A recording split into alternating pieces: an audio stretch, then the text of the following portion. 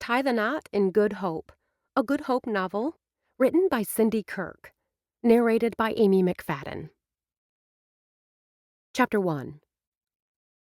Lindsay Lohmeyer was having difficulty finding her happy place. Normally, the interior of the Muddy Boots Cafe made her smile. She loved the cobalt blue splashes of paint on the white walls, and adored the mural of a happy girl in a bright red raincoat kicking up water. Though her lunch hadn't yet had a chance to settle, Lindsay knew the words lodged in her throat would choke her if she didn't get them out. "I did it!" Nerves had her speaking more loudly than she'd intended. "I quit!" Lindsay's friends, who'd been arguing about something to do with the upcoming Harvest Festival, paused the debate to focus on her. Eliza Kendrick and Amy Cross sat directly across from her in a booth that overlooked Good Hope's Main Street. They'd scored a primo spot by the window because Muddy Boots was owned by Amy and her husband. "What are you quitting?" Eliza's gray eyes narrowed. She was a beautiful woman with shiny dark hair cut in a stylish bob and lips of bright red. "You better not say the Cherries, because no one leaves the Women's Events League. Not under my watch." The frostiness that invaded the voice of the Cherries' executive director made Lindsay smile. Many on the Door County Peninsula were intimidated by the woman's forceful personality, but she and Eliza had been friends for as far back as she could remember. "I sense a story here." Amy rested her arms on the Formica tabletop, green eyes dancing with curiosity. Her blonde and brown sun-streaked hair gleamed in the glow of the fluorescent lights. Eliza glanced at her phone's display and checked the time. "Don't keep us in suspense, Lynn." "I believe," Amy shot Eliza a warning glance. "What Eliza is trying to say is we know Shirley is a stickler about your lunch breaks." "You have something to tell us." Eliza pointed a long, elegant finger at Lindsay. "Just say it." Lindsay told herself she should be scared out of her mind by this latest development. But compared to the news the doctor had laid on her this morning, not having an income was the least of her concerns. "Yesterday," she paused, not so much for dramatic effect as to still the tremble in her voice, "I quit my job." Amy's eyes grew wide. "Seriously?" A slow smile lifted Eliza's red lips. "Well, hallelujah." "If you're happy," Amy reached across the table to give Lindsay's hand a squeeze, "we're happy." Eliza nodded, then cocked her head, her sleek hair falling like a dark curtain against her cheek. "What made you decide to take the plunge?" Lindsay understood their surprise. She'd worked as a floral designer at the Enchanted Florist for nearly 10 years. She'd lived in her apartment for nearly that long. She'd never been one for change. Looking ahead, she saw a future that held nothing but change. Lindsay swallowed against the bile rising in her throat. "Was it that hideous uniform Shirley insisted you wear?" Eliza chuckled. "Or did you finally get sick of her bullshit and snap?" Amy turned to Eliza, a smile tugging at the corners of her lips. "Why, Mrs. Kendrick, I don't believe I've ever heard you say bullshit." "Blame it on my husband." Eliza flashed a sly smile. "Kyle is a bad influence." Lindsay and Amy looked at each other and burst out laughing. Everyone in Good Hope knew Kyle was the best thing that had ever happened to Eliza. Eliza knew it too. Her happiness shone as brightly as the diamond on her finger. "Shirley never gave you the credit or the freedom to create that you deserved." Eliza studied Lindsay. "I wouldn't have lasted a week. How you lasted 10 years is beyond me." "You're not Lindsay," Amy told Eliza, then refocused on Lindsay. "What made you decide to leave now?" Amy added an encouraging smile to the question. "Shirley informed me the twins would be taking over my design work." Anger she couldn't quite control licked at the edges of Lindsay's voice. "Her daughters?" Eliza's brows pulled together in puzzlement. "They're in high school." "They graduated last May," Lindsay reminded her. "After one class, they are now officially floral designers." Her friends appeared as stunned as she'd been when Shirley delivered the bombshell.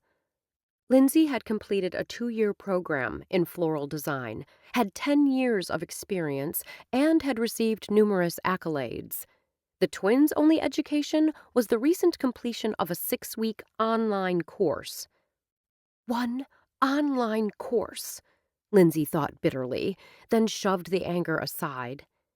She would not dwell on the negative. She told herself this change in circumstances was a blessing, the shot in the arm she needed. "I didn't go to school to ring up sales and schedule deliveries." Lindsay didn't mention Shirley had simpered that, unfortunately, she'd have to cut her salary since her job duties would be changing. "I wish I could have seen Shirley's face when you quit." Eliza's lips lifted at the thought. "Mark my words, her business will take a nosedive. I only sent Cherry's business her way because you worked there." Amy nodded. "She's taken advantage of you and your talent for years." "I let her," Lindsay admitted with an embarrassed smile. "The job worked for you." Amy's tone had a matter-of-factness, but sympathy filled her eyes. "When it no longer did, you quit." Lindsay nodded, still embarrassed by the number of years she'd let Shirley trample over her. "If you need a job while you decide your next step, I can always use help at the bakery." Amy's voice radiated reassurance and told Lindsay she wasn't in this alone. It was a generous offer, but with Labor Day in the rear view, Good Hope had officially entered the off-season, and Bloom's Bake Shop was fully staffed for the winter months. Eliza, not to be outdone, met Lindsay's gaze. "There's always a place for you at the general store." Lindsay's heart swelled with love for these two women who would always have her back. In high school, they dubbed themselves the Three Musketeers. Over the years, they'd weathered many tough times, including a horrific car accident the summer before their senior year. Amy had been driving, and Lindsay had been seriously injured. Now, the only reminder was a scar across her cheek. What had hurt most was the chasm between Amy and Eliza that had lasted for years, with Amy guilt-ridden and Eliza blaming Amy for Lindsay's injuries. That was behind them. They were a united front now. For that, Lindsay was immensely grateful. She needed their love and support more than ever, especially after the news she'd received barely 2 hours earlier. "I appreciate the offers, but I've got some savings." Lindsay hoped saying aloud the plan circling in her head would make it real. "I've decided now is the time for me to follow your lead. I'm going into the floral business for myself." Excitement skittered across the table like the leaves dancing in the outside breeze. Before Lindsay could catch her breath, Eliza offered space in her store, and Amy mentioned giving her several commercial refrigeration units. "I have no need of them," Amy insisted. "We went with all new when we remodeled the bakery." Lindsay found herself touched by the offer, but unwilling to take advantage. "I'll buy them." "Absolutely not!" Amy lifted her hands, palms out. "The units work, but they're old. You'll be doing me a favor by taking them off my hands." Lindsay bit her bottom lip. "If you're sure." "I'm positive." Amy smiled. "I'm happy I can help." Eliza glanced around the cafe, known for its comfort food and warm ambiance. "If Muddy Boots had a liquor license, we'd open a bottle of champagne and toast your new business." "I'm afraid the bottle would be wasted on me." Amy's hand dropped to her abdomen, reminding Lindsay that her friend's second baby was due in February. "It would be wasted on me as well."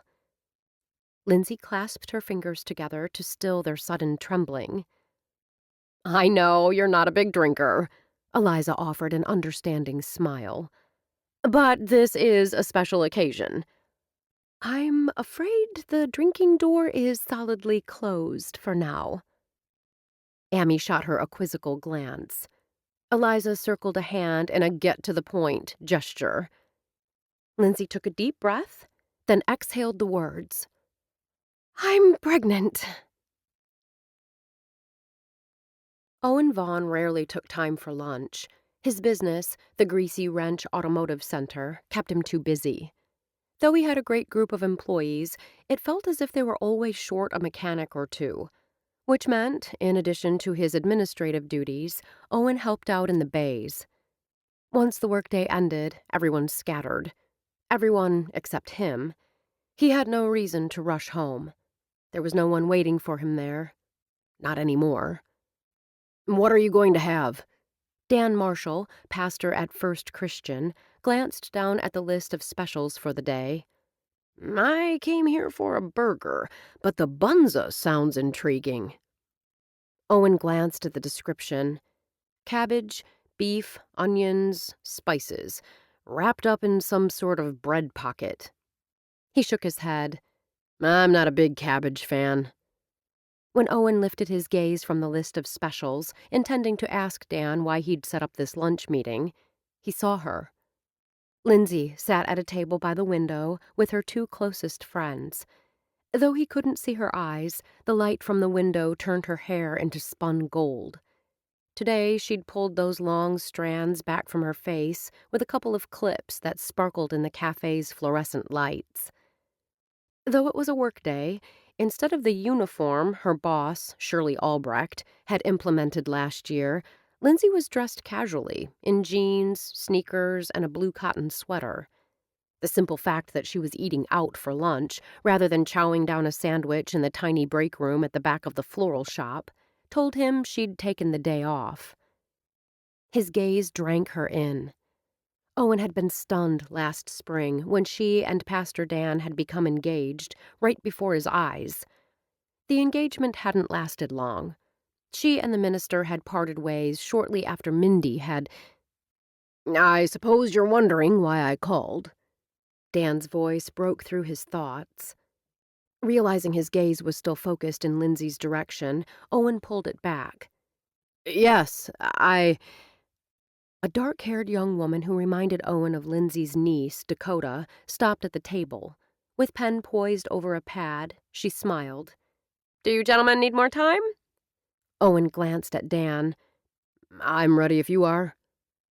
Dan waited until the orders were taken and drinks on the table before getting down to business. He leaned forward.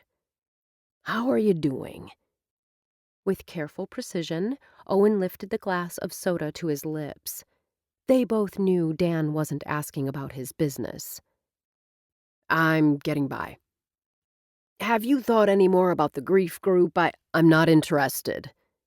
His voice could have cut glass. Owen set down the glass. Is that why you asked me to lunch? To push the grief group or play psychologist? In the 6 months since the death of Owen's daughter, Dan had mentioned the grief group on more than one occasion. If I thought either would do any good, I would. Dan's chuckle eased the tension. You've got a hard head, Owen. Any prodding by me would likely be counterproductive. The tension in Owen's shoulders eased. He reminded himself that Dan was a good guy and his concern genuine. Finn Rakes came to see me. Owen cocked his head. What does Finn have to do with me? A shining light in Mindy's life during the last months of his child's life, Delphinium, known affectionately by everyone in town as Finn, had been like a mother to Mindy. She'd loved his little girl, and that love had been reciprocated. Swallowing the ball of dread rising in his throat, Owen braced himself. The fact that he was here and Finn had been brought into the conversation practically guaranteed his lunch invitation had something to do with Mindy. Dear God, he prayed, please don't let it be some sort of memorial service. Owen didn't know if he could survive another one. He was a private person who refused to lose control in front of everyone, so the services were always difficult. Mindy's closet. Owen realized that while his mind had been embracing worst-case scenarios, the minister had continued to speak. How had he known all of Mindy's clothes were still in her closet? Owen shut the door to her room whenever anyone stopped by. Besides, how was that any of the minister's business? What about her closet? His voice came out sharper than he'd intended. But darn it, between Dan bringing up Mindy's death and seeing Lindsay across the dining area, it was almost more than Owen could bear. Lindsay had been a bright light in his life during those dark months after Mindy died. In the weeks they'd been apart, Finn proposed Mindy's Closet be the name of the project. Project? Owen frowned, then shot the minister an apologetic look. I need you to start again at the beginning. I'm not clear on what you're asking. Dan's gaze shifted to the window where the pretty blonde who'd once been his fiancée sat with her friends. I may have been distracted and not made myself clear. They had Lindsay in common, Owen thought. The realization had his spirits sinking even lower. Finn approached me with a proposal. She wanted to run it by me before mentioning the possibility to you. He'd been right. It was another memorial service. Damn it all to hell and back. She wants to plan some sort of memorial to Mindy. Yes and no. Which is it?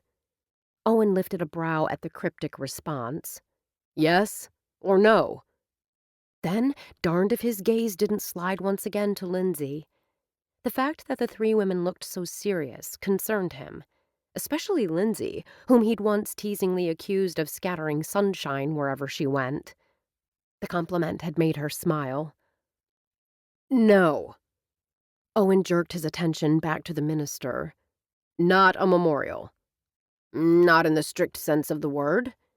Dan opened his mouth, but paused when the waitress appeared with their burgers and fries. Once she was out of earshot, Owen picked up a fry.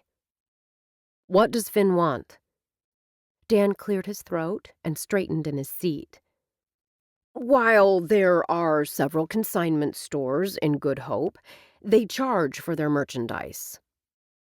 The day, Owen thought, just kept getting stranger and stranger. I don't know anything about clothing sales, Dan. I'm a mechanic.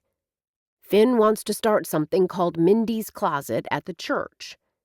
Dan paused. Residents will be asked to donate new and used children's clothing. Once a week, or perhaps more often, we'll open the doors to Mindy's Closet for our neighbors in need. For a long moment, Owen didn't speak. Couldn't speak. He thought of his daughter's closet at home, filled with dresses and glittery tops, all in various shades of pink. The thought of giving away the last reminders of his precious child brought a jittery feeling to his gut. You wouldn't be expected to donate Mindy's clothing. Unless you want to, of course, Dan quickly added, as if he'd read Owen's thoughts. His voice deepened with emotion.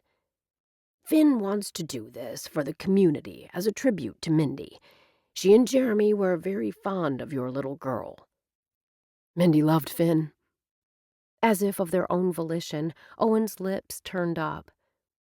Being Finn's flower girl and walking down the aisle in her princess dress was... Owen's voice trailed off, and his smile disappeared. If the wedding was the best day of Mindy's life, finding his daughter cold and lifeless in her bed the next morning... I understand talking about this brings back memories. Owen sat back in his seat and fought to bring his rioting emotions under control. It had been 6 months. Losing his daughter hurt just as much now as it had then. Maybe more. Yesterday, a song triggered the pain. The pop tune blaring from the truck's radio had been one he and Mindy had always sung together at the top of their voices. Owen's fingers had trembled so badly he'd barely been able to switch the channel. What is it you want from me, Dan? Owen shifted his gaze away from the window. His voice sounded hollow, as if he'd spoken in a tin can. Your blessing. Owen jerked his gaze back to the minister. I need to know if it's okay with you if we call the project Mindy's Closet. Dan shifted uneasily in his seat. When it's time for the grand opening, you could come and say a few remarks. Or not. Finn and I don't want to make this uncomfortable for you, Owen. But we'd like to honor Mindy by providing this needed community service in her name. Glancing down, Owen saw his hands were balled into fists at his sides. His little girl had possessed an infectious smile and a vibrant personality that drew people to her. While some kids hated being the center of attention, Mindy had embraced the spotlight. She'd like this. Owen pushed the words past lips that felt frozen. She'd appreciate the project being named after her. And she'd love the idea of helping those in need. Then we have your blessing? Owen glanced at the table by the window. Lindsay knew him in a way that no other woman had, and would understand his conflicted feelings on this issue. But the closeness they'd shared after Mindy's death had ended. His life and hers no longer intersected. For the best, he reminded himself. Owen? Dan prompted. Owen met the minister's gaze. You have my blessing. Chapter 2. You're pregnant? Amy's voice rose, but she pulled it down. Lindsay saw the shock in her eyes. She had no doubt that she'd had the same look in hers when the doctor had told her she wasn't sick, but pregnant. Eliza simply gazed, unblinking, those almond-shaped gray eyes giving nothing away. Lindsay's heart beat like butterfly wings in her throat, and she suddenly felt lightheaded. To steady herself, she took a breath and forced herself to look around the cafe. Anything was better than seeing the shock and questions in her friend's eyes. It was a mistake. While Dan talked, Owen stared. At her. The odd look in his eyes had her heart shifting into overdrive. She'd spoken in a whisper, barely loud enough for the two women sitting across from her to hear. As she wasn't facing Owen, he couldn't have read her lips. No, she reassured herself. He hadn't heard. She was being paranoid. Lindsay! Eliza's voice held an urgency. Lindsay returned her attention to her friends. A tightness filled her chest. She would not cry. Not here, surrounded by so many people who knew her mother. Not here, with Owen so close. Calling on an inner strength she hadn't known she possessed, Lindsay forced a smile. I've always wanted a child. But not like this. Not without a husband. Are you sure you're pregnant? Amy asked. Sometimes a missed period is just that.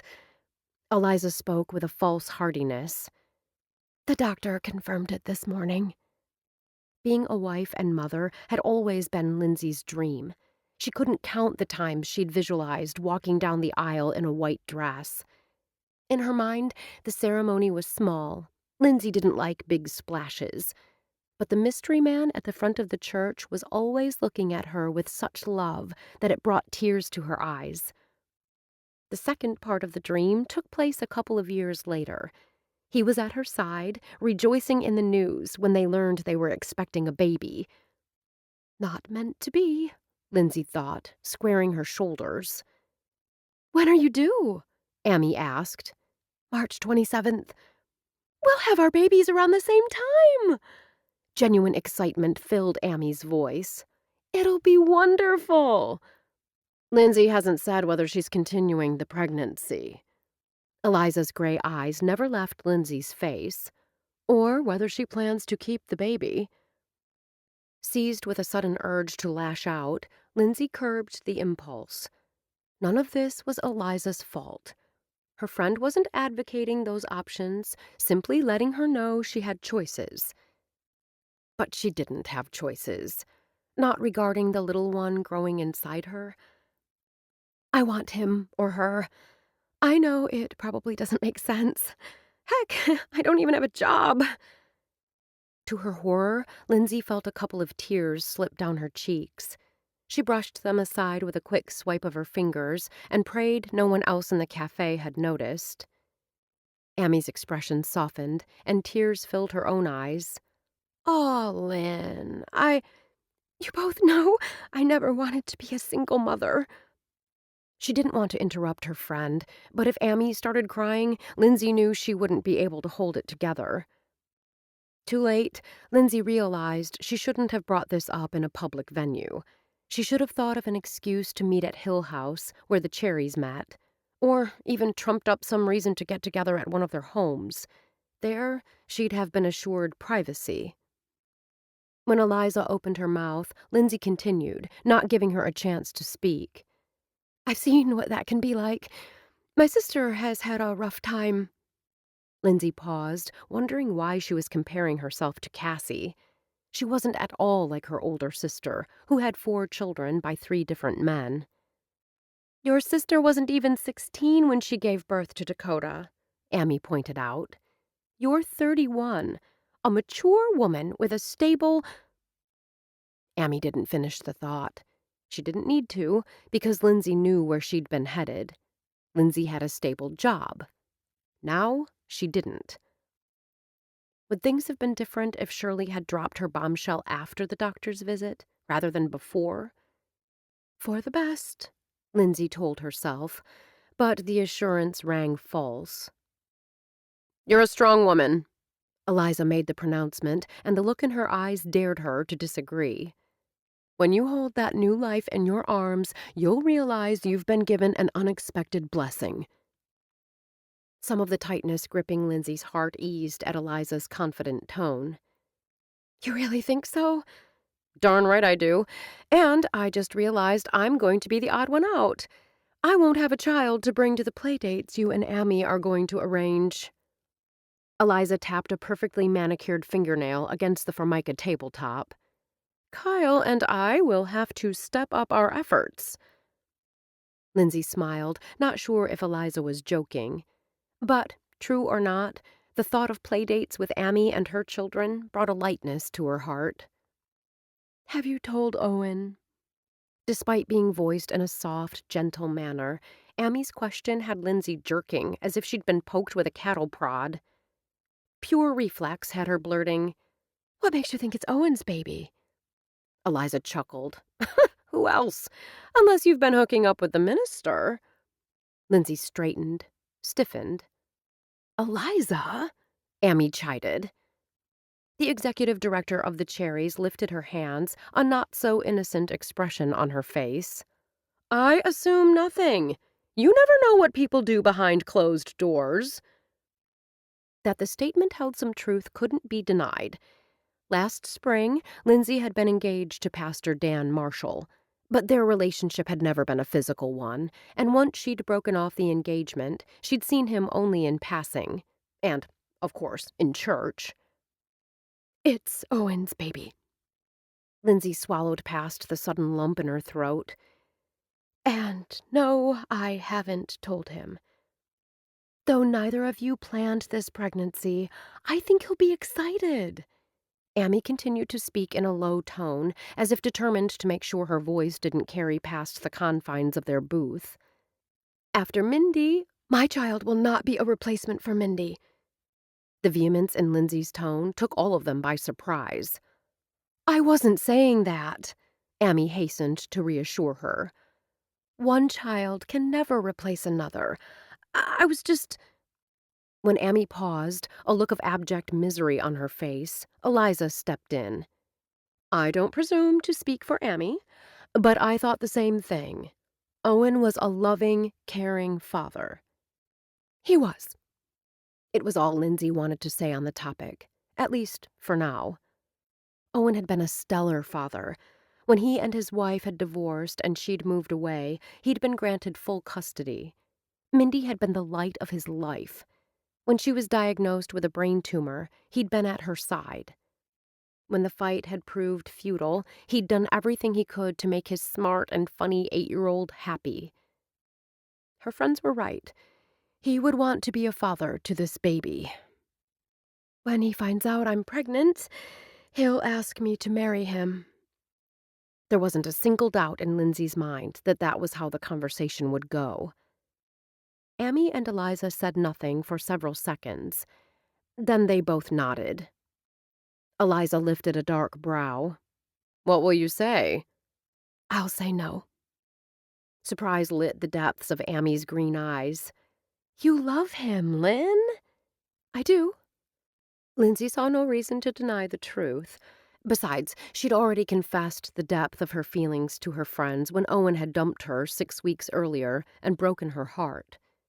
"But he doesn't love me.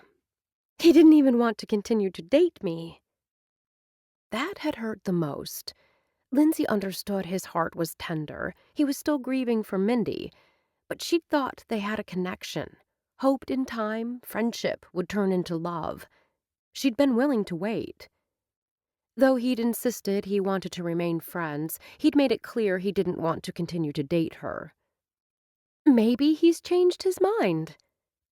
The doubtful expression on Amy's face told Lindsay her friend didn't believe that any more than she did. Lindsay shook her head vigorously. When the doctor had given her the news, she'd wanted oh so much to travel down a road strewn with hearts and flowers. Maybe Owen loved her. Maybe, if he didn't, after they married, he would grow to love her. Maybe. Lindsay pressed her lips together and slammed that door shut. She was going to be a mother. She couldn't afford to indulge in foolish dreams. "What is it you want, Lynn?" Eliza's gaze searched hers. "I want what you have with Kyle. His eyes light up whenever you walk into a room." Lindsay blinked rapidly to clear the tears that had reappeared and turned to Amy. "I want what you have with Beck.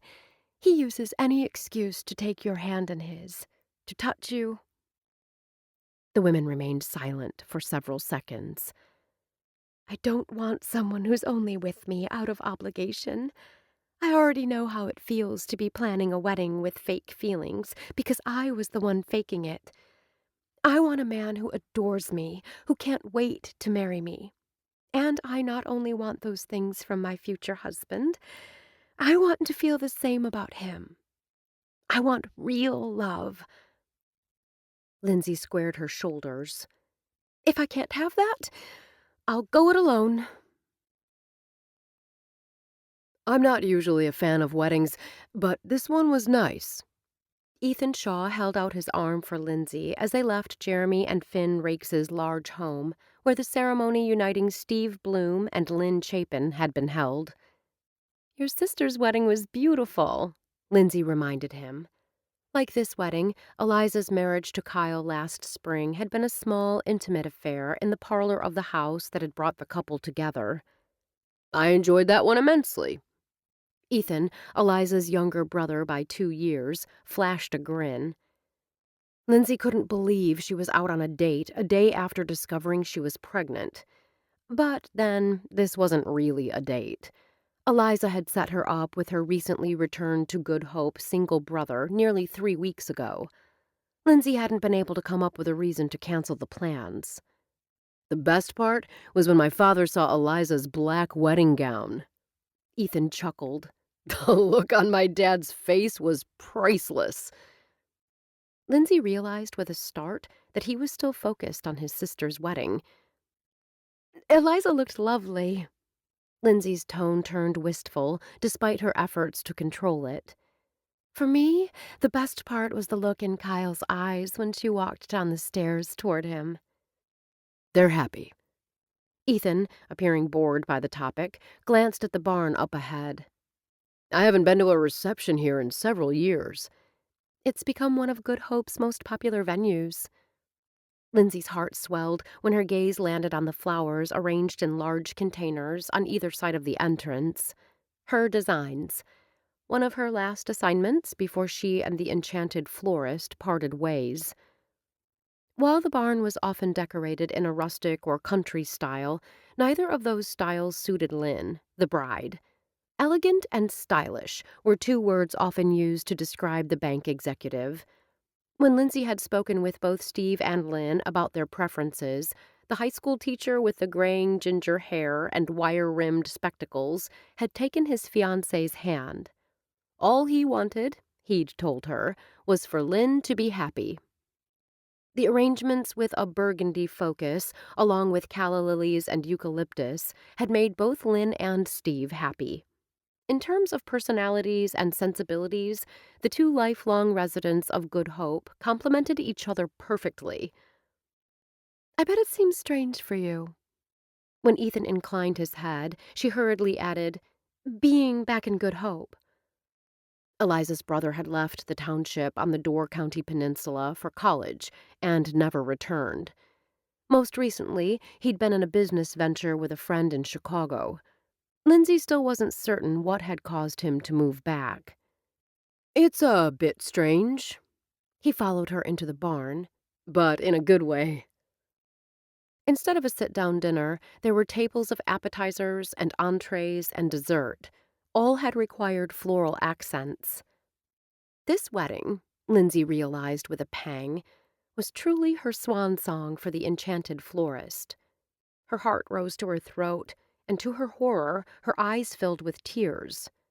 Darn hormones! Lindsay hurriedly blinked back the moisture and forced her attention to the man at her side.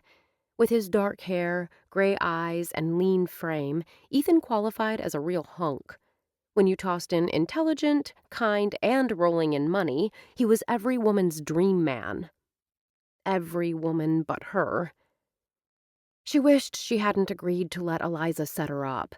So much had changed since she'd accepted the offer. Back then, she'd been concerned what her mother would say if she showed up to the wedding without a date. Her mother had become overly concerned with Lindsay's love life once she hit 30. Lindsay had lost count of the number of times her mom had told her that her chances of hooking a big fish decreased every month. As if thinking of the woman had conjured her up, Anita strolled up on 3-inch heels. "Well, isn't this a nice surprise?" Her mother's hazel eyes lit as her gaze slid from her daughter to Ethan, then back to Lindsay. "I didn't realize you and the illustrious Mr. Shaw were dating." Approval ran through her mother's words, thick as warm honey. Now in her late 50s, Anita could pass for a much younger woman. Tonight, her trim figure was showcased in a burgundy wrap dress with a left leg slit that showed off her toned legs. For the late afternoon event, Anita had pulled her dark hair into a simple chignon, a style that drew attention to her hazel eyes and high cheekbones. Lindsay suddenly felt dowdy in her blue jersey dress and kitten heels. "Ethan and I aren't dating." Lindsay spoke firmly, keeping her eyes focused on her mother. "We were just talking. We're not together." When Ethan opened his mouth, she shot him a sharp glance. Lindsay could talk until she was blue in the face about Eliza setting them up simply because they were both at loose ends. Anita would still see this as a date. "You look lovely, Mrs. Fishback." Ethan offered her mother a warm smile. Apparently he'd decided that when in doubt over what to say, best to lead with a compliment. "I'd never guess you have a daughter Lindsay's age." Lindsay watched her mother blossom like a bud opening to the warmth of the sun. Even during the ceremony, Lindsay had noticed his smile had that effect on women. For some reason, she was immune to his charm. "Aren't you the sweet one?" Anita slanted a glance at the man at her side. "You both know Sheriff Swartz." The man in the dark suit with the bolo tie looked every bit of his 65 years. Though still handsome, his face was weathered and lined. He was tall, with broad shoulders and a mop of gray hair that matched his mustache, so it was easy to see how Leonard Swartz, former sheriff, had earned his Silver Fox title. Lindsay hid her surprise. She hadn't realized her mother was dating Len. Or, perhaps, like she and Ethan, they weren't together. "It's nice to see you, Sheriff Swartz." "Good to see you both." Len nodded to her, then to Ethan. "These days, it's just Len. I have to admit, I still expect to see you driving down Maine in a black and white," Ethan joked. Len chuckled. Those days are in my rear view. Lindsay caught her mother eyeing Ethan again.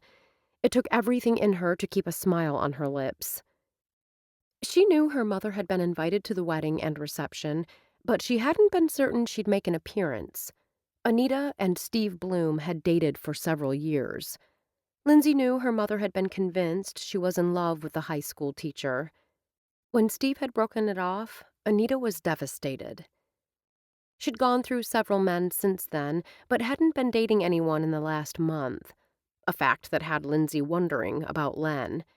She hoped he and her mother were dating. When I Need a Man, a nickname Anita had been given by Steve's daughters long ago, had a man in her life, she left Lindsay alone. When Anita was between men, she focused on Lindsay's love life. Lindsay didn't need that additional stressor on her plate. The band began to play, and Ethan turned politely to her. Would you care to dance? Although Lindsay didn't really feel like dancing, she didn't feel like eating either, and she really didn't feel like making conversation with her mother. Something told Lindsay she and Ethan shared that goal. If you'll excuse us. Ethan smiled and placed his palm against the small of Lindsay's back. The word us and a simple, innocuous touch had Anita beaming. As she turned away, Lindsay decided it was going to be a long evening. Chapter 3. Lindsay breathed a sigh of relief when she and Ethan stepped onto the shiny wooden floor. Since many in the crowd were older, the band, brought in from Chicago, appeared to be sticking to romantic ballads. Or maybe Steve and Lynn wanted their guests to listen to soothing music while perusing the many food options. Ethan took her hand and placed his other against the small of her back. In seconds, they were gliding across the floor with ease. It didn't surprise Lindsay that Eliza's brother was an excellent dancer. As a little boy, he'd excelled at everything he attempted. You look beautiful tonight. Ethan's voice in her ear was as smooth as his dance steps. When she turned her head, he was right there. His dark hair, expertly cut, was long enough to be trendy, but short enough for a Fortune 500 business meeting. His face was clean-shaven, and his cologne subtle enough not to make her touchy stomach churn. But it was those deep gray eyes and sculpted cheekbones that made women swoon. Though Lindsay recognized his appeal, when she looked at him, she saw only Eliza's little brother, the one who'd sprayed her full blast with a super soaker on his 8th birthday. Lindsay forced a bright smile. She didn't have a chance to say more when they were bumped from the side. A frown furrowed Ethan's brow as he turned toward the culprit. Ruby Rakes smiled brightly at them. I was hoping we'd have a chance to chat. Jeremy, Ruby's dance partner, cast a puzzled glance at his grandmother before returning his attention to Lindsay and her partner. We didn't mean to crash into you like that. Oh, Jeremy, it's fine. Ruby, whose champagne-colored hair had been styled in soft curls around her wrinkled face, gave a dismissive wave. It was more of a tap. Coming from anyone other than the eccentric matriarch of the Rakes clan, the cavalier comment would have been annoying, but it was impossible to be irritated at the charming older woman with a big heart. It's nice to see you again, Mrs. Rakes. Ethan offered the woman a warm smile, showing his manners hadn't been damaged by the collision. You too. Ruby patted his arm, then focused on Lindsay. Something in the woman's intense blue eyes sent a shiver of unease up Lindsay's spine. The overpowering scent of Chanel No. 5, Ruby's signature scent, had Lindsay's stomach flip-flopping. To keep control, she tried to breathe through her mouth. Owen is here. Lindsay wondered if it was a coincidence that Ethan's hand dropped from her back a second after Ruby's pronouncement. Her smile froze as she struggled with how to respond. Ruby knew she and Owen hadn't been a couple for weeks. Nothing happened in Good Hope without Ruby and her two friends, Catherine Spencer and Gladys Berthoff, knowing about it. Jeremy shot Lindsay an apologetic look, then turned to Ethan. I was going to ask. This is a wedding reception, Jeremy. You and Ethan can talk business another time. Ruby's tone brooked no argument, and she got none from her grandson. Once again, her gaze returned to Lindsay.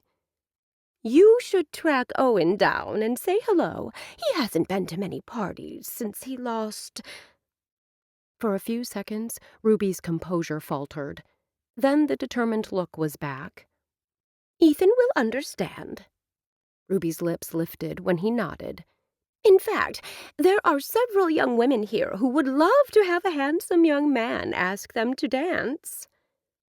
Obviously used to his grandmother's imperialistic manner, the mayor of Good Hope's lips quirked up in an impish gleam. In case you aren't getting the message, Ethan, that's an order, not a suggestion. Ethan glanced at Lindsay.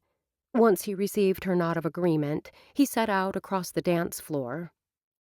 What are the three of you doing standing in the middle of the dance floor? Looking beautiful in a moss-green dress with a lace overlay, Finn took her husband's arm. Lindsay's heart swelled when Jeremy leaned over to kiss his wife. Another love match. I was merely pointing out that Lindsay needs to rescue Owen. Ruby's voice softened at the sight of her granddaughter-in-law.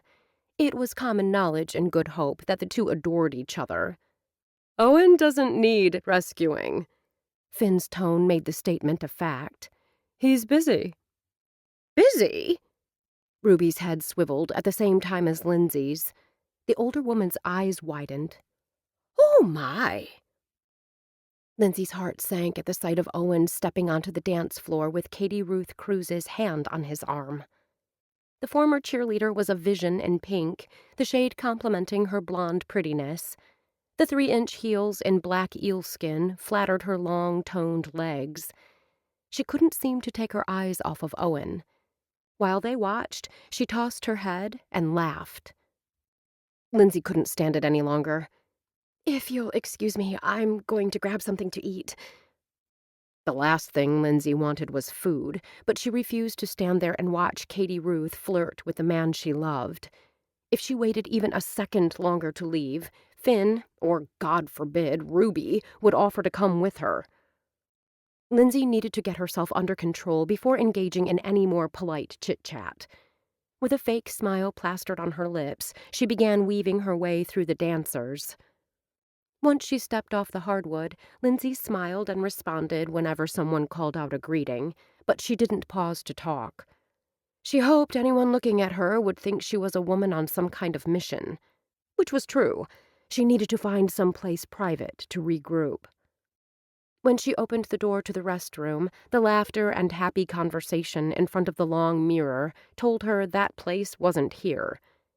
She let the door fall shut and turned, not sure which way to go. It all seemed too much.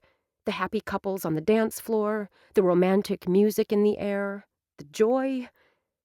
Tears stung the backs of her eyes. Darn it, she wanted the joy. Knowing she needed to get away, Lindsay left the barn and stepped into the crisp air of early fall. Though her dress was long-sleeved, the jersey fabric provided little protection against the cool air. It didn't matter. All that mattered was getting away. The bite in the breeze instantly dried the tears threatening to fall as she wrapped her arms around herself. When she saw a couple of the teachers who taught with Steve at Good Hope High headed toward the entrance, Lindsay slipped around the side of the building and picked up her pace.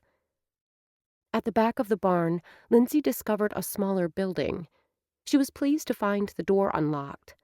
Stepping inside, she flipped on the lights. The well-organized interior held a shiny green tractor with a large mowing deck, a couple of self-propelled lawnmowers, and several sizes of snowblowers.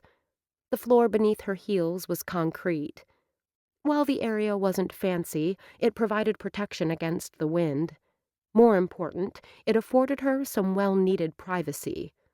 A faint scent of motor oil hung in the air.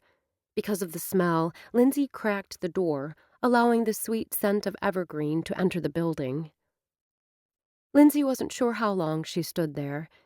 She decided that when she got home, she'd sit down and come up with a strategy for telling Owen about the baby. She also needed to take a hard look at her finances and see where she could make cuts until her new business took off. The sound of the door creaking open had her realizing her brief respite had come to an end. It was time she went back inside anyway. She would find Ethan, tell him she had a headache and wanted to go home. It wasn't fair to make him leave the party, but he could return to the festivities once he dropped her off. Feeling good about her plan, Lindsay took a step, then skidded to a stop. Her breath catching had nothing to do with the blast of cold air, and everything to do with the man standing in front of her, a scowl on his face. "Owen, what are you doing here?" Even before Katie Ruth Cruz asked him to dance, Owen had decided coming to the reception had been a mistake. The wedding had been difficult enough. He had no doubt Lynn and Steve would be happy together. Anyone watching the two could see they were deeply in love. Then again, that's probably how he and Tessa had looked on their wedding day. The difference was, they'd been young. Tessa had just turned 19. He'd been 20. They'd been away from home for the first time, and the fact that they were both from Good Hope had been the glue binding them together. His parents had adored Tessa, and he'd basked in their approval. He sure hadn't felt much of it growing up. While it would be easy to blame his melancholy on the fact his marriage had failed spectacularly, he knew that wasn't all of it. Weddings brought back memories of his daughter, his beloved Mindy, walking down the aisle in Finn and Jeremy's wedding, tossing pink rose petals willy-nilly. Mindy had been so happy. The brain tumor that would take her life pushed to the back of their consciousness for that one day. Emotions, always lurking just below the surface, now gripped his throat in a chokehold. Still, Owen kept dancing until the song ended, letting Katie Ruth carry the bulk of the conversation. He managed to thank her, then fled outside for much-needed fresh air. He'd lost track of Lindsay, which was for the best. The sight of Ethan Shaw with his hands on her had brought forward a primitive emotion he didn't want to dissect. Whatever he and Lindsay had once shared was over, and how he felt when he saw her now didn't matter. The door offered an escape hatch, and he took it. He'd never been a party guy, but going home to an empty house filled with memories held little appeal. He could change his clothes and head to the greasy wrench, but his head wasn't in the right place. No, he would grab some fresh air, then head back into the reception for a few hours and pretend to have fun. The breeze had picked up, so he headed around to the side of the barn so he'd be out of the wind. The door to a maintenance shed was open. Owen frowned. Someone had obviously forgotten to secure the latch. Though there was little crime in Good Hope, it was still smart to lock up pricey equipment. Not only that, whoever it was had left the light on. Owen had stepped inside, intending to remedy the oversights, when he saw her. He inhaled sharply. "What are you doing out here?" Owen wasn't sure why he sounded so cross. Maybe it was because the thin dress she wore was no match for the temperature outside. Her arms wrapped around her body as if she tried to hug whatever warmth her body generated. He saw her shiver under his watchful gaze. Without stopping to think, he pulled the door shut behind him, blocking the breeze. Whipping off his suit jacket, he held it out to her. "Put this on." His tone brooked no argument. She slipped on the coat without protest, which told him she was even colder than he'd thought.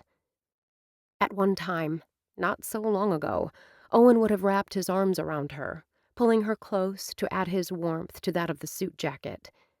He'd given up that right when he walked away from her nearly 2 months ago. For the best, he reminded himself. He wasn't the one to give her what she needed, what she deserved.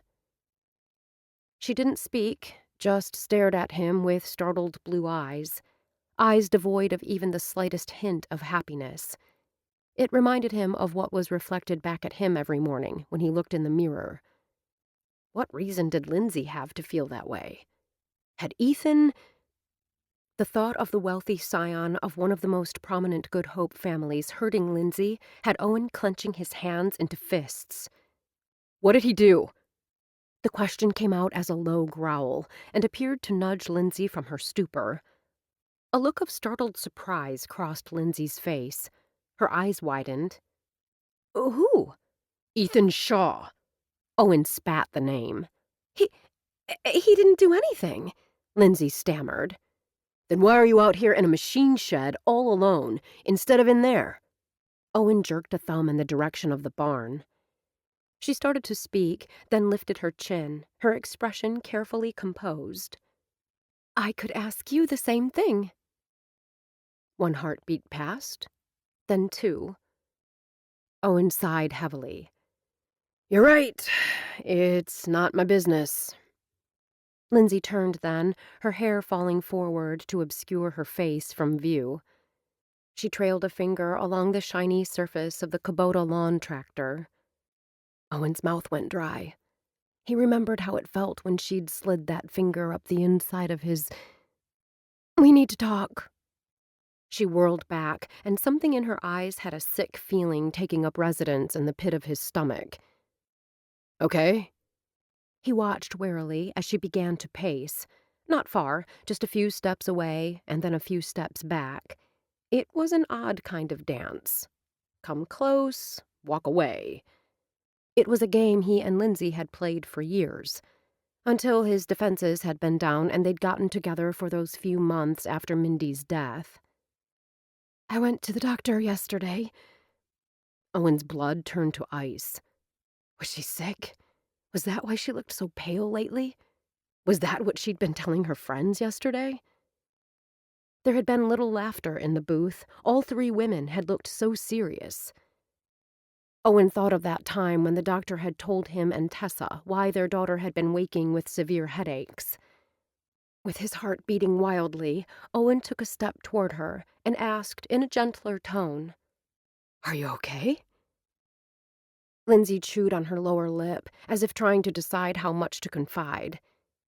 He moved closer, so near he could see the specks of gold in the blue depths of her eyes and smell the subtle scent of her perfume. Tell me.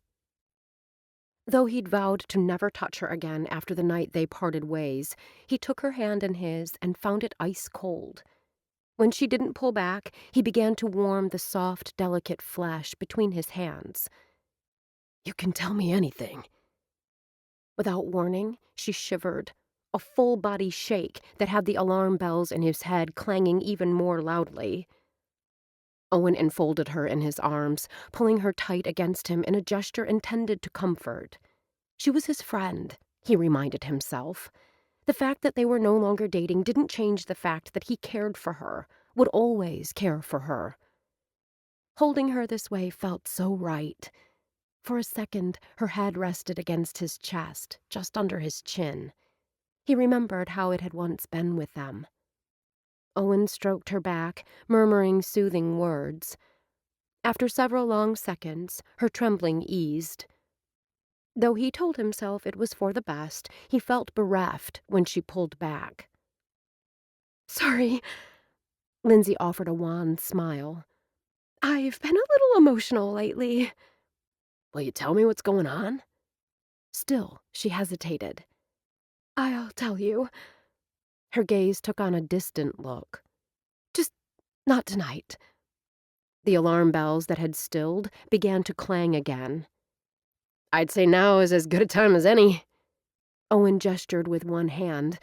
We're alone and unlikely to be disturbed. I don't know.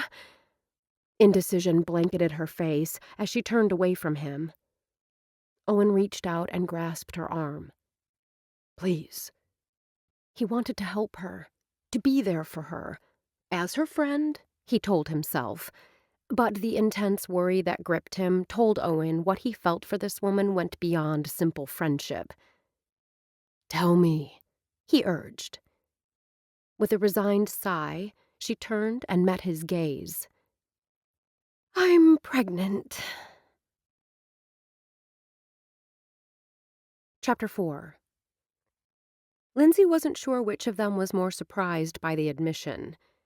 This wasn't the way she'd planned to tell him, but when he'd pointed out they were alone and would be undisturbed, she'd seized the opportunity.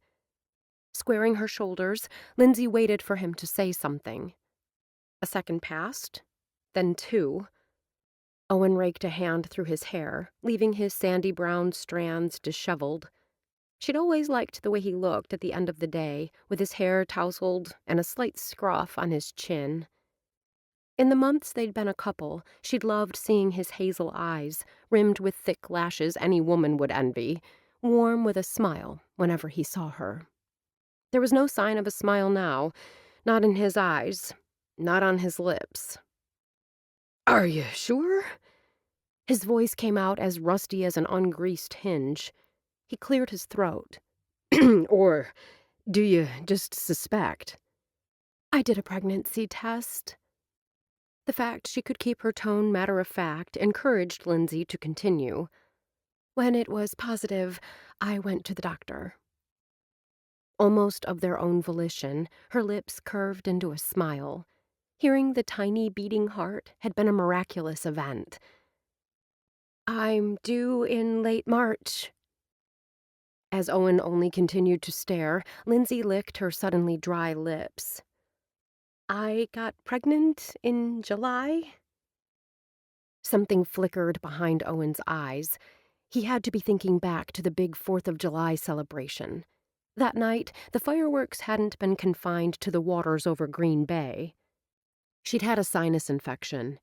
Because the doctor had warned of the decreased efficacy of low-dose birth control pills while on antibiotics, they'd used a condom each time they made love. Except that night. They'd barely made it into his house before they were tearing off each other's clothes. Despite the urgency, their lovemaking that night had seemed to hold an extra sweetness. It had been as if they'd both known that some kind of change was coming and wanted to hold on to the happiness of the moment with both hands. Not long after that night, he'd abruptly ended their relationship. When the silence lengthened, Lindsay broke it. "I thought you deserved to know." If Owen had thought he'd latched the door behind him, a sharp gust of wind proved him wrong, flinging it open with a bang. They both jumped at the sound, then stared, incredulous, as Ethan stepped inside. He stared for a long moment. His curious expression gave no indication that he found anything odd about finding his date in a machine shed with another man. "I wondered where you'd gone." Ethan glanced from her to Owen. "Am I interrupting something?" Lindsay slipped past Owen. "No." "Yes," Owen asserted. "Lynn, we need to—" Lindsay doubted her smile reached her eyes, but heck, the fact that she managed to curve her lips at all was a major accomplishment. "Another time." Ethan lifted his hands. "Seriously, if I'm interrupting something—" "You're not." Lindsay shot Ethan a reassuring smile. When she turned toward the door, Owen latched onto her arm. "Don't go." His voice held a steely edge, but the lost look in his eyes told her he was more upset than he was letting on. "Owen." "Dude." Ethan stepped forward, his jaw set in a hard line. "Release her arm." Owen hesitated, then dropped his hand. "It's okay." Lindsay spoke directly to Owen. "We will talk later." When she left the building, Ethan was at her side. Her baby's father remained behind, his gaze boring into her back.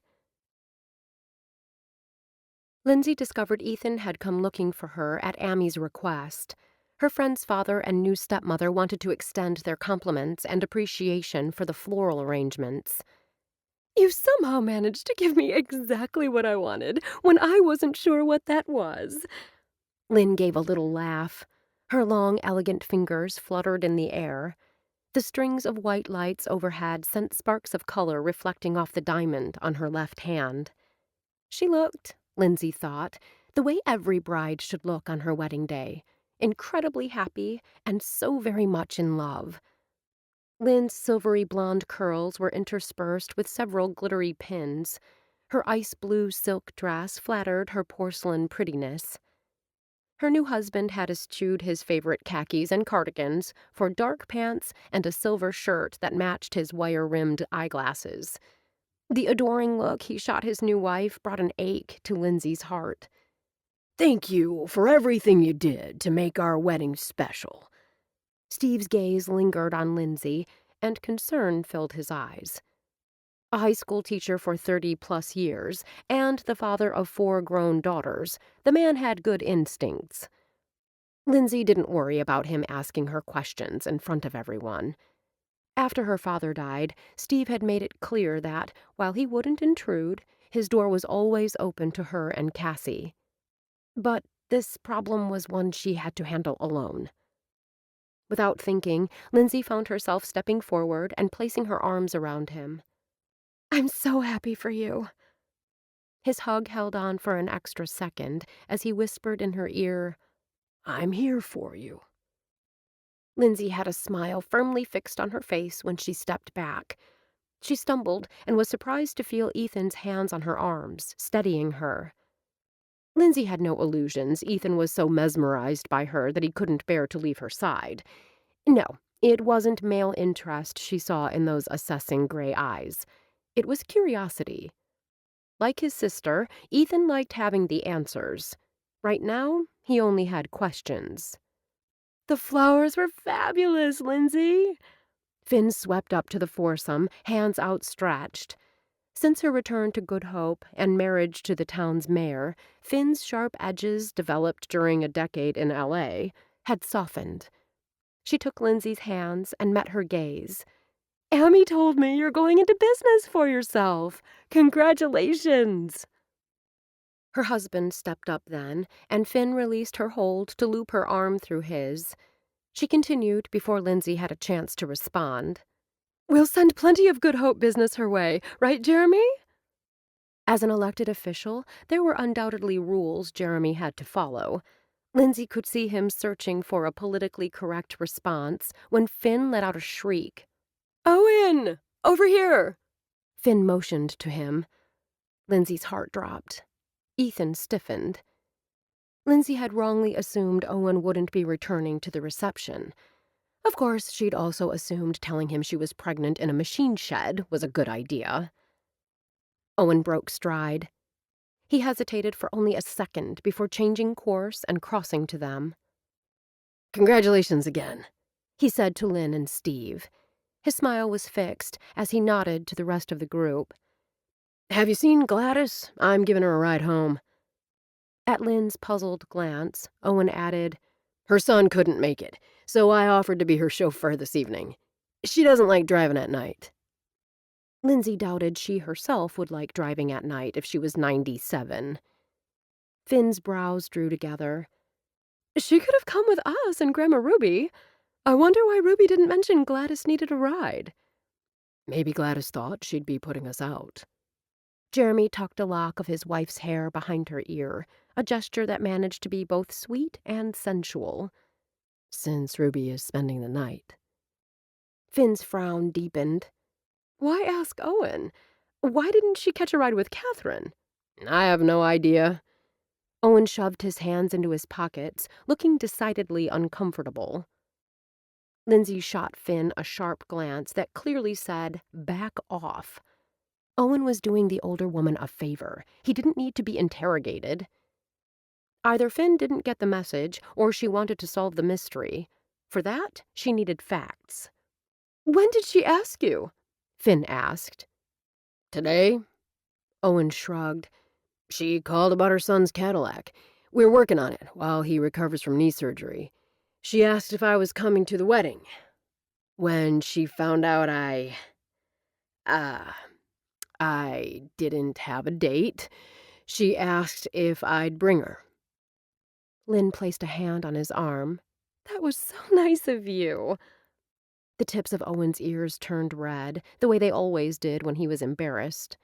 She knew him so well. Or she thought she'd known him. Her smile faded.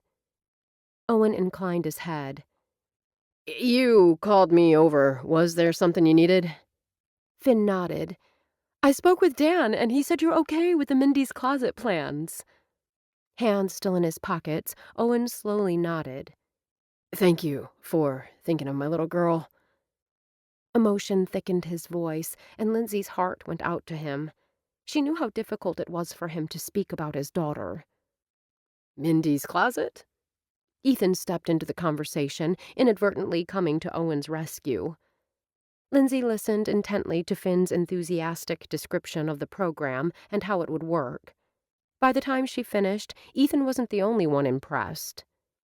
"If you need volunteers to help staff it," Lindsay told Finn, "please let me know." "We'll definitely be calling on you." Finn's gaze shifted over Lindsay's shoulder, and she frowned. "What do you think those three are cooking up?" Lindsay turned and saw Catherine, Gladys, and Ruby seated at one of the round linen-clad tables. A pad of paper lay on the table before Catherine, who appeared to be taking notes. "Knowing Catherine and her cohorts," Ethan's eyes twinkled, "they're up to only one thing.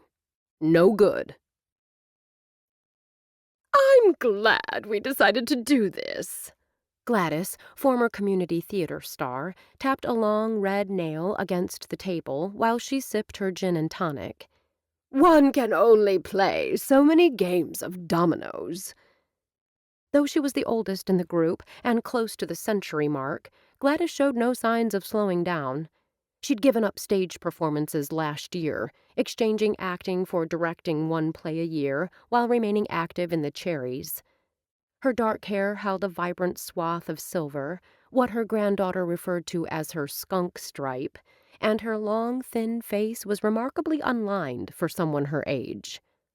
"I never thought I'd find a new career at this stage in my life." Catherine, a young 90, adjusted the jeweled bifocals on the end of her nose. Her salt and pepper hair was pulled back in her trademark chignon. "I must admit I never considered becoming a matchmaker, not until Gladys brought it up." "Gladys could sell a blind man on a car." Ruby, the baby of the group at 80-something, shot Gladys a wink. A petite firecracker, Ruby refused to let any gray, including a stylish skunk stripe, anywhere near her head. Once she'd passed 50, Ruby had gone the champagne route, a color close to her former blonde, and one that flattered her peaches and cream complexion. "Here's who I have on the list so far." Catherine, who rivaled Gladys as the most business-oriented of the three, glanced down. "Lindsay Lohmeyer, Katie Ruth Cruz, Greer Chapin, Cassie Lohmeyer." "4 is a good start." Gladys took another gulp of gin, then glanced across the ballroom. She lowered her voice a half-decibel. "Lindsay and Owen make a nice-looking couple." "That's what you said about her and the pastor." Ruby's lips quirked up in an impish smile. "We all know how that turned out. They made a nice-looking couple." Gladys waved a dismissive hand. The way she saw it, no matchmaker hit it out of the ballpark every time. Besides, it wasn't as if she and her friends had matched the two. "They were ill-suited, both in interests and sensibility. Owen is a perfect fit." "He broke it off." Catherine's eyes went dark. "It's been weeks since they've been together." "He's still interested." Ruby sighed, and her eyes grew misty. "See how he keeps slanting little looks in her direction?" Gladys decided Ruby was right. "Do either of you know what broke them up?" The two women looked at each other and shook their heads. Catherine doodled absently on the page below the names she'd written. "You need to find out." Gladys decided it best to turn this reconnaissance work over to her friends.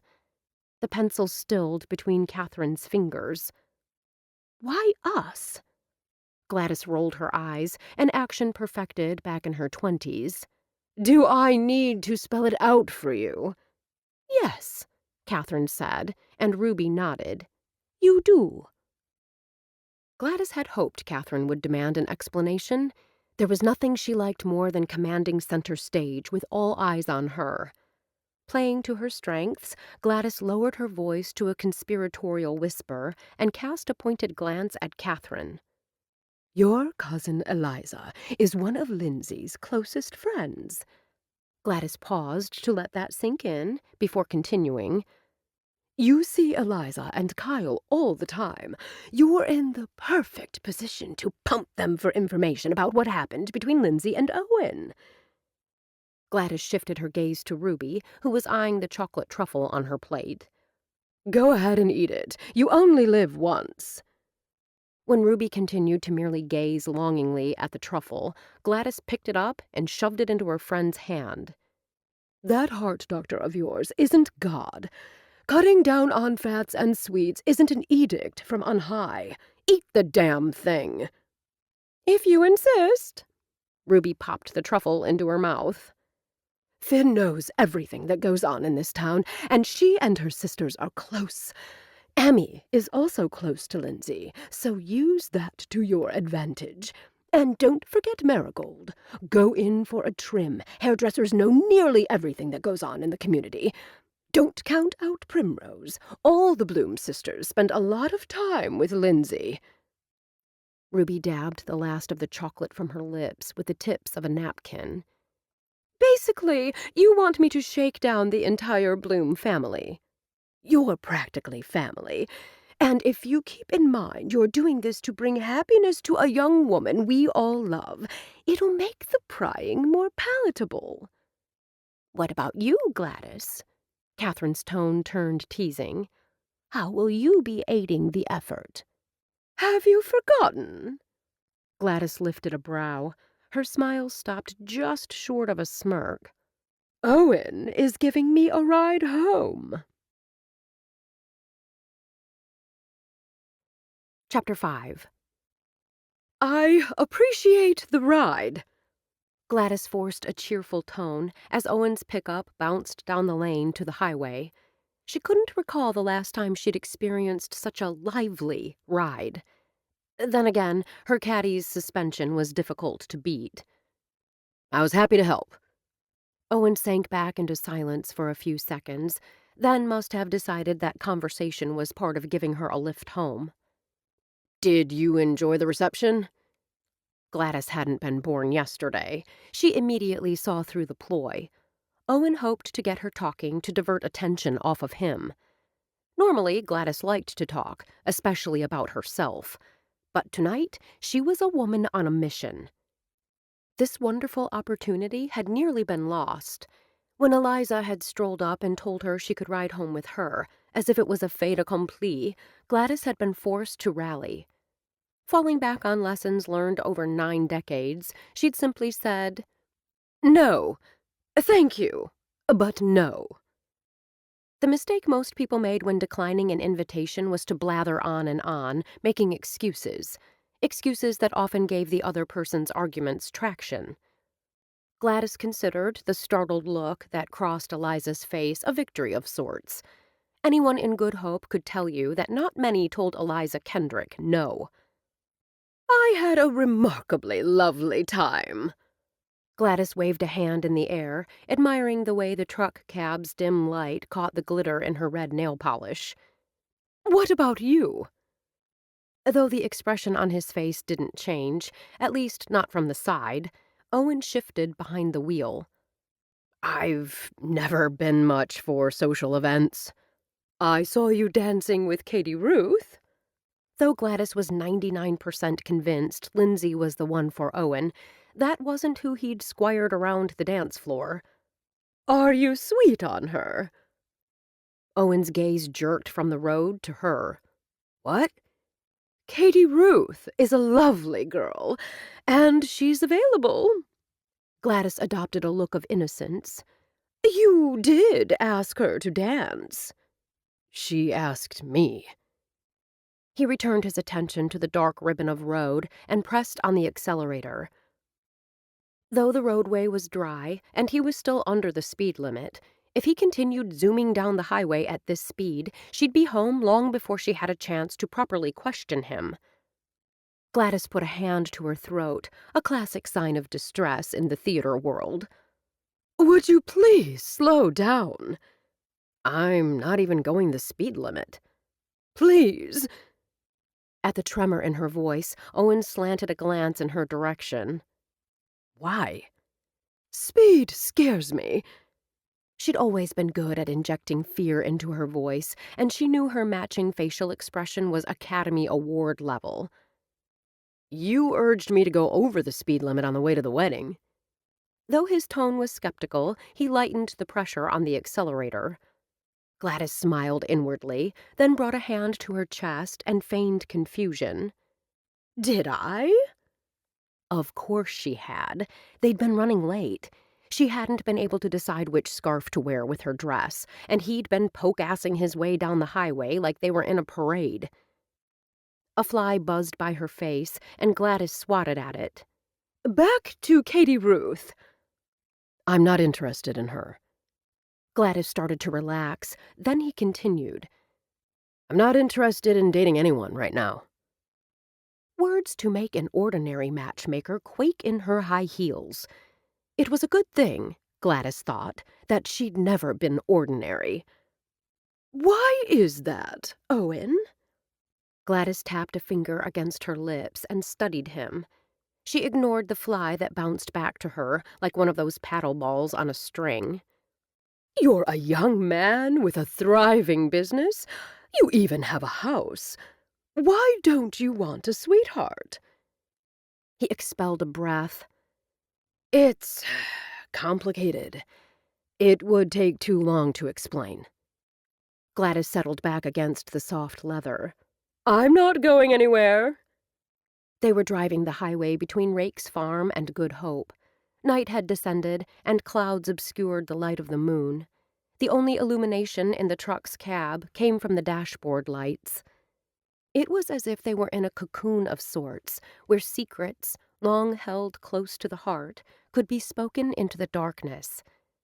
While she needed information to help him find his true love, Gladys would not break any confidences he might share with her tonight.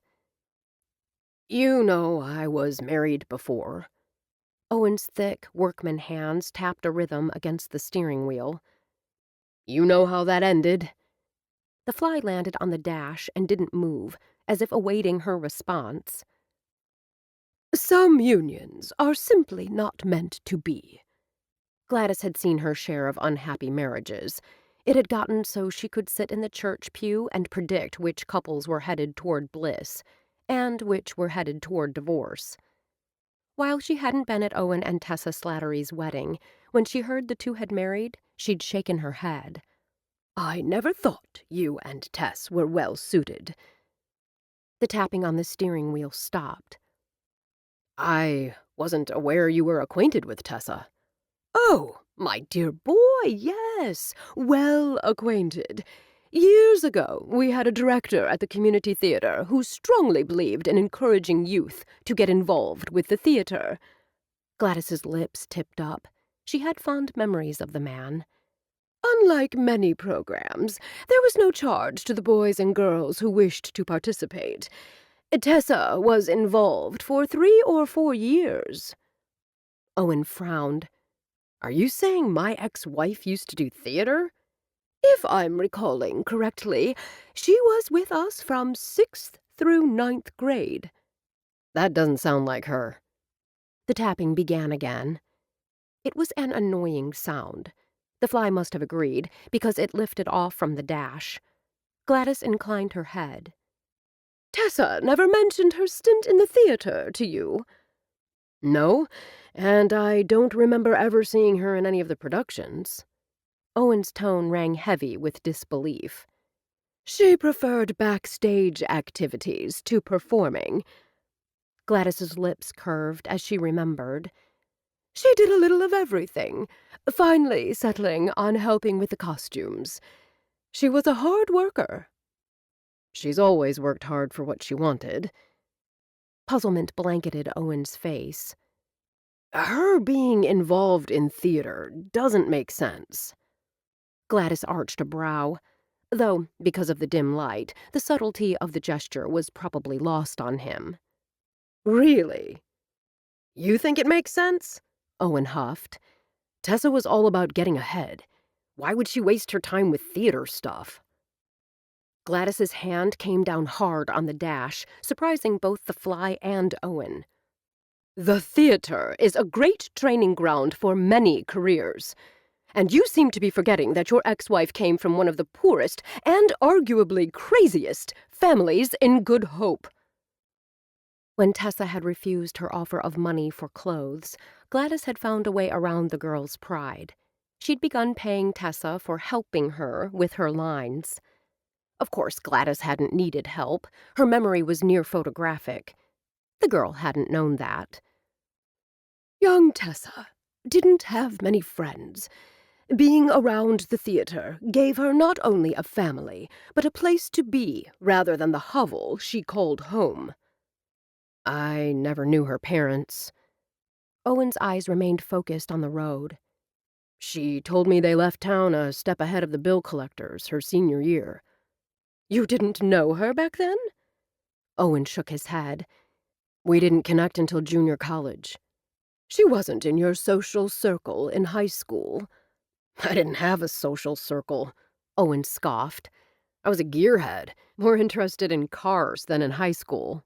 You played football, Gladys pointed out. You had friends, a decent car, a respectable family. A fly swooped at Owen. His palm connected with it in midair. Why are we talking about Tessa? Owen didn't bother to hide his irritation. She's got nothing to do with me. What happened between you and Lindsay? Owen stiffened, but said nothing. Between that and the way a muscle clenched in his jaw, a classic sign of irritation, Gladys had a feeling he wouldn't be offering to drive her again anytime soon.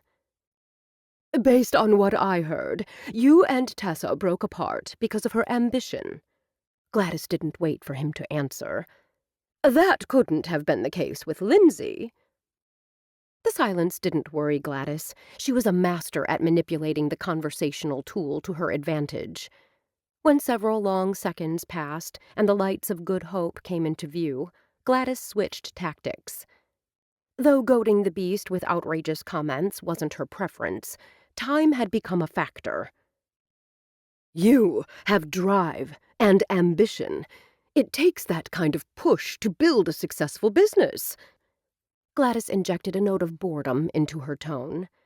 Lindsay is a nice enough girl, but she's always been someone satisfied with the status quo. Spending time with someone like her had to be frustrating. Owen's fingers tightened around the steering wheel, his grip so tight his knuckles whitened. Lindsay is a wonderful woman, but boring. She isn't boring. Owen shouted the words, then stopped and visibly reined in his anger. I don't know what you think you're doing, but I'm not going to sit here and listen to you badmouth Lynn. Fair enough. The intensity of his reaction told Gladys what she'd wanted to know. While she wasn't sure what had caused them to break apart, it was obvious Owen cared for the woman. Did you hear she quit her job at the Enchanted Florist? His jaw jutted up. She wouldn't do that. Not quite calling her a liar, but coming darn close. She did. Gladys kept her tone light. It appears our Lindsay is looking to make a change. Owen slanted a sharp glance in her direction. What kind of change? Gladys lifted a shoulder, wanting his mind to travel down a couple of uncomfortable roads before she shared. Is she moving? You mean away from Good Hope? Gladys felt a momentary pinch of disappointment when Owen wheeled the truck into her driveway, until she realized it was for the best. She'd discovered what she needed to know. Granted, Owen hadn't revealed any deep, dark secrets. That was okay. She now knew he still held a torch for Lindsay. That's all Gladys needed to move forward. Owen shut off the engine and shifted in his seat to face her. Does Lindsay plan to move out of Good Hope? Gladys smiled and opened her door. You'll have to ask her. As she and the fly, which apparently had been down but not out, made their grand exit, Gladys experienced a surge of excitement. Matchmaking was far more fun than she'd anticipated. Sunday morning found Lindsay at First Christian, seated in a pew beside two teenage girls who were conversing with each other via text. She didn't mind. It was better than sitting beside someone who wanted to talk. The last time she was here, Etta Hawley, a former teacher, had grilled her about her breakup with Pastor Dan. She knew the woman had a kind heart and hadn't meant anything by the Inquisition, but Lindsay had left church with her stomach churning. It had been easier to stay away. Seeing Dan every week was too difficult, not because she loved him and regretted calling off their wedding, but because she regretted accepting his proposal in the first place. When he'd gotten down on one knee in the midst of friends and family and unexpectedly popped the question, she'd been struck speechless. At that moment, she'd known how a deer felt when caught in the glow of headlights. Though she didn't love him, she liked and respected the minister. In the end, she'd realized Dan deserved better than a woman who not only didn't love him, but who didn't even want to be a minister's wife. Today we're going to talk about personal responsibility. Dan's words cut through her thoughts and forced her attention back to the sermon. Studies show we're happier when we take responsibility for our actions. Dan's gaze swept the congregation. But all around us, we see people who don't do that. Making excuses for bad behavior isn't just something others do. We do it too. Lindsay shifted uneasily on the pew that suddenly seemed too hard. How many times have you taken on a victim mentality? Something goes wrong at your job, and the first thing you say is, "It's not my fault." Sometimes you cast blame on someone else, even though you bear some of the responsibility. Or maybe you're in high school. You receive a failing grade on a paper. What's the first thing you do? The girls on Lindsay's right stilled. For the first time since the sermon began, she sensed the teens were listening. She was listening too. You blame the teacher. He or she should have given you more information about what they wanted, or they graded you too harshly on grammar or content. The girls slunk low in their seats. It isn't simply embracing the victim mentality that gets you in trouble. It's that feeling of entitlement. You deserve that raise. You deserve to be promoted. Lindsay thought of Shirley Albright. Looking back, it had been obvious for months that she'd wanted her daughters more involved in the business. The signs had all been there, but Lindsay had refused to see what was coming. Yet, she'd put all the blame on Shirley. God is watching you, rooting for you. Dan's voice, deep with conviction, filled the sanctuary. He wants you to rise to the occasion, to handle whatever responsibility life throws at you. Sometimes things happen we don't foresee. Sometimes our choices put us in difficult situations. Her hand stole to her abdomen, where a tiny life grew inside her. She and Owen had thought only of sating their physical desires.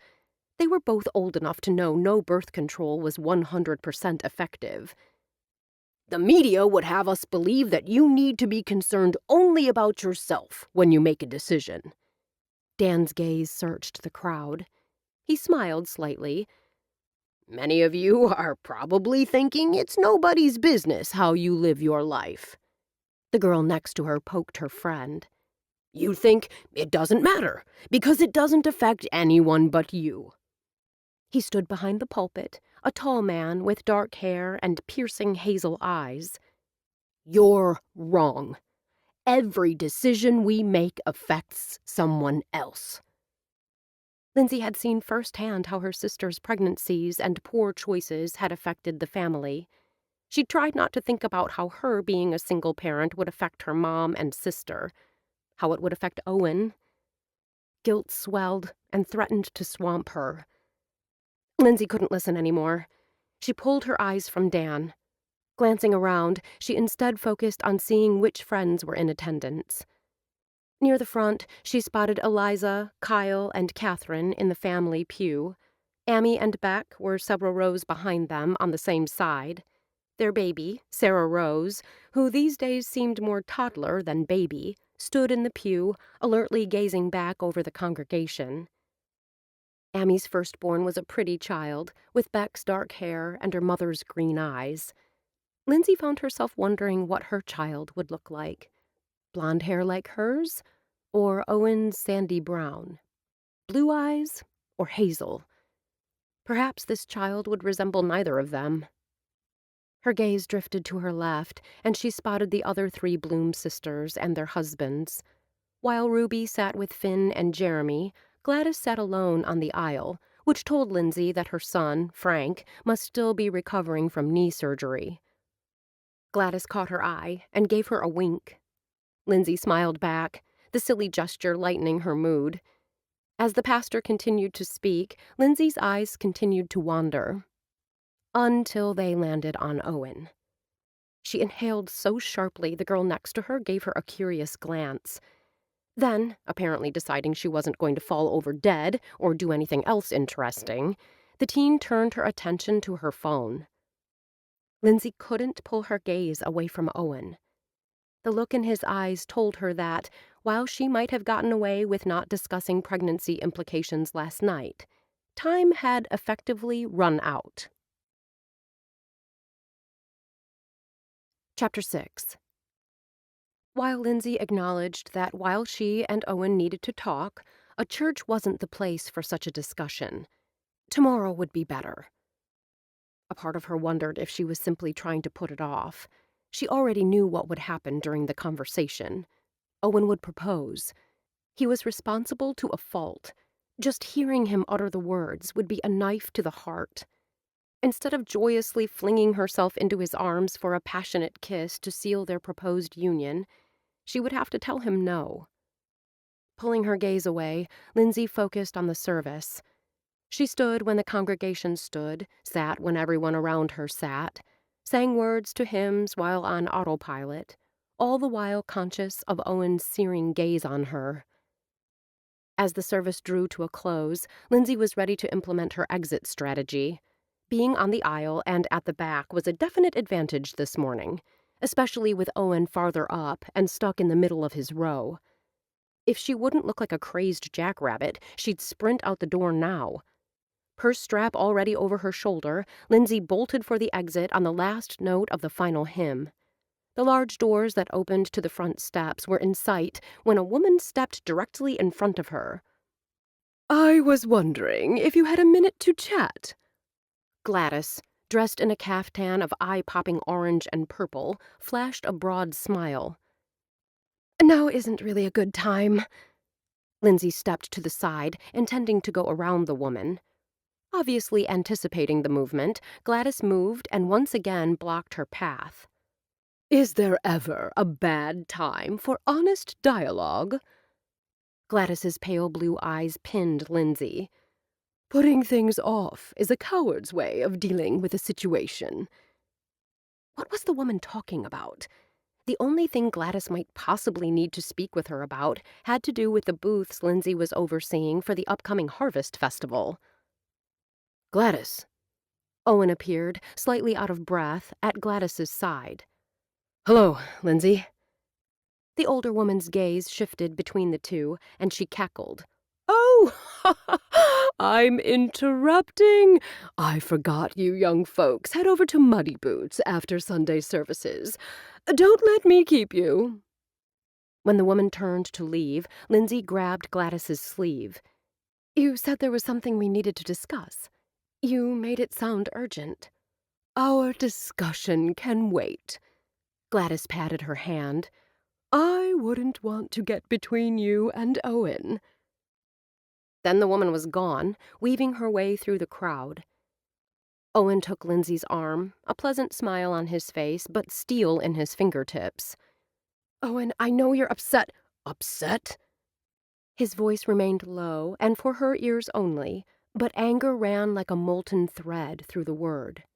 "You lay what you laid on me last night, then walk away? Right now, you were headed for the exit, obviously hoping to avoid me. How is that fair, Lindsay?" Lindsay accepted time had run out. Whether she was emotionally ready or not, they would discuss the pregnancy. I don't want to go to Muddy Boots with the others. Lindsay spoke quickly when she saw her friends approaching. I don't either. Hey, you two! Amy's gaze slid curiously from Owen to her. Lindsay ignored the question in Amy's eyes. Are you guys coming to Muddy Boots? Marigold, Amy's youngest sister, rushed up, her blonde hair a riot of curls around her shoulders. Her husband, Cade, who'd been elected sheriff after Len Swartz's retirement, was at her side. The couple, young and in love, had been trying to get pregnant almost since they'd said "I do." For some reason, having a child had so far eluded them. Yet the single time Lindsay had sex without maximum protection, she found herself pregnant. Since it's such a beautiful day, Lindsay and I decided to skip breakfast and take a walk. Owen took her hand, his tone conversational. We'll catch up with you later. Eliza's gaze zeroed in on Lindsay's hand gripped tightly in Owen's. As she and her husband had just strolled up, she'd missed most of what Owen had said. The fire in her eyes said if Lindsay needed a champion, Eliza was ready to fight the battle. But Owen was right. Lindsay owed him this time. She met Eliza's gaze. I'm looking forward to a walk. Plastering a smile on her lips, she turned to Owen. Ready? Only when they'd turned the corner of the block and were out of sight did Lindsay pull back her hand. It was difficult to think straight when he was touching her. Lindsay thought of all the times she'd chastised her sister for letting feelings cloud her good sense. For the first time, she understood how easily that could happen. In so many ways, Lindsay would love to go along with whatever Owen suggested, especially if he proposed. Her love hadn't waned in the weeks they'd been apart. But she refused to be like Cassie, begging for a man's love, settling for whatever crumbs he deigned to give her. Logic, not emotion, would guide her decisions and actions. Her son or daughter deserved better than life with a father who felt trapped in a marriage he didn't want. She deserved better than a life with a man who didn't love her. All around her, the leaves were taking on the brilliant colors of fall. Some trees, those ahead of the seasonal curve, had not only changed, but were already dropping their leaves. When Lindsay had been a child, she'd loved the sights and smells of fall. She especially loved the crunch of leaves beneath her boots. Would her child one day find wonder in such simple joys? I didn't mean to lay all that on you last night. Lindsay finally broke the silence. It wasn't the right time or place. It wasn't your secret to keep. Owen's tone was matter-of-fact, but a muscle jumped in his jaw. I imagine this happened July 4th. Things got a little wild and crazy that night. Just for a second, his lips quirked upward, as if he was recalling their unbridled passion. That fits with my due date. Though the air was calm and the day unseasonably warm, it was still September in northern Wisconsin. Lindsay wished her jacket was warmer. You said late March. When exactly is the baby due? March 27th.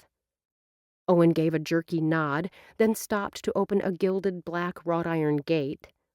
He motioned to her, and Lindsay stepped inside the perfectly manicured downtown park. The bushes, sculpted by expert gardening hands into the shapes of mythical creatures, usually made her smile.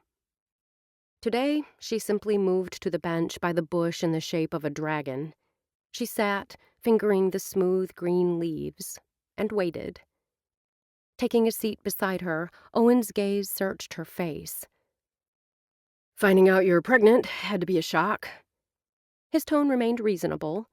Lindsay allowed herself to hope this wouldn't be as difficult as she'd imagined. She decided to start at the beginning. When I missed my period in July, I told myself it was simply due to the stress I was under at the time. His brows pulled together in puzzlement. Why were you stressed? You and I had just cut ties, and Shirley was acting weird. Lindsay shrugged. I told myself that once things settled down, my system would get back to normal. It didn't. No. Lindsay let go of the branch she'd been toying with and realized she'd plucked off all the leaves. When I missed another month, I began to be concerned.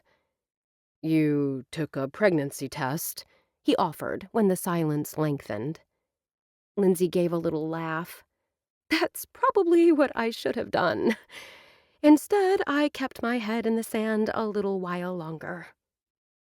She remembered the exact moment it hit her she might be pregnant. The flower shop had been crazy busy, and Shirley's daughters had been bickering. She'd tried to block out their squabbling by focusing on a centerpiece she was putting together for a baby shower.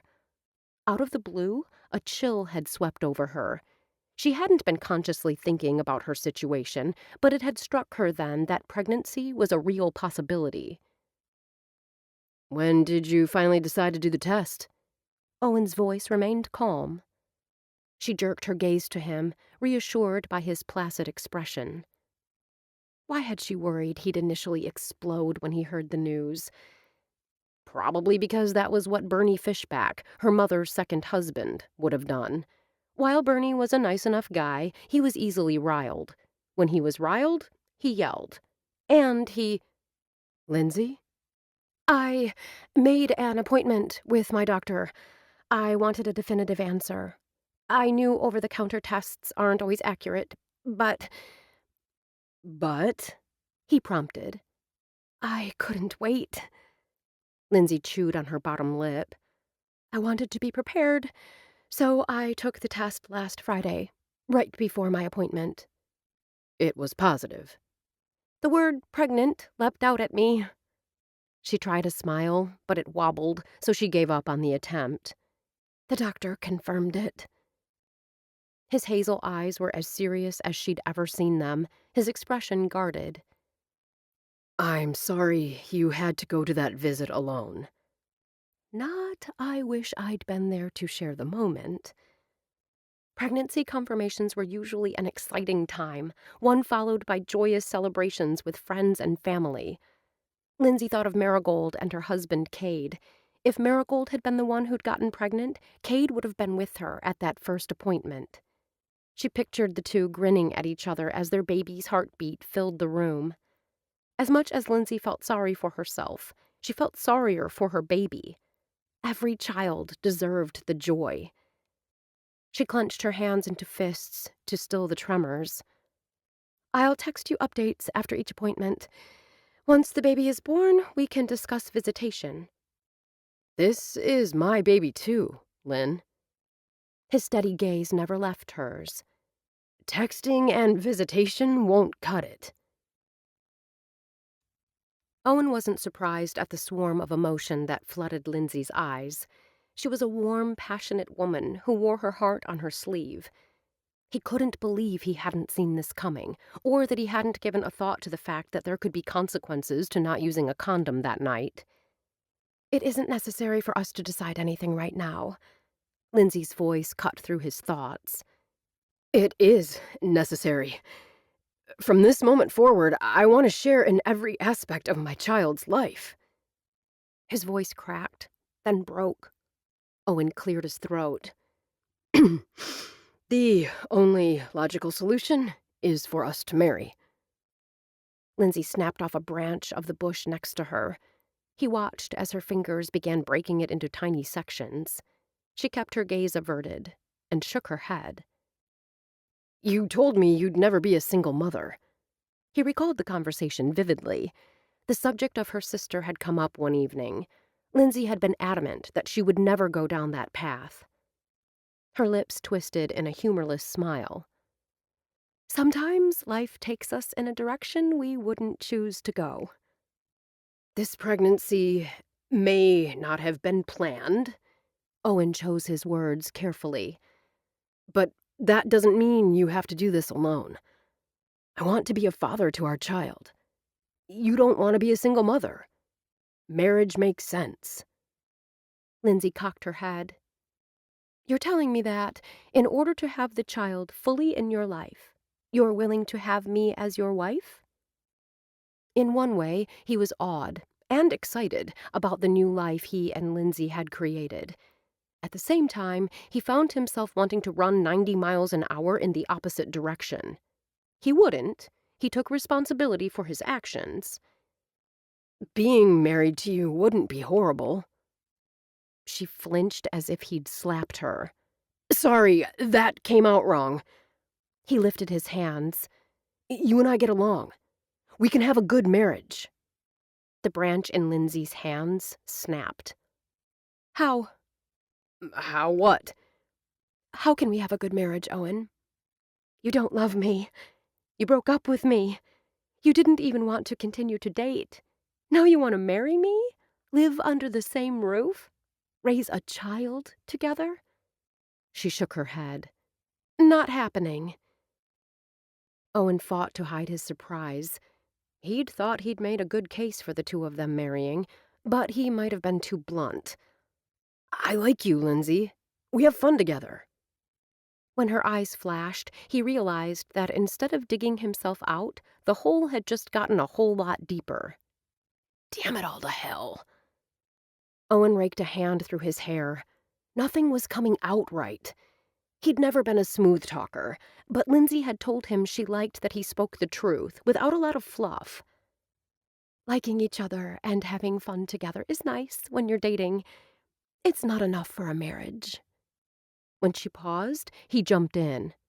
What about a baby? Isn't that enough? The look of sadness that skittered across her face had him wanting to pull her close and comfort her. He knew the tough exterior she was showing him right now wasn't natural. He wished he knew why she was being so stubborn. Just when he'd given up on her responding, she spoke. No, a baby isn't enough of a reason. His hands clenched. Is it Ethan? Her head swiveled. Ethan? Will you continue to date him? Owen spoke haltingly. I won't be seeing him again. Owen nodded, experiencing a surge of relief. I think a baby is a pretty good reason for marrying, he repeated. I disagree. Owen fought an urge to press the issue. The determined glint in her eyes said the effort would be pointless. Worse yet, an argument might only succeed in putting more distance between them at a time when they needed to be drawing closer.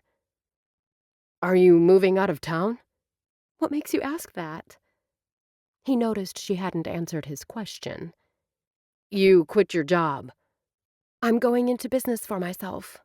Her hand floated aimlessly in the air. It was time. Are you starting this business in good hope? Yes. Owen let out the breath he hadn't realized he was holding. Okay. Okay? We'll table the marriage discussion for now. Owen met her gaze. But I will be a part of this pregnancy. Lindsay hesitated. I suppose if you want, you can come to my doctor's appointments with me. She tossed the invitation out there as if it was nothing, when in fact he knew it was a huge concession. I have an ultrasound scheduled for tomorrow, she added. Mondays were busy at the garage, and with one man still recovering from shoulder surgery, they were already short-handed. I'll be there. What time? 4:30. She rattled off the doctor's name and the office address. If you can't get away, just text me. I'll be there. His gaze never left hers. If he had to go back and work until midnight, he wasn't going to miss this appointment. Count on it. Chapter 7. The meetings of the Women's Events League, the group commonly referred to as the Cherries, were always on a Monday. Lindsay's conversation with Owen yesterday had left her feeling out of sorts. She'd have skipped the meeting, but she was the point person on the booths that would be set up in the town square for the Harvest Festival.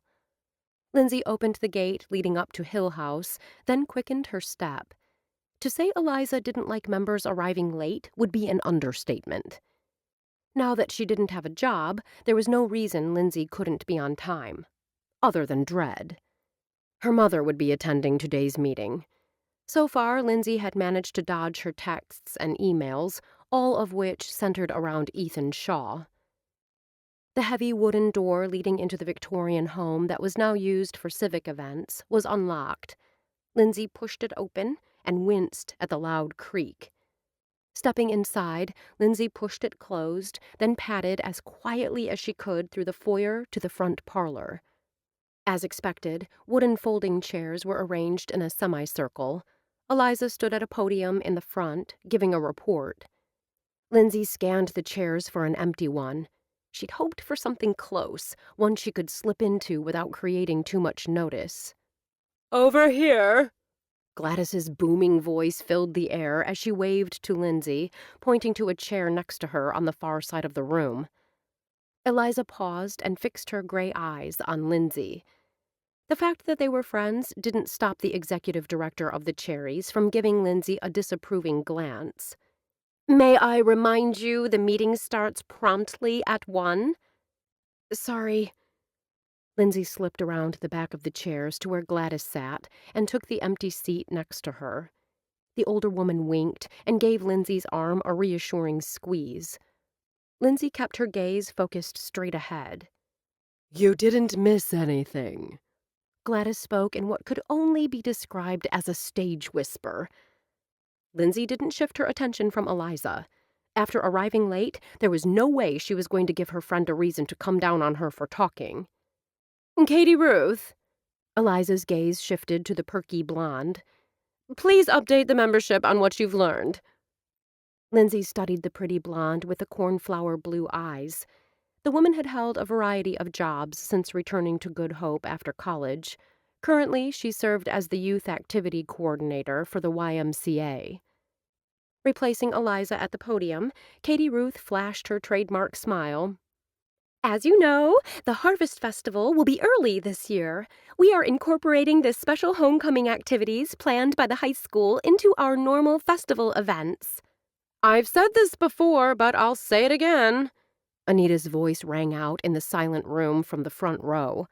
"I'm not in favor of combining the two events." Unlike her daughter, who'd gone for comfort in black leggings and a leopard print tunic, Anita looked ready for a Fifth Avenue board meeting in a boxy gold tweed suit.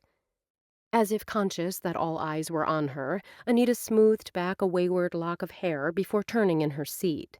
Her gaze swept the room. "I feel that—" "Anita!" The second of preening had given Eliza time to reclaim the podium. The tight set to her mouth showed her displeasure at the interruption. "Please allow Katie Ruth the courtesy of completing her report. Then, if you have a question, raise your hand and you will be acknowledged." The executive director, stylish in a black cashmere dress, stepped back and gestured for Katie Ruth to continue. There weren't many people who could put Anita Fishback in her place, but Eliza Kendrick did it without breaking a sweat. The way her mother's lips pressed together told Lindsay she was holding onto control by a thread. Katie Ruth smiled, and her gaze drifted around the room. "I anticipate the details in my report will answer any of your questions. But, like Eliza said, if I've missed something or not explained it clearly, I'm certainly open to questions." Eliza glanced at the grandfather clock. "We're behind schedule." Everyone in the room knew what that statement meant.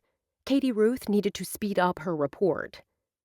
"My contact at the high school confirmed Crew Slattery will return to Good Hope. He will be on the field when his jersey is retired."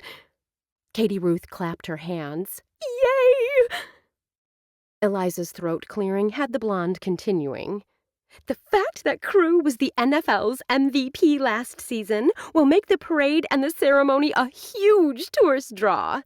He's also—" Katie Rose paused, and Gladys made a drum roll sound that had most everyone in the room smiling, including Eliza. "He's also agreed to direct a one-day football camp while he's here, with the money raised from registration going into the Giving Tree coffers."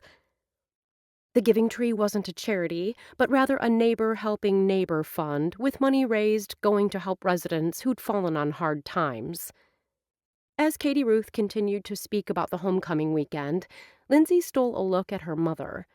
Though her mom gave no indication of inner turmoil, other than maybe a jaw clenched a little too tightly, Lindsay knew the mention of Crew had reminded her of his past with Lindsay's older sister. Cassie had once been a bookish, straight-A student. She'd also been very close to her father. When Richard Lohmeyer died of a heart attack when Cassie was 12, she'd had difficulty coping. The fact that she and her mother had an oil and water relationship had made middle school a difficult time for Cassie. By the time she'd reached her freshman year in high school, they had a stepfather to deal with as well. Co-captain of the Good Hope High football team, Crew had been a senior, a good-looking, popular boy from one of the most dysfunctional families in Good Hope. When Cassie had shown up pregnant after a beach party where she'd been seen kissing Crew Slattery, Anita had made the leap that he was the father. Cassie had admitted kissing him, but denied having sex with him. That fall, Crew had headed off to Ohio State on a football scholarship. The next spring, Cassie had given birth to Dakota. Though she eventually got her GED, Cassie's downward spiral had begun. To say I'm excited would be an understatement. Katie's glee-filled voice broke through Lindsay's thoughts, and she lifted her head just in time to see Katie Ruth sweep the air with one hand. This is going to be the best harvest festival and homecoming ever! For a second, Lindsay expected Katie Ruth to pull out a couple of pom-poms from behind the podium and lead the group in a cheer. The image made her smile. Applause filled the room. Fabulous work, Katie Ruth. Eliza's words brought two bright spots of color to Katie Ruth's cheeks. The executive director was not one to be effusive with her praise. Buoyed by her success, Katie Ruth glanced at Anita. Did I answer your questions, Anita? Lindsay's heart froze. She knew Anita's objections didn't have a thing to do with combining the Cherries events with homecoming. You answered them. Anita waved a dismissive hand. It was a clear and concise report. Lindsay wasn't surprised that her mother had taken a step back once she'd had time to reconsider. Cassie had denied she slept with Crew that night, hadn't mentioned him since, and Anita's suspicions were simply suspicions. Moreover, the man she'd once accused without proof was now a hometown hero. Lindsay! Eliza's tone held a firm edge. She jerked her head up. Gladys leaned close, her voice barely above a whisper.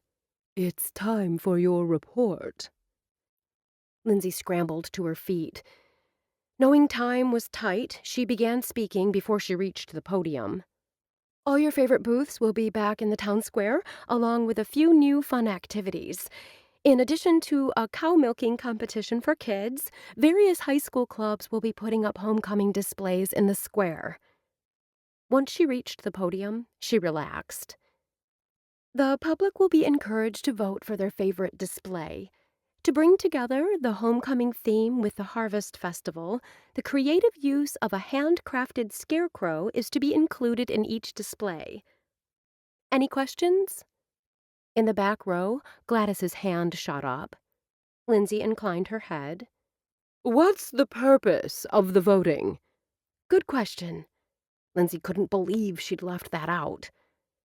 Everyone who votes will be entered into a drawing to win a football signed by Crew and his Green Bay teammates.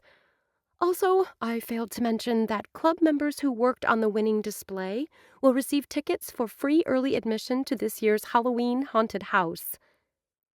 When she saw several puzzled glances, she added, Numerous teachers at the high school confirmed the tickets are highly prized by the students. Thank you, Lindsay. Eliza moved to her side. Her sharp gray eyes swept over the group. Any further questions? No? This concludes our meeting. We are adjourned. Lindsay barely heard the gavel hit the podium. Her entire focus was on her mother, now making a beeline toward her. I can run interference. Eliza's voice was a soft whisper in her ear. Thanks, I can handle her. Around if you need me. Eliza stepped away to answer a member's question just as Anita reached the podium. Have you been avoiding me? It's nice to see you, too. Lindsay kept her words light. I looked for you at church yesterday. Len and I... Anita's cheeks turned a deep, dusky rose. I slept in. Was she running a fever? Concerned, Lindsay touched her mother's arm. Are you feeling okay?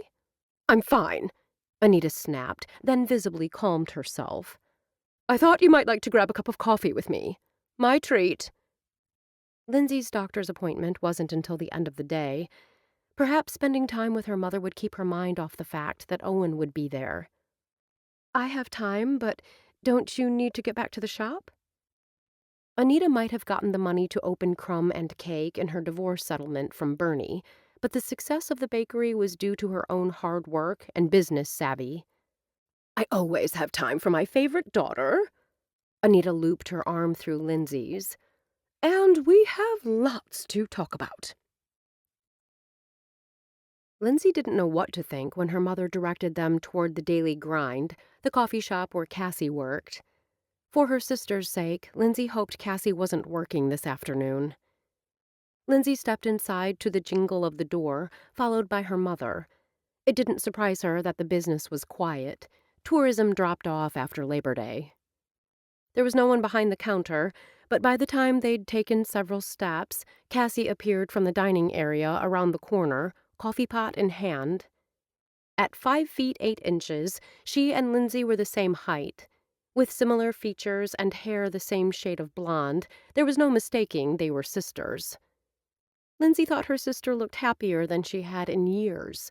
Her makeup emphasized the green-blue of her eyes, and the pink gloss drew attention to her full lips.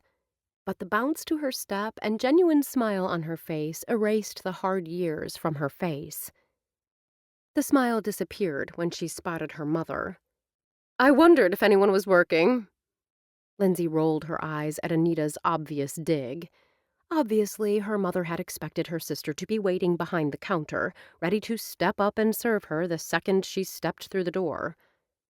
Cassie lifted the glass pot. Just taking around refills. It's nice to see, Lindsay began. Cass, I think I will take another donut. Dan skidded to a stop. The minister's smile froze as his gaze shifted from Lindsay to Anita. What a nice surprise. Anita narrowed her eyes. Shouldn't you be at the church? Dan raised a brow. You know. Anita made a circular motion with a hand tipped with bronze-colored nails. Tending to your flock? The secretary can reach me on my cell if any of my flock stops by. Dan's eyes held a twinkle. I often come here to work on my sermons. Dan surprised them by slanting a glance in Cassie's direction. Your daughter has lots of good suggestions. A knot formed in Lindsay's stomach. When they'd been engaged, Dan had asked her for input on his sermons. She'd put him off. Cassie? Anita scoffed. I suppose it proves there's benefits to taking a lot of wrong turns. 2 bright patches of color appeared on Cassie's cheeks. Dan's lips formed a hard line. We all fall short of the glory of God. Whatever. As if bored by the conversation, Anita turned to Lindsay.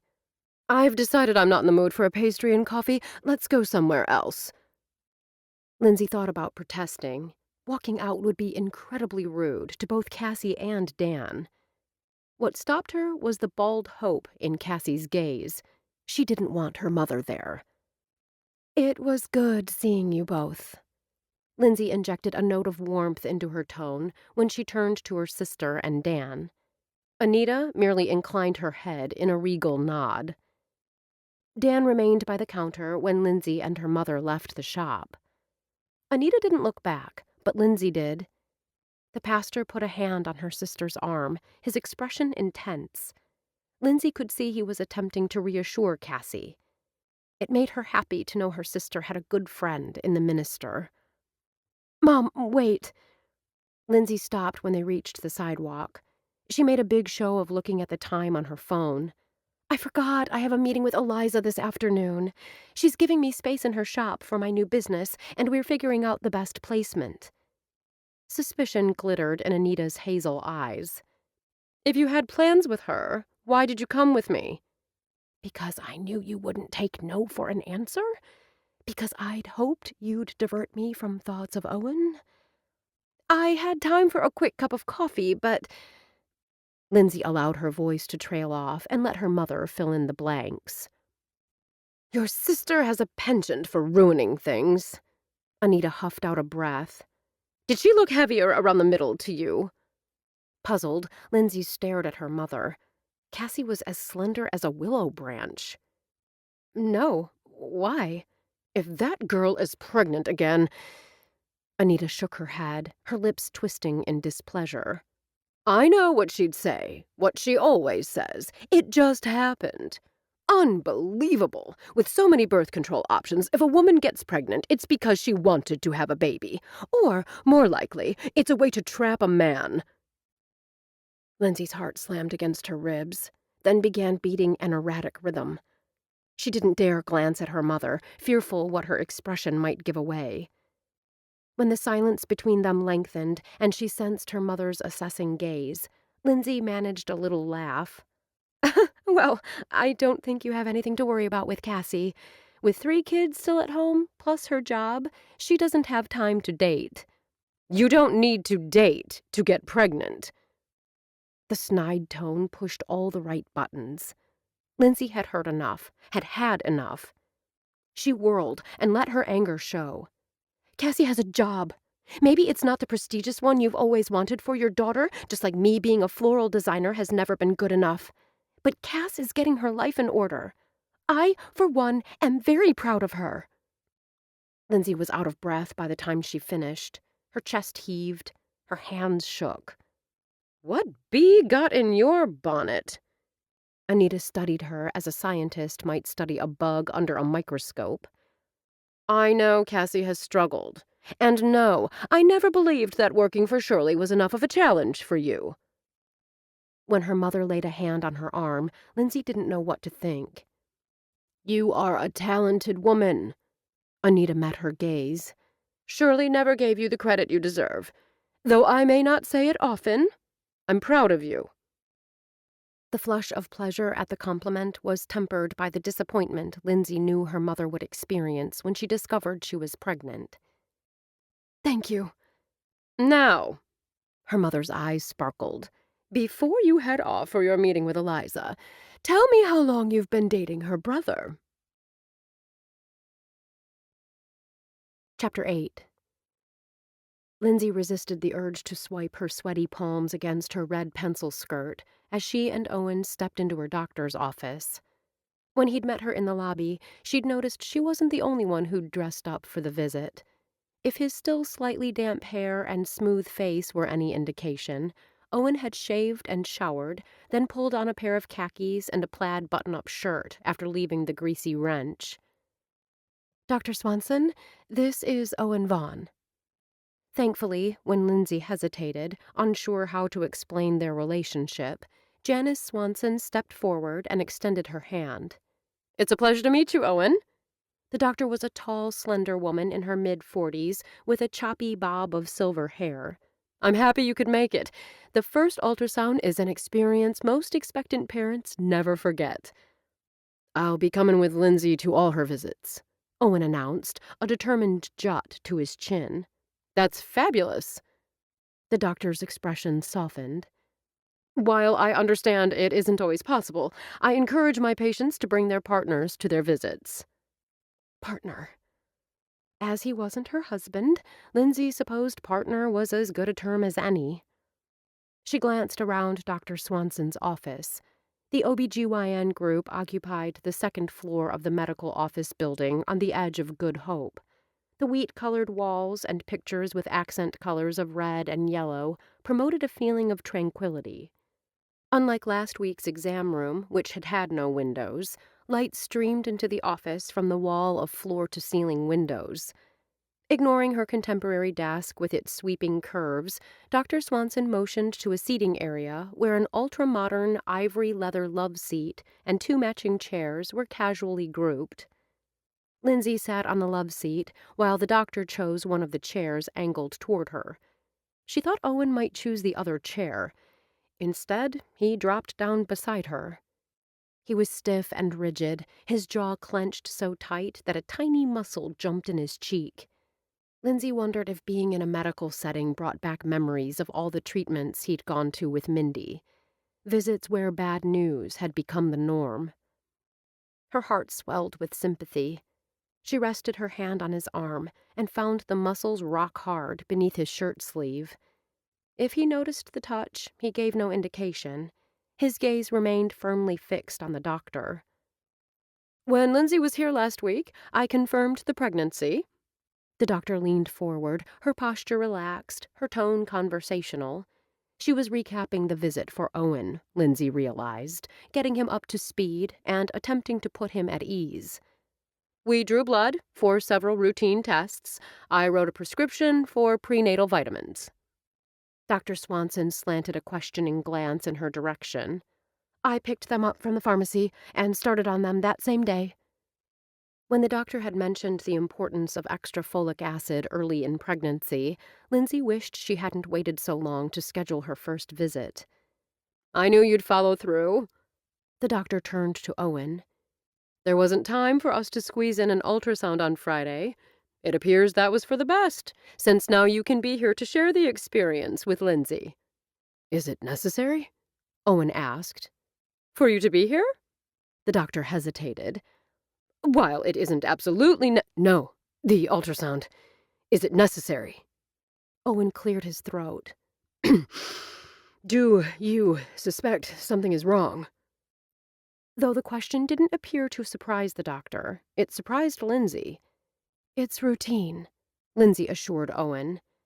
"In answer to your question, no, I don't suspect anything is wrong. Lindsay is correct. It's routine, and it's safe for both her and the child." Dr. Swanson kept her voice even and her eyes on Owen. "The ultrasound is simply a tool to evaluate the growth and development of the fetus." Suspicion lingered in Owen's hazel depths. "That's it?" "As Lindsay came to me at the end of the first trimester, she's far enough along for me to do some further assessment today. I'll look for any fetal anomalies, check the placenta position, and the amount of amniotic fluid present. If you want, and your child cooperates, I'll tell you the baby's sex." "I'd like to know." Lindsay glanced at Owen. "If you don't, you could step out when—" "I want to know too." A muscle in his jaw jumped. "Well, then, let's hope baby cooperates." Dr. Swanson shifted her gaze to Lindsay. "Did you drink the water?" Lindsay nodded. 6 glasses." At Owen's questioning look, the doctor explained. "A full bladder changes the position of the uterus, so it's easier to scan. The fluid in the bladder also is a good medium for sound conduction." Dr. Swanson studied both of them for a second. "Any other questions before we get started?" "Thank you for taking the time to explain all of this to me." Owen spoke haltingly. "I've been through this before, but it's been a long time." A smile broke over the doctor's face. "You have a child." "I did." Owen's expression went flat. "My daughter died of a brain tumor." "I'm so sorry. I can't imagine how hard that must have been." The doctor's voice softened. "Was it recently?" "Last spring." Owen surged to his feet. "Where do you do the ultrasound?" Lindsay and the doctor stood. Owen's shoulder brushed hers as they made their way down the hall. The doctor kept the conversation light. Lindsay didn't expect her to stay for the procedure, but Dr. Swanson told the tech she had time in her schedule. When the heartbeat filled the room, Owen's eyes widened. "It's fast." 160 is completely normal." The doctor studied the screen. "The measurements indicate we're on target for the end of March." Owen squinted at the screen. His brows pulled together as if he tried to make sense of the shapes and shadows. "Do you see anything abnormal?" Lindsay held her breath. "No, all good." The doctor studied the screen intently. "There is something I don't see." Lindsay and Owen exchanged worried glances. "What's that?" Lindsay managed to utter when she found her voice. A penis. A slow smile lifted the doctor's lips. Congratulations! You're having a girl. Are you disappointed? Lindsay waited until they were outside the clinic and in the parking lot to ask. Owen turned slowly to face her. Confusion furrowed his brow. Disappointed? That we're having a girl. Lindsay's hand dropped to her still flat belly. A lot of men want a son. It wasn't only that, but she couldn't bring herself to voice the thought that maybe a boy would be easier on Owen. After all, wouldn't a girl constantly bring up thoughts of Mindy? He drummed his fingers on the side of his truck, his expression inscrutable. Why don't you go home and change into something more comfortable? I'll stop by and we'll go for a drive. We can discuss the visit then. Common sense told Lindsay to limit her time with Owen, but a drive sounded wonderful. Besides, did she really want to have a conversation about her baby's first ultrasound in a parking lot? Unless you already have plans. Lindsay shook her head. Not unless you count watching a tutorial on how to use QuickBooks. Relief skittered across his face. Pulling out his phone, Owen glanced at the display. Pick you up in 20? Make it 30. Lindsay opened her car door and was ready to slide behind the wheel when she heard him call out. Don't eat. We'll want to celebrate. Then he was in his truck, with the radio blasting. Celebrate? Her spirits lifted. Perhaps he wasn't disappointed after all. Owen changed into jeans and a striped polo shirt before stopping by the greasy wrench. He went directly to Wade Lingstrom, his lead mechanic. Everything is under control here. Wade wiped his hand on a grease rag and studied Owen.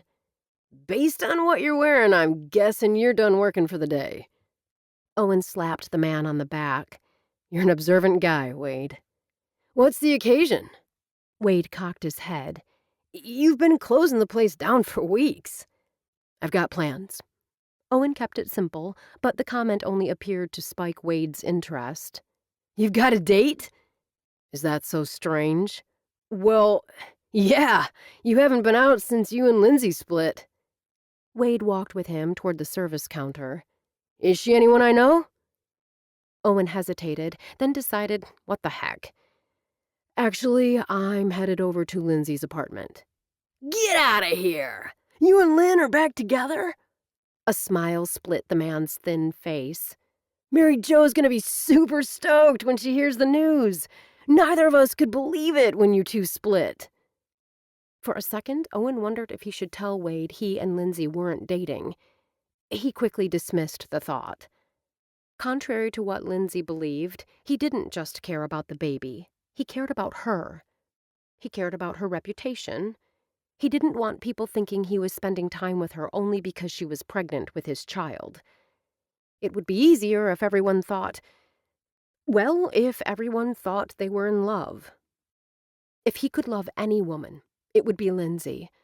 But after Tessa left and Mindy died, he'd decided love wasn't for him. Still, he firmly believed marriage was the best solution. It would shield Lindsay and the baby from any talk and also allow his daughter to grow up in a two-parent family. Lindsay wanted love, but hopefully, in time, she'd realize love wasn't all it was cracked up to be and accept they could forge a strong partnership without it. With a determined tilt to his jaw, Owen continued toward the back of the garage. He stepped outside and walked over to another, smaller building. Unlocking the door, he stepped inside and flicked the switch. The sight that greeted him always made him smile.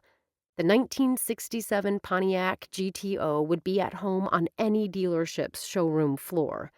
The muscle car's high-gloss paint gleamed like a finely polished cherry in the fluorescent lights. The silver spokes of the mag wheels provided a nice contrast to the black sidewalls. The black convertible top was up, but Owen planned to remedy that the second he drove it out of the building. Owen slid behind the wheel and pushed a remote that raised the overhead door. After rolling down the windows, he pincered a piece of lint off the black leather passenger seat. The second he turned the key, the engine roared. Owen's smile widened. Motors had always fascinated him. As a teen, he'd developed a particular love for 1960 muscle cars. The Pontiac GTO had quickly become his favorite. His father hadn't understood or shared his passion. Or maybe, Owen thought, the man simply hadn't wanted to encourage his interest in mechanics. Tessa hadn't understood either, but when he told her a widow in Egg Harbor had a GTO for sale, she'd gone with him to look at it. The car had been in much the same shape as the ramshackle outbuilding where it had been stored. Though Tess had difficulty seeing the vehicle's potential, when he'd whispered that the price was a really hot deal, she encouraged him to buy it. They hadn't really had the money, but it was as if she'd realized how many sacrifices he'd made for her schooling and wanted to give something back to him. How had he forgotten her generosity? Owen shoved the thought aside and drove the vehicle into the sunshine, the top already retracting. When he and Lindsay had been together, he'd showed her the car, but they hadn't taken it out. Though Mindy had told him she wished it was pink, she had loved the convertible. Owen wished his daughter could go on this celebratory ride with them. Mindy would be over the moon knowing a baby girl was on the way. He could see her wanting to fill the baby's dresser with everything pink and frilly. Tears stung Owen's eyes. When he stopped at the light, he pulled sunglasses from the glove compartment and put them on. Today was a day for celebration. For the next few hours, Owen planned to avoid glancing in his rear view and only look ahead.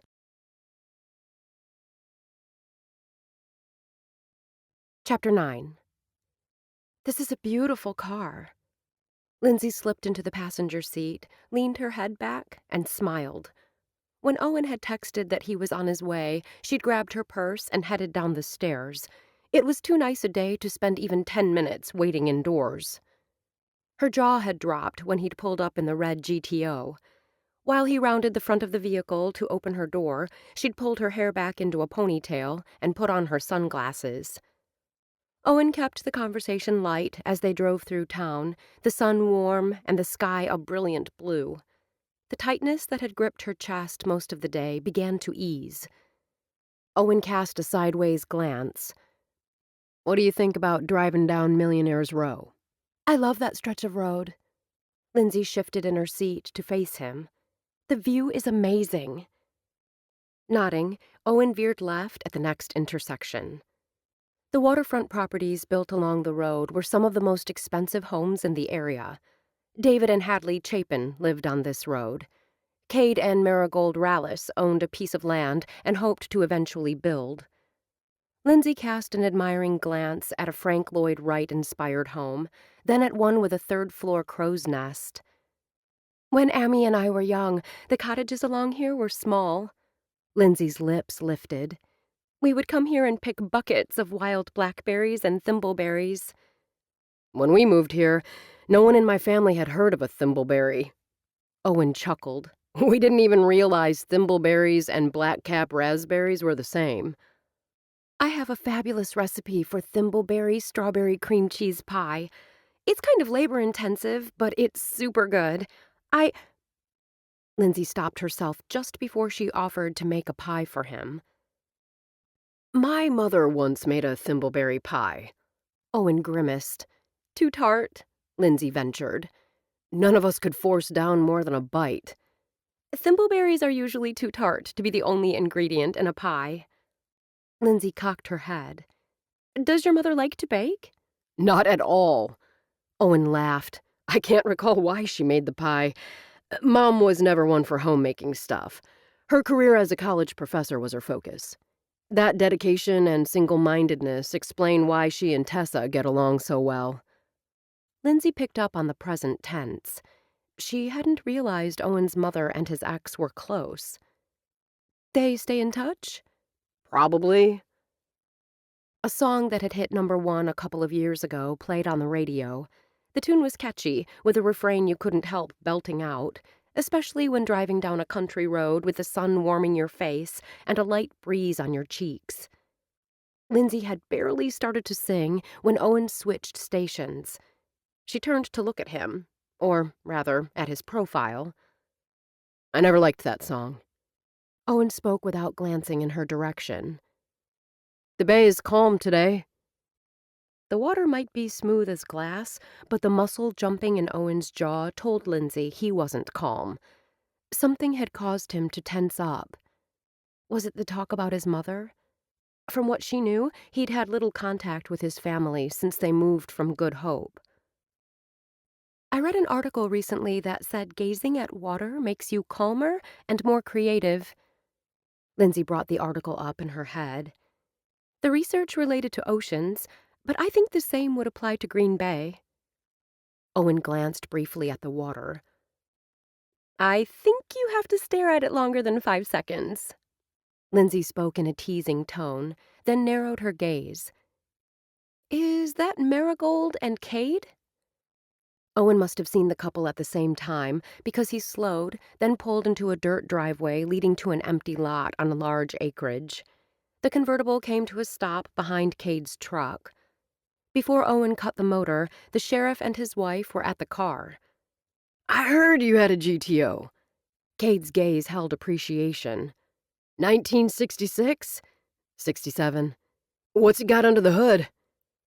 Lindsay pushed open her door just in time to hear Owen say something about a 389 V8 and 4-barrel carb. Based on Cade's low whistle, she assumed that must be good. Marigold slipped around the car to greet Lindsay. Nice ride. Marigold flashed a bright smile, her gaze lingering on the car. I adore convertibles, especially red ones. When the hood popped open, Lindsay decided she and Owen were staying for a while, which was okay with her. She liked Amy's youngest sister. I can't remember the last time I rode in a convertible with the top down. If you're headed to David and Hadley's, they should be home now. Marigold leaned inside the car to study the dash. They just left here. Actually, we were just out for a drive. Lindsay did her best to keep her voice casual, as if she and Owen driving around Good Hope on a Monday afternoon was a frequent occurrence. We spotted you and Cade, and decided to stop. I hope we're not intruding. Don't be silly. Marigold waved a dismissive hand, her gold-tipped nails glittering in the late afternoon sun. The youngest Bloom sister was an adorable pixie with curly blonde hair framing an elfin face. Cade and I come here often, mostly to remind ourselves this land is actually ours. Lindsay had heard the story from Amy. Cade had inherited a substantial sum of money shortly before becoming sheriff. When he'd fallen in love with Good Hope, and with Marigold, he'd used his inheritance to buy this plot of land. I hear David drew up the house plans. As that fact had been mentioned recently at several gatherings, Lindsay knew it wasn't a secret. Are you getting closer to building? The house we'd like to build, one that will do justice to this property, is still outside our budget. Marigold lifted her shoulders in a careless shrug. Marigold's hair salon did a good business in Good Hope, but according to Amy, it was her sister's premier clients who brought in the big bucks. When Marigold worked in Chicago, she'd developed quite a following, especially among the rich and famous. Recently, Marigold had started flying to Chicago one weekend a month to see clients. She also continued to do hair for models involved in high-profile Fashion Week activities across the country. Infertility stuff doesn't come cheap. Lindsay pulled her thoughts back and focused on the petite blonde. Infertility? Cade and I have been trying, rather unsuccessfully, to get pregnant. You haven't been married, all that. I have endometriosis. A look of pain crossed Marigold's face. That's one of the reasons we started trying to get pregnant right after the wedding. Lindsay rested a hand on Marigold's arm. I'm sorry. It's crazy how some people who don't want a baby get pregnant without trying, while those of us who really want one struggle. Not certain what to say to that, especially in light of her own circumstance, Lindsay settled for a sympathetic nod. Next up is Clomid and IUI.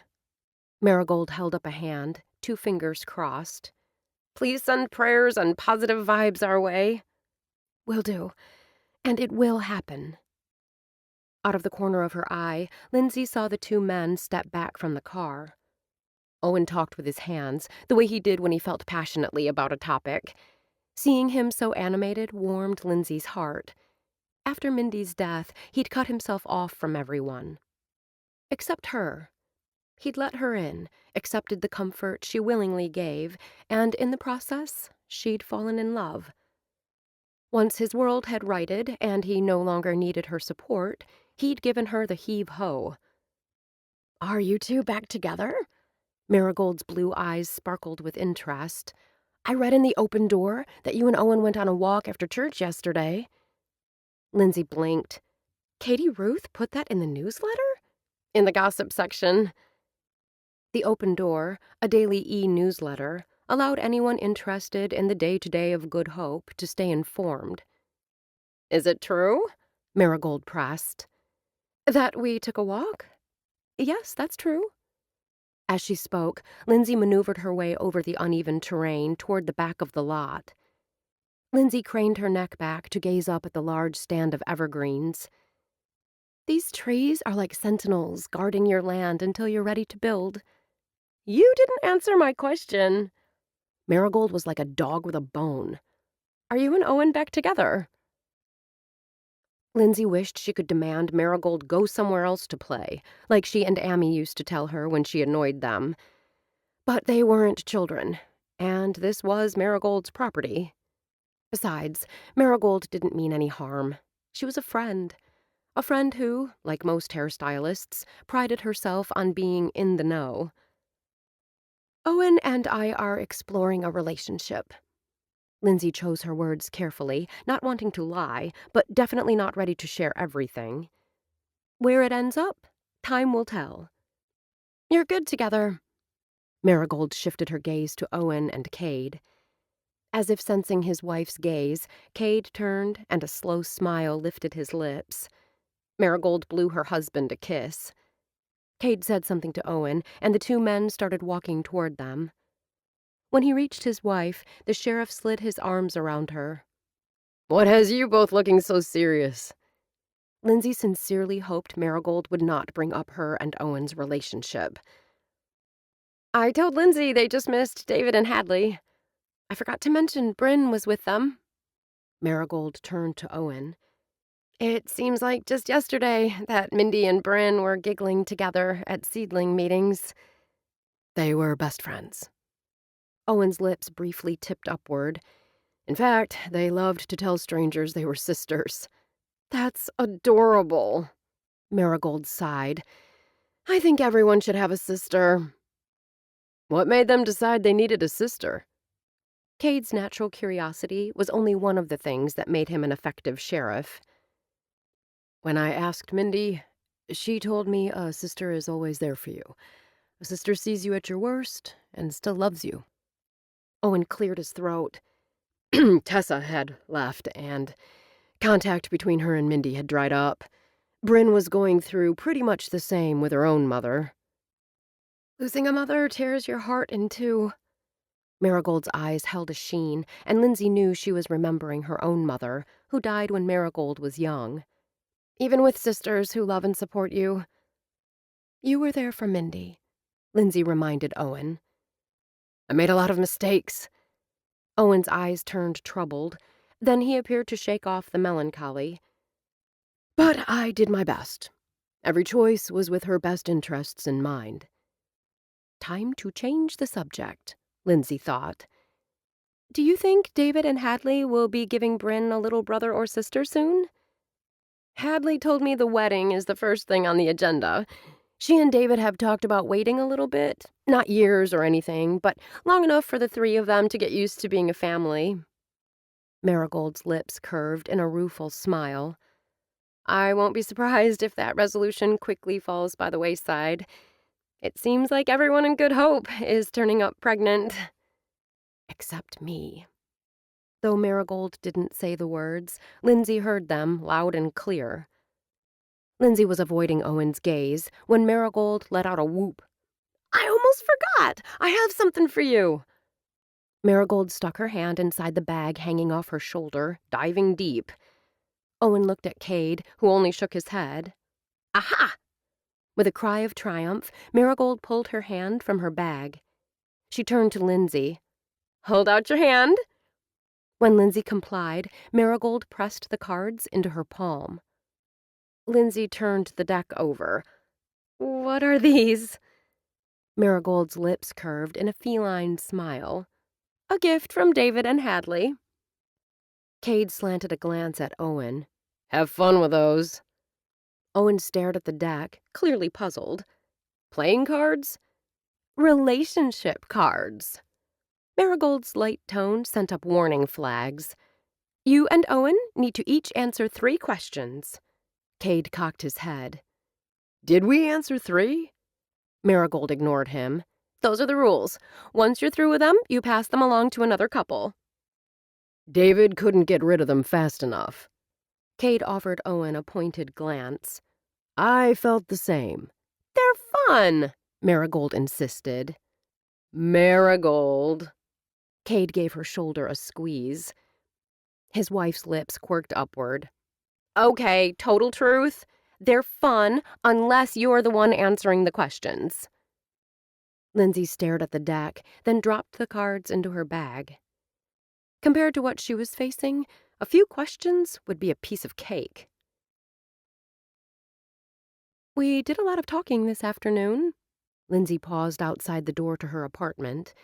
But you never told me what you think about having a girl. On the drive back from Millionaire's Row, she'd nearly brought up the subject several times, but decided to wait. Being in a vehicle didn't give her much of an exit strategy, should the conversation go south. When Owen had pulled to a stop in front of her apartment, the question was poised on her lips. Then Owen had flung open his car door and insisted on walking her up the steps. After unlocking her front door, she faced him and waited for his response. Before he could respond, the door to the apartment next to hers opened. Cody Treacher, a smart-mouthed 12-year-old, barreled out the door toward the steps, his mom in hot pursuit. You can't tell me what to do! The boy yelled the words over his shoulder. His gaze was on his mother, rather than where he was going. He hadn't seen Lindsay standing there. That was the only explanation she could come up with for why the 100-pound boy barreled toward her at full speed. Seeing what was happening, Owen shoved himself between her and the kid, absorbing most of the impact. Still, the force had Lindsay stumbling backward. Owen's arms stopped her fall. I'm sorry. Cody's mother paused for a moment, then continued after her son, who was already at the bottom of the steps. Let's go inside. With a supportive arm still around her, Owen pushed open the unlocked door. Lindsay's heart beat an erratic rhythm. She wasn't sure if it was because of nearly being tackled by a preteen or because of Owen's nearness. Drawing a shaky breath, Lindsay lifted her face. Hazel eyes filled with worry locked with hers. Her breathing hitched. With fingers that were tender and a bit unsure, Owen brushed a strand of hair back from her face. You okay? All Lindsay could manage was a nod. His gaze searched her face, and he was silent for a long moment. She thought he might step back, reassured no harm had been done. Instead, Owen shifted, gathering her close against him. If he had hurt you, Lindsay stopped his words with a finger against his lips. I'm fine. He expelled a ragged breath. He didn't hurt me. Her heart swelled. Without taking a second to consider the ramifications, she kissed him. When she pulled back, he studied her for several seconds, his steady gaze shooting tingles down her spine. This was the point where a wise woman would take a step back. Lindsay stood her ground, knowing she was being reckless, but not caring. His eyes glittered, looking more green than brown. Lindsay saw desire reflected in the hazel depths. He smelled of soap and a familiar, warm male scent that made something tighten low in her abdomen. His hair was a rumpled mass, brushing the collar of his shirt. I want to kiss you. His husky voice had desire sliding like warm honey through her veins. Lindsay moistened her lips with the tip of her tongue and saw his eyes grow dark. "What's stopping you?" Chapter 10. Even before their lips melded, she knew the feel of his mouth, the softness, the warmth, the gentleness. Owen continued pressing his lips to hers teasingly, his mouth never completely pulling away. The dreamy kisses had shivers and tingles spiraling through her body. A hot riff of sensation traveled up her spine. When she heard herself groan, a low sound of want and need, Lindsay realized this was madness. She jerked from his arms with such force she stumbled. When he reached out a steadying hand this time, she didn't take it. It wasn't that she didn't trust him. She didn't trust herself. Owen put a hand to his head as if waking up after a dream. Or was it a nightmare? But the fact that Lindsay stood less than 3 feet from him, her chest rising and falling as if she'd just finished a long race, told him he hadn't been asleep. "Would you like to stay for dinner?" For a second, all Owen could do was stare. He'd expected her to point at the door and order him to leave. It appeared he didn't know Lindsay Lohmeyer as well as he'd thought. "I haven't eaten since this morning." Lindsay took off the band, holding most of her hair back. "It won't be anything fancy." Sure, sounds good." Owen shifted from one foot to the other, wondering if he should apologize for the kiss. Then again, she had invited him to kiss her. "Do you need help? I've got a few skills." The relief that skittered across her face told him she was no more eager than he to discuss what had just happened. Sweeping difficult topics under the rug had become a habit while they were dating. Lindsay moved to the small kitchen adjacent to the living room. Pulling out a pan, she filled it with water and set it on the stove. "Is spaghetti okay with you? I don't have any sauce, but I have shredded Parmesan and butter." "That works." He glanced around the familiar kitchen, with its blue gingham curtains, white cabinets, and appliances. "How can I help?" He knew his way around this kitchen. When they'd been together, they'd spent more time at her apartment than at his house. "There's a bag of broccoli in the freezer." As she pulled a box of spaghetti from a drawer, she gestured with one hand. "You could stick it in the microwave." Owen did as she asked, setting the timer for 5 minutes. He'd eaten at her place plenty of times and knew she loved to cook and bake. But when he'd retrieved the broccoli, he'd noticed her freezer was nearly empty. He wondered if he'd find the shelves of her refrigerator also bare. He hoped she wasn't scrimping on food in order to save money. Owen understood what it was like being tight on money. During the early years of his marriage, he and Tessa had lived paycheck to paycheck. Eating everything in the cupboards to avoid going to the grocery store before he got paid was a common occurrence. The last thing Owen wanted was for Lindsay to live that life. Since he knew she'd refuse any offer of financial help, he'd have to make sure to take her out for meals or have her over to his place, where they'd use his groceries, not hers. His spirits lifted at the thought.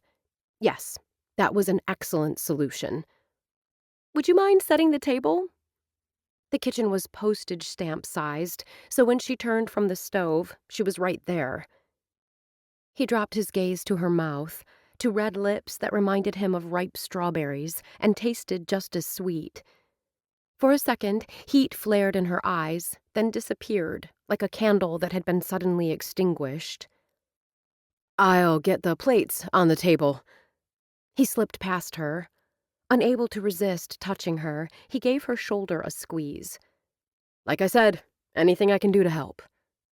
He meant every word. It wasn't until Lindsay was setting the plates of spaghetti and steamed broccoli on the table that Owen noticed the bright blue stoneware canister on a nearby side table. While Lindsay filled their glasses with water, Owen removed the lid to reveal tiny scraps of folded paper. Gazing down at the rainbow of colors, his heart gave a lurch. Feeling Lindsay's eyes on him, Owen replaced the lid. "It's a gratitude box." He didn't bother to hide his surprise. Mindy had one. Lindsay, who'd taken her seat across the table from him, lifted her napkin and placed it on her lap with careful, precise movements. Amy keeps one, too. Owen told himself to let it drop, but the question came out before he could swallow it. What will you write on that scrap of paper today? That's easy. Red lips curved. I'm grateful for a healthy baby. Owen gave a jerky nod, then busied himself sprinkling Parmesan on the mound of spaghetti on his plate. We never did talk about how you feel about having another daughter. Another daughter. The words pricked his heart, drawing blood. He lifted his spoon, twirling the spaghetti around his fork, using the spoon the way his mother had taught him. I never cared if the baby was a girl or a boy. All that's important is a healthy child.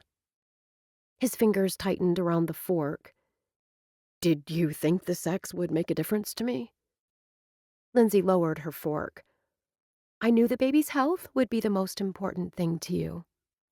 Then why ask if it made a difference? I'm worried our baby being a girl might prove difficult for you.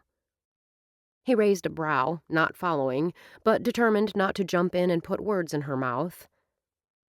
Because of Mindy. Lindsay sighed the words. With comparisons. I'm sure there will be comparisons as our child grows and develops. It could be painful. Lindsay hadn't yet taken a bite of her dinner, and her pallor worried him.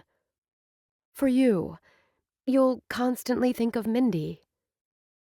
When the first bite of pasta hit her lips, relief coursed through him. He waited until she'd stabbed a broccoli floret to respond. Mindy is never far from my thoughts. Owen hesitated. Thinking of her doesn't always hurt. He gestured toward the gratitude jar. Finn initially told Mindy that Amy had one. Mindy made me go out and get one that same day. I tried to get her to use one of the canisters in the cupboard, but that wouldn't do. Her lips curved. I bet I know why. It wasn't pink, they said in unison, then laughed. Lindsay's brows pulled together. I don't think I ever saw a jar at your house. Mindy kept it in her bedroom. The door to which Owen kept firmly closed. Other than being pink, what does it look like? Lindsay stabbed another floret.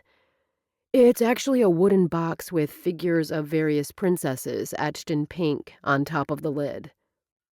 The night of the wedding, Mindy's last night on Earth, she'd taken time to write something down. Every night, without fail, she'd put something in there. Lindsay's gaze grew assessing, but before she could ask another question, he took himself off the hot seat. What about you? Owen shifted his chair just enough that the blue canister was out of his direct line of sight. How do you feel about having a girl? A boy would have been fine with me. Lindsay's lips curved ever so slightly. But I'm glad she's a girl. It seems it'd be easier for a single woman to raise a girl alone than a boy. Her words scraped the sides of his heart. You won't be raising her alone, Owen reminded her. We'll be raising her together. You're right. She reached for her water glass. Of course, you're right. They ate in silence for a couple of minutes. I'm glad we were able to discuss this issue in such a calm manner. Lindsay met his gaze. Everything I read says open communication is key. Something in what she was saying made Owen uncomfortable, like an itch between his shoulder blades that he couldn't quite reach. The whole reason we're spending time together is so we can be better parenting partners. I'd say today was a successful use of our time. Use of our time? Was that how she classified their outing today? What about the kiss? Had that been on her checklist? A test to see if there was still any sizzle between them? Owen told himself not to be ridiculous. Romance didn't play a part in any of this. I made up a list of parenting questions. Lindsay bit her lower lip. It might be good for us to discuss one or two each time we're together. Are there many questions? Her forkful of spaghetti hovered in the air. Quite a few. Which meant lots of reasons for them to be together. Owen nodded. Sounds like an excellent plan. Owen told himself to wait until Lindsay contacted him, but he couldn't get her empty freezer out of his mind. Then, like an angel from heaven, Gladys arrived at the garage with a sack of Honeycrisp apples. The former stage star had presented the fruit to him with a dramatic flourish, announcing they were a token of appreciation for taking such excellent care of Frank's car. Owen had been ready to start a transmission rebuild when she'd swept through the door. Still, they'd talked for nearly 15 minutes. A comment she made about Lindsay being crazy about Honeycrisp apples had him leaving work early. Owen slid behind the wheel of his truck, a sack of apples on the passenger seat and one in his hand. Biting into the shiny red fruit had memories surging. An apple had been in his hand the day he and his mother had stopped at a Minneapolis fire station. Though only 3 years old at the time, Owen recalled that day vividly. He remembered running toward the fire truck, excited to be so close to one of the big engines. When he turned to ask his mom if he could climb on it, she'd disappeared, vanished without a trace. He was able to tell the firefighters his name was Owen, but nothing else. Owen tossed the apple into the plastic bag he kept in the truck for garbage. It struck him as fitting. That day, his mother had discarded him like he was a piece of garbage. Thankfully, Owen had become adept at keeping memories and feelings at bay. This afternoon was about Lindsay and making sure she had everything she needed, which was why, on the way to her apartment, he made a quick stop at the market. He emerged minutes later with a full sack of groceries. Owen would have bought out the store, but believed he stood a better chance of her accepting one bag. If she balked, he'd insist the apples were from Gladys, and the groceries were his way of saying thanks for letting him attend the ultrasound on Monday with her.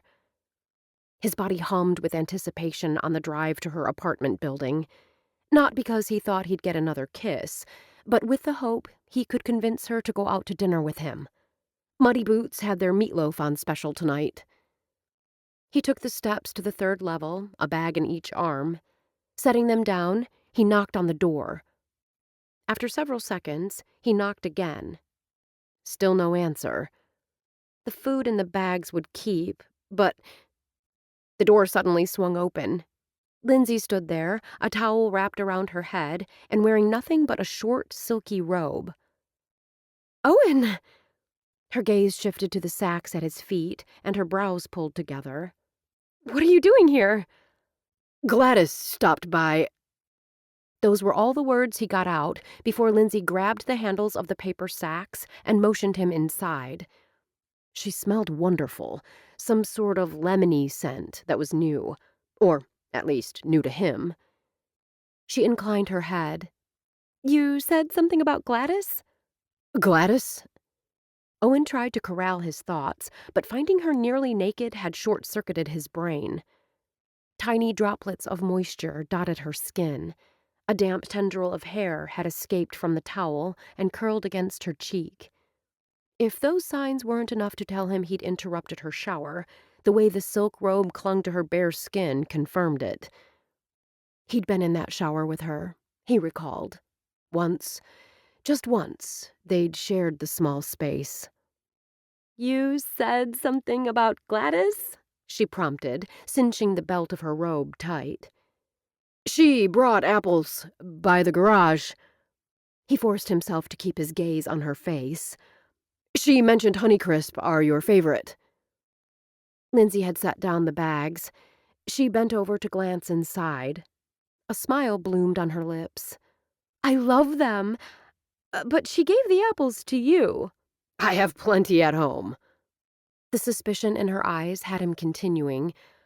My neighbor went to the orchards with his kids last weekend and brought some back for me. That was nice of them. Lindsay cast a quick glance in the other bag and lifted a head of cauliflower. "Did Gladys also give you this?" I stopped by the store and picked up a few staples. When he saw a protest forming on her lips, he made his tone persuasive. You did something nice for me. I wanted to do something nice for you." Puzzlement blanketed her face. What did I do? You let me come with you to the ultrasound appointment. She rolled her eyes. That's a stretch, but thank you. I I haven't been to the store lately. Her hand rose to the towel encircling her hair. Have you eaten dinner? He shook his head. Give me 15 minutes to get dressed and dry my hair, and I'll whip us up something. I have a better idea. The last thing Owen wanted was for her to use her precious food to feed him. It's meatloaf night at Muddy Boots. Let me take you out to dinner. Her look turned wary. Why? You mentioned you have lots of parenting questions to ask me. What does that have to do with eating out? Ask anyone. He forced a light tone. Conversation always flows more easily over meatloaf. Chapter 11. Stepping into Muddy Boots, Lindsay was surprised to see her sister and youngest nephew standing at the counter. Cassie! Lindsay gave her sister a hug and tousled Axel's blonde curls. What are you doing here? Where are Katie and Braxton? The boys are working on homecoming displays. Cassie gave her youngest son's hand a swing. Axel and I are trying to decide which pie to buy. Then I'm headed home to make dinner. Lindsay's eyes went to the clock on the wall. Cassie's chin jutted up. I just got off work. That's great. Owen spoke in a hearty tone. Cassie blinked. Owen gave the toddler a poke in the ribs that had the boy giggling. Since you haven't eaten, you and Axel can join Lindsay and me for dinner. Her sister started shaking her head even before Owen finished. Owen shot Lindsay an "I need some help here" look. Since Cassie was her sister, it fell to Lindsay to do the encouraging. Lindsay scooped Axel up into her arms. Come on, Cass. I hardly ever get to see you and this little cutie. Besides, meatloaf is on special. It's the good kind, not Mom's hideous recipe filled with broccoli. Hers is pretty awful. Cassie laughed, then slanted a glance at Owen. Are you sure you don't mind me interrupting your date? We don't mind. Lindsay spoke in a firm tone that brooked no argument. She ignored Owen's curious look. No doubt he was wondering why she didn't correct her sister about this being a date. The truth was, she wasn't sure herself. The hostess, a teenager Lindsay vaguely recognized from church, showed them to a table, then brought over a booster seat for Axel. The second they sat down, Cassie slipped several cars from her purse. It wasn't long before Owen and Axel were zooming the brightly colored metal cars across the table. He would do well with a son, too, Lindsay thought. The waitress had just dropped off their drinks when Axel threw his car to the table with a clatter. I have to go to the bathroom, the boy spoke loudly. A couple in a nearby booth chuckled. Now! The boy's tone took on an urgency. I have to go potty now! Not having success with pushing back from the table, he rocked back and forth in his booster seat in an attempt to free himself. I heard you. Cassie stilled the motion of the seat with a firm hand. There is no need to yell. I can take him. Owen stood. If that's okay with you. Sure. Cassie tucked a long strand of hair back from her face in a nervous gesture. If you don't mind. No trouble at all. Owen shot Lindsay a wink. We'll be back soon. Owen lifted the boy from the booster. Come on, sport. He's a nice man. Cassie watched as her son and Owen headed to the restrooms, the child's hand firmly clasped in his. Lindsay nodded. Yes, he's very nice. I lied to you. Cassie's gaze shifted to her hands. Her heart slammed against her ribs. What had her sister gotten herself into now? Lindsay took a sip of water. What about? I didn't just get off work. Cassie blew out a breath. I was at a psychologist's office. Lindsay frowned. Is one of the boys in trouble? When Clint Gorley had been in the house, Cassie's two older boys had had some behavioral issues. But once Cassie kicked Clint out, things seemed better. No, Cassie cleared her throat. I didn't go there about the boys. I went there for me. Lindsay didn't like to pry, but the way she figured it, if Cassie didn't want to talk about it, her sister wouldn't have brought it up.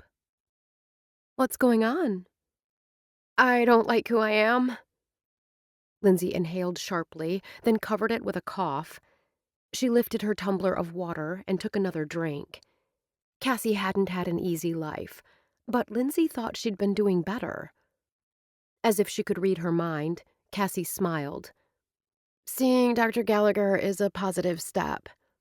Then I'm glad. Lindsay reached across the table and covered her sister's hand.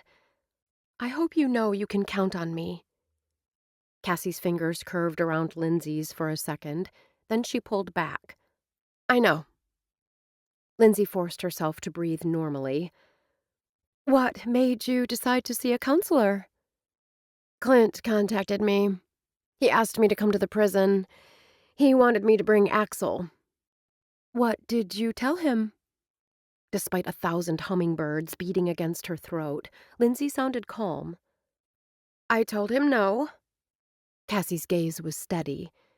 I almost said yes. Even after all that happened, I almost said yes.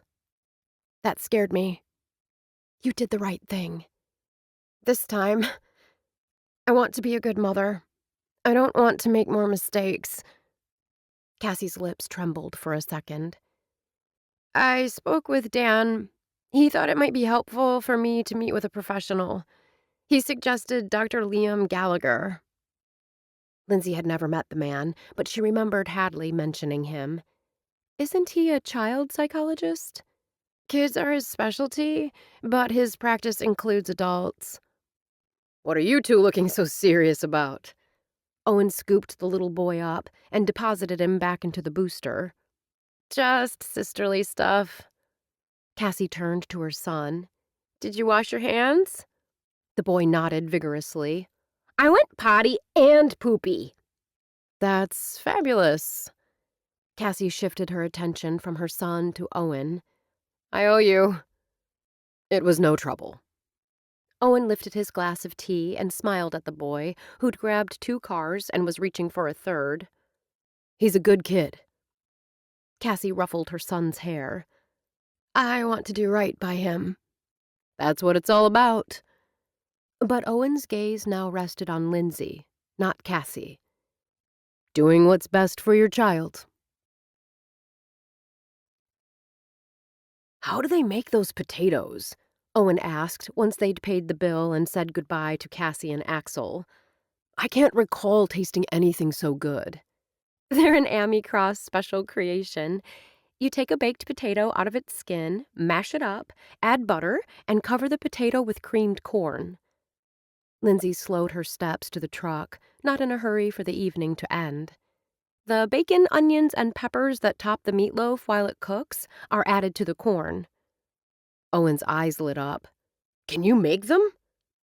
Lindsay nodded.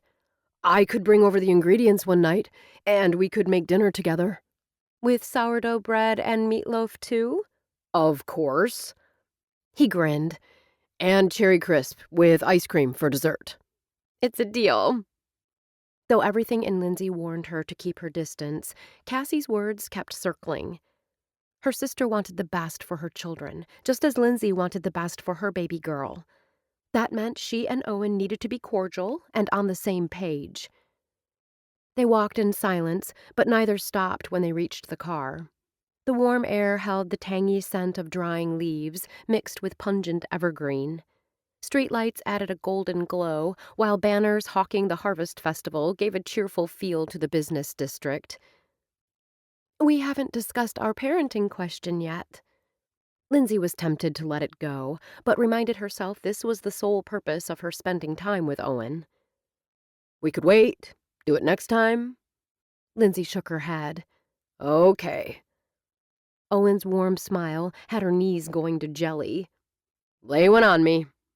I don't have the list with me, but I remember one of them was, where does help from the grandparents fit into our plan? Lindsay didn't want to lead with her mother. Let's start with your parents.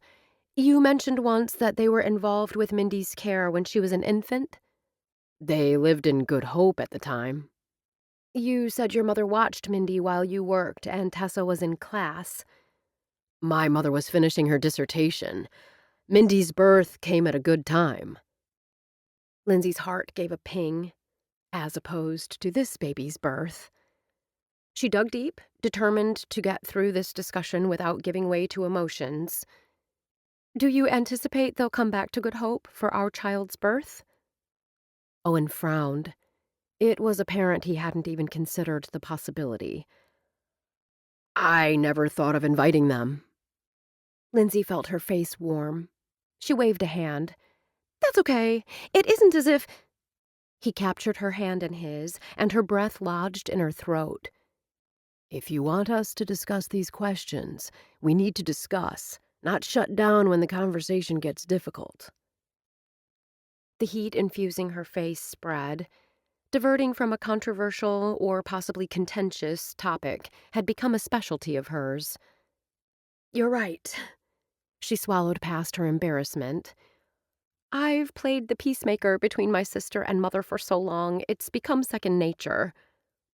I can't speak for them, but between us, there's no reason to avoid touchy subjects. He gave a little laugh. And my parents are definitely a touchy subject. He resumed walking, and Lindsay fell into step beside him. With a comment like that, the ball remained in his court. I love them. Owen shook his head. But they wanted a different life for me than the one I pursued. They ask about the business, but it's only for form. He paused for so long, Lindsay wasn't certain he was going to say more. They crossed the street to the town square, where they continued their walk under branches heavy with leaves of gold, orange, and red. I'm not saying they aren't interested in my life, but usually when I mention the garage, they always manage to bring up how well my sisters are both doing. It feels dismissive. When Tessa... He stopped himself. Doesn't matter. Lindsay looped her arm through his. Tell me.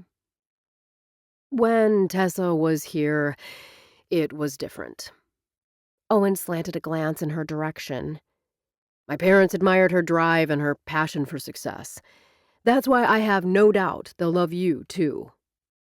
Passion for success? Those weren't words Lindsay would use to describe herself. Little ice prickles of alarm skittered across her skin. Did Owen see her as a driven career woman? She considered setting him straight, thought about telling him that she'd gone into business for herself only because she saw no other options.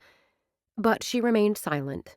The last thing she wanted was for him to worry she couldn't earn enough to care for her child. As far as them coming back when the baby is born, I doubt it. He gave her arm a squeeze. Will it bother you if they don't?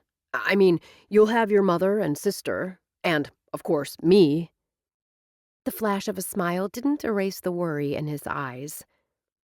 Lindsay ignored his question, swallowing against the rising lump in her throat. Cassie will be a good resource, but she's busy with her own kids and her job. What about your mother? Owen's voice remained neutral, a huge accomplishment considering he'd been on the receiving end of her mother's sharp tongue many times. She'll insist on being involved. Everything in Lindsay went cold at the thought.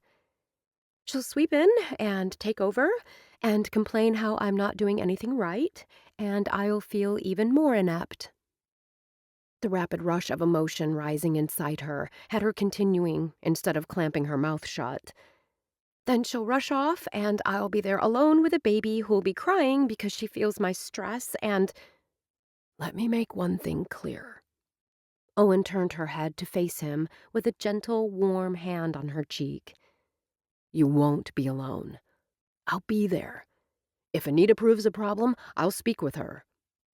Lindsay shook her head. My mother, my responsibility. Then we'll speak with her together. Owen's eyes held reassurance and a warmth that beat off the chill. You're not in this alone, Lindsay. We're a team, a family. That means neither of us is going down this path alone. Lindsay hesitated. Owen appeared sincere, but it was clear he hadn't looked far enough down the road ahead. You'll always be an important part of your daughter's life. I hear a but in there. Though his tone held a light, teasing quality, a wary watchfulness had invaded his hazel eyes. But we won't be a family. Not in the traditional sense, anyway. Even as her heart cracked open and began to bleed, Lindsay reminded herself nothing good came from holding on to old dreams. You'll be busy building your own life, apart from me and our daughter. When he opened his mouth to speak, she lifted a hand. In time, you'll fall in love and get married. He started shaking his head before she finished speaking. Stubborn man, she thought, with more than a little exasperation. You will, she insisted. I want that for me, too. Puzzlement filled his eyes. You want me to get married? Just the thought had the crack in her heart splitting wide open. When tears pushed against the backs of her lids, Lindsay determinedly blinked them back. I was referring to me. I hope one day to find someone special, a man I'll dearly love, who will love me back just as much. If she never found that special guy, that was okay too. She would always have her family, her friends, and her career. This spring, she would have a baby girl to shower with love. No matter how she looked at it, she was incredibly blessed. After what seemed an impossibly long moment, Owen nodded. I want that for you, too. The second the words left his mouth, Owen wondered how a simple parenting conversation had gotten so far off track. While he wished Lindsay only the best that life had to offer, did they really need to be talking about her future with another man? Their baby should be her focus, and his. If she wanted to talk marriage and family, he had solid arguments in favor of them forging a family unit. While thoughts of love obviously appealed to Lindsay's romantic nature, what about friendship and mutual respect? That was a far better foundation for a successful marriage than love. He nearly brought up that point, but the determined gleam in Lindsay's eyes had him swallowing the words. In business, Owen had learned the value of knowing when to push a point and when to let the other person come to a necessary realization in their own time.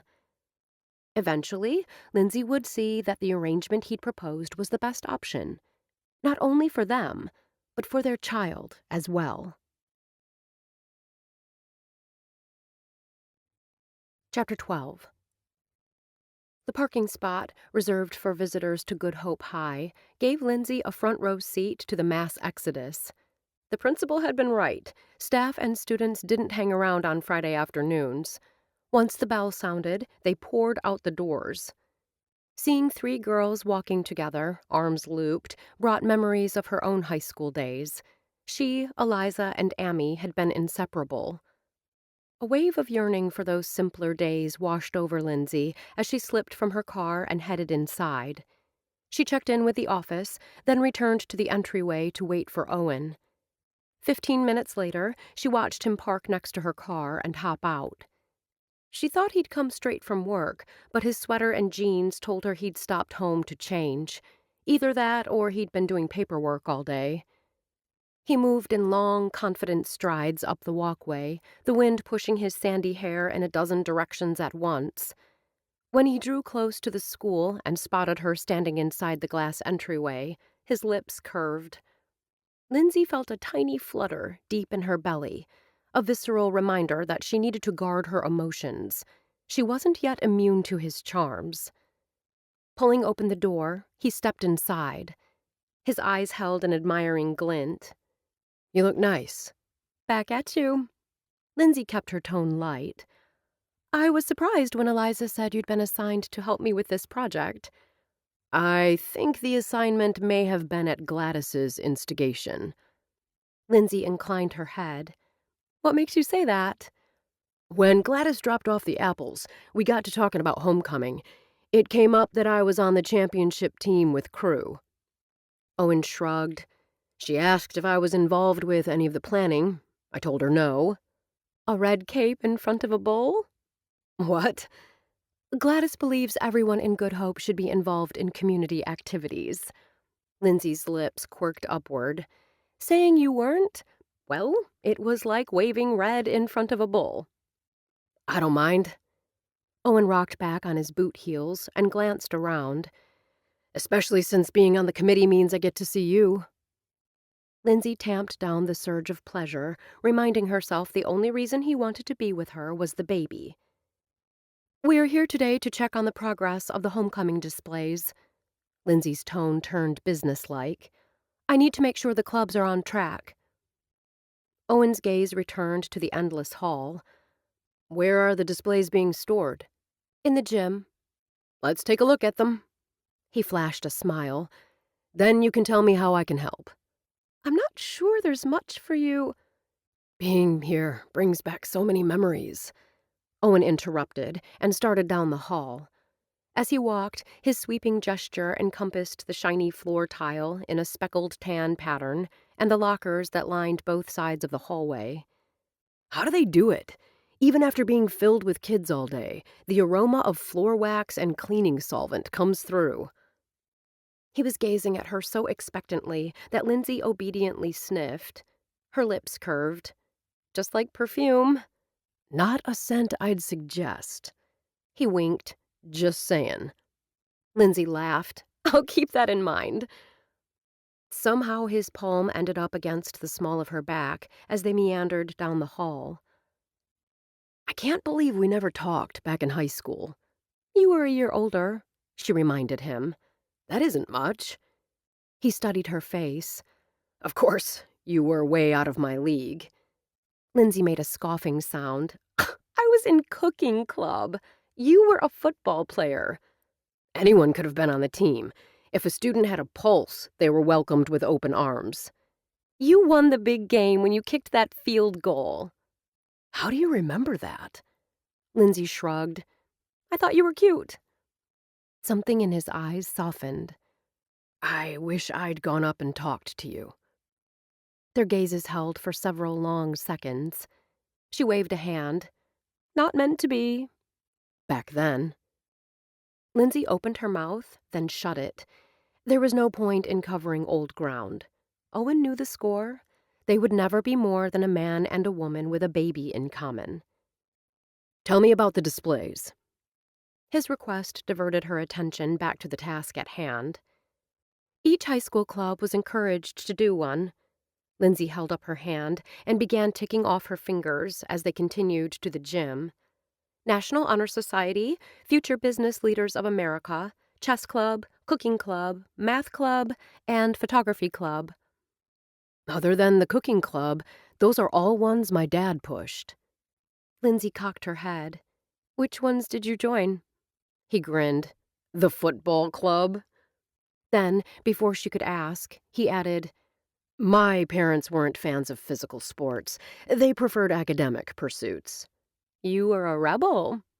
It was more a survival thing. His eyes turned dark.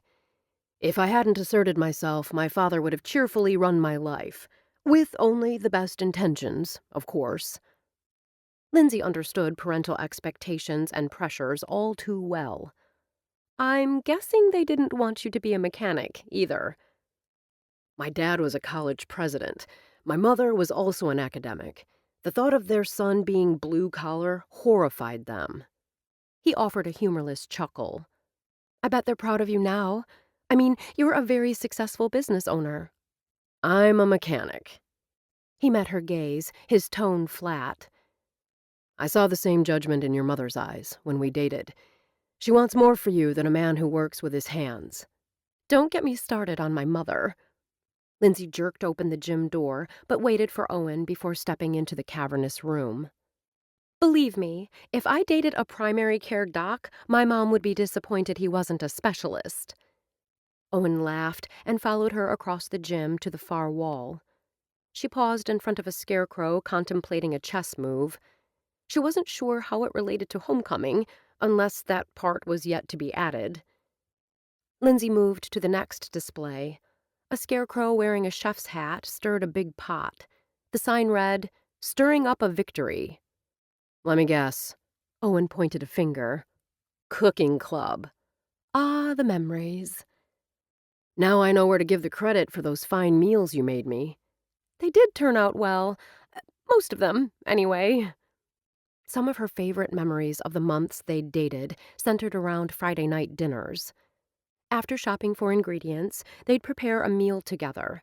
Well, actually, she'd cooked and he'd helped by doing whatever she told him to do.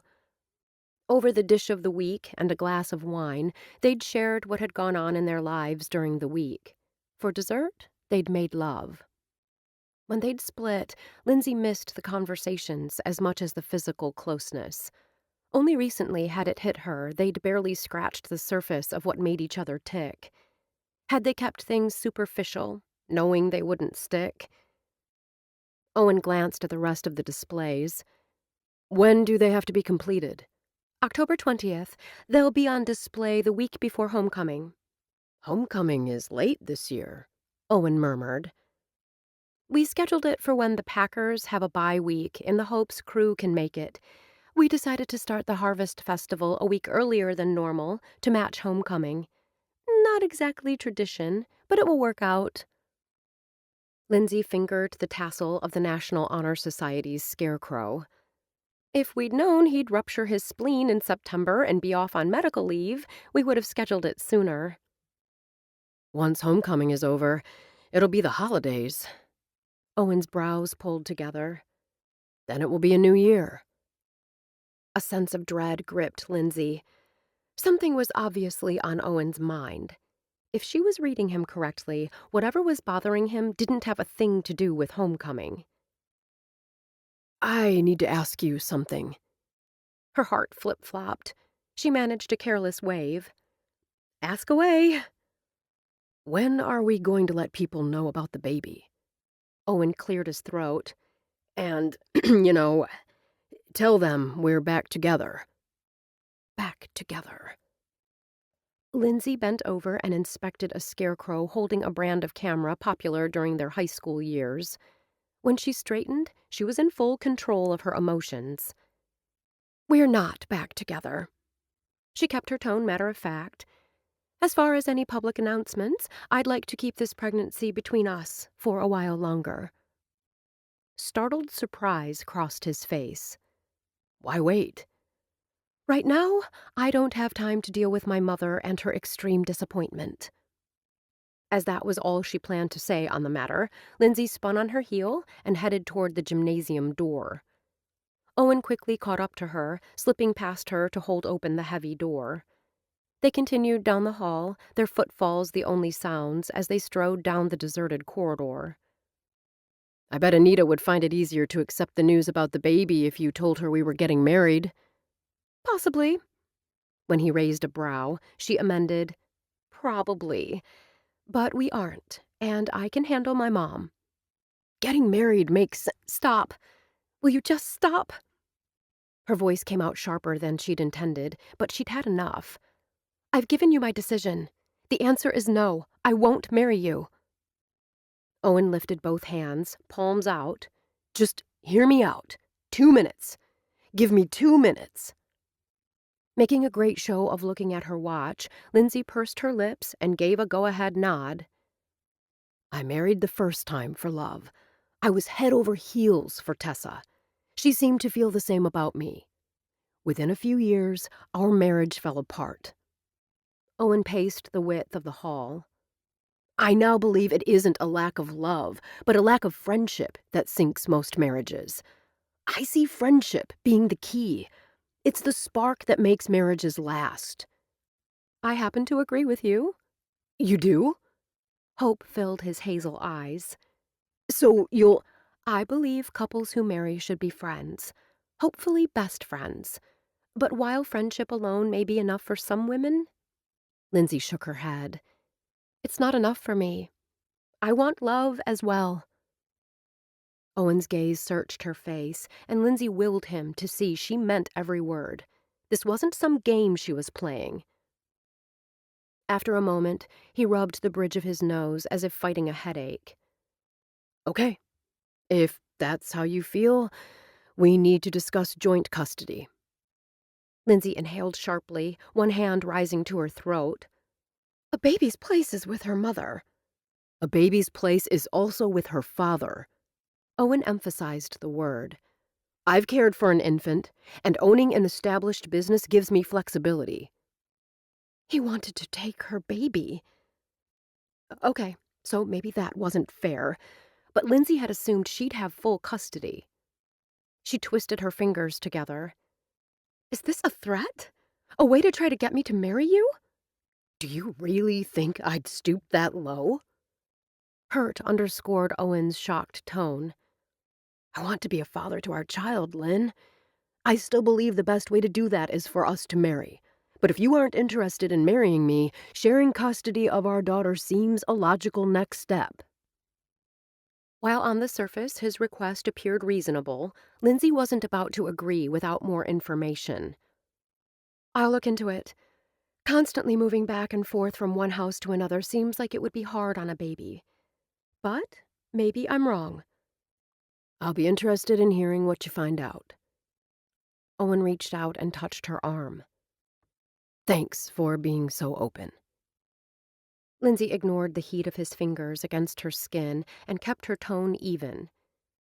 Married or not, we're in this parenthood thing together. Their exchange was so civilized, so businesslike, that Lindsay wanted to weep. When she'd dreamed of one day having a baby, she'd never imagined needing to have a custody talk with her child's father. Then again, having a baby with a man who didn't love her had never been part of the dream. Chapter 13. The general store in Good Hope had been owned by Eliza's family for generations. The commercial Italianate building sat next to the Good Hope Market and contained everything from bug repellent and fishing lures to a full-service pharmacy. When Eliza's grandmother had died, instead of giving the business to her son, who had no interest in remaining in the community, she'd left it to her beloved granddaughter.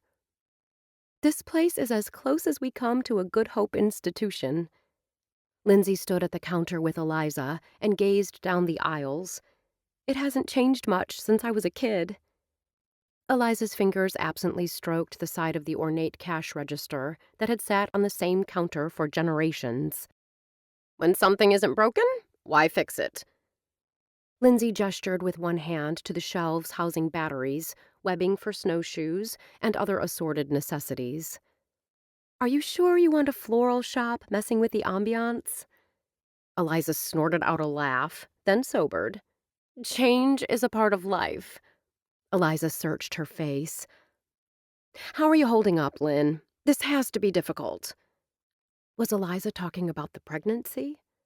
About the fact that she was thrust back into interacting with the man who dumped her? Or the loss of her job and the start of a new business? Any and all applied to her current situation. It's been a challenge. Lindsay had read somewhere that when you said something aloud, your ears heard the comment, and that reinforced the thought in your brain. But I'm excited about the direction my life is taking. To add extra weight to the words and imprint the comments fully in her brain, she added a smile.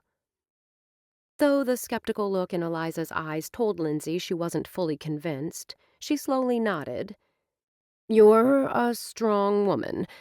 I have a feeling that one day you'll look back and say getting pregnant and quitting your job were the best things that ever happened to you. Old habits died hard, and Lindsay struggled not to argue, to assert she wasn't strong at all. That inside, she was still that 9-year-old scared-to-death swimmer in Green Bay, furiously dog-paddling as the waves pushed her farther from shore. On that particular occasion, her father had rescued her. She remembered clinging to him, weeping when she realized she was safe in his arms. But he was gone now, and her mother, though a lovely woman in many ways, would be the type to stand on the shore and chide her for letting herself drift out so far.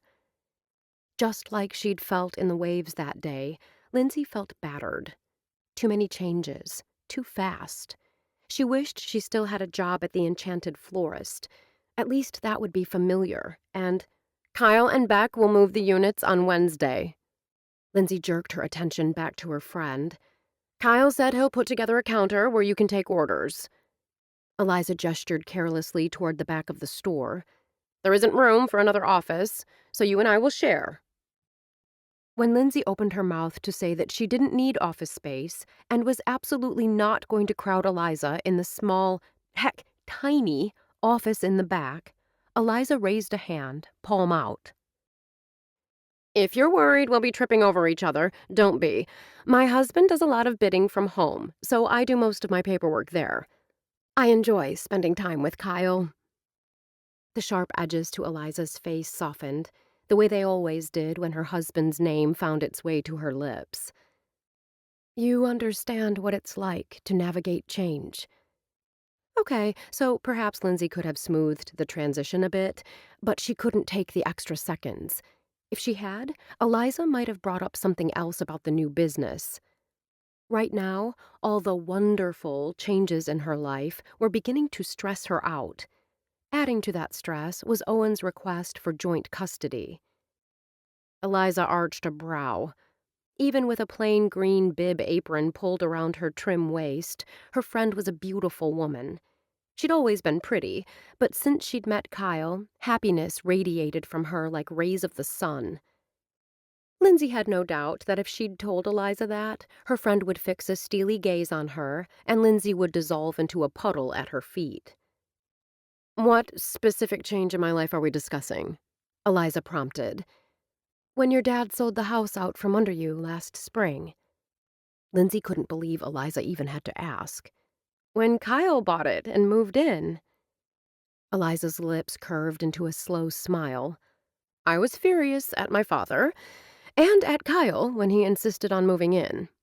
Then when his sister came to live with us, don't forget Catherine, Lindsay reminded her. When she returned to Good Hope, Kyle invited her to live with you. I was ready to explode. Eliza gave a little laugh. The routine I'd once embraced disappeared. I was forced to accept a new normal. She waited while Eliza rang up a customer, and the bells over the door jingled his departure. You were comfortable with your routine. Lindsay had always considered that was one of the many things she and Liza had in common. Too comfortable. I'd gotten into a rut. Lindsay sighed. I miss my rut. Eliza pinned her with steel-gray eyes. What haven't you told me? Hedging wasn't an option. Eliza would get it out of her. Besides, sharing her troubles with friends always made her feel better. Owen wants joint custody. Eliza waited. And? Isn't that enough? He wants to take my baby from me. She's his baby, too, Eliza reminded her, as if Lindsay needed reminding. Owen loves kids. He was a stellar dad.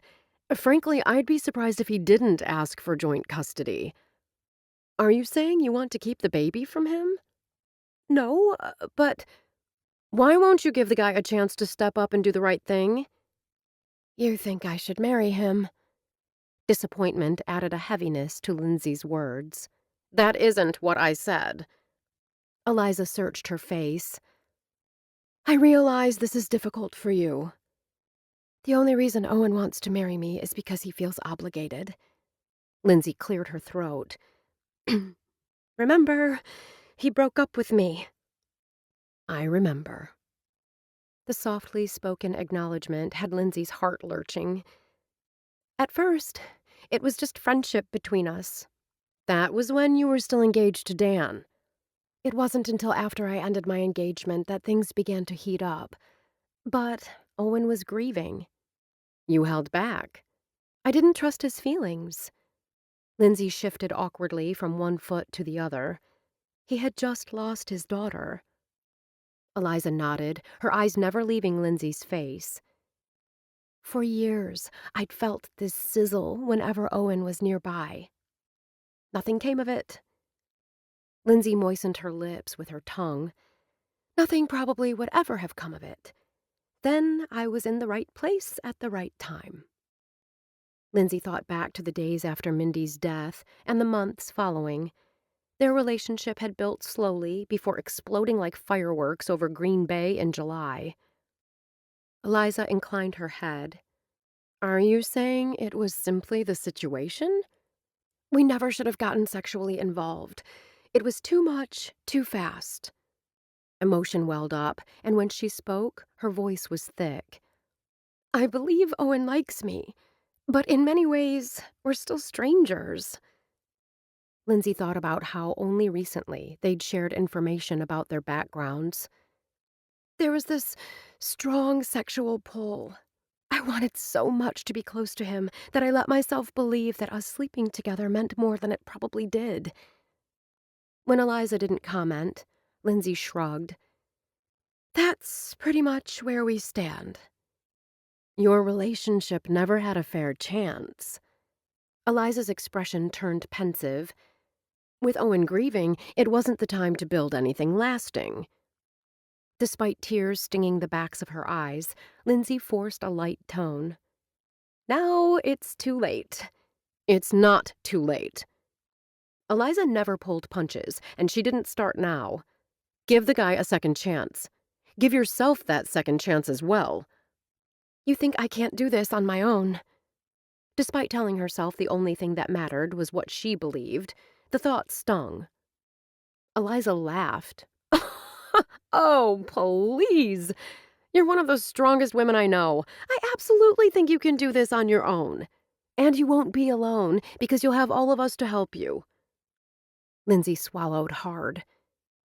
If you don't want Owen, I'll support you. The look Eliza gave her was as steady as the clasp of the hand she rested on Lindsay's shoulder. All I'm saying is be sure of how you feel before making any final decisions. Before Lindsay could respond, the bells over the door sounded, and several women walked into the store. Let's continue this in the back. Eliza made a come-on gesture, and Lindsay reluctantly followed her. On the way, Eliza caught the attention of the pretty strawberry blonde stocking shelves. Jackie, I'll be in my office. Jackie White straightened, resting a hand against the shelves to steady herself. She nodded. I'll watch the cash register. How long has Jackie been working for you? Lindsay asked, eager to change the subject. She started shortly after school started, Eliza added in a matter-of-fact tone. She's a good employee. Coming from Eliza, that was high praise. She and Corey had a rough go of it. Lindsay shook her head. I remember when they were going to lose their house, until a mysterious someone made that large donation to the giving tree that covered their back payments. Neighbors helping neighbors. Eliza's lips curved. That's what the giving tree is all about. Was it you? Lindsay asked, wondering why she hadn't made the connection before. Eliza gestured to a chair, then took a seat behind her desk. Was what, me? Did you donate the money and designate it to go toward their past due house payments? Eliza shook her head. I wish I had, but it didn't even occur to me. I was too self-centered. You were not. Lindsay rose instantly to her friend's defense. I was. Eliza made the comment without apology. That's what I meant about change. Sometimes difficult changes bring out the best in us. You really think so? I do.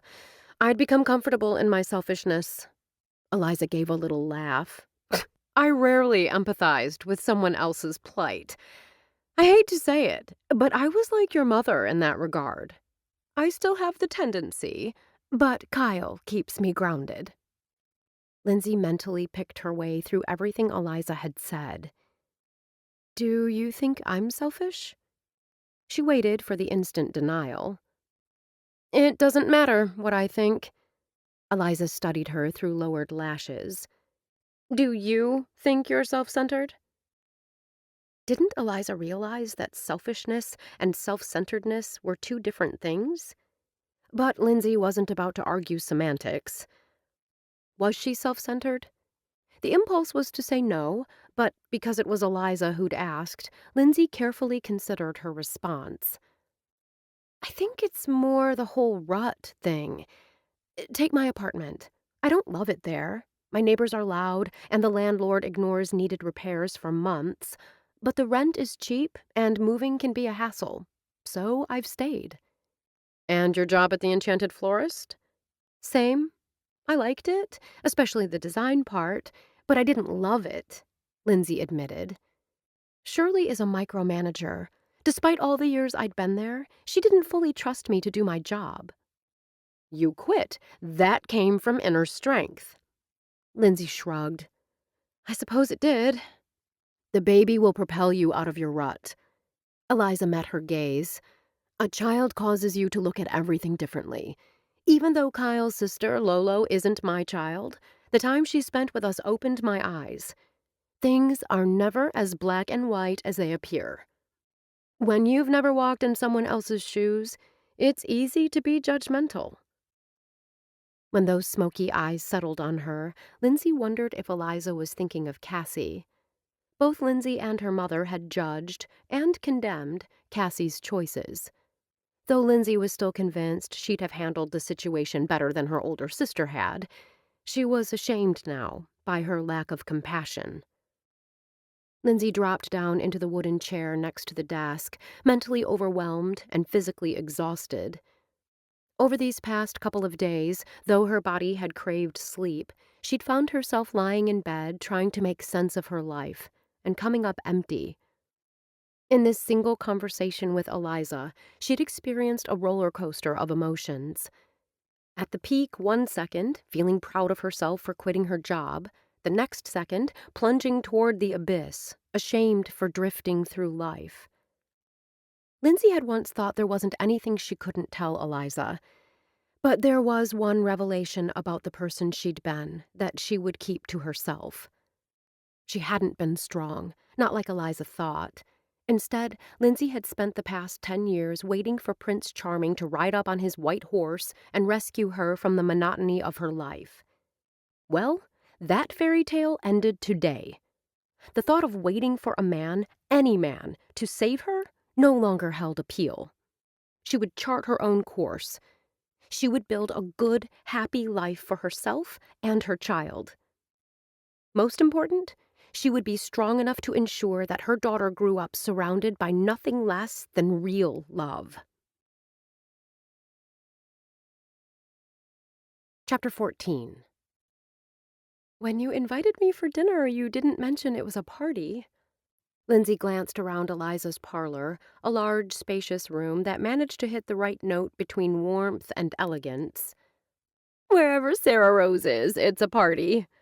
Amy set the 1-year-old on the floor, and the toddler made a drunken beeline for Eliza.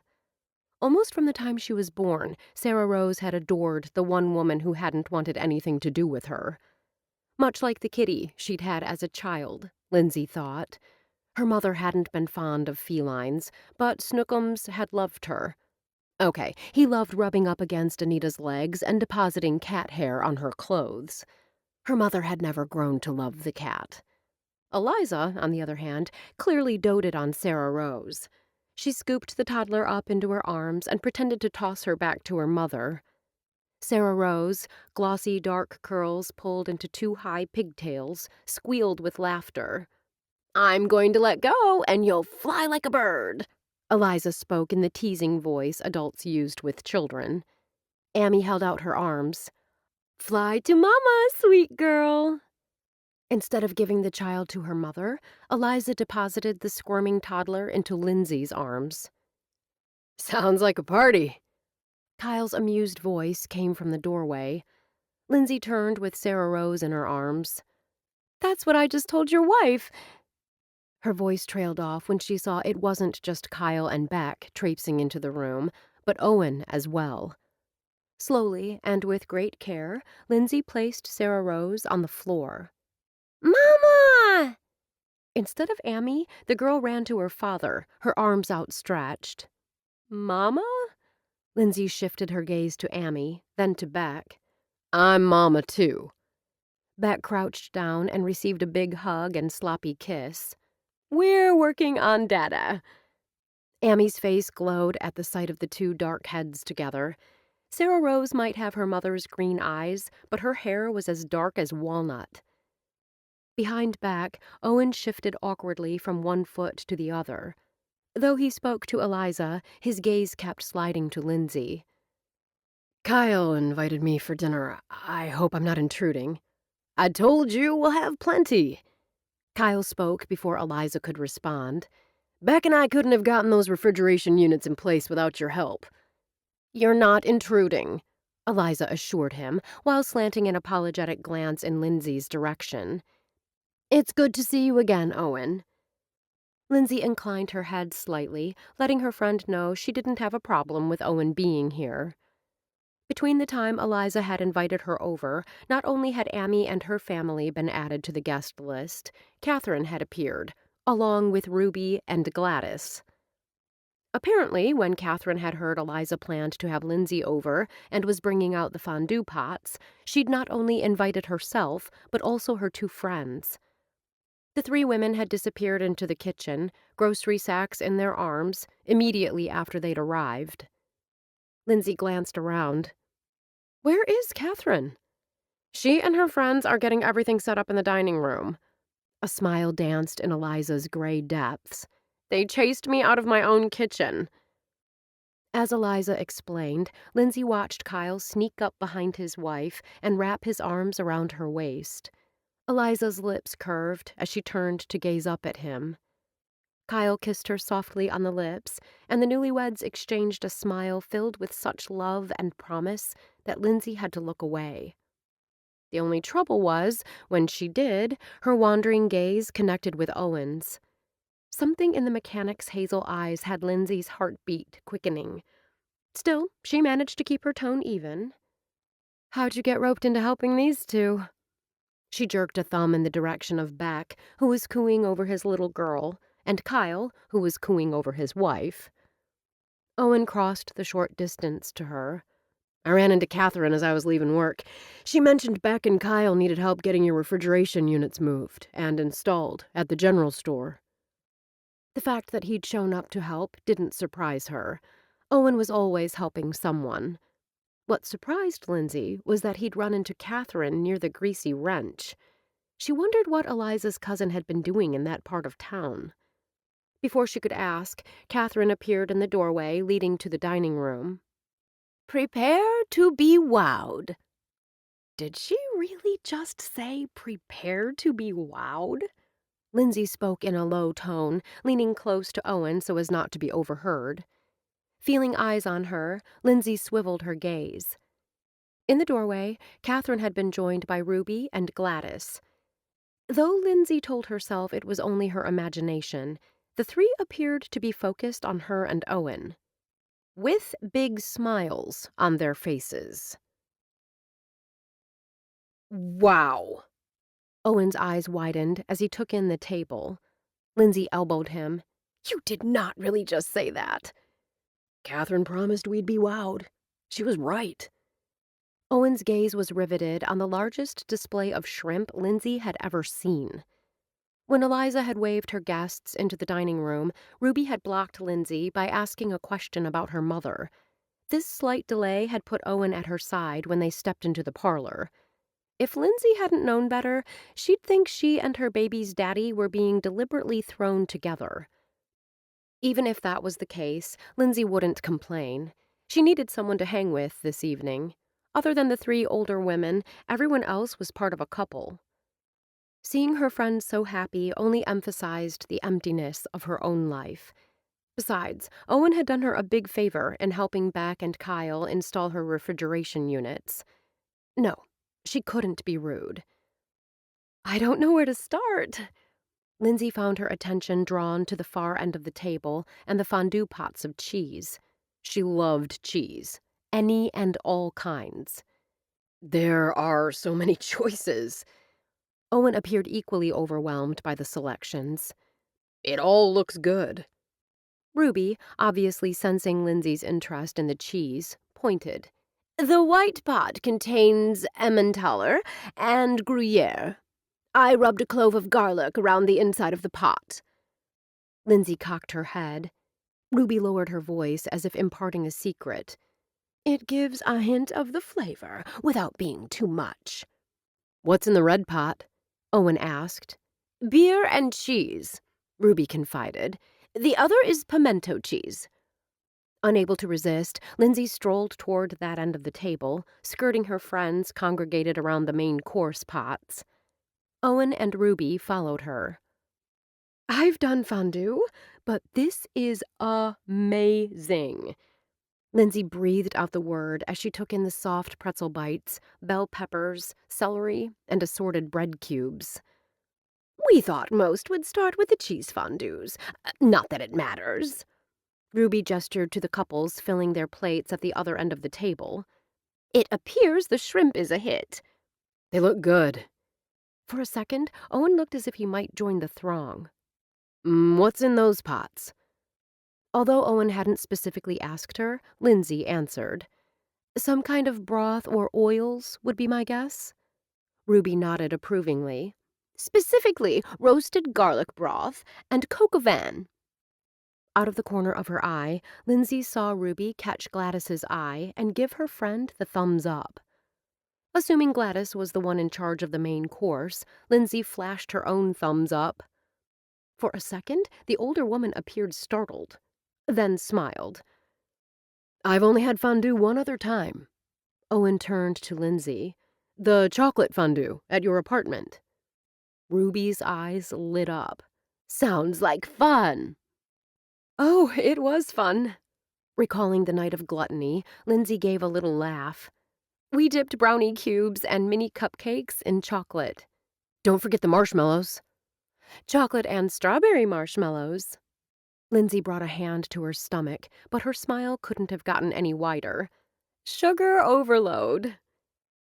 The light in Owen's eyes told her the memory was as pleasant for him as for her.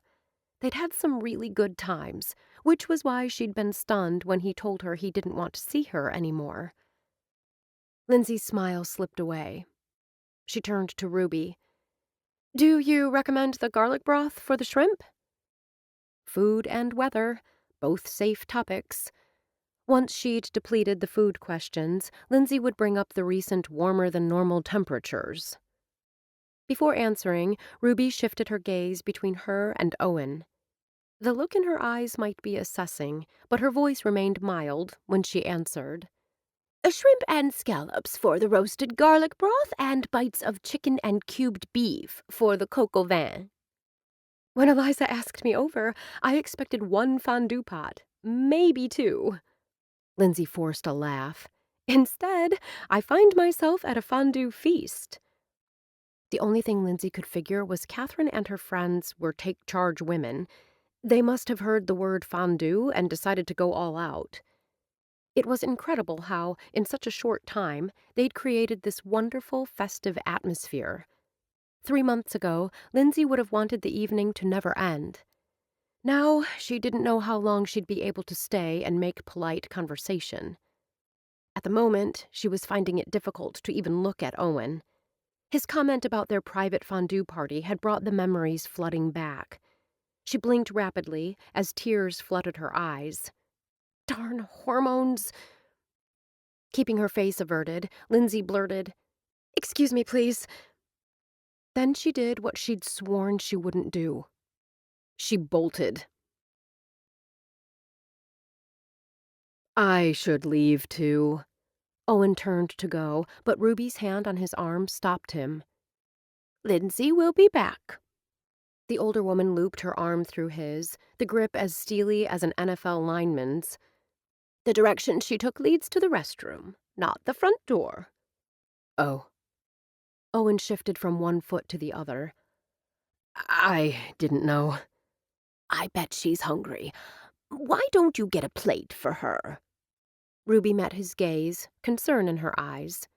She looked a bit peaked to me. Peaked? Owen had thought Lindsay looked extra pretty tonight. Even dressed casually in jeans and a sweater the color of newly mown grass, she was by far the loveliest woman in the room. He hadn't taken his eyes off her since he'd first stepped into the parlor. Had he missed the pallor? Was Ruby right? He recalled how, when they'd been together, she'd often got so caught up in what she was doing that she forgot to eat. She simply couldn't continue that practice, not with the baby coming. Ruby shadowed him to the buffet table, and he took the china plate she held out. Even as he added veggies to the plate, his gaze kept drifting to the hallway. Was Lindsay feeling sick? Was that why she'd made such an abrupt exit? I should check. There she is. While he and Ruby watched, Catherine caught Lindsay's attention and motioned to her. But before Lindsay reached Catherine, Eliza intercepted her. Owen, only a few feet away, remained where he was and watched the curious byplay. "I saved a place for you," he heard Eliza tell her friend. "Lindsay is sitting at my table." Catherine's smile might have been pleasant, but her tone brooked no argument. "You see her all the time. Ruby and I are eager to hear her plans for her shop." When Eliza hesitated, Catherine added, "With my background in finance and accounting, I'll be able to give her some business tips."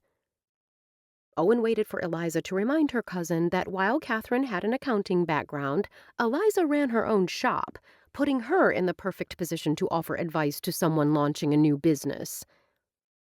"I'd love to sit with you and Ruby, Catherine." Lindsay bestowed a warm smile on the woman. "Wonderful. It's settled." Catherine turned to Eliza and made a shooing gesture. "You have guests to tend to, my dear." "We'll catch up later." Lindsay gave Eliza's arm a squeeze and followed Catherine to a small table festively decorated with bright red napkins. "Will Gladys be joining us?" The question carried easily to where Owen stood. He assumed the answer was yes. In Good Hope, it was often said if you saw one woman, the other two weren't far behind. Before Catherine could answer, Ruby grabbed his arm and tugged him forward. "Actually," Catherine smiled broadly as Ruby's fingers dug deeper into his forearm, "the seats at this table are already taken. Owen is joining us." Is that okay with you, Lindsay? Owen paused, his free hand on the back of the chair. If you'd prefer to catch up with Gladys, I understand. He was giving her an out, Lindsay realized. Owen was willing to find a spot at another table. But where would that be? Lindsay knew how it felt to be the only single in a group of couples. "Of course it's okay with me." I got these for you. Owen shoved a plate of veggies at her. You're probably hungry. When Lindsay took the china plate, her fingers brushed against his. Electricity zipped up her arm. Lindsay resisted the urge to sigh. She'd hoped this connection would dull over time. So far, that hadn't happened. "You're very considerate." Ruby patted Owen's back. "He's also a fine man." "And a real hottie," Catherine added, her eyes twinkling. Lindsay swore she heard Owen groan. Not wanting to see the look in his eyes, she averted her gaze and took a step. Catherine and Ruby inhaled sharply. "You're leaving?" The horror in Catherine's voice both puzzled and amused Lindsay. "Just to get some cheese sauce for the veggies." Lindsay slanted a glance at Owen. "Want to help me?" Relief skidded across his face. "Sure." Once they reached the buffet table and were out of earshot of the two older women, Owen turned to her. "Is it just me, or are they acting strangely?" He didn't have to say who they were, not when his gaze flicked briefly to the table they'd recently left. Lindsay added a dollop of pimento cheese to her plate. "I think they're simply trying to be good hostesses. You know, making sure everyone is happy and getting along." Those beautiful hazel eyes met hers. "We're getting along." "Yes," she agreed. "We are." His shoulders relaxed as he added beer cheese to the plate he picked up. "The crazy thing is, this is Eliza and Kyle's place, not their home. You and I have known these women for years." In addition to the cheese, Lindsay added pumpernickel bread cubes to her plate. "Does anything they do surprise you?" Owen chuckled. The last of the tension between them dissolved. "That looks good." Amy appeared on the other side of the table. She took a red pepper strip from Lindsay's plate and dipped it in the pimento cheese. "Hey!" Lindsay slapped playfully at her hand. "Get your own." Amy laughed. "Why is it that what someone else has always looks better than what's on your own plate?" Lindsay thought of Amy and Beck, of the home and the love they shared. Yes, what was on other people's plates often did look better. "Thank you for helping Beck and Kyle." Amy shifted her attention to Owen. "It sounds as if those refrigeration units were a lot heavier than they looked." Beck and Kyle could have handled it. His gaze slid to Lindsay. "But I was happy to help. I'm happy to help in any way I can." Ignoring Amy's speculative glance, Lindsay lifted her plate. "This all looks so good. I can't wait to dive in." Before they could head back to the table, Gladys wandered over. "Can I interest anyone in a glass of wine?" Gladys held a bottle of one of Eliza's highly prized vintages in one hand and a bottle of sparkling grape juice in the other. "I adore that particular red, but I have to say no." Amy glanced longingly at the bottle, then sighed. "Sparkling grape juice is more my speed these days." "That's right. You'll have another little one come spring." Gladys smiled warmly. "There's no greater blessing than a child." After the older woman had poured some of the juice into a glass, she shifted her focus. "What about you two?" Gladys knew Lindsay loved wine. If she turned down a glass, the astute older woman would know something was up. Gladys could ferret out a secret from 50 paces. "I'm going to stick with the sparkling grape juice tonight." Owen spoke in an offhand tone that Lindsay guessed was anything but casual. "Come on, Lynn, hop on board the sparkling grape train tonight." Gladys shot Owen a sharp glance. "Lindsay can have wine if she wants." "Of course she can," Owen said smoothly. "It's her decision." "I'll help in any way I can." Lindsay smiled and managed to keep the relief from her voice as she turned to Gladys. "Sparkling grape juice for me as well." Chapter 15. Throughout dinner, the two older women kept up a lively conversation about recent events and Good Hope. It was odd, Lindsay thought, how the ones they mentioned happened to be all ones she and Owen had attended together. It was nice reliving those times. Because everyone at the table had been there, conversation flowed easily. By the time they reached the dessert phase of the evening, Lindsay had completely relaxed. "Does it seem strange not to be working?" Catherine directed the question to Lindsay. Owen jumped to her defense before Lindsay had a chance to respond. "It takes a lot of planning on the front end to get a business off the ground." "It isn't the same as getting up and going to a job every day." Catherine's gaze returned to Lindsay. "It's definitely different," Lindsay admitted. "I've already started to lose track of what day it is. They blur together." "Tell me about it," Ruby piped up. "If it wasn't for cards on Monday and Wii bowling on Wednesday, I wouldn't have a clue what day it is." Catherine nodded at her dear friend's statement, but the gaze she settled on Lindsay was all business.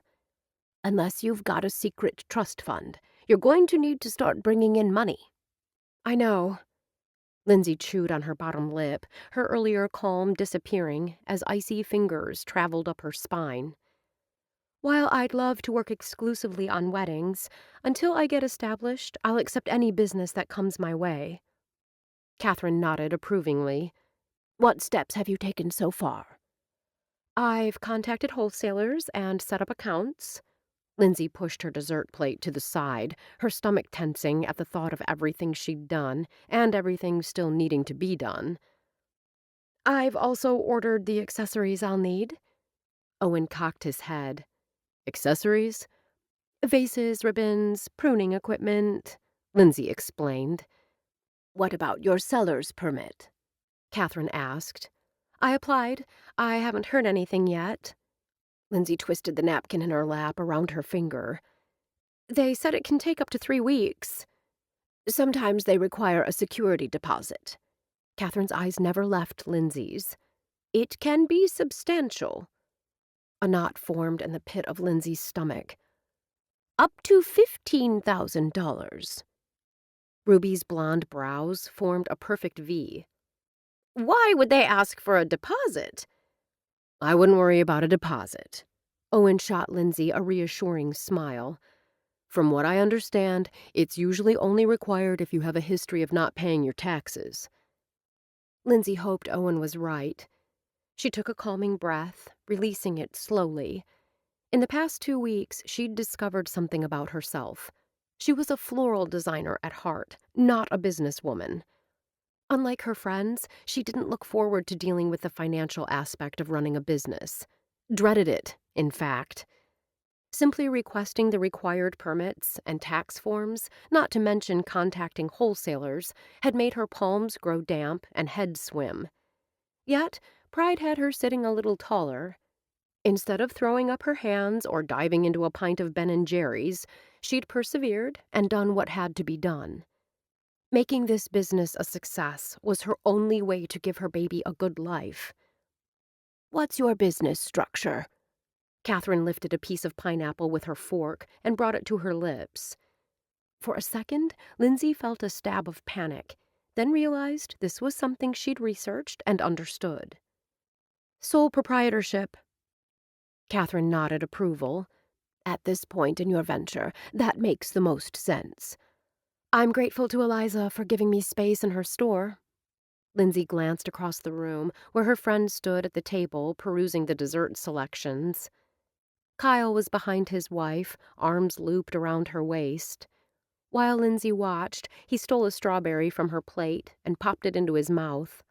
Eliza swatted at him, pretending to be annoyed, but the smile on her face gave her away.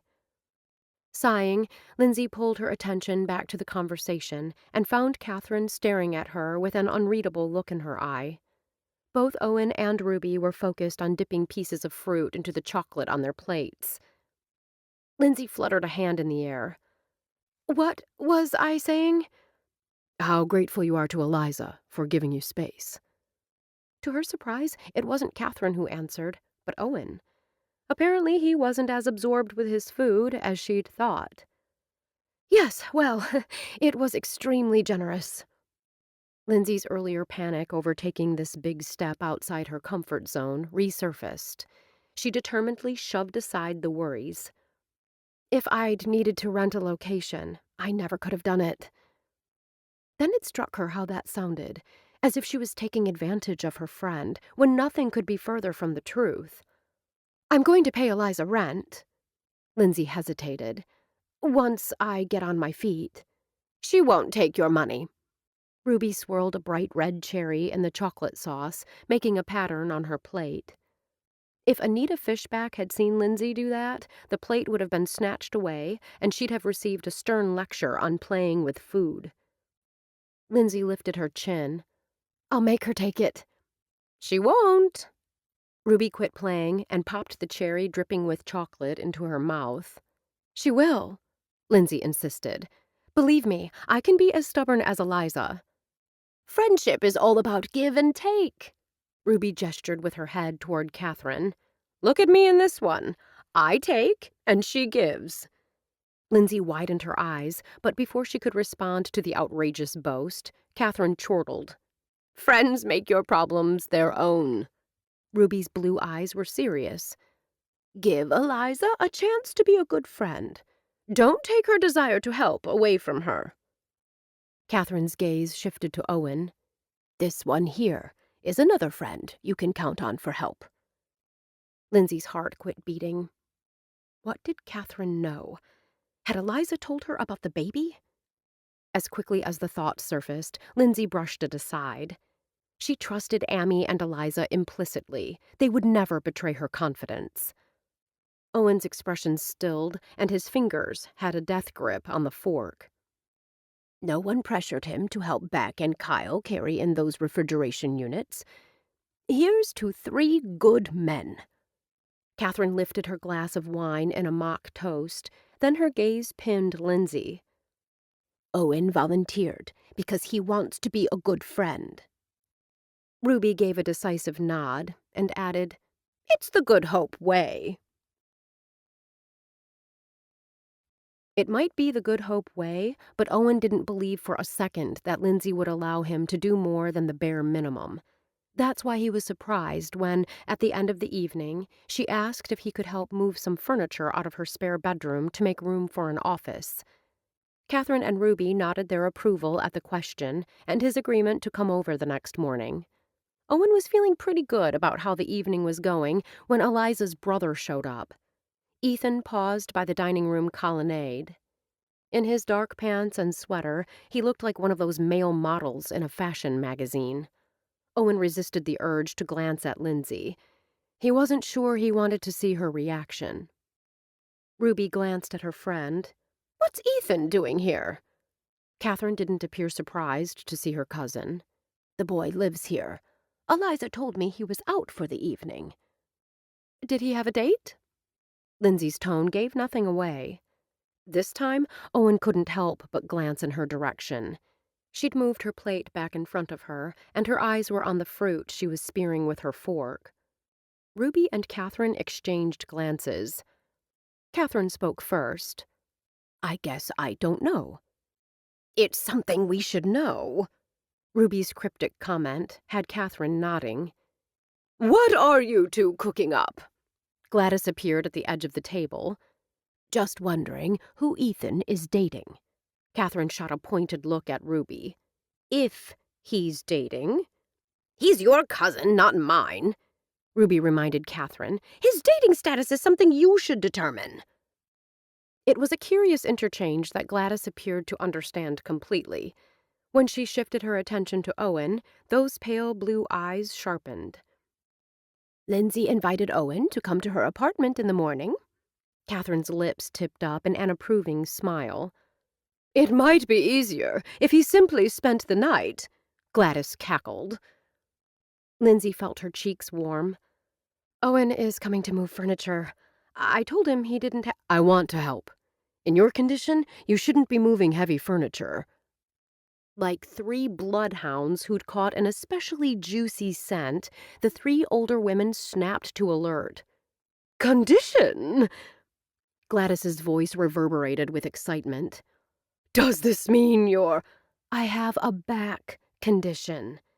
Lindsay emphasized the word and flashed Owen a look that told him he was lucky he wasn't 6 feet under right now. "A herniated disc." Owen was 99% sure Lindsay didn't have any issues with her spine, had never had an issue, but he gave her props for quick thinking. The gleam in Gladys's eyes disappeared, and she relaxed her stance. "In addition to knee issues, my son, Frank, has experienced his share of spine problems." Gladys pointed a finger at Lindsay. "You let Owen move that furniture. I don't want to hear that you lifted a single piece. Understood?" "Don't worry, I'm not about to take any risks." The promise in Lindsay's voice reassured Owen. Despite knowing he'd be in for a rigorous day, Owen couldn't help but look forward to the morning. His mood took a nosedive when Ethan strolled over. He'd visited briefly with his sister and brother-in-law before making a beeline for their table. Was Lindsay the draw? The wealthy bachelor flashed the smile that always had the single females in Good Hope swooning. This time, his smile appeared directed at his cousin and her two friends. "What are you three plotting?" "Plotting?" Catherine brought bony, bejeweled fingers to her chest, her expression entirely too innocent. "Whatever would we be plotting?" Ethan snagged a chair from a nearby table, spun it around, and sat. Let me think. World domination? A liquor license for muddy boots? Or perhaps something that involves these two?" He jerked a thumb in the direction of Lindsay and Owen. "How did you—" Ruby began. One look from Gladys had Ruby falling silent. "There's a story here." Ethan snagged a slice of apple from his cousin's plate and popped it into his mouth. "I'm not leaving until I hear it." "You're right." Catherine emitted a trill of a laugh. We were securing free labor for Lindsay." Shifting his gaze, Ethan bestowed that heart-stopping smile on Lindsay. Her cheeks pinked, and Owen fought the urge to throttle Ethan. It wasn't that he was jealous, merely protective. After all, everyone in Good Hope knew that Ethan was a player. As far as Owen knew, he'd never stuck with the same woman for more than a couple of months. The fact that the same could be said of him was something Owen chose not to examine too closely. "Lindsay needs furniture moved at her apartment. Owen volunteered." Catherine gave him an approving smile. "He's going to have to move everything himself," Ruby added. "Lindsay can't help." At Ethan's look of confusion, Catherine sighed. "She suffers from a slipped disc." Owen wasn't certain a herniated disc was the same as a slipped disc, but he didn't bother to correct the woman. It didn't really matter, as Lindsay didn't have either condition. Ethan fixed his gaze on Lindsay. "I didn't realize you had trouble with your back." She shifted in her seat. "It isn't something I talk about." If Ethan noticed she hadn't really confirmed his comment, it didn't show. His expression turned thoughtful. "What needs to be moved?" She ticked off the items on her fingers. A bed, a small nightstand, oh, and a dresser. "What are you doing with them?" Absently, Ethan picked another piece of fruit from his cousin's plate. "Donating them to a Giving Tree recipient." Lindsay took a sip of sparkling grape juice. "There's a family not far from me who needs bedroom furniture for their son." "I'll help." Ethan turned to Owen. "Maneuvering those items down the outside steps won't be easy." For a second, Owen wondered how the man knew where Lindsay lived, much less that her building had outside steps. Then he remembered the date. A muscle in his jaw jumped. "Not necessary." Ignoring the brusque tone, Ethan turned to Lindsay. "I can be over at 8, unless that's too early." She shook her head and smiled at Ethan. "8 works?" Sensing this was a battle he couldn't win, Owen would accept the guy's help. But there was no way Ethan was going to be there alone with Lindsay. If Ethan planned to be there at 8, Owen would be there at 7:30. Lindsay might have spent the past 10 years hopping out of bed at 6:30, but since quitting her job, she'd given herself permission to sleep in. Last Friday, she hadn't crawled out of bed until nearly 9. The overwhelming fatigue that dogged Lindsay early in her pregnancy might have eased its grip, but she still found herself yawning in the mid-afternoon. According to the books on pregnancy she'd devoured, the tiredness would be history in another month. Which was good, Lindsay thought, because launching a business demanded long hours. Since Owen and Ethan planned to arrive at the ungodly hour of 8 a.m., Lindsay set her alarm and rolled out of bed at 7. She pulled on a striped sweater in bright jewel tones, then tugged on her favorite blue jeans. The pair, which had once been relegated to the back of her closet for being too big, now fit perfectly. Lindsay smiled when the zipper slid easily up. Tomorrow, she'd officially enter the second trimester, but other than a slight swell low in her abdomen, no one would guess she was pregnant by looking at her. Lindsay couldn't stop thinking about this tiny being nestled inside her. Right now, it was the size of a lemon, and according to the experts, in a couple of weeks she'd feel this little one move. She wondered how... A knock interrupted her thoughts and had her glancing at the clock. 7:28. After checking the peephole, she opened the door and greeted Owen with a cheery, "Good morning." "Good morning."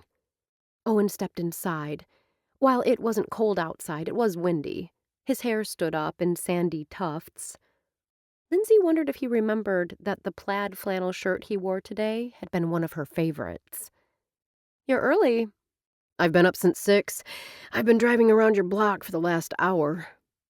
Lindsay widened her eyes. "Seriously?" "Nah, just kidding." Owen gestured to the short hall leading to the living room.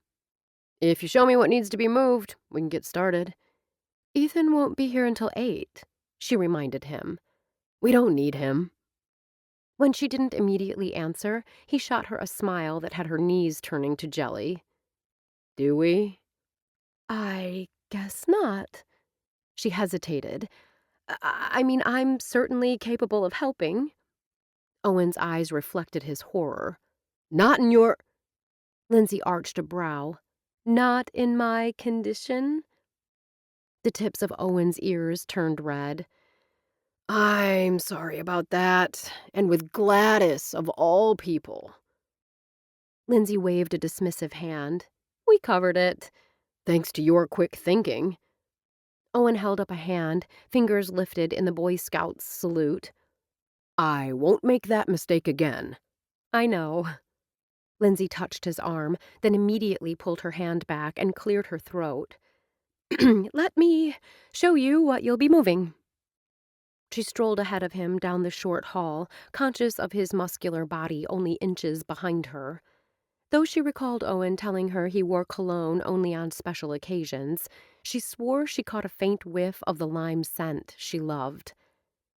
Seconds later, Lindsay reached her destination. With him still too close for comfort, she stepped inside the spare bedroom. Despite it being the size of a matchbox, she'd managed to cram not only bunk beds, but a nightstand and a 3-drawer dresser into the room. Cassie's boys sleep here whenever they need a place to stay. Owen glanced around and rocked back on his heels, his expression inscrutable. I assume you'll be converting it into a nursery? Maybe. Lindsay gazed at the room that was smaller than most walk-in closets. For the time being, it'll be my office. What about the baby? Where will she sleep? I'm thinking of going with a co-sleeper bassinet instead of a crib. Lindsay kept her tone offhand. Amy and Beck used one for Sarah Rose and swear by it. Puzzlement blanketed Owen's face. I don't even know what that is. Think of it as a bassinet that attaches to the side of the parent's bed. Lindsay felt her cheeks warm as she continued. If she wakes during the night and wants to nurse, I'll be right there. Owen frowned. I thought having a baby sleep in bed with you was dangerous. She'll be in her own bassinet. Lindsay emphasized the word. She won't be in bed with me. Mindy always slept in a crib, Owen murmured, then cleared his throat. What if the boys need a place to crash? The abrupt change of subject had Lindsay's head spinning. Apparently he was done discussing the baby. Unfortunately, he'd picked a sensitive topic for the switch. Though his voice held no judgment, Owen was aware of the turmoil in Cassie's home. He also knew Lindsay provided a haven for the boys when troubles in the home escalated. The worst situation had occurred several years earlier when Lindsay had taken in her niece for months in order to protect her from Cassie's live-in boyfriend. Lindsay still hadn't fully forgiven her sister for putting a guy above Dakota's welfare. I'll always make room for my niece and nephews. Lindsay would sleep on the floor before she'd turn them away or leave them in an unsafe situation. The boys will be happy with an air mattress on the floor as long as I make them chocolate chip pancakes in the morning. I'd sleep on the floor for those pancakes of yours. Lindsay laughed. They are amazing. A knock sounded at the door. Looks like I'm not the only early one. Owen sounded disappointed. Last night, she'd been relieved when Ethan had volunteered to help move the furniture so she wouldn't have to be alone with Owen. Now, as Lindsay slipped out of the bedroom, she realized she didn't have anything to fear from Owen. The only thing she had to fear was leftover longings for a life that could never be hers. Chapter 16. That wasn't so bad. Owen gazed at the furniture stacked in the back of his pickup, ready for delivery to a family in need. It makes a difference when you have 2 men. Ethan pushed up the tailgate. Are you sure you won't need help unloading this stuff? According to your sister, there are people at the house where this is going who will help. If they aren't there, text me. Ethan's gaze met his. I have a meeting at noon, but I'm free until then. Thanks, Ethan. Owen held out his hand. I was happy to help. Ethan gave Owen's hand a shake. I misjudged you.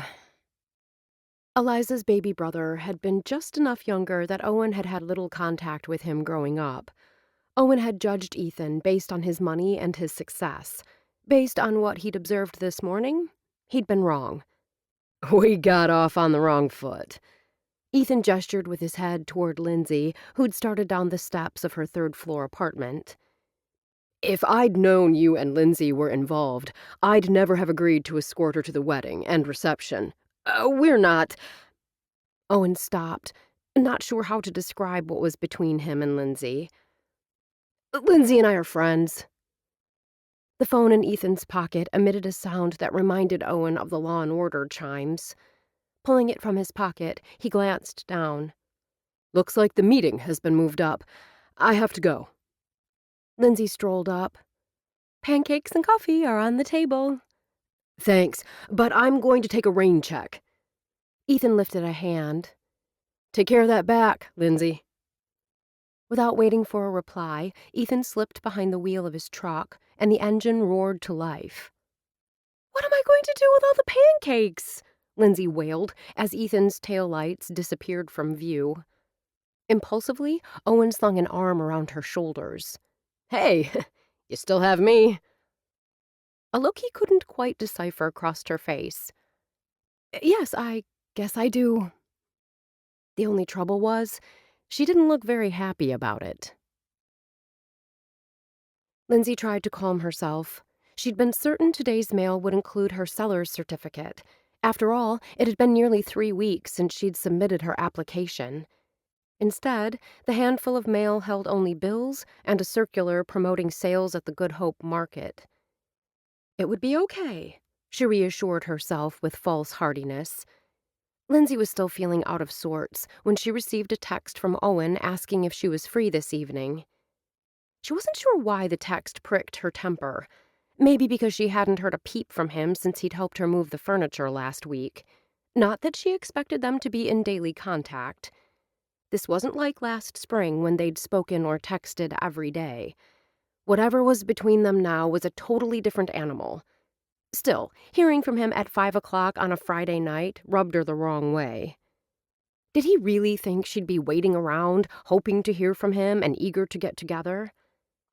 When she found herself wanting to tell him to come over, she informed him she already had plans. She did have plans, with herself and the television. She didn't mind spending a Friday night alone. She'd certainly had a lot of practice. Even in her younger years, she'd never been a partier. A movie, a bowl of popcorn, and an early bedtime would round out this evening.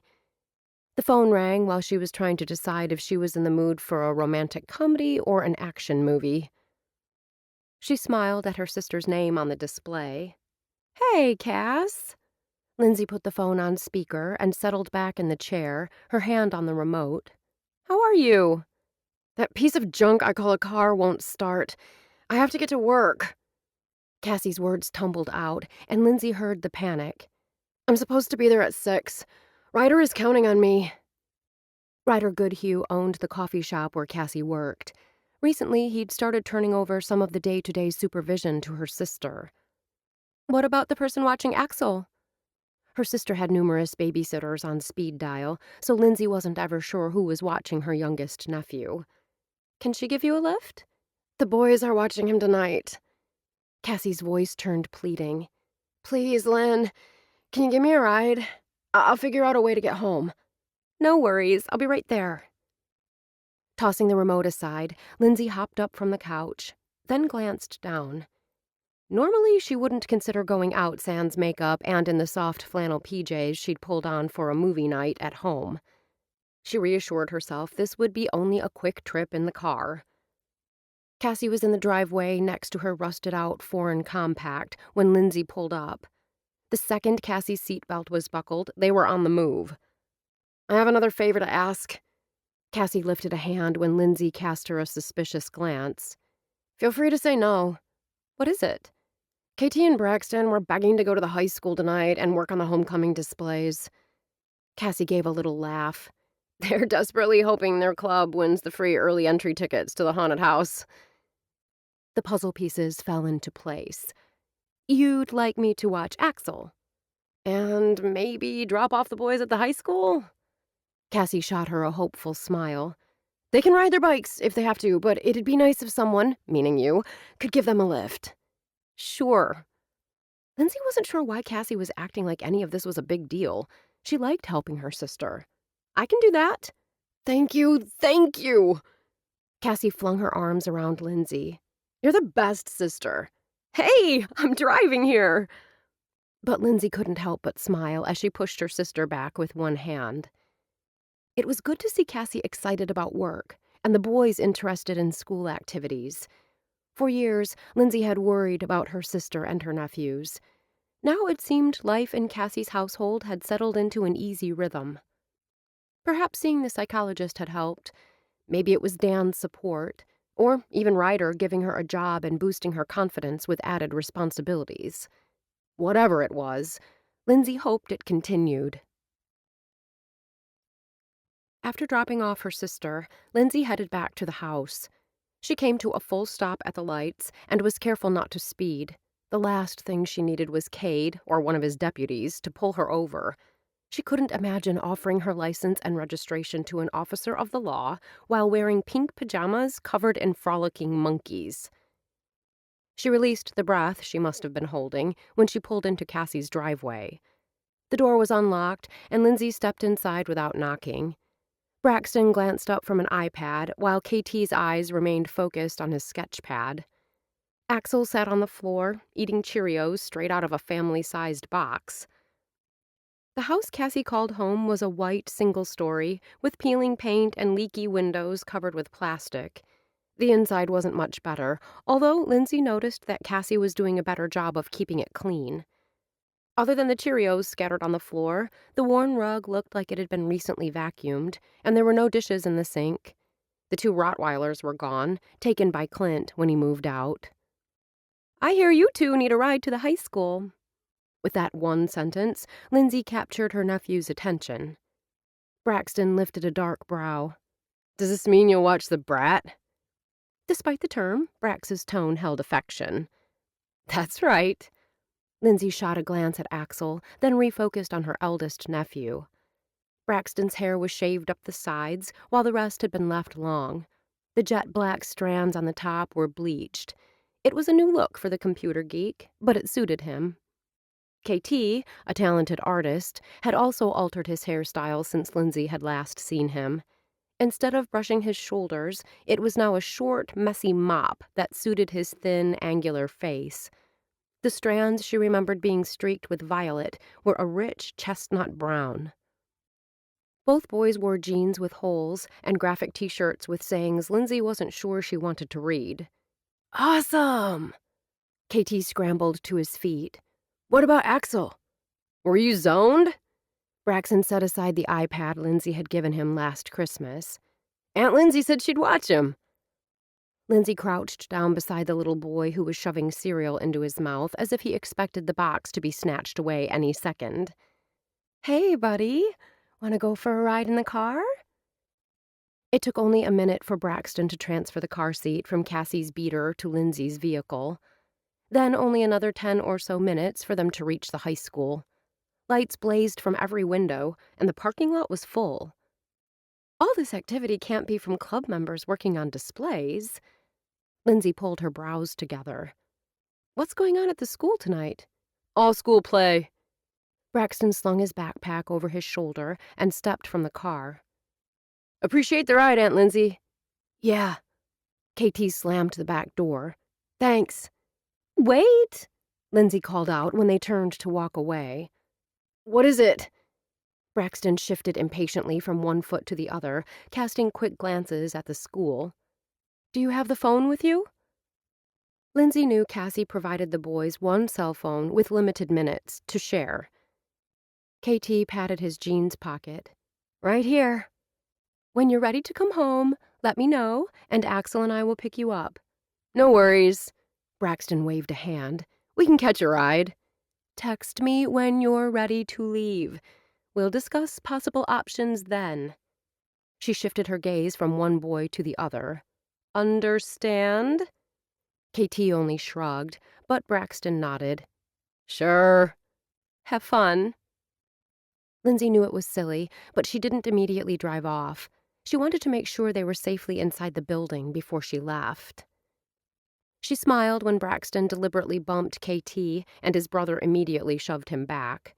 Despite their different interests and personalities, the boys were good friends. A friendship that had helped them survive some difficult times. The boys had just disappeared inside the school when a tapping sounded on her car window. Lindsay whirled, then smiled and rolled down the window.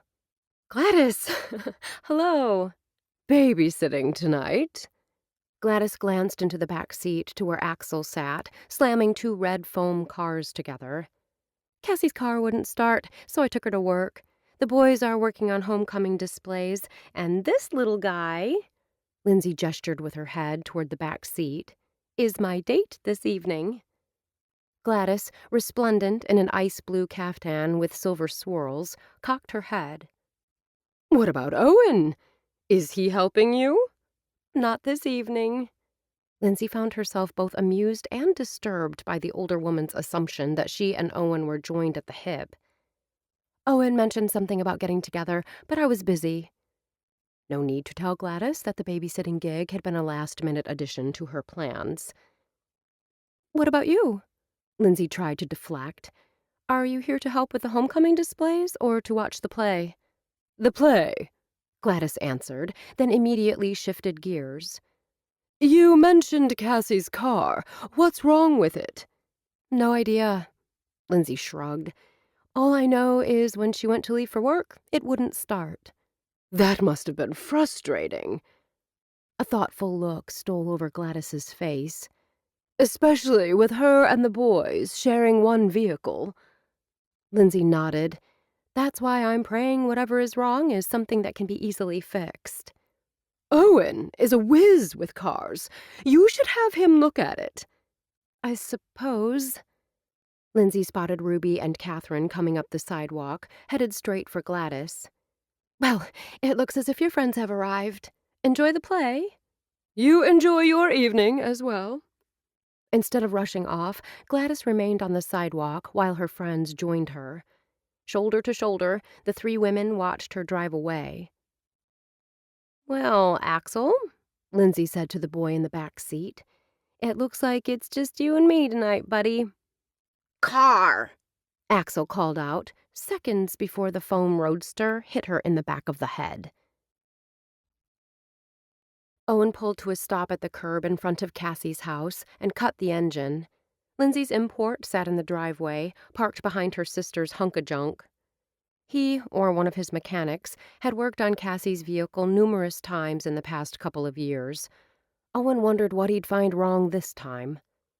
Gladys had told him she thought it was likely the battery, but that had been replaced right before Christmas last year. He still didn't understand why Lindsay had had Gladys call him, instead of simply contacting him herself. In ground-eating strides, Owen covered the cracked sidewalk to the sinking concrete stoop that functioned as a front porch. His heart picked up speed at the thought of seeing Lindsay. He couldn't believe it had been more than a week since he and Ethan had moved the furniture for her. The last 8 days had been crazy busy. Colton, one of his transmission specialists, had been out with a new baby, leaving Owen to pick up the slack. He'd arrived home late every night, too tired to do anything but crash. With Colton back on the job today, Owen had been able to leave the garage on time. He'd hoped to spend the evening with Lindsay, even if he had to answer parenting or relationship questions in the process. When she'd texted back that she already had plans, he'd wondered if that was an excuse. Was she pissed she hadn't heard from him? That made no sense, considering she was the one who'd made it clear she wasn't eager to pick up where they'd left off. Owen didn't want that either. Too close, too fast came to mind when he thought of those 4 months after Mindy passed away. What he and Lindsay were building now was different. She was having his baby. They were forging a partnership, not having a romance. Still, he'd missed seeing her, talking with her, laughing with her. Owen opened the rickety aluminum storm door and rapped on a wooden door with peeling varnish. After several seconds, it opened. Lindsay stood with Axel riding her hip. The pink pajamas she wore were something Mindy would have loved. Lindsay's face was shiny clean, her hair pulled back with two pink heart-shaped clips. She was obviously spending the night. He wondered why she would stay instead of driving the short distance to her apartment. Cassie's house was so small, it barely accommodated her and her 3 boys. "Owen!" Lindsay bit her lower lip, drawing his attention to her mouth. "What are you doing here?" Pulling his gaze from those luscious lips, he gestured with one hand. "Mind if I come in for a second?" She hesitated for only the briefest of moments, before stepping aside to let him enter. Once he was inside, Lindsay shut the door, then gave it a second push with her backside to get it to latch. When she turned back to him, her blue eyes were watchful. "To what do I owe this honor?" Not exactly the response he'd hoped for, especially when he was so wholly glad to see her. Ah, you, you asked me to come?" He nearly groaned aloud. He sounded like some awkward teenager. "I told you I had plans for tonight." She spoke slowly and distinctly, as if he was someone who had difficulty understanding. He frowned. "You told Gladys your sister's car wouldn't start." She offered a grudging nod of agreement. Gladys thought it might be the battery. "I replaced the battery last winter." "Why are we talking about the car?" Lindsay puffed out her cheeks, then exhaled. "I want to know why you're here." "The car is why I'm here." Well, part of the reason anyway, and the only reason he'd own. Owen felt his frustration surge. Couldn't she look a little happy to see him? "Gladys said you wanted me to come over and check what's wrong with it." Where would she get that idea? "From you?" Lindsay shook her head. "Not from me." Owen blew out a breath. "Are you telling me you and Gladys never discussed Cassie being without wheels?" Lindsay started to shake her head again, then stopped. A look of chagrin crossed her face. "I did say I took Cassie to her job because her car wouldn't start. Gladys may have mentioned something about having you look at it." A smile tugged at the corners of Owen's lips. Now they were getting somewhere. "And?" "I may have given her the impression that would be a good idea." Lindsay stepped to the side as Axel barreled past her and flung himself at Owen. "The mystery is solved." Owen swung the child up and gave a good-natured chuckle. "I don't think either of us is surprised that Gladys Berthoff played a starring role in this drama." "I'm sorry you came all the way out here for nothing." Lindsay's voice held genuine regret. Owen went from amused to confused in seconds. "Did someone already fix the car?" "No." Lindsay glanced around, as if hoping to find the answers she sought in the shabby furniture and thrift store lamps. "But I don't know that Cass has the money for repairs, and right now I don't have any extra to lend her." Lindsay's cheeks pinked with the admission. "Cassie is practically family." Owen waved a dismissive hand. "I won't charge her." "She's not your family," Lindsay protested. "Cassie is my daughter's aunt." Owen swung Axel down to the floor. When Lindsay opened her mouth, Owen held up a hand. "Just give me the keys and let me take a quick look." Lindsay hesitated, then moved to a hook screwed into the side of a kitchen cabinet. Slipping the key ring off the hook, she crossed to him. "Promise you won't do any major repairs before Cassie gets home." Owen curled his fingers around the keys she placed in his outstretched hand and smiled. "Hey, I'm a mechanic, not a miracle worker." Chapter 17. "Are you sure you can't sit for 5? Lindsay glanced around the dining area of the Daily Grind. For the first time since she'd arrived, there was no one waiting at the front counter. Cassie's gaze did the same sweep. Though she glanced longingly at the empty chair, she blew out a breath. "I better not." Lindsay took a sip of her very excellent decaf vanilla latte. Is Ryder that strict? I don't think he'd mind. He's a good guy. Still, Cassie remained standing. This job might not seem like much, but I like it. Ryder has given me more responsibility, and I want to be worthy of his trust. I understand. Lindsay smiled at her sister. It's just nice to spend time with you. It's very nice, especially without Axel throwing foam cars or pitching a fit about something. Cassie chuckled, then sobered. I wish Owen could have come with you this morning. He's working. Even if he hadn't been, Lindsay wasn't sure she'd have invited him. When she'd picked up Cassie from work last night, in Cassie's car, her sister had been speechless. Though Lindsay had repeated what Owen told her, that a loose battery cable had taken 2 minutes to tighten, Cassie wanted to repay them both. She'd issued an invitation for them to stop in at the Daily Grind for a coffee and donut, her treat. Well, be sure and tell him my offer has no expiration date. Cassie turned to a couple who'd gotten up to leave at a nearby table. Thanks. Come back and see us again soon. We will. The woman slipped an arm through her boyfriend's arm, an easy gesture that spoke of comfortable intimacy. Lindsay's heart burned with envy. The couple hadn't even walked out the door when Cassie was clearing their table. I forgot to mention that Mom and Len stopped in last night. Lindsay started to say she was surprised the two were still together, but stopped herself. Nothing about her mother really surprised her. Really? Lindsay set down her cup. Anything interesting going on with them? She tried to pump me about you and Ethan Shaw. Cassie's gaze turned curious. Doesn't she know you're with Owen? You know Mom. Lindsay chuckled. She has high aspirations for us. Not for me. Not anymore. Cassie's smile faded, and for a second, a haunted look filled her eyes. I heard Crew is coming back for homecoming. Cassie's expression gave no indication what she was feeling, but Lindsay had a good idea. I'm surprised she brought him up. She hasn't mentioned him in years. It was Len who brought him up. Cassie twisted the dish rag around her finger. Not Mom. How do you feel about him being back in Good Hope? Cassie's face remained carefully blank. It doesn't matter to me. Mom was always the one who insisted he was Dakota's father. She saw his money-making potential and went with it. You liked him.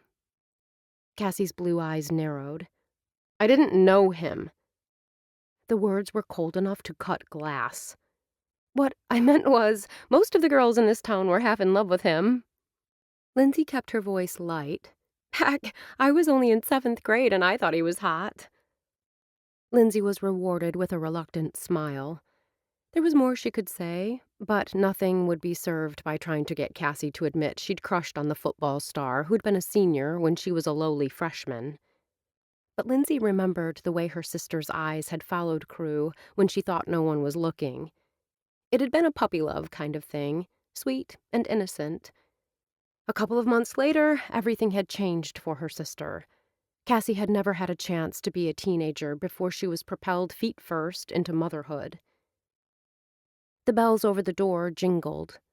Cassie shifted her gaze. Duty calls. The relief in her sister's voice told Lindsay that while she hadn't intended to make her sister uncomfortable, that's exactly what she'd done. Lindsay shifted her gaze to the door, curious to see if she knew the latest customer. Dan strolled in, looking very unminister-like in jeans and a caramel-colored sweater. Tousled and wind-blown, his normally carefully arranged hair went in a dozen directions.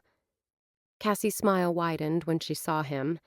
Seconds later, she was laughing at something he said. Lindsay pushed back her chair, intending to make a quick exit, when a light brushing of butterfly wings deep in her lower abdomen stopped her cold. She dropped her hand to her belly. The doctor had told her to expect movement sometime in the next month. She'd never thought it would be this soon. Remaining absolutely still, Lindsay willed it to happen again. Do you mind if I join you? The question was like a splash of cold water. Lindsay jerked her head up to find Dan standing beside the table, a cherry Danish in one hand, a cup of coffee in the other. Please. When her voice came out raspy, Lindsay cleared her throat and tried again. I'd like that. Dan pulled out a chair and took a seat. Beautiful day. I love this time of year. I don't know if I could live somewhere without a change of seasons. Lindsay figured they could talk about the weather for a few minutes, then she'd make her excuses and head home. You and I were dating this time last year. Dan's hazel eyes, the same color as Owen's, but somehow profoundly different, studied her. I heard you and Owen are back together. Lindsay hesitated. What did she say to that? Was there a special place in hell for those who lied to a minister? We've been spending time together. The truth, Lindsay told herself. She'd seen a lot of Owen over the last 3 weeks, the past week excluded. I'm glad. He forked off a bite of Danish and brought it to his mouth. You are? When they'd been together, Dan had been jealous of her friendship with Owen, which was all it had been at the time. Why? You're good together. Dan took a long sip of coffee and studied her over the rim of the cup. Then he smiled, a slow, easy smile that reminded her why she'd once been attracted to him. You and Owen are a far better match than you and I ever were. What did she say to that? Thankfully, she was spared the need to respond when Katie Ruth burst into the shop. The pretty blonde's gaze frantically searched the dining area. When she spotted Dan, relief flooded her face. Then she saw Lindsay and stopped mid-step. For a second, Lindsay saw herself featured in the e-newsletter for the second time in as many weeks. Only this time, she'd be linked to her former fiancé. After only a momentary hesitation, Katie Ruth was on the move, crossing the dining area to Dan in long, purposeful strides. Why aren't you answering your cell? The blonde shot a censuring look at Lindsay as if she was to blame. Lindsay lifted her hands, palms up. If Katie Ruth thought she and Dan were having some intimate tete-a-tete, she was dead wrong. With puzzlement furrowing his brow, Dan slipped his phone from his pocket. A second later, he shook his head in disgust. It's dead. I must have forgotten to charge it last night. He looked up, meeting Katie Ruth's gaze. Is there a problem? Please. Lindsay gestured to an empty chair. Join us. Lindsay winced when a startled look skittered across the blonde's face. The last thing she wanted to do was give the false impression there was anything more than friendship and respect between her and Dan. Thanks, I can't stay.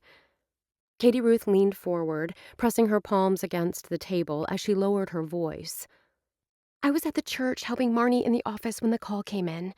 There's been an accident out on Highway 42 and Weaker Cliff Drive. It's a bad one. That road leads to the barn where the haunted house will be held, Lindsay offered. Katie Ruth pressed her lips together for a second before expelling a ragged breath. Only then did Lindsay remember that Katie Ruth was not only active in YMCA youth programs, she headed the youth programs at First Christian. These were kids she probably knew. Apparently, 2 cars filled with teenagers collided. Katie Ruth swallowed, then cleared her throat. From what I understand, one slammed into the back of the other without braking. Dan's gaze sharpened. Injuries? Multiple. Worry filled Katie Ruth's vivid blue eyes. Any fatalities? Lindsay didn't remember speaking, but the voice was hers. I don't know. Katie Ruth lifted her hands, let them drop. Several ambulances are on their way to the scene now. Dan pushed to his feet. Have the parents been notified? Marnie just said the deputy who called thinks you need to be there. Thanks for finding me, Katie Ruth. Dan's hand touched the woman's arm. You went above and beyond. A touch of pink colored the woman's cheeks. My car is out front, Katie Ruth told the minister as they headed to the door. 2 cars filled with teenagers. Lindsay thought of her nephews. How many times had she seen Braxton and KT riding around town with their friends, packed like sardines into one old car or another? Trying to appear casual, Lindsay strolled to the counter. What had Dan and Katie Ruth rushing off? Cassie asked. Lindsay followed Cassie's gaze, and together they watched Katie Ruth's SUV jerk backward out of the parking spot.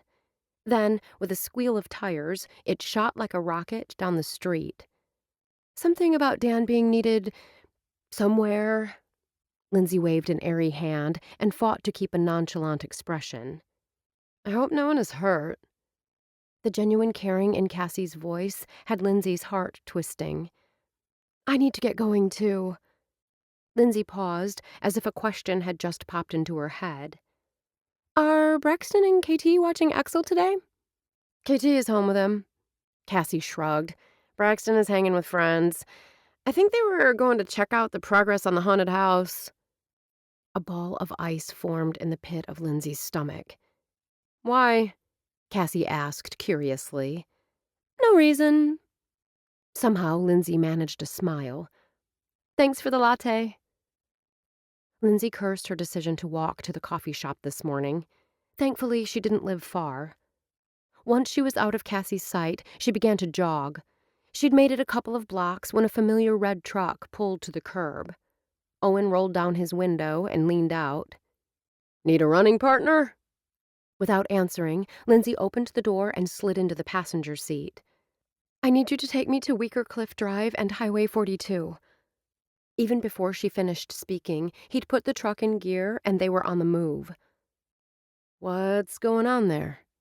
His voice was low and soothing. Lindsay swallowed past the sudden lump in her throat. I think Braxton was in an accident. With sirens blaring, the ambulance came up fast behind them. Lindsay's heart gave a solid thump as Owen wheeled the truck to the side of the road and stopped. Only when the vehicle disappeared from sight did he pull back onto the highway. Though Owen didn't speed, he pushed the limit.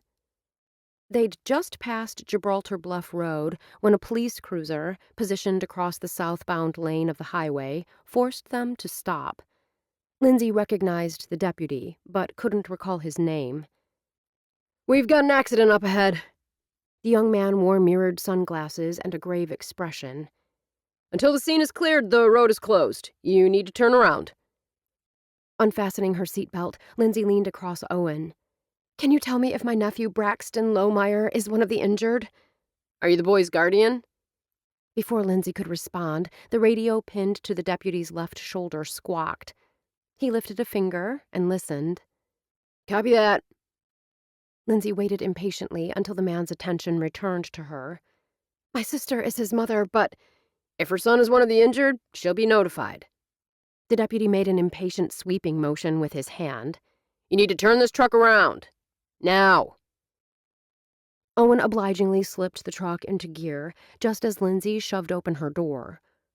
The second her feet hit the asphalt, she bolted. She'd spotted Cade up ahead, clipboard in hand. Ma'am, stop! You can't go!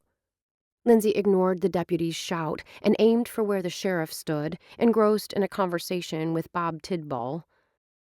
Though her attention remained on Cade, Bob was impossible to ignore. A redwood among normal mortals, the man towered over the sheriff. Over the years, the muscle Bob had developed as a semi-pro linebacker had given way to a Santa Claus softness. The only difference between him and St. Nick was the absence of white hair and a beard. The belly was definitely there, and Lindsay could vouch that it jiggled when he laughed. The coroner wasn't laughing now. For a second, Lindsay's knees grew weak. She stumbled, but caught herself and continued on. Behind her, she heard Owen call her name. But what had Lindsay's heart picking up speed was the sound of the deputy's footsteps growing closer. By the time she reached Cade, her breath came in ragged pants. She leaned over, putting her hands on her thighs, fighting for breath. Lindsay! Cade placed a hand on her shoulder, concern deepening his voice. What's wrong? The question had barely left his lips when Owen and the deputy skidded to a stop beside them. I'm sorry, Sheriff. The deputy cast a censuring look in Lindsay's direction. I made it clear she needed to go back to town. Instead, she took off running. It's okay, Aaron.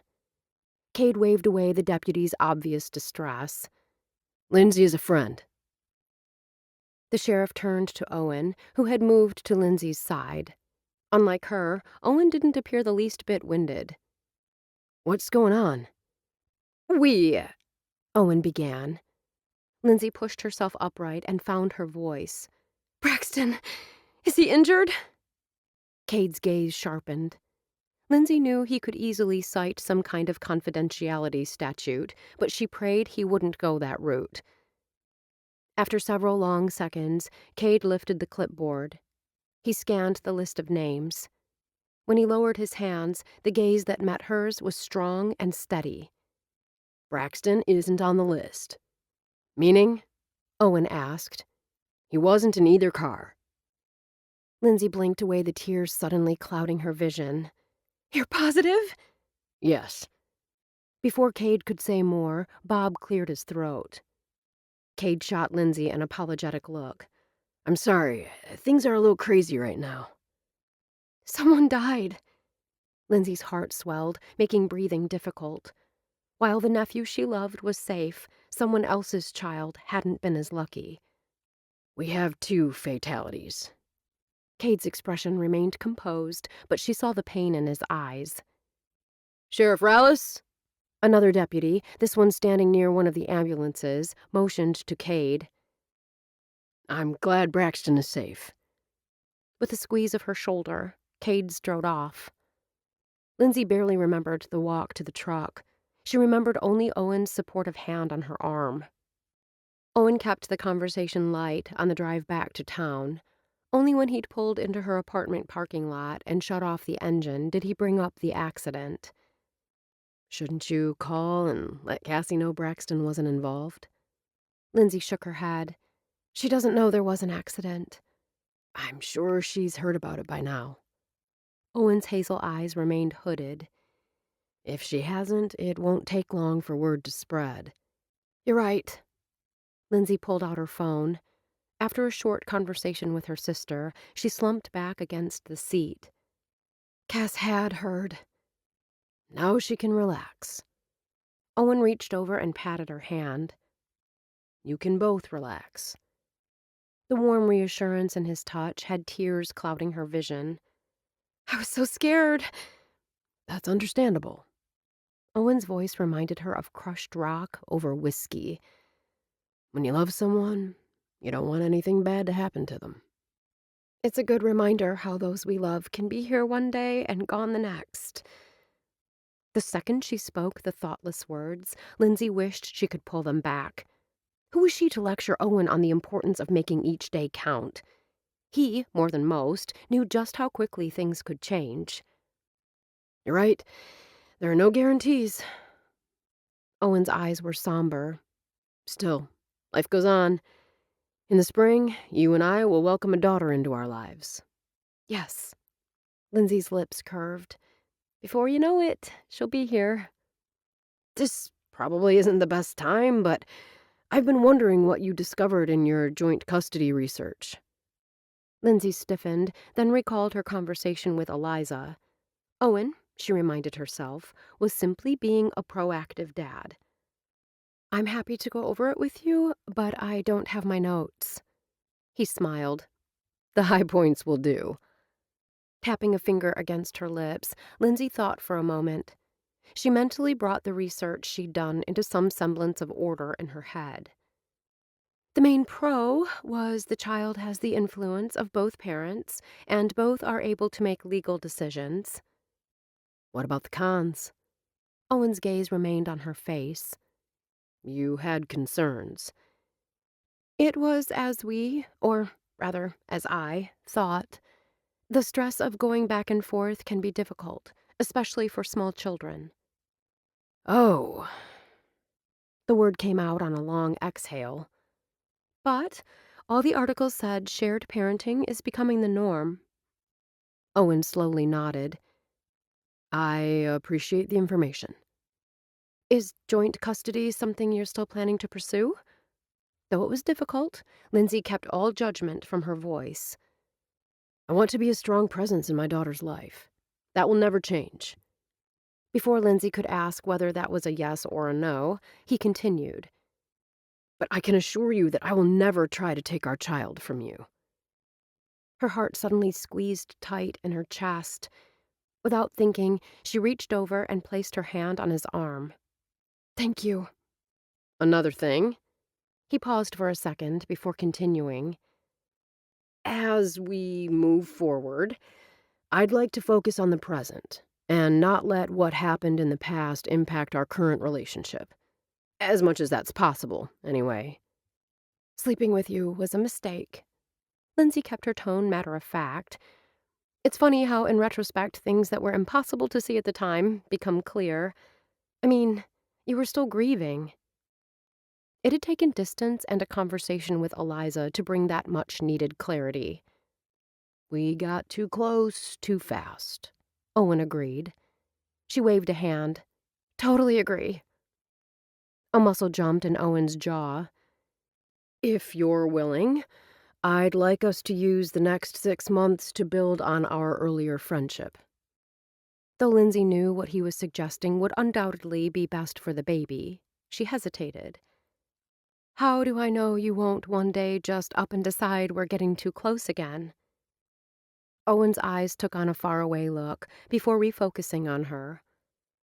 I won't make choices based on what might happen in the future, which is what I did in July. Lindsay wasn't certain how that answered her question, but when she opened her mouth to ask, he waved a hand and continued. You and me, we've been given a second chance. Not many people get do-overs. There was something in his eyes she hadn't seen before, a kind of steely determination. This time, I won't blow it.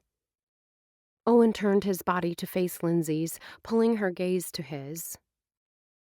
What do you say?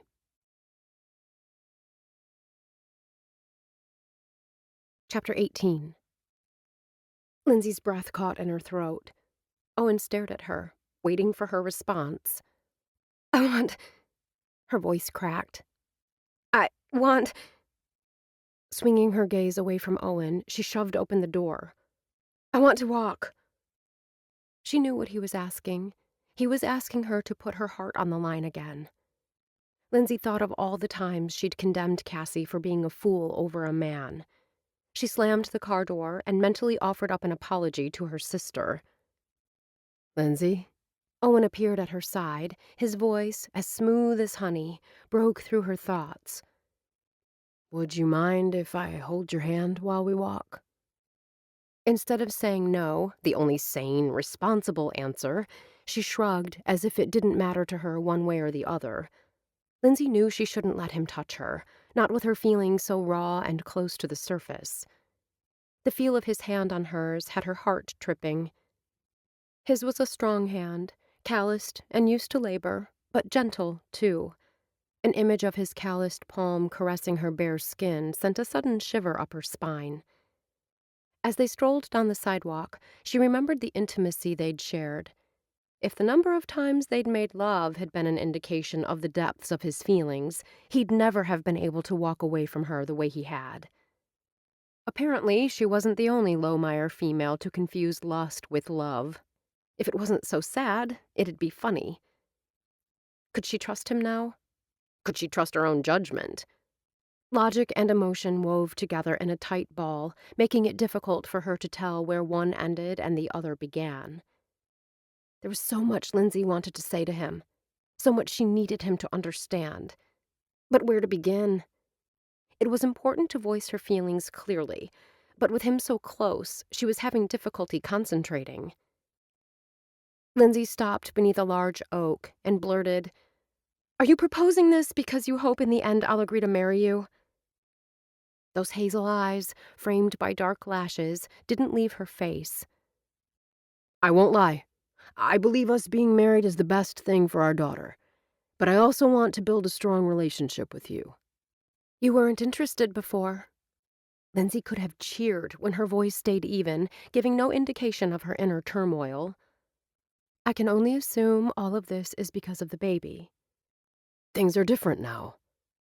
Lindsay raised a brow at the non-answer. We're going to have a baby. For her sake, we need to be true partners, which means knowing and trusting each other. Owen raked a hand through his hair. I won't lie. Letting someone in is difficult for me. I've spent most of my life never letting anyone get too close. But if you're willing to give me another chance, I promise I won't hold back." Hold back. An accurate description of their prior attempt at a relationship. I never trusted your feelings for me. The admission, spoken in the light of day, was somehow freeing. You broke up with me with no warning. The swell of pain told her the wound she thought had scabbed over was still raw and bleeding. Do you know how that made me feel? She didn't wait for his response. It made me feel worthless. It made me feel used. She spat the words as anger surged. That wasn't my intent. Intent be damned. You hurt me, Owen. And now you're asking me to forget it happened and trust you. When her voice broke, she pressed her lips together. He reached for her then, but she held up her hands and backed away. Owen's gaze shifted down the block to the row of small homes with postage stamp-sized lawns before returning to her. Building trust will be an uphill climb for both of us, but I believe it's worth the effort. While he sounded sincere, a tiny voice inside her head, one that sounded suspiciously like her mother's, told her she'd be a fool to agree. Was she playing the fool? How did you feel after you broke up with Dan? Startled by the unexpected question, Lindsay responded without thinking. Relieved. His gaze, strong and steady, remained riveted on her face. No regrets? None. That's when you know a decision is right. He took a step closer, the light breeze ruffling his hair. When I think back to breaking up with you, I have nothing but regrets. She wanted to believe him. Dear God, how she wanted to believe him. I'm sorry I hurt you. He blew out a long breath. I got scared. I pushed you away. I'm not proud of how I behaved, and I'd give anything to go back. This time when he reached out, Lindsay let him enfold her in his arms. After a moment, she laid her head on his shoulder. Is this the right thing, Owen? Or are we just opening ourselves up to more heartache? She didn't expect an answer, or so she told herself. It's worth the risk. His arms tightened around her. It's definitely worth the risk. On Saturday, Owen was convinced he and Lindsay had come to an understanding. They would forge a strong relationship, one day at a time. On Sunday, he arrived at church early, eager to see her. When she didn't show, he texted and discovered she was spending the day with her sister. Shoving aside his disappointment, he listened with half an ear to the sermon, then went out for breakfast at Muddy Boots. Being surrounded by friends was pleasant, but Owen found himself watching the door, hoping Lindsay would walk through it. On Monday, he still hadn't heard from her. Thankfully, things were hopping at the garage. He'd just finished entering a supply order when a knock sounded on his office door. Owen swiveled in his chair. David Chapin stood in the doorway, ready for business, in dark gray chinos and a long-sleeved blue shirt. But then, Owen couldn't recall ever seeing the architect look anything but professional. Rising, Owen rounded the desk to greet his friend. It's good to see you. What brings you around these parts? David jerked a thumb in the direction of the bays. Oil change and tire rotation. Can I interest you in a cup of coffee while you wait? Owen gestured to the Mr. Coffee on the side table. Fresh pot. If I'm not interrupting. I just finished ordering supplies. I could use the break. In that case, I'd love coffee. David smiled. I was running late this morning. There was no time to grab a cup before I left home. Bryn is a stickler about getting to school on time. Mindy was the same way. An awkward silence descended. Owen shifted from one foot to the other, then gestured to the small round table used for one-on-one meetings with his mechanics. Have a seat. As David pulled out one of the orange plastic chairs, Owen moved to the pot and grabbed 2 mugs. Do you like anything in yours? Just black. David leaned back in the chair. The stronger the better. Owen slanted a glance at the architect as he poured. Late night? David nodded. Hadley and I were finalizing last-minute wedding stuff. That's right around the corner. It is. David's gray eyes took on a soft glow. I can't wait. Owen lifted a brow, coffee pot in hand. Can't wait for the wedding, or for it all to be over and done with? Both, David chuckled. Though I must say, this time the process has been remarkably free of stress. With Hadley, it's not about the spectacle, but about celebrating the start of our new life with family and friends. As Owen carried the mugs to the table, he wondered if the spectacle comment was a jab at David's first wedding. People still talked about the open-top tent and fireworks. David wrapped his fingers around the mug. I hear you and Lindsay are back together. Owen hesitated for a split second. We are. I never understood why you two broke up. You seem good together. Owen shrugged. How do you like the cards? Cards? Owen let the warmth of the mug seep into his fingers. Marigold told Hadley that she gave Lindsay the deck of relationship cards. Owen must have still appeared clueless because David prompted, You'd taken the GTO out? You and Lindsay stopped and, oh, that deck of cards. Owen hadn't given them a second thought. He took a long sip of coffee. Lindsay dropped them in her bag. She hasn't mentioned them since. Be grateful. Some of the questions can be difficult. David waved a dismissive hand. Seriously? The premarital questions are easy by comparison. Do you complete those online? I wish. No, it's done at the church. In-person premarital counseling is required for anyone wanting to be married at First Christian. David's lips lifted in a rueful smile. It isn't as bad as it sounds. Dan strongly believes in the importance of identifying potential issues before they become problems. Owen chose his words carefully. Are you and Hadley having issues? Not at all. But I agree, it's important for the bride and groom to look at previous relationships and see where they may have fallen short. David shifted in the chair. Otherwise, more than likely, the same behavior will be repeated in the current relationship. Though Owen hadn't known David's first wife well, he remembered the time she'd brought in her BMW and pitched a fit when they told her the part needed to fix it was on back order. He's having you look at your interactions with Whitney? Yes. Be forewarned, if you decide to get married there, you'll be asked to look at your relationship with Tessa. David's gaze grew thoughtful. Again, not a bad thing. A marriage takes two. When it falls apart, each party has usually contributed in some way. Owen gave a reluctant nod. He accepted that he bore some responsibility for the failure of his marriage. It makes sense that fixing what you can about yourself only makes any future relationship stronger. Hadley said I was inspired by that session. David chuckled. I went home and made a list of things I plan to do differently in this marriage. I bet you'd have made those changes anyway, Owen told him. Or they were probably things that wouldn't ever come up because Hadley isn't Whitney. Maybe. But reading the items on my list made me more aware and more determined to be the best husband possible. David's gray eyes turned solemn. We have Bryn to think of, too. Owen nodded. Kids add an extra wrinkle.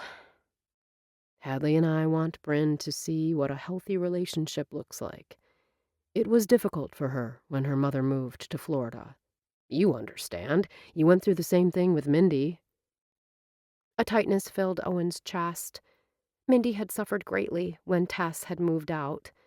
Then, when his ex-wife had quit coming to visit, his heart had ached for his daughter each time her mother would say she'd pick her up, then cancel at the last minute. After watching Mindy cry herself to sleep one too many times, he'd told Tessa to stay away. She'd argued with him, but he'd pointed out she was only hurting their daughter more by waltzing in and out of her life. Tessa had done as he'd asked. Owen told himself that had been for the best. but he was no longer sure. Mindy had never stopped missing her mother and hoping for her return. "I've made my share of mistakes," Owen heard himself say, his voice seeming to come from far away. "They aren't ones I want to repeat." "Do you think you and Lindsay might one day take a walk down the aisle?" "I'd like to," Owen admitted. "But after our time apart, she's not sure she can trust my feelings for her. That's on me." Owen wasn't sure why he was sharing so much with David. They were, at best, casual friends. Perhaps it was because they'd each had a wife who'd not only left them behind, but left their child as well. "Mr. Chapin?" Wade stood in the doorway, keys dangling from his fingers. "Your car is ready." "Thanks." After the mechanic tossed him the keys, David downed the rest of the coffee and stood. "I can't believe we spent this entire time talking about weddings. Getting married again is a big step. This time, I have no doubts." David smiled. "I looked at Hadley this morning, and I knew I'd do everything in my power to make her happy. That's when you know it's right. When it's not about you, it's about them." Chapter 19. "Lindsay!" The shout of her name had Lindsay turning to see her former boss cross the street and make a beeline straight to her. Shirley, owner of the Enchanted Florist, was a tall woman in her early 50s. Auburn hair, styled in a layered bob, flattened her square face. The smile on her red lips couldn't quite disguise the lines of weariness edging her brown eyes. Now that Lindsay had a better idea of what was involved in running a floral shop, she understood why the woman seemed perpetually stressed. "It's good to see you." Shirley's gaze took in Lindsay's long-sleeved jersey dress in muted earth tones, coupled with brown ankle booties. "You're looking well." "Thank you." The woman's assessing gaze made Lindsay glad she'd dressed up for her noon meeting at Eliza's house. Though it would be just her, Eliza, and Amy, Eliza always looked so perfect. As her blasted seller's certificate had yet to be issued, she'd had plenty of time to get ready. She'd taken her time this morning, doing her makeup in a way that made her eyes look large and even more blue. She'd even pulled out the special foundation that hid the scar on her cheek. "It's nice to see you." The warmth in Lindsay's voice appeared to surprise Shirley. But Good Hope was a small town. Her path and Shirley's would continue to cross in the years to come. Besides, after shedding a few tears, Lindsay had concluded Shirley had done her a favor. For a number of years, Lindsay had needed to step outside her comfort zone. Without a push, or kick in the pants, she'd likely have stayed put. Though it wasn't flattering, Lindsay viewed herself as one of those birds that had to be shoved out of a nest in order to fly. "How have you been?" Shirley posed the question with what appeared to be genuine interest. For a second, Lindsay thought about replying with a simple fine. After all, what was there to say? Since her business hadn't yet gotten off the ground, she had nothing to report, and she wasn't about to bring up the pregnancy, though she knew the time was drawing near to announce to the Good Hope world that she was having Owen's baby. Yet, cutting a conversation short, especially when someone had deliberately sought you out, wasn't the Good Hope way. Besides, she had plenty of time before she needed to be at Eliza's home. "I've been keeping busy." Lindsay paused, then brought up the elephant in the room. "I suppose you heard I'm starting my own floral business." The smile remained steady on Shirley's lips. "Someone may have mentioned that to me. Floral design has always been my passion." Lindsay met the woman's gaze head-on. "I'm excited to start this new chapter in my life." When Shirley said nothing, Lindsay felt compelled to fill the silence. "I understand the Enchanted Florist is, at heart, a family business." Lindsay kept her tone light. It was only natural that once the twins got older, you'd want them to be more involved. Shirley huffed out a breath. "Kids nowadays are eager for more responsibility, even when they aren't really ready to take it on." Even though it had been only a few weeks since Lindsay stepped away from her duties at the enchanted florist, it appeared there was already trouble in floral paradise. The first couple of days after she quit, Lindsay would have rejoiced at the knowledge. When she'd walked out the door, she'd wanted nothing more than for Shirley's business to suffer.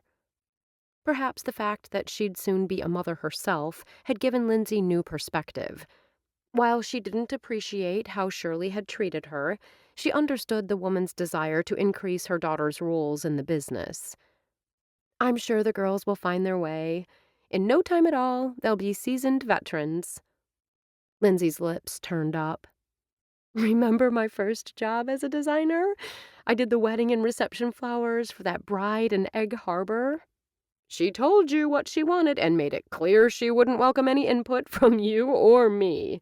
Shirley chuckled. "You gave her what she asked for. She'd picked all strong-smelling flowers for the reception tables." Lindsay shook her head. "She was furious with us when the guests complained." "You gave her what she wanted," Shirley reminded her. "Even if she didn't want to hear it, I should have warned her." That was one lesson Lindsay had never forgotten. Now I'd speak my piece. If she still wanted those flowers, well, she couldn't say she wasn't fully warned. "Oh, the twins will need to learn that lesson." "They will." Lindsay placed a hand on Shirley's arm. "They're smart girls, and you'll be there to guide them." "That's kind of you to say." Lindsay didn't know what to think when Shirley's eyes took on a sheen. "It's been a difficult couple of weeks. We have so many orders, and the girls are, well, inexperienced." "All that business is a good thing." "It is," Shirley agreed, "except when you can't keep up." A few heartbeats of silence followed. "If you need help, and it works with my schedule, I'd be happy to lend my expertise to get you over the hump." The offer was out of Lindsay's mouth before she could stop it. Shirley's eyes widened. "You'd do that? After what I did to you?" "You didn't do anything except give me a much-needed kick in the backside to get me to follow my own dreams." Lindsay grinned. "I'd be happy to help, but I'm warning you, I don't work cheap." Lindsay's emotions were in a tangle as she climbed the steps to Eliza's front porch. The more she thought about her former employer's predicament, the more she realized Shirley had only herself to blame. Though returning to the enchanted florist made financial sense, it somehow felt as if she'd conceded a battle before a single shot had been fired. Before even launching her new business, she'd put herself back under Shirley's thumb. Heaving a sigh, Lindsay raised a hand to knock. The door swung open before her knuckles touched the thick oak. "I'm happy you could come by on such short notice." Eliza's megawatt smile had Lindsay taking a step back. "Come in, come in." Though her friend was dressed in her trademark black, the sparkle in her eyes and the wide smile were definitely not what she expected from Eliza. "I'm not sure why we're meeting." Lindsay studied her friend, whose text had seemed deliberately vague. "Does this have something to do with the homecoming displays?" "Amy is in the parlor. She brought over cherry pie cookies. It's a new recipe."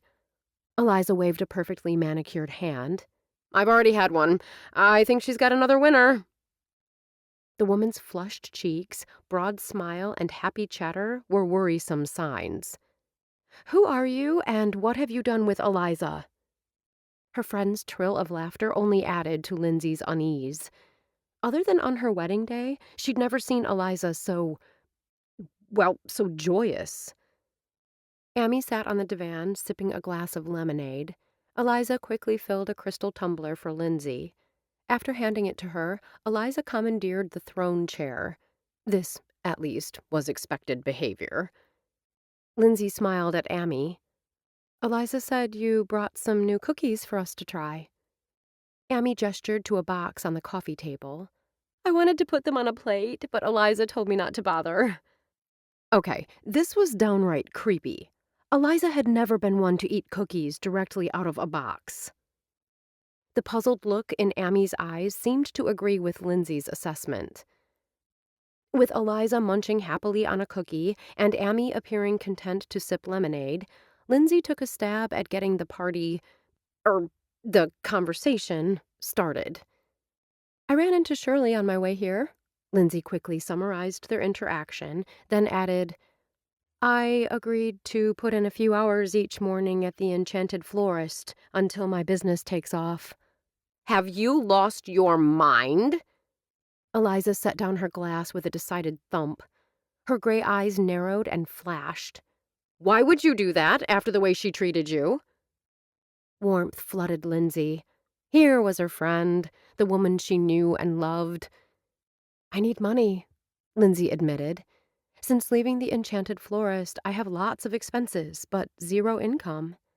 "Don't worry, she's making it worth my time." "Why don't you just bend over and ask her to pretty please kick you again?" "Eliza!" Amy shot the brunette a warning look.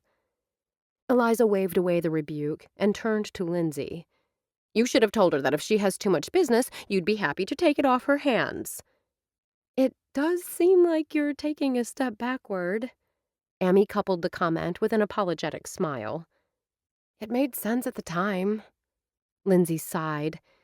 "But right now I feel like one of those kids who graduate from college with high hopes, only to move into their parents' basement a couple months later."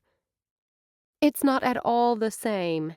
You're only helping Shirley temporarily," Amy insisted. "You need money, and she needs the help. Win-win."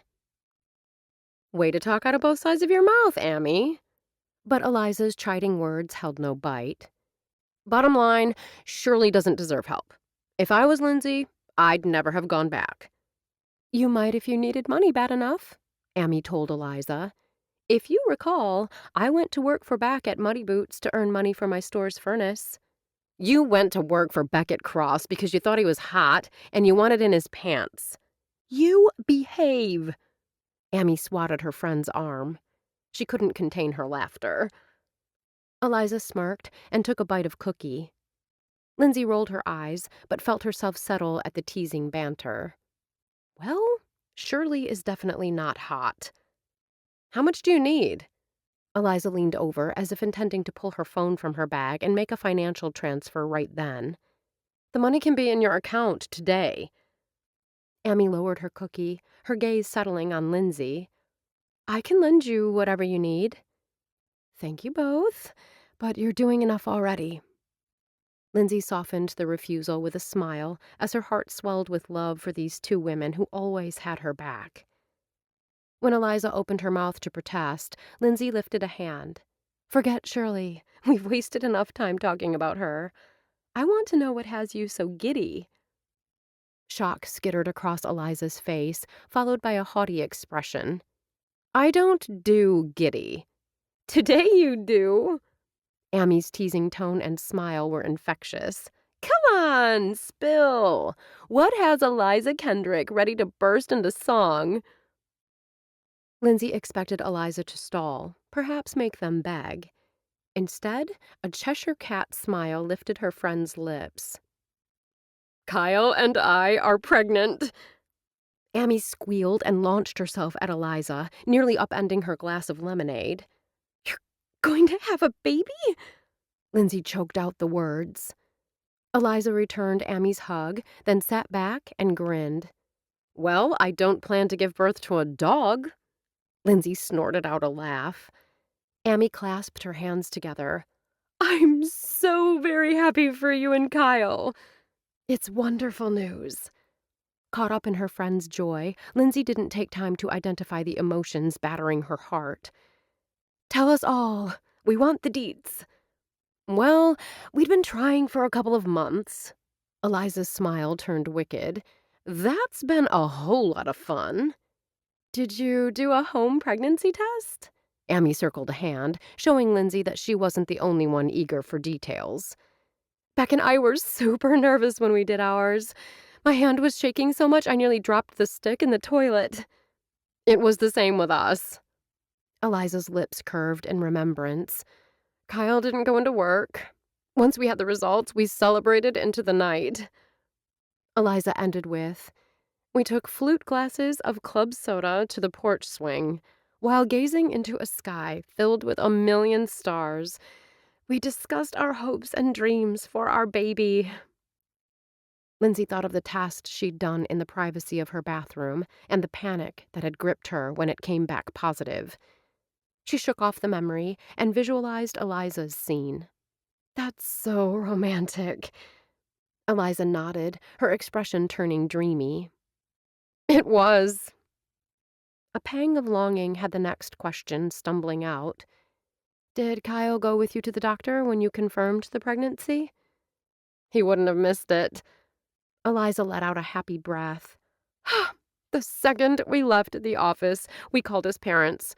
Lolo is overjoyed at the thought of being an aunt. Once school is out, she's determined to come and help with the baby. She made sure we knew she's a Red Cross certified babysitter. Eliza paused, as if realizing she'd been babbling. Sorry, it's just that a couple years ago, I never imagined being this happy. You and Kyle should enjoy every moment. Amy's eyes went soft. Beck was over the moon the first time we found out we were pregnant. I thought maybe he'd be a little calmer this time around, but he's just as excited. Eliza's gaze shifted from Amy to Lindsay. The cherry on top of this very fabulous sundae is that our children will grow up together. They'll be classmates and friends. We'll do play dates, and once they're in school, we'll sit together during programs and sporting events. Amy clasped her hands together. It will be absolutely wonderful. I've already started thinking about how I'm going to decorate the nursery. Eliza's voice shook with eagerness. Of course, we want to find out the sex of the baby first. You could do what Beck and I did and decorate in primary colors, Amy suggested. As the two women debated the merits of various color schemes, Lindsay sat back and listened. She didn't have the time or the money to decorate a nursery. Heck, she'd be lucky to be able to afford a crib. Still, dreaming of shopping with her friends for baby items had a smile forming on her lips. How does that sound to you, Lynn? Lindsay had lost track of the conversation when her mind had wandered, but to admit as much might squash the buoyant mood in the room. It sounds wonderful. You've got something spinning in that head of yours. Eliza wagged a finger. What is it? Lindsay smiled and settled her gaze on Amy. I was thinking Eliza and I are so lucky to have you and Prim. Amy inclined her head, puzzlement furrowing her brow. You're experienced mothers. You'll be there to give us tips on how to navigate those early days with a newborn. With a start, Lindsay realized she'd also have Owen. He was an experienced father. While she wished she'd had an excited husband beside her when she found out she was pregnant, wished she could have rejoiced instead of worried when the test was positive, she chose to be thankful for all the good things in her life. Prim and I will certainly help in any way we can. Amy's lips curved. Those first couple of weeks can be harrowing. But holding the new life you created with the man you love, well, there is nothing quite as wonderful. The new life you created with the man you love. While she and Owen might not be married, their baby girl would grow up knowing she was deeply loved, not only by her mother, but by her father, too, a man who wanted to be in his child's life so badly that he was willing to marry a woman he didn't love. I'd like to propose a toast. Lindsay lifted her glass of lemonade high. To our children. May they grow up healthy, happy, and surrounded by love. Her phone buzzed only seconds later. It's Shirley, Eliza deadpanned, telling you not to forget to wear that hideous uniform when you come in. Chuckling, Lindsay pulled the phone from her bag and brought up the text. Who's it from? Amy asked. It's from Owen. Lindsay smiled. Asking me out to dinner. Chapter 20. Owen wove his way through the crush of people to where Lindsay stood by the exterior door to Bayside Pizza. They said it'll be 30 minutes, he told her. The sheer number of people standing around made Owen wonder if the hostess had underestimated the time. Is that okay, or would you prefer to try somewhere else? I don't mind waiting. Lindsay moved closer, as if to ensure he could hear her over all the voices in the small waiting area. This is odd. They're never this busy on a Monday. I asked the hostess. Apparently they're running some kind of special. Owen slipped his arm around her shoulders. Because it was crowded, he told himself. I gave them my number. They said they'd text if we wanted to wait outside. In that case, why don't we take a stroll down by the water? She stood so close he could smell the sweet scent of her lemony shampoo. I know you like to walk. After Mindy died, she'd taken many long walks with him. She'd listened as he'd shared his anger, pain, and overwhelming sorrow. They had become good friends during that time, but there was still much more to learn, to discover about her. Owen held the door open. He took Lindsay's arm as they navigated the steps, then headed in the direction of the shoreline. Tell me about your day. Not much to tell. She shot him a sideways glance and smiled. What about yours? When he opened his mouth to mention David had stopped by, Owen stopped himself. Time for that later. Did you spend the day at home, or did you go out? He feared that without direct questions, she might try to redirect the conversation back to him. I spent some time at Eliza's house. Details? He offered a teasing smile. Toss me a bone. She rolled her eyes, but her lips quirked upward. Okay. Because the weather was nice, I walked to her house. That's a good start. He continued to stare expectantly. With an exaggerated sigh, Lindsay continued. I ran into Shirley on the way, or rather, Shirley crossed the street to intercept me. Enchanted florist, Shirley? The one and only. Lindsay's quick smile faded, and beneath his fingers, he felt her arm tense. Owen felt a surge of anger. If that woman had deliberately upset Lindsay, was she nasty? Lindsay blinked. Nasty? Oh, no, it was all good. We had a nice conversation. Though he sensed that was the truth, there was more she wasn't saying. What did you speak about during this nice conversation on this nice day? We talked about floral design, and the girls, her twins, she clarified, as if noticing his confusion. I guess the shop is super busy, so much so they're having difficulty keeping up with orders. I believe, though she didn't exactly come out and say, it's because the twins aren't as quick to complete projects as they'll be once they're seasoned designers. She should have considered that before kicking you to the curb. The way the woman had treated Lindsay still rankled. She didn't exactly kick me to the curb, Lindsay corrected. I quit. You quit when she gave away your duties to her kids, and cut your pay, he added. The girls are her family, Owen. Her loyalty is to them, not to me. One hand dropped to her midsection. He stared as the fabric of her dress molded against a little pouch of a belly. His baby, he thought, with a surge of emotion. Their daughter. I told her I'd help her out. He jerked his gaze back to her face. What? Lindsay lifted her chin. I said I'd help her out in the mornings until my business takes off. It's a good deal for both of us. I need money. She needs help. The defensive edge to her voice surprised Owen. It was almost as if she expected him to second-guess her decision and argue with her. While Owen didn't appreciate the way Shirley had treated her, if Lindsay wanted to help the woman out, that was her business. He smiled and gave her arm a squeeze. I'm sure she's grateful. Yes. Lindsay cleared her throat. Anyway, after speaking with Shirley, I went straight to Eliza's home. Amy was there. We enjoyed cherry pie cookies and fresh squeezed lemonade. Now you're making me hungry, he teased. You wanted details. Her eyes twinkled in the waning light. Not 10 minutes after I arrived, Eliza sprang the news that she and Kyle are pregnant. She's due the beginning of May.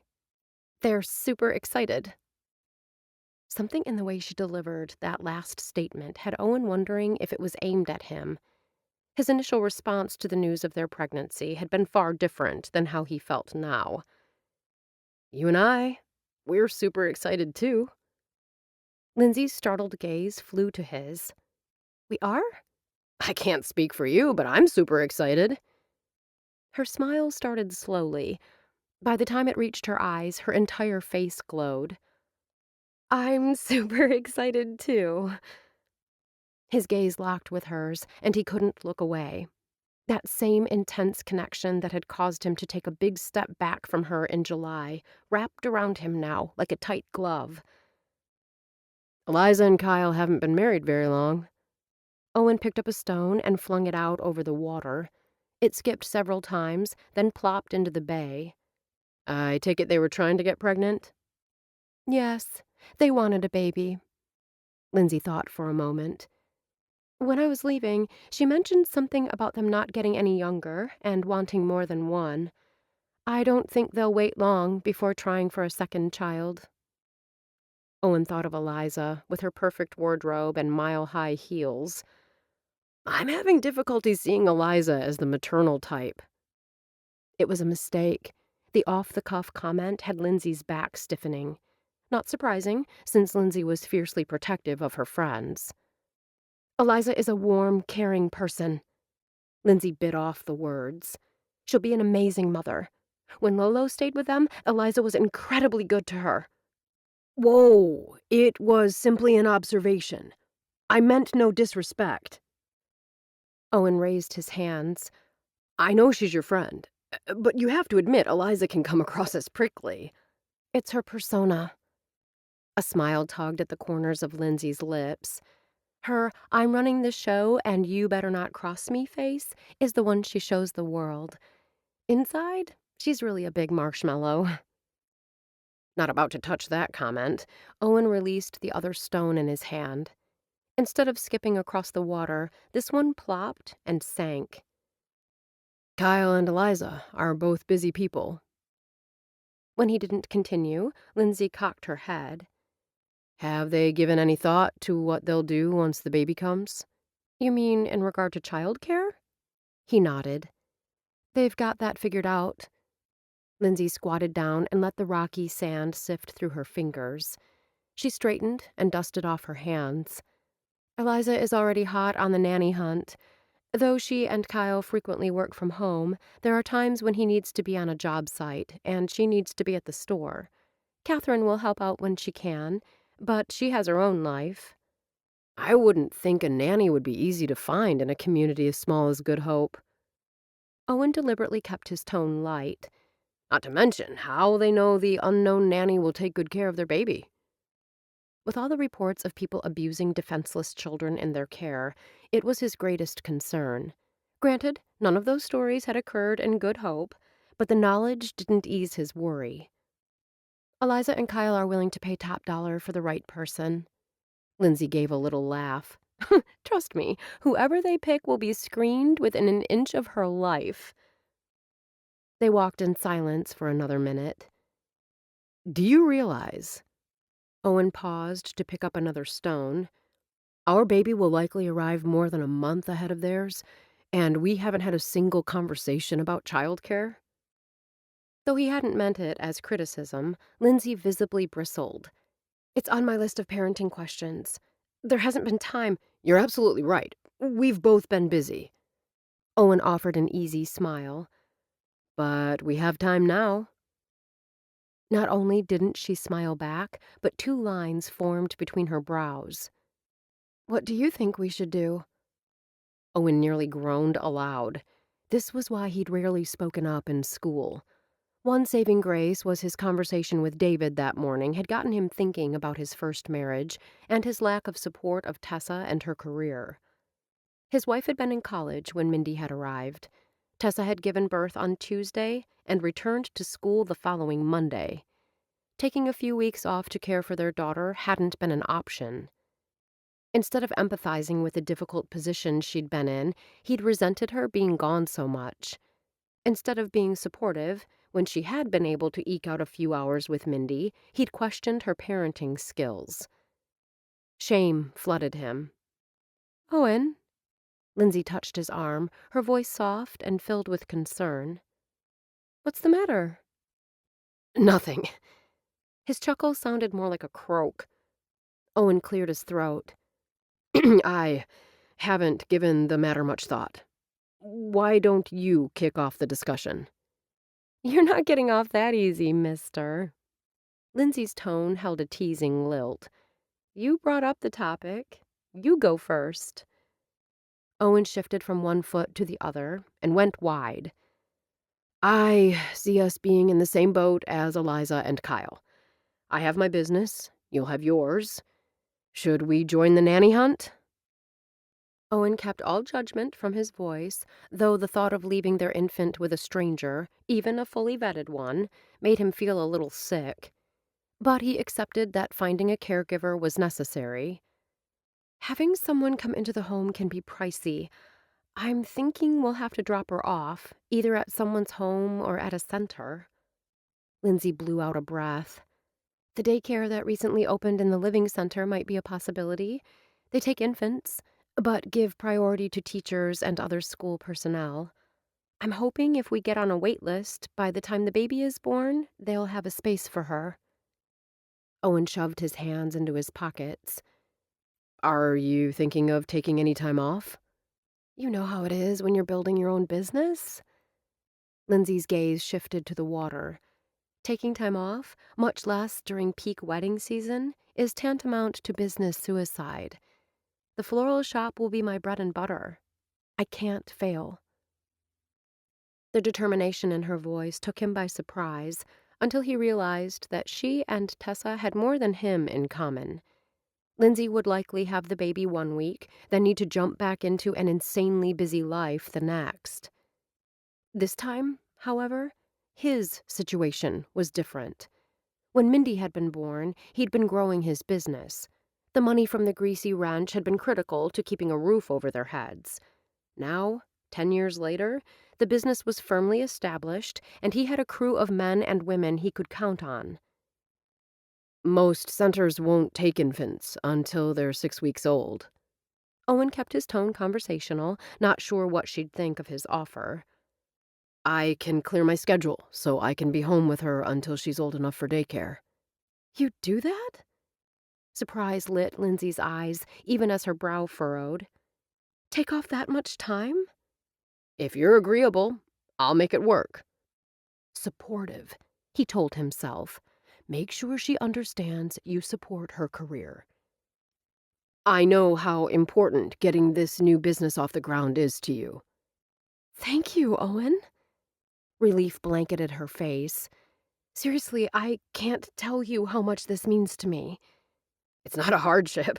I'm looking forward to spending time with our daughter. As he voiced the words, he realized just how much he meant them. Lindsay clasped his arm, her eyes intense and so very blue. "The thought of leaving her with a stranger when she's so little. Well, I was concerned. So, thank you for taking away that worry." Parenting is a partnership. His eyes never left her face. I'm just doing my part. "There are so many things still to work out, not only about the baby." Lindsay's gaze searched his face. "We still have to figure out us."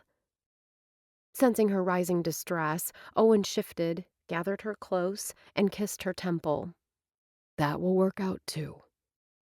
Tilting her head back, she studied him for a long moment. "I'd nearly forgotten just how nice you are to have around."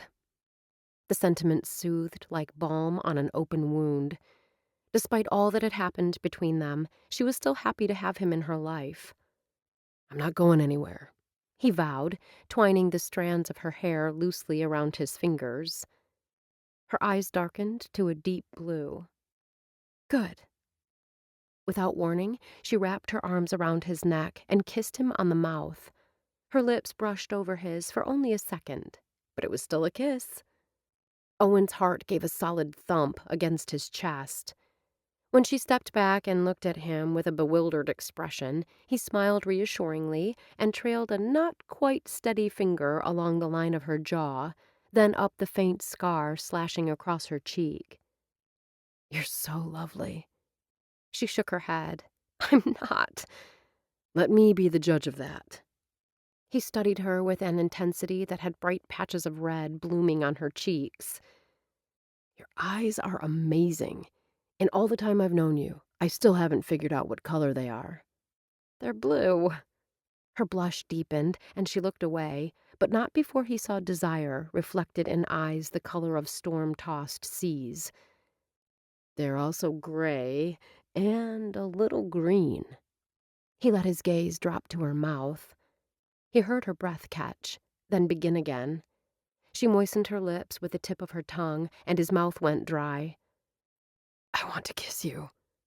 His voice was a hoarse and throaty rasp. Unexpectedly, Lindsay laughed, a short, nervous burst of air. What's stopping you? She'd said the same thing before, then pushed him away. Owen let the question hang in the air for several seconds before his mouth closed over hers. Her hands rose to his shoulders, and she pressed against him, so close that the beating of his heart mingled with hers. Owen reveled in the pleasure of the contact, in the warmth of her mouth against his lips. Though they'd kissed before, made love before, this felt new and fragile. He took it slow, pressing his lips lightly to hers, teasingly, his mouth never pulling away. As they continued to kiss, her hands dropped from his shoulders. She curled her fingers in the fabric of his shirt, pulling him closer.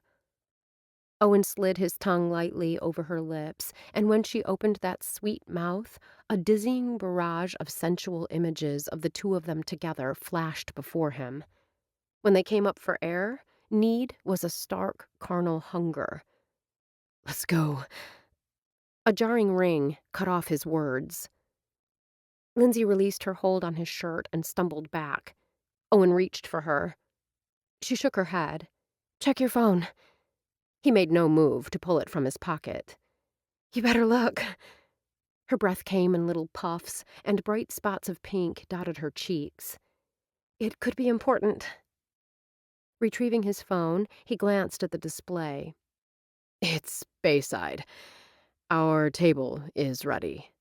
Saved by the bell, Lindsay quipped, but something in her eyes told him he wasn't the only one disappointed by the interruption. Owen raised a brow. One more kiss for the road? She laughed, a joyous sound like the tinkling of 1,000 bells. Better not. I don't think either of us would be able to stop at one. Conceding the point, Owen extended his arm. They walked back to the restaurant, leaning into each other like old friends, enjoying the renewed closeness. Only when they reached the steps of Bayside Pizza did Lindsay release his arm. She pushed at her wind-tangled hair. Do I look okay? Beautiful. Owen couldn't resist.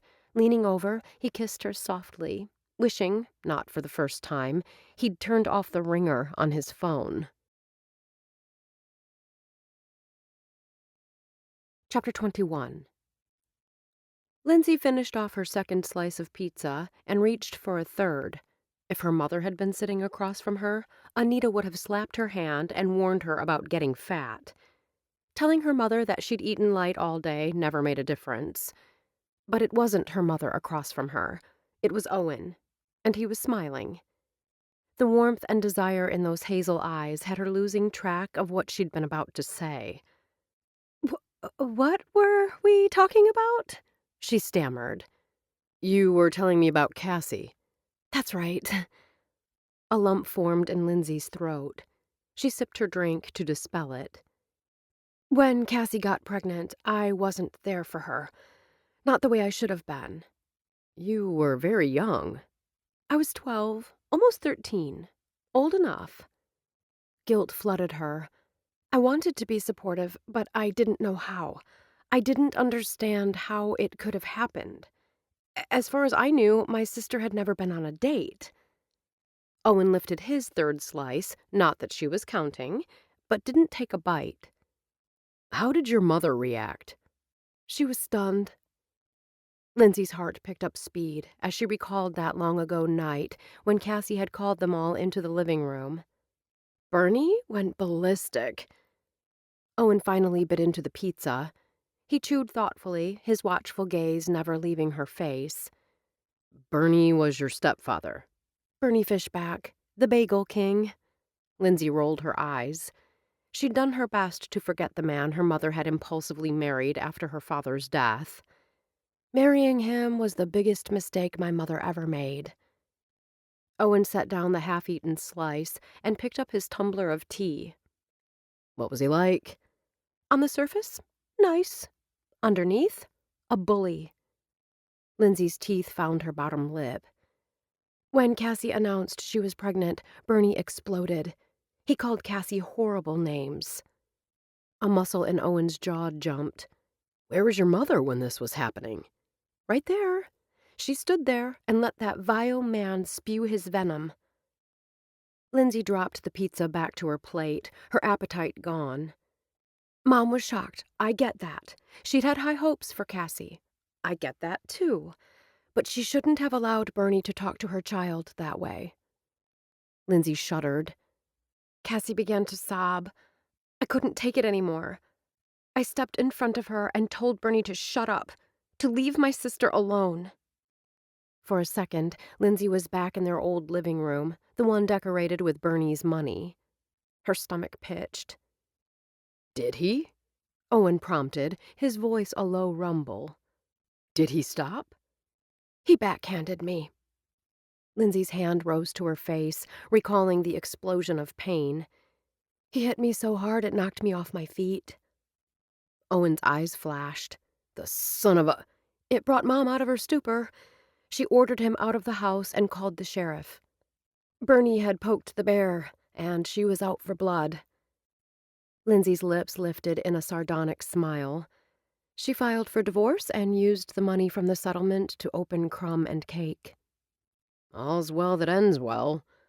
Owen's sarcastic tone didn't hide his rage. It was a long time ago. Lindsay's gaze settled on a couple a few tables over. The woman couldn't take her eyes off her date. The guy couldn't take his eyes off his phone. Mom never loved Bernie. Not really. I think she married him for a whole lot of wrong reasons that seemed right at the time. Her experience taught me a valuable lesson. Smart man that he was, Owen obviously saw where this was headed and didn't appear eager to travel that path. It was that way with me and Tessa. We were in love, and marrying felt right. It ended up being a huge mistake. Except, as painful as the divorce was, I'd do it all over again, because otherwise I wouldn't have had Mindy. Lindsay wondered if he still loved Tessa. Could love end as easily as flipping a switch when you left a room? Tessa has done well for herself professionally. Everyone in Good Hope knew the Slattery family had never done anything to support Tessa or Crew. In fact, it was amazing both kids hadn't ended up in prison. Tessa had an intense drive to succeed. Owen's lips lifted, telling Lindsay not all memories of their time together were bad. The woman had great instincts. Lindsay forked off a bite of pizza, but didn't bring it to her mouth. How so? She was a master at qualifying for grants and scholarships. He paused, as if not certain how to explain. Like, if she were in your situation, she'd know every small business grant for entrepreneurs available. Owen cocked his head. Have you thought about seeing what grants are out there? Lindsay tightened her fingers around the fork. Now that he mentioned the possibility, she recalled reading something about such grants. I haven't looked into it, but I will. Thank you. Happy to be of help. Grinning, he lifted a slice of pizza to his mouth and munched happily. The food Lindsay had eaten sat in the pit of her stomach like one of her mother's leaden matzo balls. Anita might be a master baker, but the woman was a horrible cook. Lindsay didn't know if Tessa excelled at cooking, and she wasn't about to ask. No doubt if Owen's ex had pursued the culinary arts, she'd be a master chef by now. Did you and Tessa ever connect in high school? The second the question slipped past her lips, Lindsay wished she could pull it back. The last thing she wanted to do was spend the evening talking about the woman who'd broken Owen's heart. I kissed her one night at a beach party.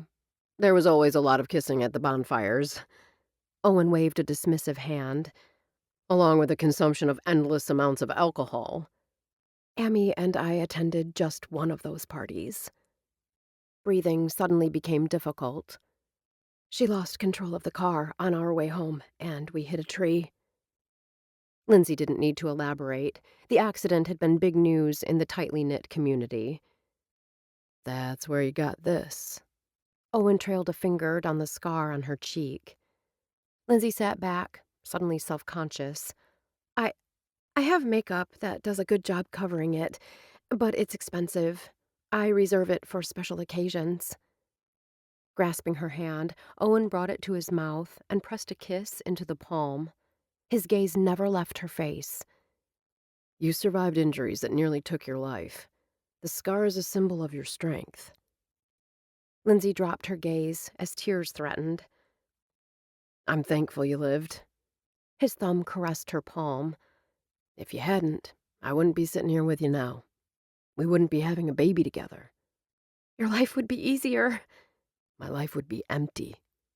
He swallowed. I can't imagine my life without you. She searched his hazel eyes. Really? You aren't just saying that? I mean every word. His gaze remained locked with hers. What she saw in those hazel depths had her heart flip-flopping. Maybe we can make this work. Lindsay didn't realize she'd spoken aloud until Owen gripped her hands. Trust me, there's no maybe about it. Well, isn't this cozy? Instead of releasing her hand at the sound of the unwelcome feminine voice, Owen held on. For a second, Lindsay considered jerking back, but refused to give her mother the satisfaction. Lindsay looked up and discovered it wasn't just her mother at their table, but also Leonard Swartz. Though her mother wore a V-neck sweater with her dark pants and heels tonight, this top didn't show off as excessive an amount of cleavage as her sweaters had in the past. Len, appearing comfortable in jeans, a gray sweater, and cowboy boots, offered them a warm smile. We were waiting for a table to open up when your mother spotted you. Though retired, Len had a lawman's face, with an expression that gave nothing away. Lindsay caught Owen's sideways glance. It was up to her, she realized. Won't you join us?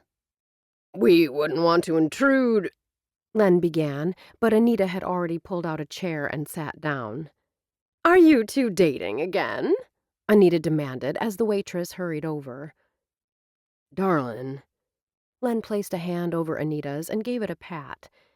How about we order and exchange a few pleasantries before you begin the interrogation? To Lindsay's surprise, her mother, who didn't like anyone calling her out, blushed. Perhaps it was the way Len had phrased the question, or maybe it was the word darlin', said with such obvious affection. Of course. Anita looked at their glasses of iced tea, then back to the pizza. Chianti would do a better job of enhancing the flavor of the pepperoni. Probably, Owen answered before Lindsay had a chance to respond. Tea just sounded better to both of us. Well, we're going to imbibe. Anita smiled coquettishly at Len. The usual. The usual? Her mother and her new boyfriend had a usual? Great minds think alike. Len turned to the waitress with the same air of quiet command and kindness Lindsay remembered him showing when he'd arrived at their house after the Bernie episode. This little lady and I will have a medium barbecue chicken pizza and a Guinness for each of us. Thank you, sir. The waitress, a pretty blonde with pink-tipped hair, hurried off. Owen cocked his head. Guinness with pizza? Try it sometime, Len urged. The dark roasted characteristic of an Irish stout is fantastic with chicken and the sweetness of the barbecue sauce. Lindsay decided appearances really could be deceiving. She'd never pegged the tall, broad-shouldered sheriff with the bushy silver mustache as a chicken pizza man, much less one into food and drink pairings. Anita lifted her hands, spreading her fingers. I was skeptical. Frankly, I couldn't see that particular combination working. Once I got Muffy to try it. The older man shot her a wink. She was hooked. When the two exchanged a smile, Lindsay felt as if she'd stepped into an old Twilight Zone episode. Owen's lips twitched. Muffy? Anita straightened in her chair. The look she shot him was ice. My maiden name was Muff. It's a pet name. Affection wove through Len's words like a pretty ribbon. I love it. Anita stroked his arm, then brushed a kiss across his cheek. Owen rubbed his chin and studied Lindsay for so long her cheeks began to burn. I should come up with one for you, Lynn. Before she could respond, the waitress returned with extra plates and 2 Guinness-branded glasses, each filled with the deep reddish-brown stout boasting a white foamy head. Lindsay gestured to the half-eaten pizza in the center of the table. There are extra slices of pepperoni if you'd like to munch while you wait. The horrified look that appeared on her mother's face told Lindsay a person didn't pair pepperoni and Guinness. At least, not in Anita Fishback's well-ordered world. A pepperoni needs the bitterness of an India Pale Ale to offset the saltiness of the meat. Len smiled approvingly. Your mother has become somewhat of an expert in such matters. Thanks to your tutelage. Anita circled a hand in the semblance of a bow. Lindsay could only stare. I appreciate the offer, Owen, but I think I'll save my appetite for our pizza. I've been looking forward to it all day. Len glanced at Anita. Yes, thanks for offering and for, letting us share your table. Anita might have needed a nudge from Len, but she sounded surprisingly sincere. Lindsay relaxed against the back of the chair. Perhaps sharing a meal with her mother wouldn't be so difficult. Then Anita's gaze fixed on her.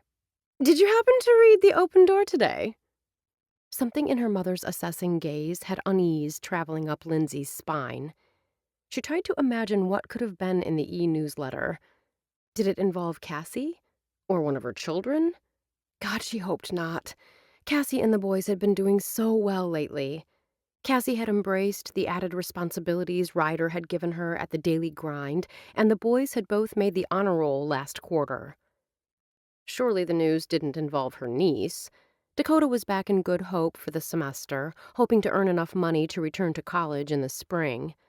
Of course, Lindsay reminded herself, gossip didn't have to be bad. Perhaps one of the many scholarships her niece had applied for had come through. Realizing her mother was still waiting for a response, Lindsay smiled. I saw the newsletter in my inbox, but time got away from me this morning. I haven't had a chance to open it. Like most Good Hope citizens, Lindsay enjoyed reading the feature stories and pursuing the advertisements and sales. And she always scanned the gossip section. Good news for someone, I hope? That depends. Her mother's cryptic comment had Lindsay glancing at Owen. Surely he'd have told her if he'd seen some good news about one of her family or friends. Did you read it today? Owen shook his head. I don't usually get around to it until right before bed. Lindsay turned back to her mother and found Anita staring intently at her, eyes sharp and assessing. Something in the newsletter had captured her mother's attention and piqued her curiosity. It had to have been in the gossip section. Anita would never be this excited over a feature article. Because it was apparent, at least to Lindsay, that her mother expected her to press for details, Lindsay simply lifted her glass of iced tea to her lips. Well, don't keep us all in suspense, Muffy. Len's tone held a teasing edge. Tell us what's got you so fired up. Lindsay doubted the ex-lawman read the gossip section and cared even less what Katie Ruth had written. But it spoke to his affection for Anita that he played along so amiably. Anita leaned slightly forward, as if about to impart news of great importance rather than simply spreading a bit of gossip. Katie Ruth said a certain young woman she knew from high school is pregnant. Lindsay's mind somersaulted. She'd gone to school with Katie Ruth. Then she reminded herself that so had any number of young women, including Eliza, who hadn't yet publicly announced her pregnancy. Did she give any clues? It could be anyone. I can think of several pregnant women in Good Hope. Amy, for one. Amy Cross being pregnant is old news. Anita brushed that possibility away with a quick flick of her wrist, then narrowed her gaze on her daughter. A chill traveled up Lindsay's spine. Had her mother found out about the baby? But how? Owen wouldn't have said anything, and she trusted Amy and Eliza implicitly. Had someone seen her at the pharmacy picking up the prenatal vitamins? Or leaving Dr. Swanson's office that first time with baby-related samples? Or, and this seemed more likely, was her mother simply on a fishing expedition? If Anita suspected Katie Ruth had been referring to Lindsay, wouldn't her mother simply ask her if she was pregnant? As thoughts swirled and worry tried to take hold, it hit Lindsay just how profoundly weary she was of the subterfuge and evasions. She wouldn't be able to hide her pregnancy for much longer. The truth was, she didn't want to hide it. She wanted to enjoy every moment of the experience. She wanted to go to Swoon, that cute boutique in town that had just started carrying maternity clothes, and shop with Eliza and Amy. She wanted to compile lists of names and sit with Owen in muddy boots and come up with their top 5 without worrying about being overheard. Though a pizza parlor hardly seemed the place for any momentous announcement, Lindsay knew relaying the news in her mother's living room would be too reminiscent of the Cassie fiasco. Nope, it was best to do it now. Lindsay set down her tumbler of tea. She met her mother's gaze head-on.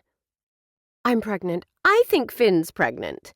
She and Anita spoke at the same instant. Her always composed mother's hands fluttered in the air. She cleared her throat. "What did you say?" Len, sweetheart that he was, didn't make Lindsay repeat the announcement. A broad smile lifted his mouth, the edges of his lips disappearing into his mustache. Well, I'll be. Len cast a glance at Anita. This is wonderful news. Congratulations. When's the baby due? "The end of March." Owen spoke when Lindsay's tongue decided to go on strike. I take it you're the daddy. Len's tone remained jovial. I am. There was pride in Owen's voice, but also a warning directed at Anita. Like Lindsay, her mother seemed to be having difficulty finding her voice.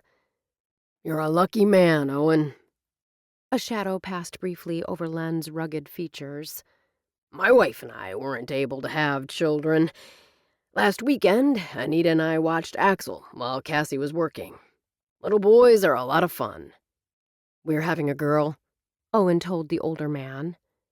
Len turned to Anita. Looks like we'll have us a girl to spoil in the spring. "Yes!" Anita reached over and chugged a long drink of Guinness. "It appears so." Lindsay braced herself when her mother set down her glass. While she believed Len's presence could be a mitigating factor, Anita Fishback was a woman who never shied from saying exactly what was on her mind. "Katie Ruth knows?" Anita asked. A reprieve came in the form of the waitress returning with a piping hot barbecue chicken pizza. Obviously thinking ahead, in case they needed to make a quick escape, Owen asked for the rest of their pizza to be boxed up. "I don't believe so," Lindsay told her. "The only ones I've told are Eliza and Amy. And, of course, Owen." "Perhaps Katie Ruth was referring to Finn." Lindsay blinked. She'd just told her mother she was pregnant, and Anita wanted to speculate on who else might be pregnant? The comment must have hit her mother as odd, too, because she shook her layered mane of auburn hair as if clearing her head. "That's not important. What's important is you. How are you feeling?" Fine. Actually, I'm great." Lindsay felt as if she was picking her way through a minefield. The tension of waiting was almost worse than the explosion to come. "Why are you being so nice about this?" "That's an odd question." Her mother raised a perfectly tweezed, dark brow. "Did you expect me to throw my hands up in the air, rant and rave, simply because my unmarried daughter is pregnant?" Lindsay had to hand it to her mother. Anita's bluntness was a finely tuned blade. "Yes," Lindsay said. That's exactly what I expected. Was that pain that sparked in her mother's hazel eyes? Anita appeared to be gathering her thoughts when Len took her hand and gave her an encouraging smile. Time to speak from the heart, Muffy. When Anita shifted her gaze from him back to Lindsay, a sheen glimmered in her hazel depths. I don't know if you're aware, but I recently participated in a family counseling session with Cassie and Dr. Gallagher. If Anita had announced she'd sold her business and was moving to Tahiti, Lindsay couldn't have been more surprised. Really? Was the best she could manage. Anita nodded. Her fingers tightened around Len's. Cassie is determined to get her life back on track. She's accepted responsibility for her choices and actions. It's time I do the same. When Anita didn't immediately elaborate, Lindsay narrowed her gaze. What exactly does that mean? I wasn't there for Cassie after Richard died. Anita expelled a ragged breath. She was Daddy's girl. You and I both accepted that theirs was a special bond. His heart attack and death rocked her world. Lindsay slowly nodded. My world was thrown upside down, too. Richard was my rock. Then one day, without warning, he was gone, and I was left with 2 grieving girls and a world that no longer made sense. Anita's chuckle held a harsh edge. There's a reason, they say, to hold off making big decisions for at least a year after a loved one's death. Of course, I didn't listen. Don't be so hard on yourself. Understanding filled Len's tone.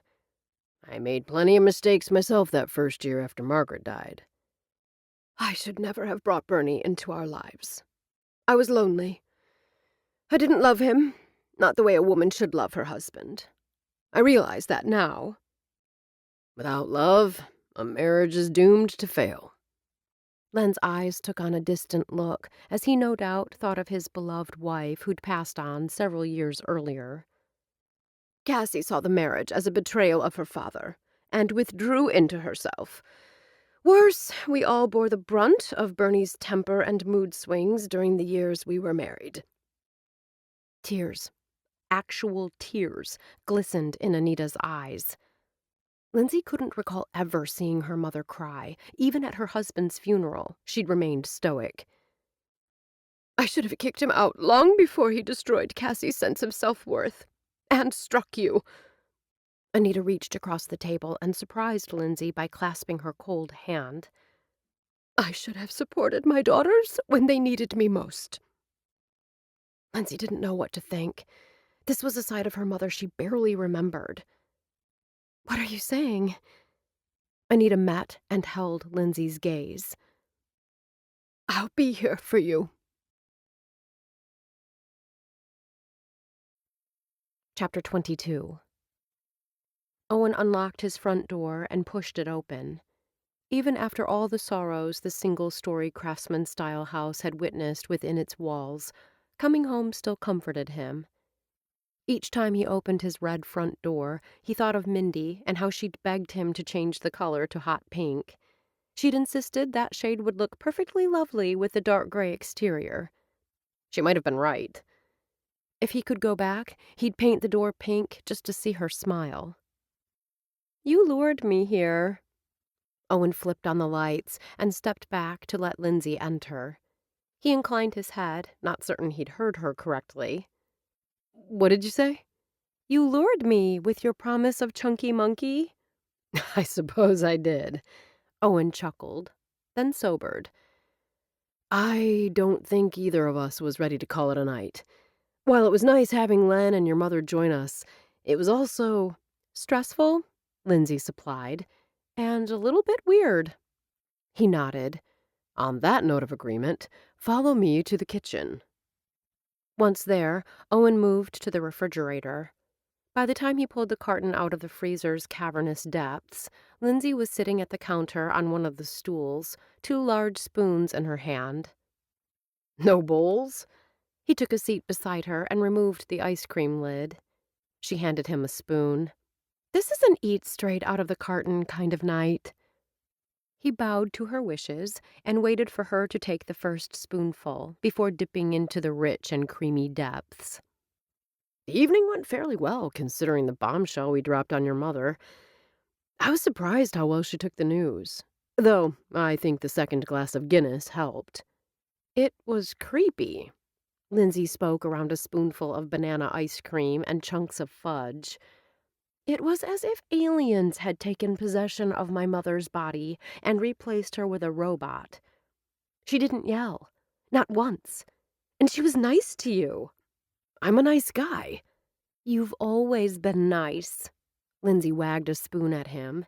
That never mattered before. True. Owen brought the spoon to his mouth. Do you think the change is because of Len? He appears to be a steadying influence. Steve was a good influence, too, but him being there wouldn't have stopped her from being nasty if the situation arose. At least now we don't have to keep the baby a secret. Owen had found it increasingly difficult as the weeks passed to keep his mouth shut. All the secrecy made it feel as if they were ashamed of the baby. I agree. It's a relief to have everything out in the open.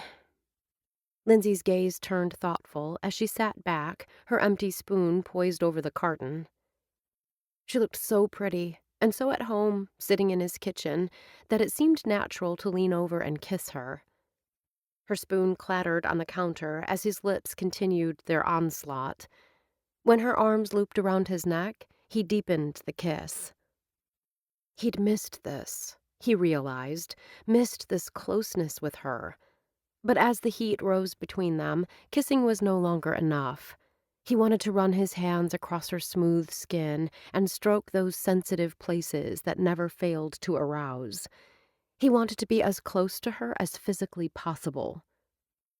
Stay with me tonight, he murmured between kisses. Let me make love to you. I want you, Lindsay, more than I've ever wanted any other woman. The momentary stiffness he'd sensed dissolved, and she relaxed in his arms. The eyes that met his were intense and very blue. I want you too, Owen. Giving her one last swift kiss, he hopped off the stool and made quick work of putting away the ice cream. Hey, did I say I was done with that? Her tone turned teasing as she stood. Maybe I had plans for that ice cream. Owen paused, one hand on the freezer door. His mind raced with possibilities. Plans? Yes, he liked the sound of that. What kind of plans? She laughed, a delightful sound. Go ahead and put it away for now. I think we'll be busy enough without it. Owen liked the sound of that even more. Owen woke the next morning with Lindsay's hand flat against his chest. It took him a second to remember what had happened.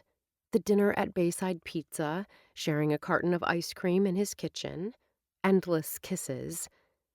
He'd wanted Lindsay last night in a way he couldn't recall wanting any woman. There was something about her that drew him to her. Certainly she was attractive, with a pretty face, long blonde hair, and blue eyes. But she was also funny and smart and kind. Not to mention incredibly sexy. Simply watching her eat ice cream had had his body throbbing with need. Last night's lovemaking had gone beyond the physical. The closeness and connection he felt for her was more than he'd bargained for, more than he'd wanted. If he was being honest with himself, he'd admit he was in imminent danger of falling in love with her. The realization had him jerking upright in bed. Lindsay opened her eyes. A smile hovered at the corners of her lips as she pushed herself up to her elbows, blinking the sleep from her eyes. Good morning. Though Owen wanted nothing more than to make love with her again, it couldn't happen. Not until he got his feelings under better control. I'm sorry I woke you. Owen made a vague gesture with his hand. I need to get dressed. There are some things at the garage I need to tend to this morning. Lindsay inhaled sharply. What time is it? Owen glanced at the clock. 9.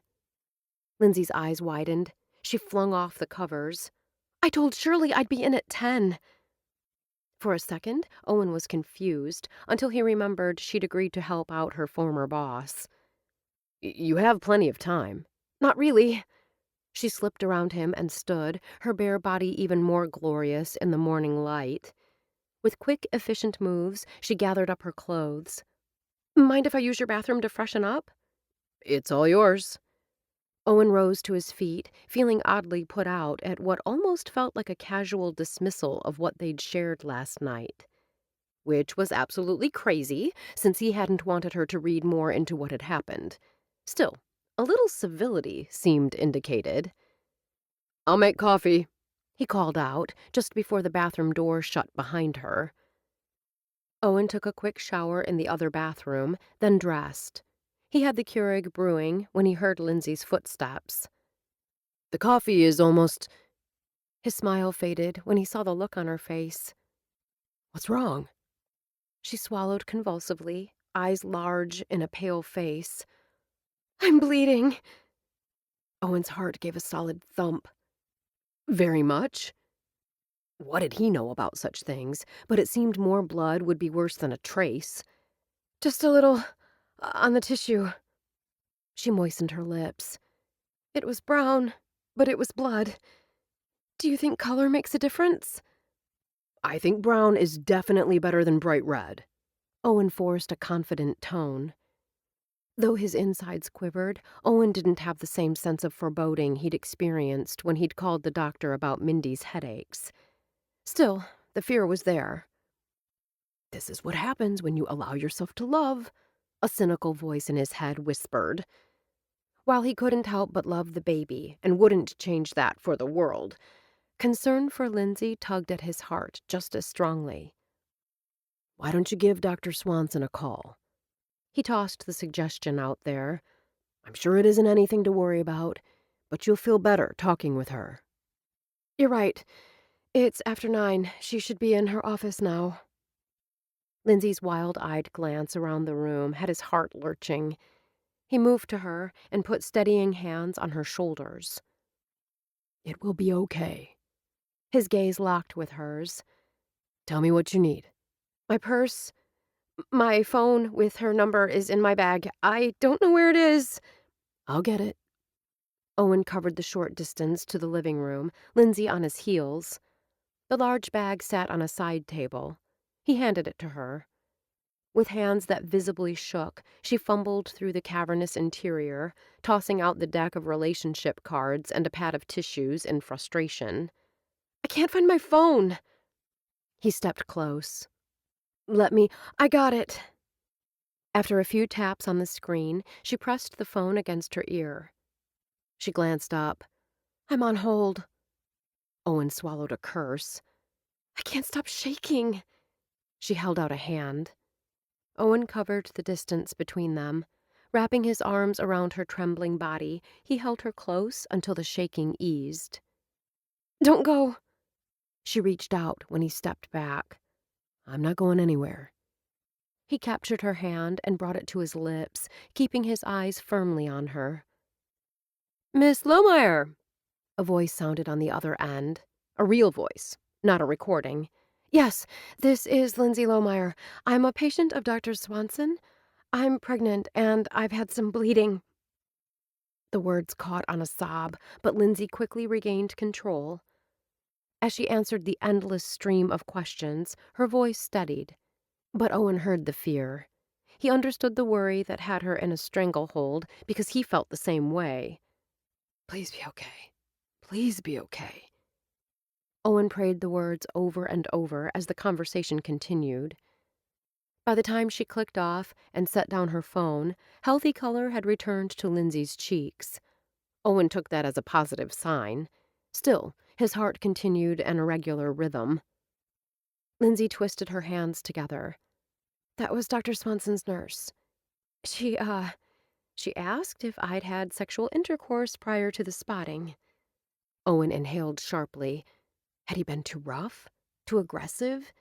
If he'd done anything to hurt Lindsay or their baby, he'd never forgive himself.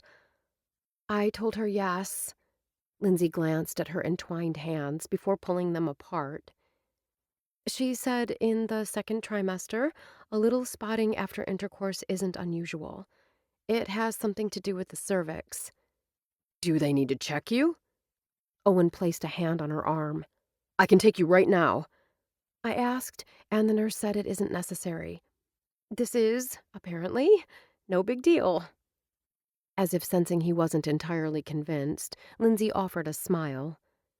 She made sure to tell me this doesn't mean we need to refrain from having sex. Some of his tension eased, but Owen didn't fully relax. I could have hurt you and our baby. We're both fine. Lindsay spoke with a certainty he found reassuring. In fact, while I was speaking with the nurse, I felt our little girl move. It was as if she wanted us to know she's okay. Pulling her tight against him, he buried his face in her neck. If anything had happened to either one of you. Owen didn't finish the thought. Couldn't finish the thought. She stroked his hair, soothing him with a gentle touch. I feel the same about you. Love rose up inside him and spilled out. He'd vowed to never again put himself in a position to care so deeply. Despite that promise, his heart had been stolen by this blue-eyed blonde who had a way of getting under his defenses. There was no denying he'd fallen in love with her. Now, he had to figure out what he was going to do about it. Chapter 23. Promise you'll take care of yourself. Owen's gaze searched Lindsay's face. If you feel the slightest bit funky, tell Shirley you're leaving. I promise. Owen didn't like to see her leave this morning. Didn't like it at all. When you get tired, you sit down and take a break. Her hand rose to cup his cheek. The baby and I are fine. He frowned. I'd feel better if I was there. I didn't realize you have experience in floral design. What? Startled, Owen had difficulty processing the comment. Just teasing. Emotion suddenly darkened her blue eyes. What would I do without you? Unable to keep his hands to himself, Owen slid them up, then down her arms. I'm not going anywhere, so you won't ever find out. He didn't understand why she insisted on going into the enchanted florist to help a woman who'd fired her. This morning, of all mornings, it made no sense. Despite what the doctor said, she should be resting. Lindsay's gaze shifted to the front door. Owen thought he heard her sigh. I'll bring you breakfast in bed if you stay. It was a Hail Mary attempt, but it could work. They'd shared fruit and the coffee cake he'd picked up yesterday at the daily grind, but she was eating for two and... Naked? He blinked. Pardon? Lindsay inclined her head, her gaze speculative. Would you be naked when you brought me breakfast in bed? The devilish twinkle in her eyes had him grinning. If that's what it takes to get you to stay. Her laughter filled the room. Your offer is oh so tempting, but I promised Shirley I'd be there. Besides, I'm sure you have lots of work waiting for you at the garage. Lindsay grabbed her bag and pulled out her keys. Owen graciously conceded defeat. What time will you be finished there? Definitely by 1. I'll stop by then and take you to lunch. When he saw her indecision, he sweetened the deal. You pick the place. Lindsay hesitated. Don't you have to work? I have an in with the boss. Besides, Owen leaned close and whispered, you and I, Miss Lohmeyer, have important things to discuss. Her smile wavered. We do? We need to pick a name for our little one. She blinked, and relief flooded her face. We have plenty of... What do you think of Odessa? What? Odessa? Her brows slammed together. No! Okay. Owen swiped the air with a finger. Consider that one crossed off the list. Her eyes widened. You have a list? Don't you? The fact that he was teasing appeared to finally register. She gave his arm a playful punch. You rascal! Okay, lunch at 1. Don't forget to bring your list. After Lindsay left, Owen decided he had to make a stop before heading to the garage.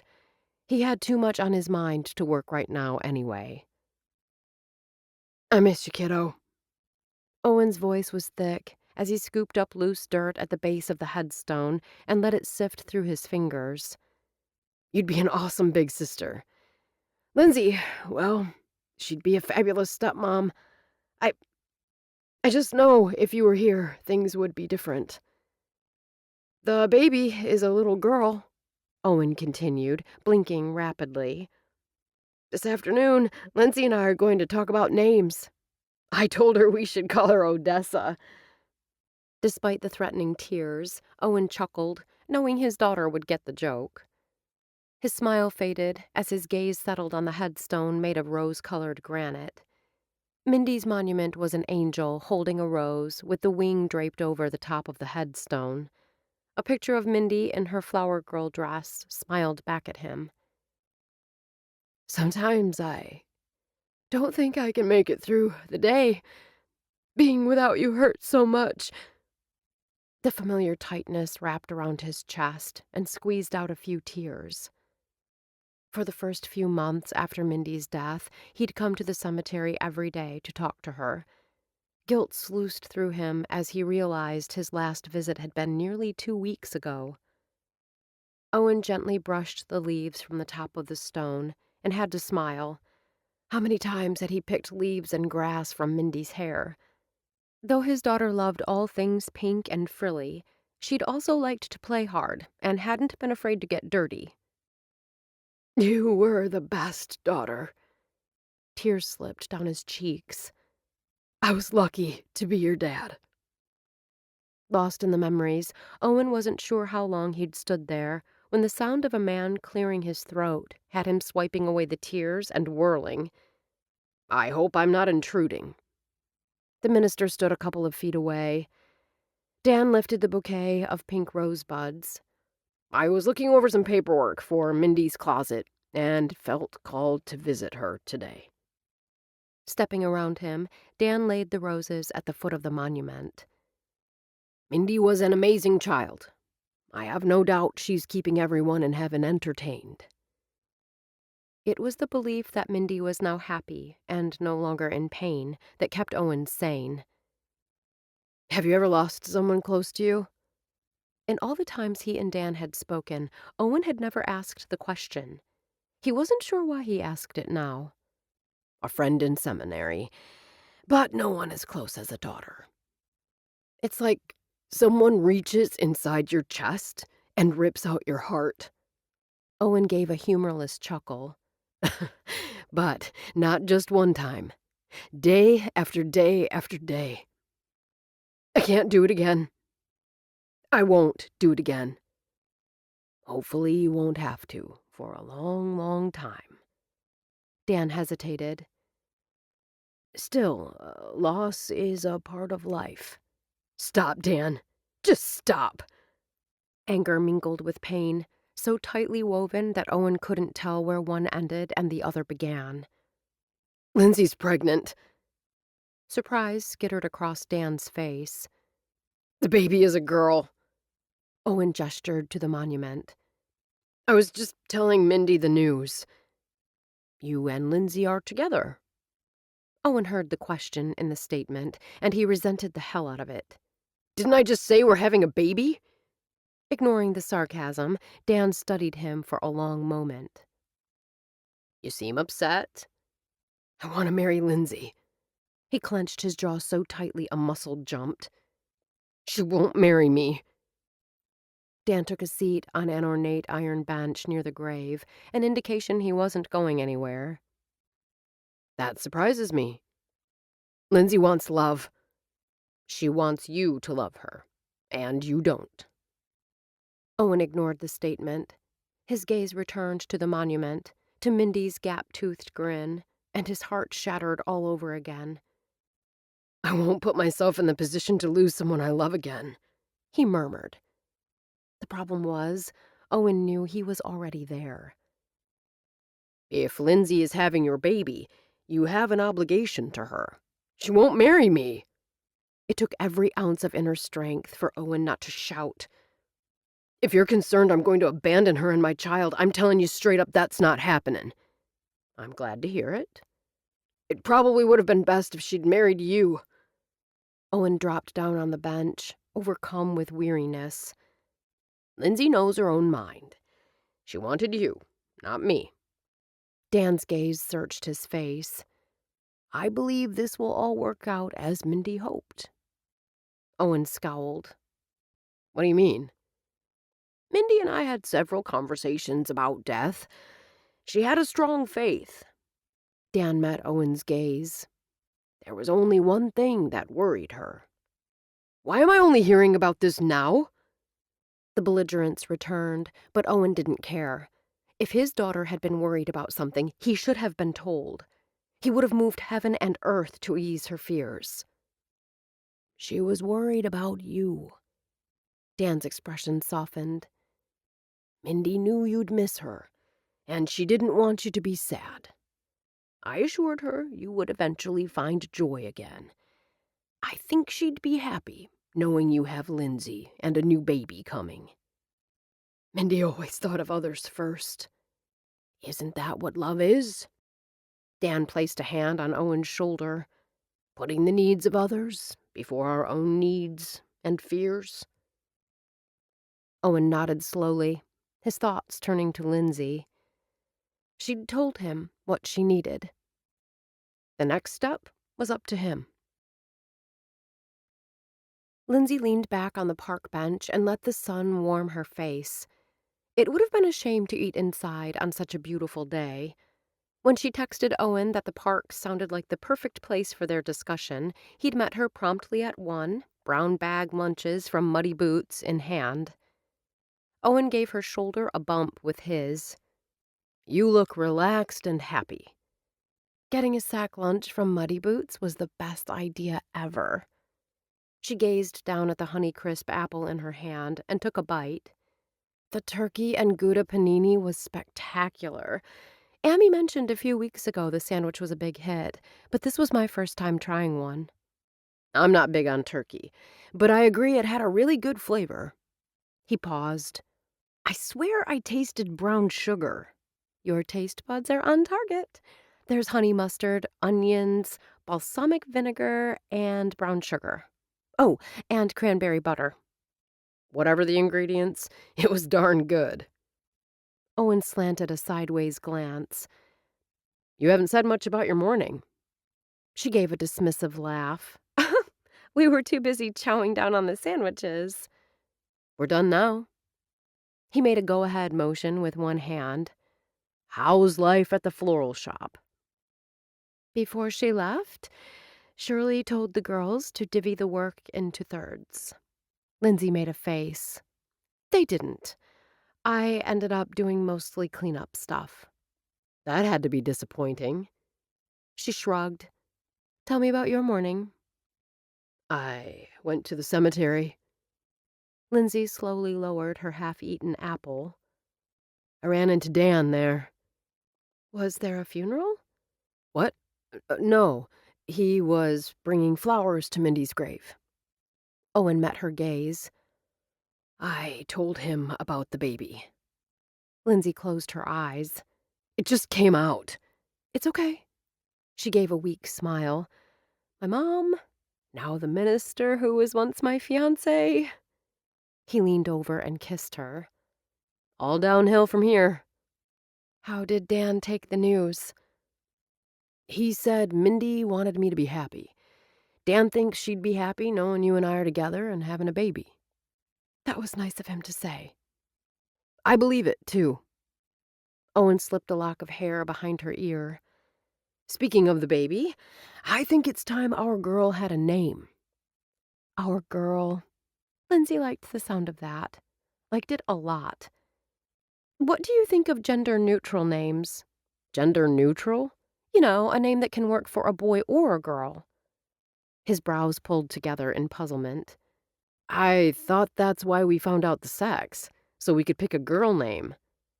Lindsay wondered if all couples having a baby chose the name together. Probably. Unless one of the partners wasn't involved, or just didn't care.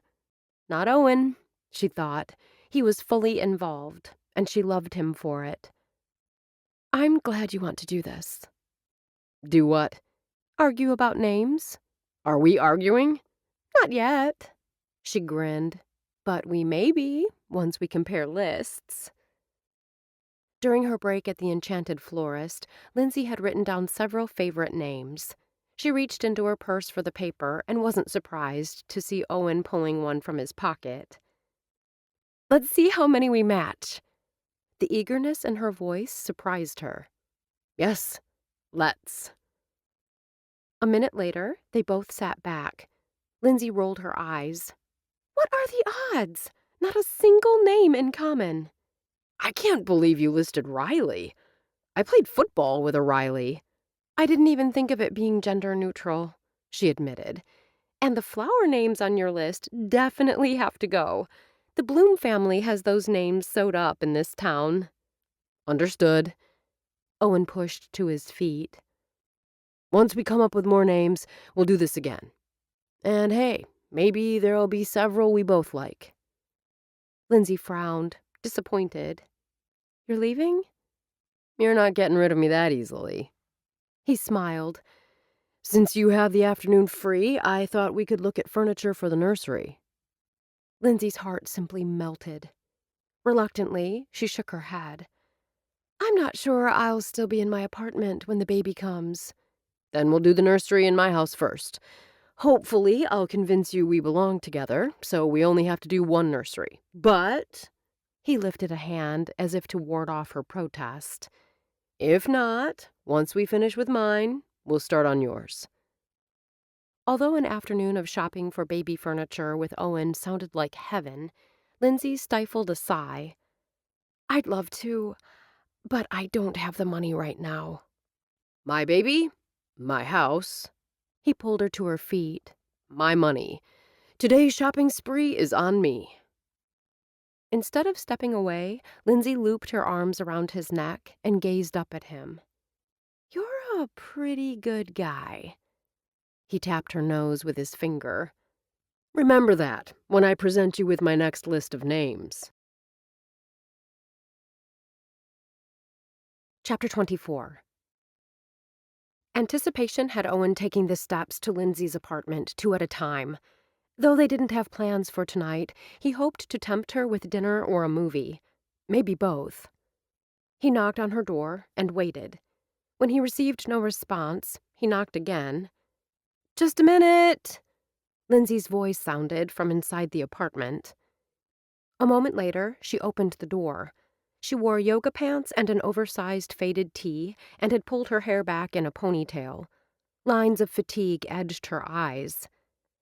Owen, this is a nice surprise. He smiled and leaned over to kiss her. You texted you were having a bad day. I came to see if I could cheer you up. Maybe take you out for dinner? Or we could catch a movie? She stepped back and motioned him inside. It's sweet of you to stop by, but as you can see, I'm right in the middle of something. Lindsay gestured toward the kitchen, where a long folding table had been taken over by buckets of flowers. He cocked his head. Are you doing a little moonlighting for Shirley? Lindsay gave a self-conscious sounding laugh. Actually, going back to the Enchanted Florist was a bad move. Today, I'd had enough. The girls were... She paused, as if trying to find the words, then gave up. It just didn't work out. What's with all this, then? A last-minute wedding job for a bride in Egg Harbor. Lindsay moved behind the long table that swallowed up all the space in the tiny kitchen. The friends who offered to make up the bouquets for her wedding tomorrow backed out at the last minute. And you stepped in. I was happy to get the business. Lindsay shifted from one foot to the other. I don't want to be rude, Owen, but I really need to get back to this. I'd like to help. Owen stepped close, not bothering to hide his eagerness. This was the perfect opportunity to show Lindsay he meant what he said about supporting her. You tell me what to do, and I'll do it. I'm a whiz at following directions. Okay. She smiled hesitantly. Let's get to it. Over the next hour, Owen cut stems, removed leaves, and tied ribbon around finished bouquets. They quickly fell into a relaxed rhythm. While she arranged big burgundy carnations, tiny white carnations, baby's breath, and some glossy waxy foliage called salal into amazing bouquets, he learned more about her week. Working at the Enchanted Florist wasn't a good fit anymore. With well-practiced expertise, she tied a shiny burgundy ribbon into a knot around the stems before fashioning the strands into a beautiful bow. While the extra cash was nice, not having to work there will give me more time to focus on growing my business, especially now that the seller's permit came through. Lindsay handed him the finished bouquet, and he put it in the bucket beside several others. That's the last one. Do you need me to put the buckets in the refrigerator? I'm keeping the temperature in the apartment on the cool side. Since the wedding is tomorrow, they'll be fine. Why not just put them in the refrigerator? Flowers and fruits and vegetables don't mix. Lindsay tossed the last of the stems into a waste can she'd designated for green waste. Fresh produce emits chemicals that can wilt or even kill flowers. I learned something new today. Owen flashed a smile and received an answering one in return. How about I take these garbage sacks down to the dumpster? That'd be lovely. Lindsay stepped close and kissed him lightly on the mouth. Thank you. You've been a great help. Owen found himself whistling as he descended the stairs. As a result of working side by side with Lindsay this evening, he understood her profession in a way he never had before. She had talent. That was evident by the way she'd taken what she'd told him were inexpensive flowers and fashioned them into something beautiful. This bride, whoever she was, had hit the jackpot. Lindsay had been available to step in and help the bride because Shirley had disappointed her. Such was life, he thought.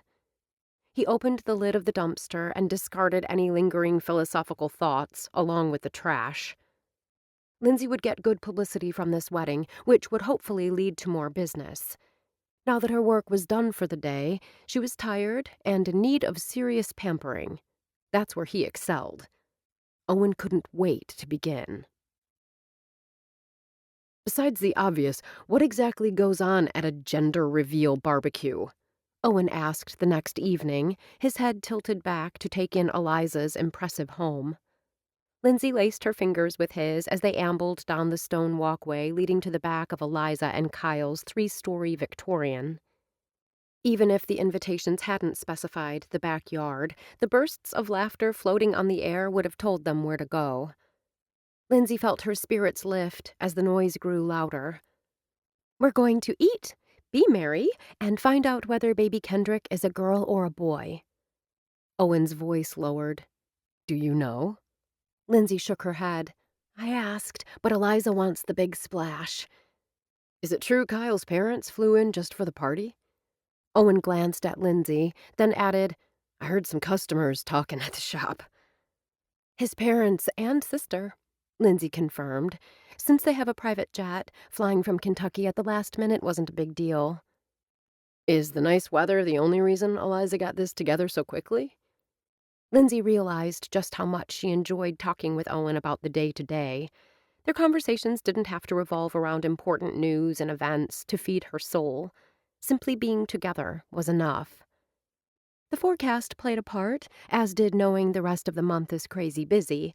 Next weekend is Hadley and David's wedding. Then we're into the Harvest Festival and homecoming. Lindsay gave his hand a swing. The bottom line is, they're over the moon about this baby and want to share their joy. With a few hundred of their closest friends. They'd reached the back of the house, and Owen appeared startled by the sheer number of people milling around the large tables filled with food. What's on the menu? Lindsay glanced toward the grills manned by Jeremy and Ethan. There will be burgers, because that's expected, as well as grilled salmon collars and sambal chicken skewers. What kind of skewers? Sambal. Lindsay considered how to best explain. The chicken has a spicy, sticky glaze with an Asian flair. They're very tasty. I might have to give one a try. Trust me, you'll love 'em. Lindsay slid her gaze to the long rectangular tables covered in cloths with pink, white, and blue stripes.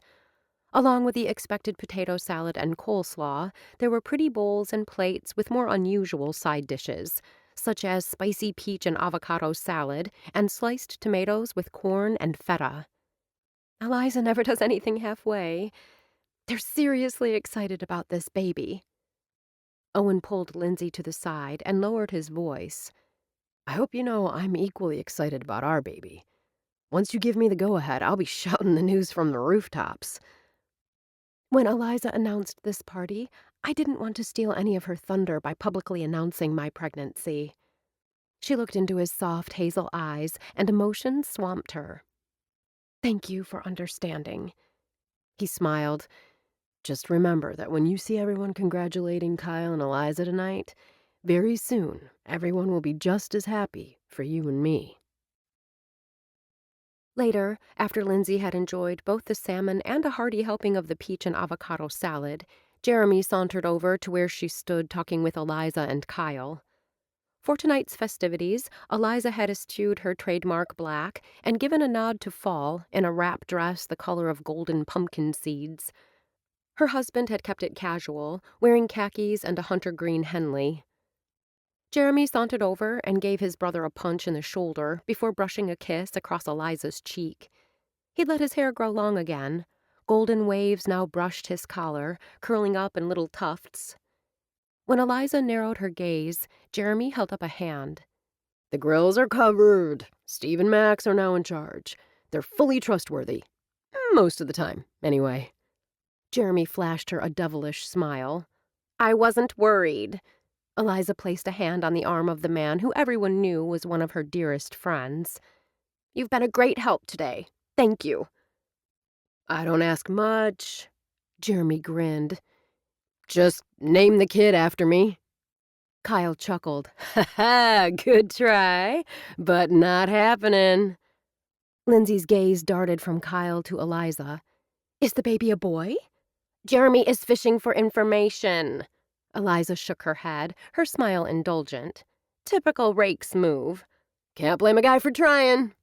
Jeremy rubbed his chin. Though Jeremiah also has a nice ring. Lindsay laughed along with the rest of them, the silly banter reminding her that she and Owen needed to revisit the name discussion. Finn and I are happy for you guys. Jeremy shifted his gaze to Lindsay. It's also nice to see you and Owen back together. He's a good guy. Lindsay glanced around. Where's your wife? Actually, Finn is with your good guy, finalizing details for the opening of Mindy's closet. How are the plans coming? Lindsay realized she hadn't heard an update since Owen had first given the project his blessing. Finn is hoping to open the doors next Saturday. Next Saturday is the Farmers Market and Craft Beer Festival in the square.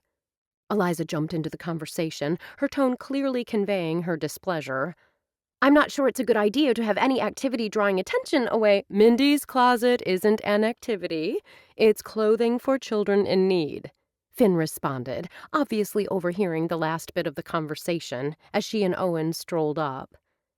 Like Eliza, the always stylish delphinium had embraced fall colors with form-fitting black pants and a leopard print button-back top.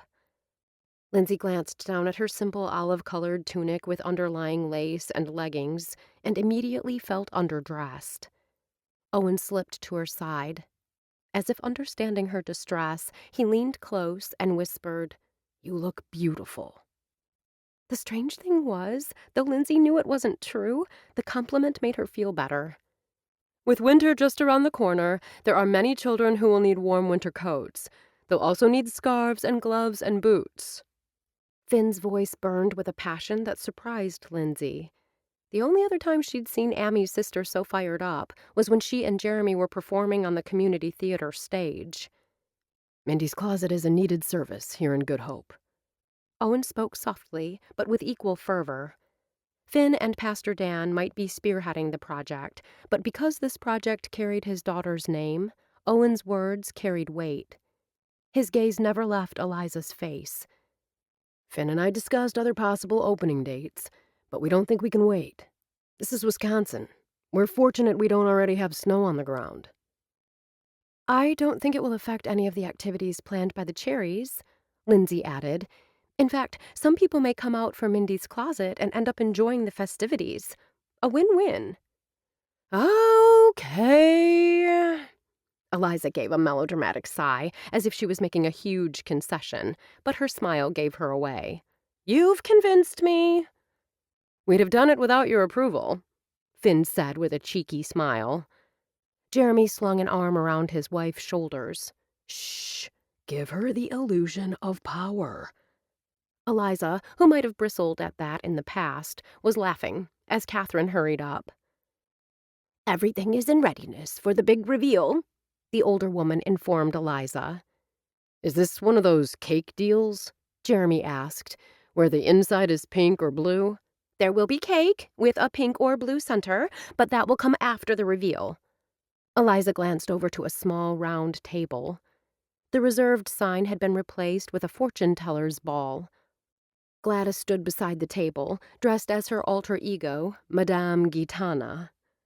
Why is she dressed like that? Eliza demanded. All she was asked to do is pluck the sorcerer's hat off the table to reveal a pink or blue onesie.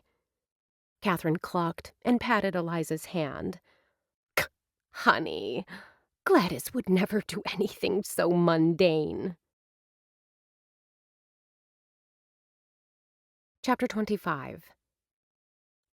Even without the jet-black hair striped boldly with silver and the scarf adorned with gold coins, Gladys's commanding presence drew the eye. Chandelier earrings boasting an assortment of purple stones dangled from her ears. A half-dozen gold bracelets etched with symbols Lindsay couldn't decipher encircled the woman's bony wrists. I don't want her going rogue. Eliza's brows slammed together, reminding Lindsay of two dark storm clouds colliding. I need to speak with her before we get started. Leave her be. Catherine patted Eliza's shoulder. It will be magnificent. Trust me. I trust you, Eliza told her cousin, then inclined her head in Gladys's direction. It's her I don't trust. Catherine laughed, as if Eliza had said something uproariously funny. Eliza had taken only one step when Amy and Beck, along with their daughter, stepped from the crowd. Amy gestured with one hand. I didn't know Madame Gitano would be here today. Eliza huffed out a breath. Gladys was assigned one task. When cued, she was supposed to lift the tall pointed hat off the table to reveal a pink or blue onesie beneath. But Catherine informed me that task is too mundane for Gladys. I agree with Catherine. Beck's soft southern drawl might have become less pronounced over the past few years, but it was evident this afternoon. Eliza's gaze narrowed on Beck. Why do you agree? Beck didn't hesitate. Gladys has never been a woman who does ordinary. He's right. Amy lowered her voice. What were you thinking, Eliza?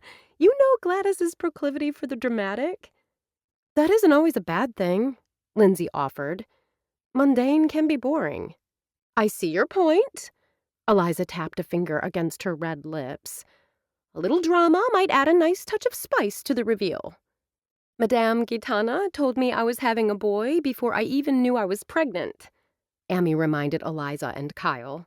We won't know until this spring if that prediction is accurate, so I'm eager to hear what she tells you. Eliza's lips lifted in a wry smile. The fact that the onesie is under the hat, which I'm certain she's already seen, makes this prediction a slam dunk. Oh, no, dear. Gladys hasn't peeked. I made sure of it. Catherine swiped a cross over her breast. There will be no skullduggery on my watch. It's showtimey. Kyle took his wife's hand and brought it to his lips for a kiss. Kyle's parents, Scott and Aaron, stood with his sister near the wooden table, chatting with Eliza's parents, who'd arrived in Good Hope that morning. Jeremy's parents had arrived last night from Florida. Though Ed and Cheryl Rakes held back, obviously not wanting to intrude, Kyle motioned them forward. Most in attendance were by now aware that Ed was Kyle's biological father. It spoke to the kind of man Scott Kendrick was, that he not only made room for Ed and Cheryl, but welcomed them warmly. "I want you two up close for this." Eliza took Lindsay's and Amy's arms and led them to the front, with Beck and Owen following behind. Lindsay stood next to Ethan. "Ready for the big reveal?" Ethan's gray eyes twinkled. 10 says it's a boy. Lindsay bumped her fist against his. "You've got a bet." Donald Shaw shot Lindsay and his son a censuring glance. Accustomed to such looks from her own mother, Lindsay only smiled. Lolo appeared and held out her arms for Sarah Rose. Seconds later, the toddler's chubby fingers were wrapped around the beads of Lolo's brightly colored necklace. Lindsay studied Kyle's sister.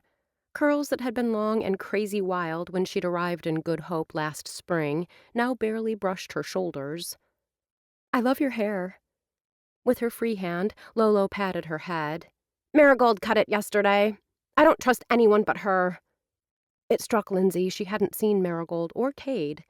She turned to Amy. "Is Marigold here?" Amy shook her head. "She was completely booked today and didn't feel right about canceling." As Saturdays tended to be a big day for hairstylists, Lindsay didn't doubt that in the least. But something in Amy's green eyes told her that wasn't the entire story. "She's happy for Eliza and Kyle," Amy insisted, appearing relieved when Hadley and David strode up. "Hey, you two, where have you been?" Hadley rested a hand on her daughter's shoulder. "Rock climbing class at the Y." David rocked back on his heels. Looks like Madame Gitana is getting ready to free that third eye. Hadley jabbed him in the ribs. "When she did that reading for me, it was spot on." "The jury is still out if her baby boy prediction is accurate." Amy's hand dropped to her baby bump. "If I were you, I'd start coming up with boy names." Hadley lifted her hands. "I was as much a doubter as anyone, but she? Is KT here?" The question from Lolo drew Lindsay's attention. "Afraid not. He's at the high school working on a homecoming display." Lolo and Lindsay's nephew had formed a friendship based on their mutual love of art. "Will you be in town for David and Hadley's wedding next week?" The girl's gaze shifted to Hadley. "You're getting married?" "The wedding is next week." Bryn clapped Sarah Rose's cowboy boots together, making the toddler chortle. "You should come. I'm the flower girl." Beside Lindsay, Owen tensed. Lolo scuffed the toe of her shoe in the grass, the gesture making her look much younger than 13. "I don't know if we're invited." David glanced at Hadley and received a little nod. "We'd love to have you attend." "KT will be there," Lindsay informed Lolo, which had been the whole point in mentioning the event in the first place. A spark flared in Lolo's eyes. "I'm going to ask—" The girl stopped and inhaled sharply. "Madame Gitana is ready to speak." Owen watched Gladys hold up the purple ball that had been resting on the obsidian stand. "I thought crystal balls were supposed to be clear." "Not necessarily." David's voice remained low. "Gladys told me the ball is merely a tool for freeing her third eye." "Third eye?" Owen scoffed. "Seriously?" "She was amazingly accurate with some things she knew about me," Hadley told him. "I'm a believer." "Since Eliza and Kyle already know the sex, we'll be able to assess the accuracy of Gladys's prediction." David brought Hadley's hand to his lips. "We may have to give her predictive talents a shot when we decide to add to our family." Bryn's gaze swiveled to her father, proving that simply because her eyes had been glued on Gladys didn't mean she hadn't been listening. "I want a baby sister or brother." Babies, Owen realized, were a hot topic among their friends. Considering most of them were in their 30s, it was to be expected. "After the wedding, we'll talk babies." David's expression softened when disappointment flooded his daughter's face. "We won't make you wait too long." Bryn met his gaze. "Promise?" David slung an arm around Hadley's shoulders. "Let's just say I'll do my best." Owen covered his laugh with a cough. Out of the corner of his eye, he saw Gladys, who'd been staring unblinkingly at the ball for nearly 2 minutes, place it back on the stand. Once she had everyone's attention, Gladys flung out both arms in a gesture worthy of any stage thespian.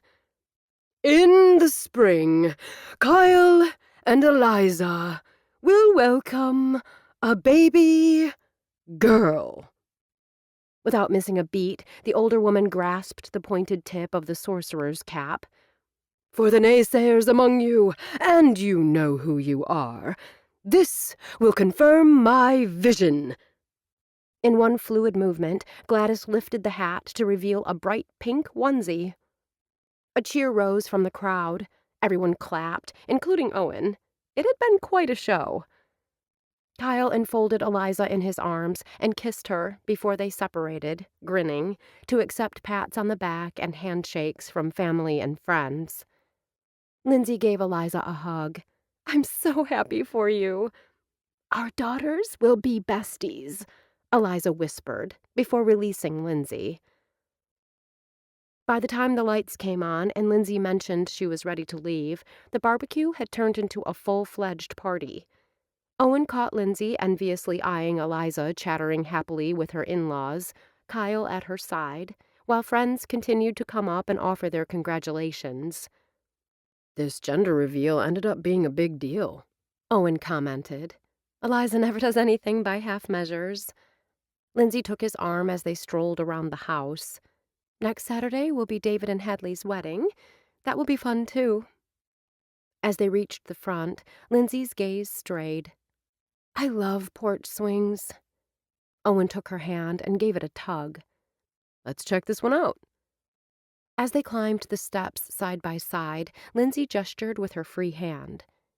In the South, they painted porch ceilings blue to ward off troubled spirits or ghosts. "I'm not a big believer in ghosts, troubled or otherwise," Owen admitted. "But I like the color." Eliza's grandmother did too. Lindsay took a seat on the swing. When the ceiling needed repainting, Eliza considered going with white, but decided to stay with blue because of her grandmother. They were very close. "I've left Mindy's room untouched." With great effort, Owen kept his tone even. "Finn asked me again tonight if there's anything of Mindy's I want to donate." Lindsay patted the spot beside her. "What did you tell her?" "That I'm not ready to part with any of her things." Owen dropped down next to Lindsay, but kept his eyes focused straight ahead. "Do you think I should?" "Not until you're ready." Lindsay closed her hand around his. Owen nodded and slipped an arm around her shoulders. "I saw you speaking with Madame Gitana after the reveal. Looked like a rather intense conversation." Bright patches of pink dotted Lindsay's cheeks. "We were talking babies." Owen raised a brow. "Did you tell her about ours?" "She already knew." "Eliza must have told her." Lindsay shook her head. "Eliza wouldn't tell anyone without my permission. Gladys also knew we're having a girl." "Maybe the woman really does have a third eye." Owen chuckled, as if he'd made a joke. "She mentioned Mindy." Owen inclined his head. "She told me," Lindsay cleared her throat, "that Mindy loves rose petals." The tension that had gripped Owen eased. "Everyone in Good Hope knows pink roses were Mindy's favorite flower." Gladys said that, just like coins, finding rose petals can be a sign that a loved one is watching over you. Lindsay spoke quickly, as if afraid he'd interrupt. Apparently, petals can seem to point you in the right direction. "I don't believe in this kind of stuff." Owen's voice sounded harsh and unyielding, even to his own ears. He took a breath and let it out slowly. "I wish Gladys had seen Mindy, and that my daughter might try to communicate with me. But I learned long ago that wishing for something doesn't make it so." They continued to swing back and forth in silence, the darkness closing in around them. "Petals can point you in the right direction." The words kept circling in Owen's head. What was the right direction? He'd thought he and Lindsay were moving in the right direction. but now he feared he'd taken a wrong turn. Sleeping with Lindsay had been a mistake. It had brought all those feelings for her that he'd suppressed to the surface. Owen would be there for her and their daughter, but the pain he'd felt at the cemetery had been a potent reminder. He couldn't survive losing someone he loved again. Chapter 26. I love the energy. Lindsay breathed deep, as if attempting to inhale the festive atmosphere in the town square. Owen had stopped by her booth and asked if she wanted to walk with him to the church for the opening of Mindy's closet. While part of him wanted her at his side, another part wished he was alone. All around them, residents of Good Hope shopped at stands of fresh vegetables and fruits. With Halloween fast approaching, there was an abundance of pumpkins, gourds, and corn stalks. Even in inclement weather, the farmers' market was a draw. Today, with sunshine and unseasonably warm temperatures hovering near 50, tourists and year-round residents flooded the town square. The laughter and conversation scraped against Owen's raw nerves. As Lindsay finished giving Izzy last-minute instructions, Owen made sure not to let his irritation show. "Your booth looks nice." He'd spent last evening helping Lindsay put together a collage of her fall collection bouquets, featuring sunflowers and pumpkins that sprouted mums in autumn hues. There was even a centerpiece with cattails and pheasant feathers. "I wish I could set out the arrangements, but 48 is too cold for fresh flowers." Lindsay's lips lifted in a rueful smile. "Still, a lot of people are entering the drawing, so that's a positive." Lindsay had decided that everyone who subscribed to her mailing list by dropping a business card or piece of paper with their name and email address into the glass bowl would be entered to win one of the arrangements. She heaved a sigh. "I wish I'd had more time to push the wedding business." "When I walked up, there was a woman and her daughter flipping through the book." Owen pointed to the table where, even now, two young women were intently studying the pictures. The blonde already put a coupon in her purse. Last night, Lindsay had showed him the book she'd compiled. It contained photos of past wedding bouquets and arrangements, along with a price sheet and a coupon for 25% off for any wedding floral arrangements booked by the end of the year. Owen was amazed at all she'd accomplished in such a short time. Earlier this week, she'd approached her nephew, as well as local artist Izzy Deschler, with a proposed business arrangement. In order to compete with the enchanted florist, Lindsay had decided she needed to offer more than floral arrangements. Joining forces with local artists was a first step, which was why the three were sharing time in today's booth. In a nod to the season, there were gourds painted with quirky scarecrows and black cats, as well as elegant ones with hand-carved autumn leaves. Orange pumpkins sported scary or funny faces, while white pumpkins were festooned with sequins and fur. "The pumpkins and gourds are a big hit." Owen shook his head. "On my way to your booth, I ran into Corey White. He had 3 of your pumpkins in his arms." "What can I say? Izzy and KT are uber talented." Lindsay's eyes sparkled, as if she found as much pleasure in their success as her own. "Eliza is cool with us adding unique art to my corner of her store. Though she's not charging me rent, once I'm on my feet, I'll pay her for use of the space." "What about the wedding stuff?" "I have exciting news on that front." Lindsay's face lit up. "You know Piper Ambrose?" "Of course." He smiled, finding her excitement contagious. "She and I reached an agreement this morning. I'm going to base my wedding business out of her store. Piper wants to make Swoon a one-stop shop for brides. Bringing my business under her roof is a first step." "You'll work for her?" "I'll be an independent contractor and pay rent on the space I utilize." She wanted a percentage of my profits, but I told her that was a deal breaker. Owen's head spun at the thought of how many irons Lindsay now had in the fire. He wondered when she planned to sleep, or take care of herself and their child. "Don't forget you're having a baby." Lindsay's feet came to an abrupt stop. She narrowed her gaze and studied him with unblinking blue eyes. "What's that supposed to mean?" "Just be careful not to overcommit." Owen recalled those first couple of years after Mindy's birth, when sleep became a luxury. A baby's schedule was exhausting. I have to hand it to Tessa. Though she still carried a full load at school, she made sure not to take on any unnecessary additional projects. Lindsay stiffened, and her eyes turned cool. Good for her. But unlike your ex-wife, I have to support myself. I didn't mean... Baby stuff is expensive. I'll take care... No. Lindsay spoke the word through gritted teeth. While I appreciate you doing your part, I have to be able to do my part, too. You don't have to... We're not married, Owen, she snapped. Closing her eyes for a second, she inhaled deeply. I'm sorry. There's no need for rudeness. He met her troubled gaze and wondered how to make her see that a baby, their baby, would need time more than stuff. If she'd only let him shoulder more of the load. We could marry. My offer is still on the table. Lindsay shook her head. Why are you standing here? Finn called to Owen as she hurried over. She gestured to the side entrance of the church where a large crowd gathered. I need you up front. We're ready to begin. My fault. Lindsay lifted a hand.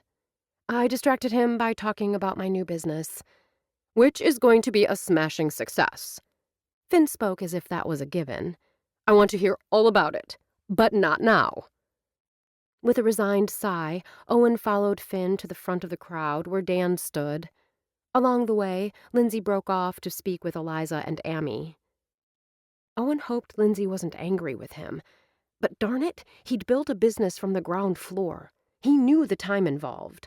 The last thing he wanted was for her to bite off too much too fast. He still regretted spending so many hours away from his wife and daughter in those early years. When he saw the white sign fastened to the side of the church, Owen forgot all about Lindsay. The hot pink lettering read, Mindy's Closet. Izzy, he recognized her work, had dotted the I in Mindy's name with a sparkly pink flower. Owen was thankful the minister and Finn were slated to speak first. At the moment, he didn't think he'd be able to choke out a single word. He took a steadying breath while Dan spoke about Good Hope's neighbors helping neighbors mentality. The minister gestured widely with one hand to those assembled and said how proud he was to live in a community where, once a need was identified, the citizens rose to meet that need. Finn Rakes would like to say a few words about why this particular project holds a special place in her heart. The minister handed Finn the microphone. Standing tall and looking every inch the PR executive she'd once been, Finn surveyed her audience. As if understanding an expensive tailored suit would have been out of place in a group composed primarily of citizens who'd fallen on hard times, she'd dressed simply. Under a long open front cardigan that fell to her knees, Finn wore a skirt the color of Merlot with a tan sweater and boots. The pastor did an excellent job giving you the background on this project. I'm here to put a face to the effort. As she continued to speak, the brightness in Finn's smile dimmed. Owen clenched and unclenched his hands, knowing what was coming. I want to take a few minutes to tell you about Mindy Vaughn. Finn glanced at Owen for the briefest of seconds. I became acquainted with 8-year-old Mindy when I was back in Good Hope for a visit. Under the program Your Wish Fulfilled, Mindy, who suffered from an inoperable brain tumor, had requested an early Christmas. I had the privilege of helping make that happen at Rake's farm. Jeremy stood near the front. When Finn's voice faltered, he offered his wife an encouraging smile. Finn cleared her throat. I fell in love with Mindy. Despite her circumstance, she radiated joy. She loved life, and she loved people. Old, young, in between, it didn't matter. Mindy was a good friend, a loving daughter, and a caring citizen of Good Hope. Off to the left, Bryn began to cry. Hadley tugged her close, while her father stroked her hair. Owen gritted his teeth. That's why, when we were thinking of what to name this project, Dan and I agreed we had to involve Mindy. Finn's lips trembled before she firmed them. She was a girl who would offer a bright smile even when she was hurting, and who would give you the clothes off her back. Mindy's Closet. The name fits. Finn waited for the applause to die down, then motioned to Owen. Owen Vaughn, Mindy's father, is here with us. We've asked him to say a few words. Owen took the microphone from Finn. She'd assured him he didn't need to talk long, and he was holding her to that promise. My daughter would be proud to have her name on something that represents the best of Good Hope. She would be exceedingly pleased with the pink lettering on the sign. Laughter rumbled through the audience. Thank you for honoring my daughter in this way. Owen paused, not for effect, but to regain his composure. It means a lot to me. He thrust the microphone back into Finn's hand and stepped back to applause. His heart hammered as the doors behind him were flung open. He moved to the side as the crowd surged forward. Owen jerked at the touch on his arm, but relaxed when he saw it was Lindsay. That was lovely. He shook his head. I didn't say much. What you said was lovely and just enough.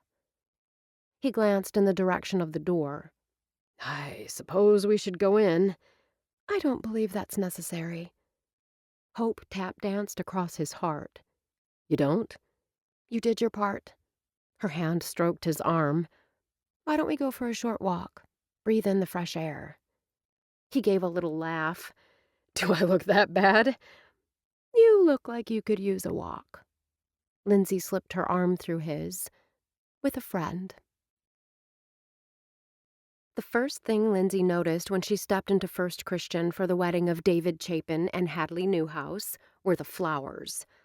Lindsay tightened her fingers around Owen's suit sleeve and inhaled the pungent scent of evergreen and the sweet smell of roses. It looks and smells wonderful in here. Owen said nothing. Lindsay pretended not to notice. Ever since the opening of Mindy's closet earlier this afternoon, Owen had been unusually quiet. His somber mood had continued when he picked her up for the wedding. Lindsay studied the ends of the pews decorated with tulle and white roses, interspersed with evergreen and baby's breath. It was a lovely arrangement. At the front of the church were 2 pedestals with huge bouquets of white roses. Max, Amy's brother-in-law and one of the ushers, offered Lindsay his arm. He wore a gray tux with a deep royal blue tie. His normally unruly blonde hair was perfectly groomed. Lindsay slipped her hand into his. You look very handsome tonight, Mr. Brody. The accountant grinned. I was about to say the same to you, Ms. Lohmeyer, except I'd substitute lovely for handsome. The church is beautiful. Lindsay's gaze swept the interior that was already nearly full. I didn't expect this many people. For some reason, I thought Hadley wanted small and intimate. I expected a crowd. Max lifted one shoulder in a shrug. She and David have lots of friends in Good Hope.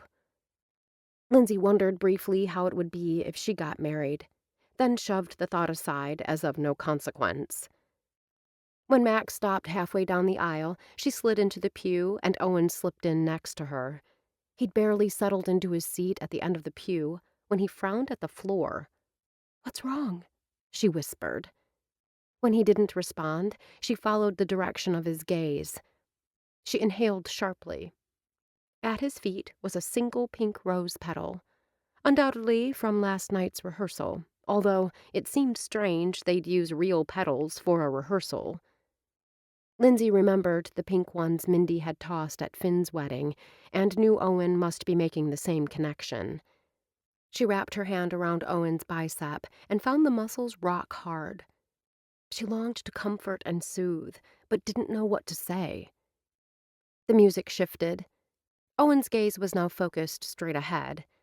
Lindsay shifted in the pew to watch Lynn Chapin Bloom glide gracefully down the aisle. Resplendent in a silver lace jacket dress with a scalloped hem, David's mother continued to the front of the aisle. Once she'd taken a seat in the first row, David appeared at the front. He looked incredibly handsome and more than a little nervous. No, Lindsay corrected. Not nervous. Eager. Shifting her attention to the back of the church, Lindsay saw David's sister, Greer, and Beck begin their trip down the aisle. Greer's dark hair was the perfect foil for her cocktail-length dress in royal blue. The dress, a floral stretch lace over a smooth, soft stretch jersey fabric, flattered Greer's trim figure.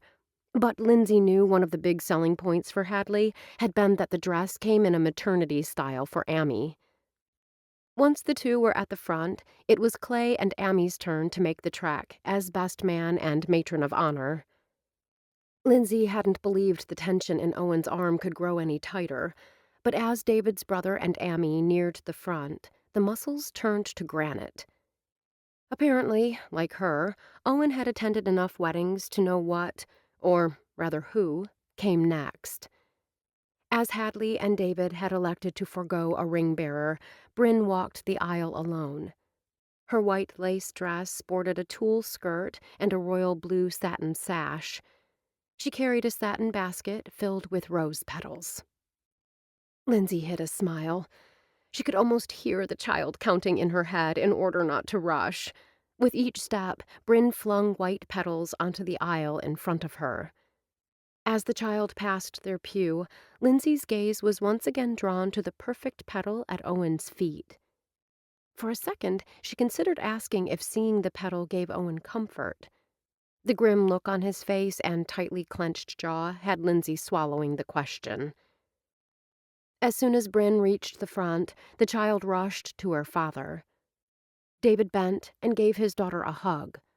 Whatever he whispered in her ear had Bryn nodding and smiling before skipping to sit beside her grandmother.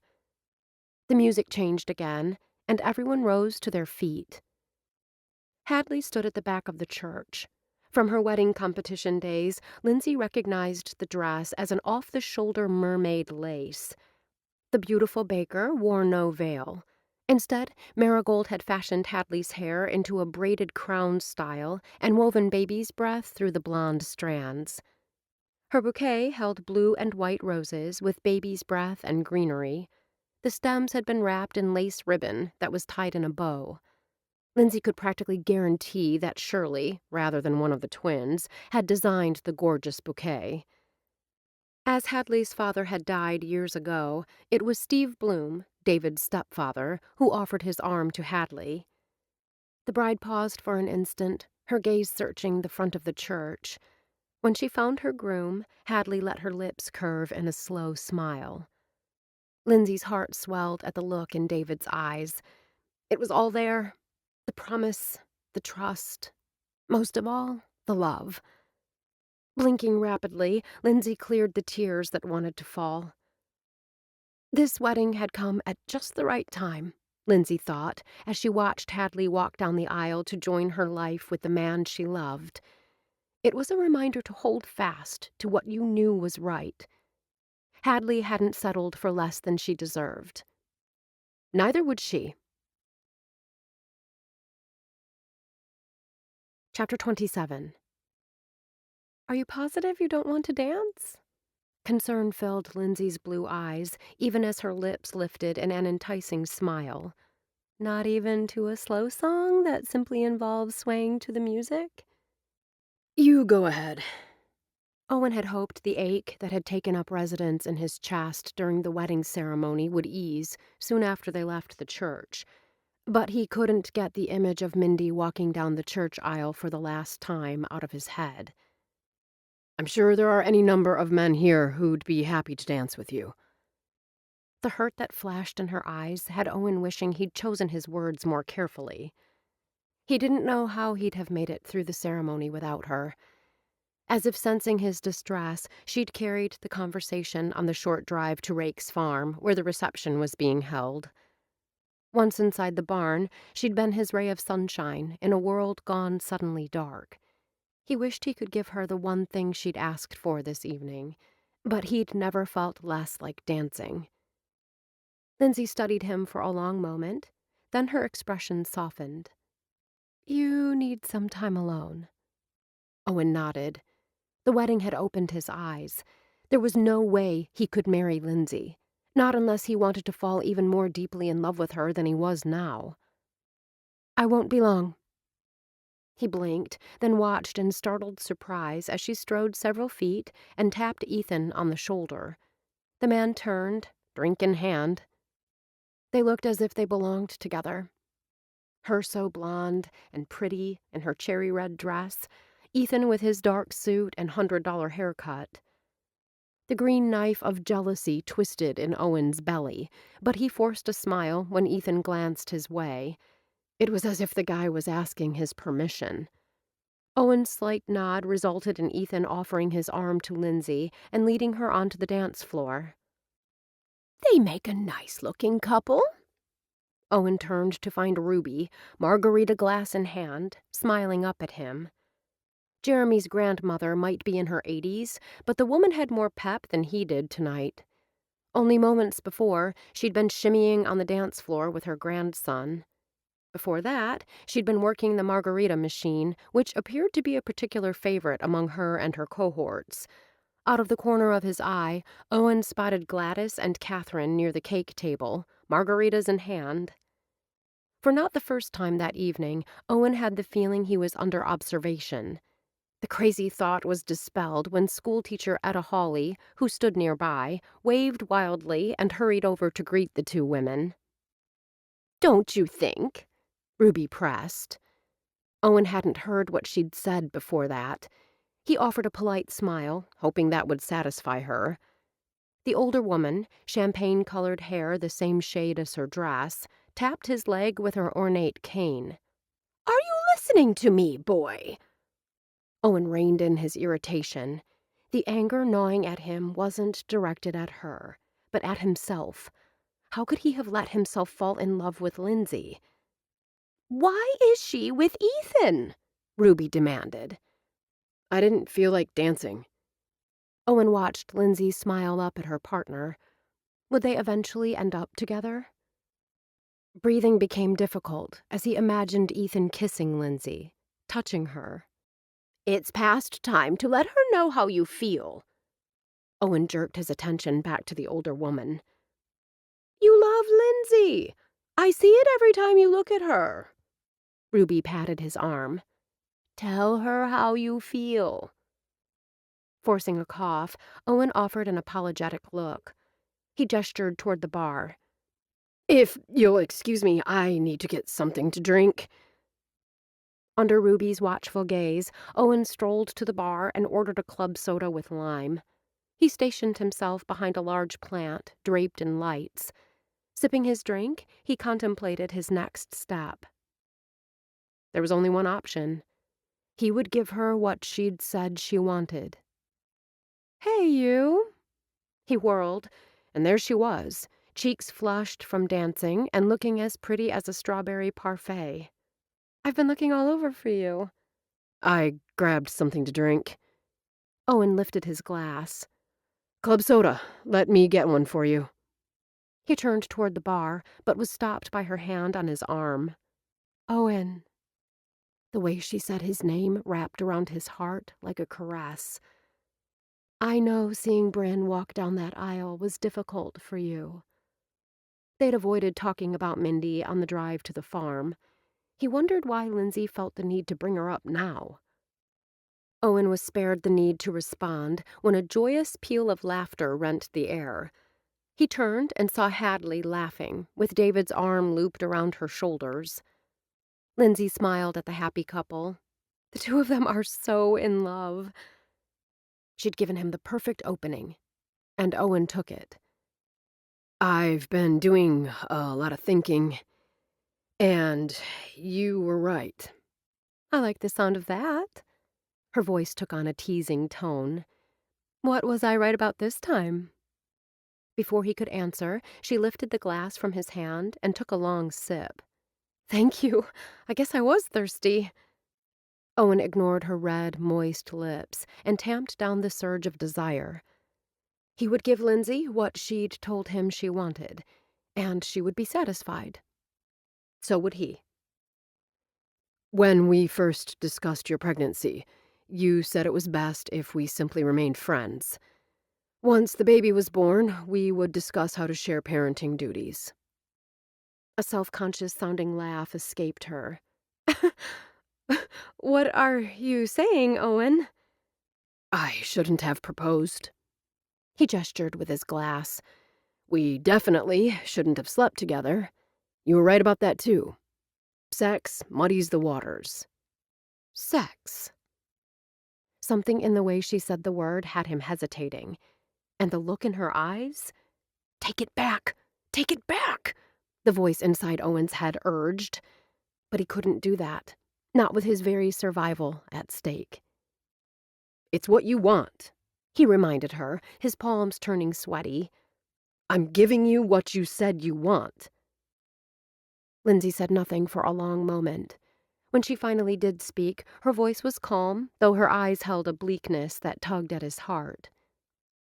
I appreciate your honesty. I didn't mean to mislead you. What did that even mean? And why did he feel like he was digging his own grave with every word? She swallowed convulsively. It's always best to be honest. The tightness in his chest eased slightly. She understood. Of course she understood. Without him having to go into detail, she recognized the rightness of this course of action. Good, I'm glad we got that settled. If you're still interested in dancing, I'm not. Her voice cracked. I want you to take me home. His heart began to pound as he gestured to the now crowded dance floor. Owen licked suddenly dry lips. The party is just getting started. Lindsay's gaze shifted in time to see David sweep Hadley into an exaggerated dip that had the couple once again dissolving into laughter. Instead of answering Owen, she turned and headed for the door. Lindsay barely spoke on the drive to her apartment. Owen's attempts to further clarify his position seemed to make matters only worse. I'll walk you to the door. When he reached for his door handle, Lindsay placed a hand on his arm. This was the first she'd touched him since they left the barn. His heart leaped. Hopeful, he turned toward her. Stay in the truck. The words sliced like cold metal into him. Her face held lines of strain, while her eyes reflected controlled fury. I can't believe I didn't see what you were doing. Owen rubbed the back of his neck. What are you talking about? You're not over the pain of losing Mindy. I'm not even sure you're over Tessa. She bit her bottom lip. I need to rethink this whole joint custody thing. Your behavior makes me wonder if you're only pretending to love our daughter, the same way you pretended to care for me. How can you say that? Startled, Owen stared incredulously. How can you accuse me of not loving our child? You've been courting me ever since you found out about the baby, saying you want to be there for me, kissing me, sleeping with me. She closed her eyes for a heartbeat. When they opened, they were ice. As soon as we had sex, you pulled back and pushed me away, just like before. Maybe it's because Mindy's memories still overwhelm you, but do you think that will stop once the baby is here? I will not let my daughter feel second best or be pushed aside. Lindsay! Owen heard the panic in his own voice. You know me! I thought I knew you. Her voice was heavy with disappointment. Now, I'm not sure. Please! He started to reach for her, but pulled his hand back. Don't throw our friendship away. I'll always be your friend. As Lindsay pushed open the passenger door, she sounded incredibly weary. It may have to be from a distance, though. I won't make the mistake of letting you get too close a third time. I'm giving you all I can, Lynn. I care about you and our child. I want to provide for you both, to take care of you both. So maybe I'm not some Prince Charming who believes life is like a movie. There's more to a relationship than roses and big romantic gestures. We're having a baby, and I'm offering you support, security, and respect. Doesn't that count for anything? By the time he finished, he was out of breath. He could tell by the set of her jaw that she wasn't swayed. "What you're offering does count, Owen." Steely determination replaced the sadness in her eyes. "But I won't apologize for protecting my child. And I won't apologize for wanting the fairy tale." She shut the door without waiting for a response. He rolled down the window. "You're drawing a hard line in the sand, Lindsay. Think about our baby. Think about our future." She didn't turn around, but the words tossed over her shoulder carried on the evening breeze. "As long as you're unable to make peace with your past, we don't have a future." The next morning, Lindsay woke early from a fitful sleep. Instead of taking the direct route to church, she strolled through the downtown area. This gave her the opportunity to see how the homecoming displays in the town square were holding up to the wind. The frigid air had her not lingering long. Her thoughts kept returning to Owen. She told herself if he didn't return her love, it was his loss, a sentiment much easier to embrace in the light of day than last night. By the time Lindsay reached the church's front steps, the service had already started. Standing in the back, she let her gaze sweep the room. She spotted Cassie halfway up the aisle. When Lindsay reached her sister, she found Cassie and her daughter sharing a hymnal, while Axel stood on the seat of the pew. The older boys were nowhere in sight. Lindsay tapped her sister on the shoulder, and Cassie responded by scooting closer to Dakota to make room. Her niece, a pretty girl with dark hair and her grandmother's hazel eyes, wiggled her fingers in welcome and continued to sing. There was no opportunity for Lindsay to speak with her sister and niece. Knowing his congregation preferred a faster-paced experience, Dan kept the service moving forward like a well-oiled machine. Lindsay had hoped to relax and let her mind drift during the sermon. After only a minute, the word acceptance caught her attention. "If we view ourselves as unworthy, we act in that manner. If we see ourselves as a victim, we tend to let others victimize us." Dan's gaze seemed to be directed directly at her. Lindsay knew his ability to make you believe he was speaking only to you was one of the young minister's gifts. "By our beliefs, we set ourselves up for success or failure." Dan spoke with a fervor that said these weren't simply words to him. "Many of these beliefs start in childhood. We don't leave them there. They come with us, many staying with us our entire lives." She and Cassie exchanged quick glances. Was her sister recalling Bernie's ugly words? Was the fact her parents had doted on Cassie the reason Lindsay had always viewed herself as second best? "These false beliefs beat you down. You feel lost and alone. But you aren't alone.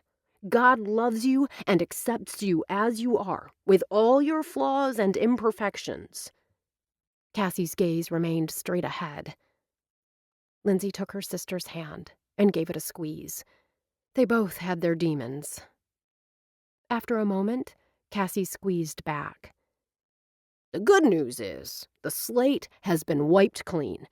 Your sins have been erased permanently. No matter what you've done, you are forgiven." Dan's gaze swept the congregation. "You are worthy of love and respect. You should demand nothing less." The minister's words had the ache in Lindsay's heart lessening. She felt more at peace than she had since learning she was pregnant. The reality was, for Owen to love her, or anyone, he had to risk the possibility of future pain. It was clear that was something he wasn't ready to do. Not now, anyway. Perhaps never. Lindsay felt sorry for him, because she knew he would never find true happiness in the present until he took that step. Chapter 28. "Where are you headed in such a hurry?" Wade wiped his hands on a grease rag as Owen strode through the garage. "Be back later." Owen kept walking as if he was a man on a mission. Which he was, if retrieving an item from his daughter's room qualified as a mission. It spoke to how low he'd sunk that a text from Finn on a Wednesday morning was a high point of his day. When her message had come through, Owen had been staring at his computer screensaver. He couldn't seem to focus. He didn't trust himself to work on anyone's vehicle. Heck, he didn't even trust himself to order parts. His mind was too preoccupied with Lindsay. He'd decided to give her a few days, maybe a week, before approaching her. Hopefully they'd talk and things would get back to normal. The notion struck him as foolishly optimistic. Lindsay had drawn her line in the sand, as had he. Once home, Owen went straight to Mindy's bedroom. Finn had assured him that they wouldn't be selling the personal item, merely putting it on display. The item would be used to open up dialogue with customers about Mindy and the store, as well as the work done by Your Wish Fulfilled. Owen decided to take the stuffed octopus Tessa had given Mindy for her 6th birthday. Odessa was pink with blue and orange polka dots and long eyelashes. Tessa had brought the silly stuffed creature back from a business trip to Vancouver. With chagrin, he recalled saying something about it being a ridiculous gift when Tessa had proudly showed it to him. As if a switch had been flipped, the light in her eyes had been extinguished. It had been a cheap shot. He'd been angry with her about the conference. He and Mindy hardly saw her, and when she did have free time, she'd chosen to spend it away from them. Or that's how it had seemed at the time.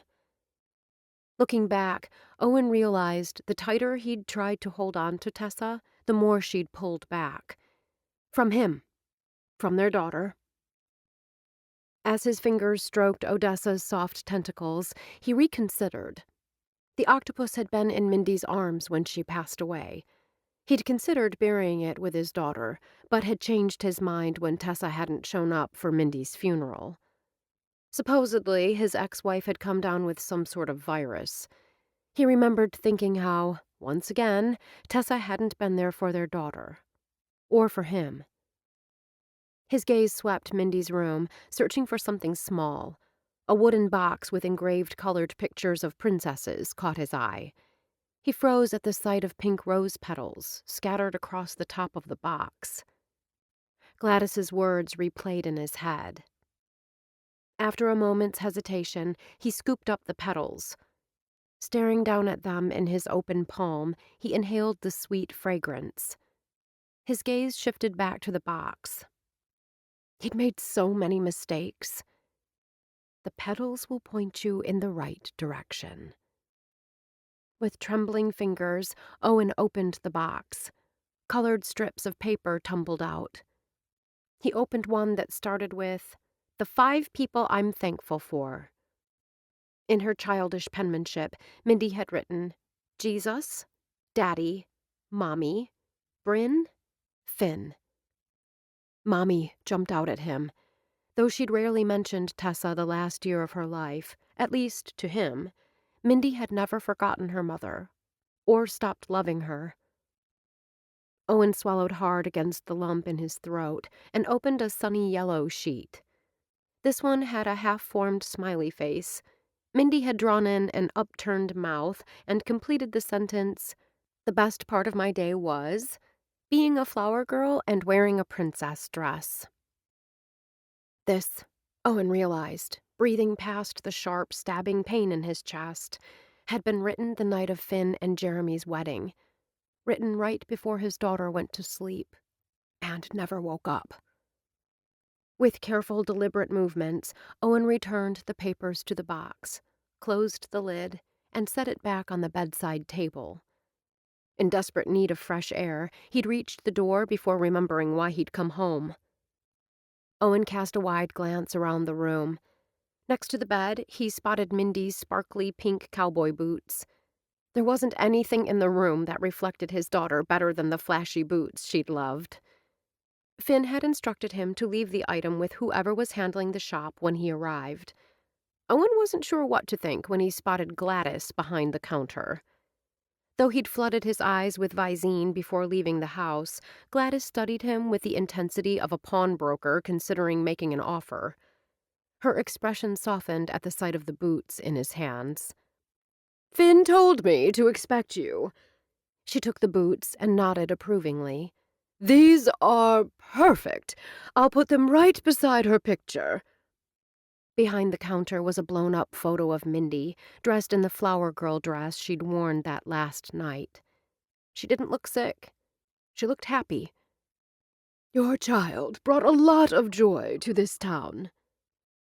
Reaching into his pocket, Owen pulled out the petals and placed them on the counter. I found these in her room, on top of her gratitude box.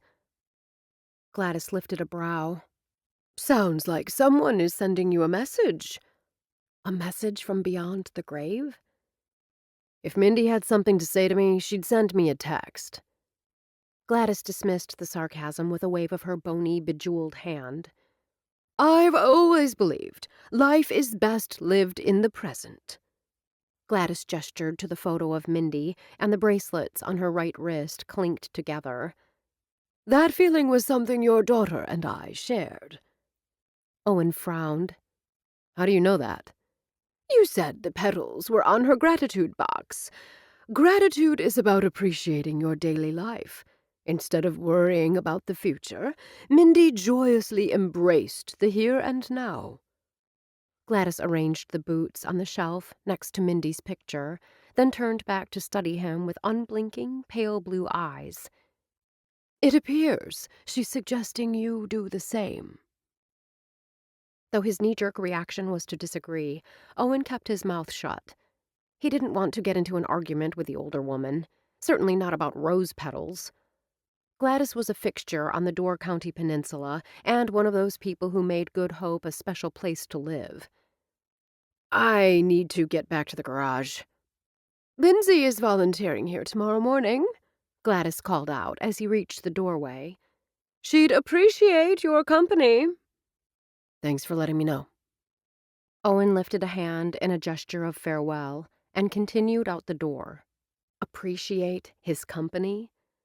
Owen shook his head. If he walked through that door tomorrow morning, Lindsay was as likely to kick his ass as welcome him with open arms. For someone who professed to be psychic, Gladys had missed the mark, not only with Mindy's message, but with this one as well. Instead of heading immediately back to the garage, Owen detoured to Muddy Boots. Though the noon hour was normally busy, today was Wednesday. Outside, the day had more in common with winter than fall. The second Owen stepped into the warmth of the diner and saw the crowd of unfamiliar faces, he realized a lot of people must have arrived early for the upcoming festivities. He turned to leave when a hand on his coat sleeve stopped him. Turning, Owen found himself face to face with Crew Slattery. He couldn't recall the last time Crew had made it back to Good Hope, but it had to have been eons ago. That time, Crew had been a boy. A man stood in front of him now, 6 feet 2 inches and 200 pounds of lean muscle. Dark wavy hair brushed the collar of his coat, and it appeared he'd forgotten to shave that morning. Despite that fact, or maybe because of it, Owen noticed several women looking twice. Hey, man, good to see you. Owen grinned and clasped his hand in a firm shake. It's been a long time. Too long. Crew gestured toward the dining area. I've got a table. Join me for lunch. Owen hesitated for only a second. Considering Crew was the homecoming guest of honor, they probably wouldn't have another chance to catch up. Okay, sure. Crew threaded through the tables with the same skill he'd once woven through the opposing team's secondary. Though Owen knew his former brother-in-law had been able to come to Good Hope only because of an injury, from the ease with which he was moving, the man looked 100%. He assumed Crew had snagged one of the coveted two-tops near the window, but the table Crew stopped beside was a round one capable of seating 5 or 6. Hello, Owen. Tessa gazed up at him through the bright blue eyes Mindy had inherited. Crew gestured with a large hand that could grab a football from midair even when he was triple-teamed. I hope you don't mind that I invited Owen to join us. I don't mind. Tessa hesitated only a second, then introduced her husband, Jared, a scholarly-looking man with dark-rimmed glasses. This is Lily. The child in the high chair had dark hair like her mother and her father's brown eyes. She couldn't be more than a year old. It's nice to meet you. Owen supposed running into Tessa had to happen sometime. He just wished it hadn't happened today. Resigned, he pulled out a chair and sat down. You arrived early. Jared has never been to Good Hope. Tessa's tone might be easy, but her eyes remained wary. I thought this would be a good opportunity to show him where I grew up. As he searched for something polite to say to that, Dakota approached the table and offered a bright smile. I'm sorry for the delay. My name is Dakota, and I'll be taking care of you today. If you need anything, please let me know. Are you ready to order? Tessa slanted a glance at Owen. We've had a chance to look at the menus, but you just got here. I can give you a few minutes, Dakota began. Not necessary. Owen smiled at Lindsay's niece. I eat here so much I have the menu memorized. Dakota took their orders with an efficiency born of years of waitressing, then returned with their drinks. Owen must not have been the only one who noticed Crue's intense scrutiny of the college girl each time she came anywhere near the table, because Tessa punched her brother in the arm. She's too young for you! It's not like that. She reminds me of someone. Crue's dark brows pulled together. He turned to Owen. What do you know about her? Dakota is Cassie Lohmeyer's daughter. There was an odd look on Crue's face that Owen couldn't decipher. This girl must be, 18? Jailbait, Tessa warned, and snatched a fry from her husband's plate. Crue ignored his sister, his gaze riveted on Owen. Closer to 20. She finished 1 year of college already. She's back in Good Hope for this semester, trying to earn enough money to return to lacrosse for the second semester. Crue opened his mouth as if he was about to say something, then shut it and picked up his glass of soda. I know this isn't a good time, but I'm not sure when would be better. Tessa cleared her throat. I want to say again how sorry I am that I didn't make it back from Mindy's funeral. If there would have been any possible way I could have dragged myself onto a plane, I would have been here. Tears shimmered in Tessa's eyes. He knows that, Tess. Her husband reached over and took her hand. You were too sick to fly. He understands. The look Jared shot him said that even if he didn't, he better say he did. A man standing up for his woman. Owen respected Jared's loyalty. I know you'd have been here. Owen might have tightened his grip on the plastic tumbler of water, but his voice remained even. It was a beautiful service. The church was packed. Mindy had a lot of friends. So many people loved her. They've started something at the church called Mindy's Closet in her honor.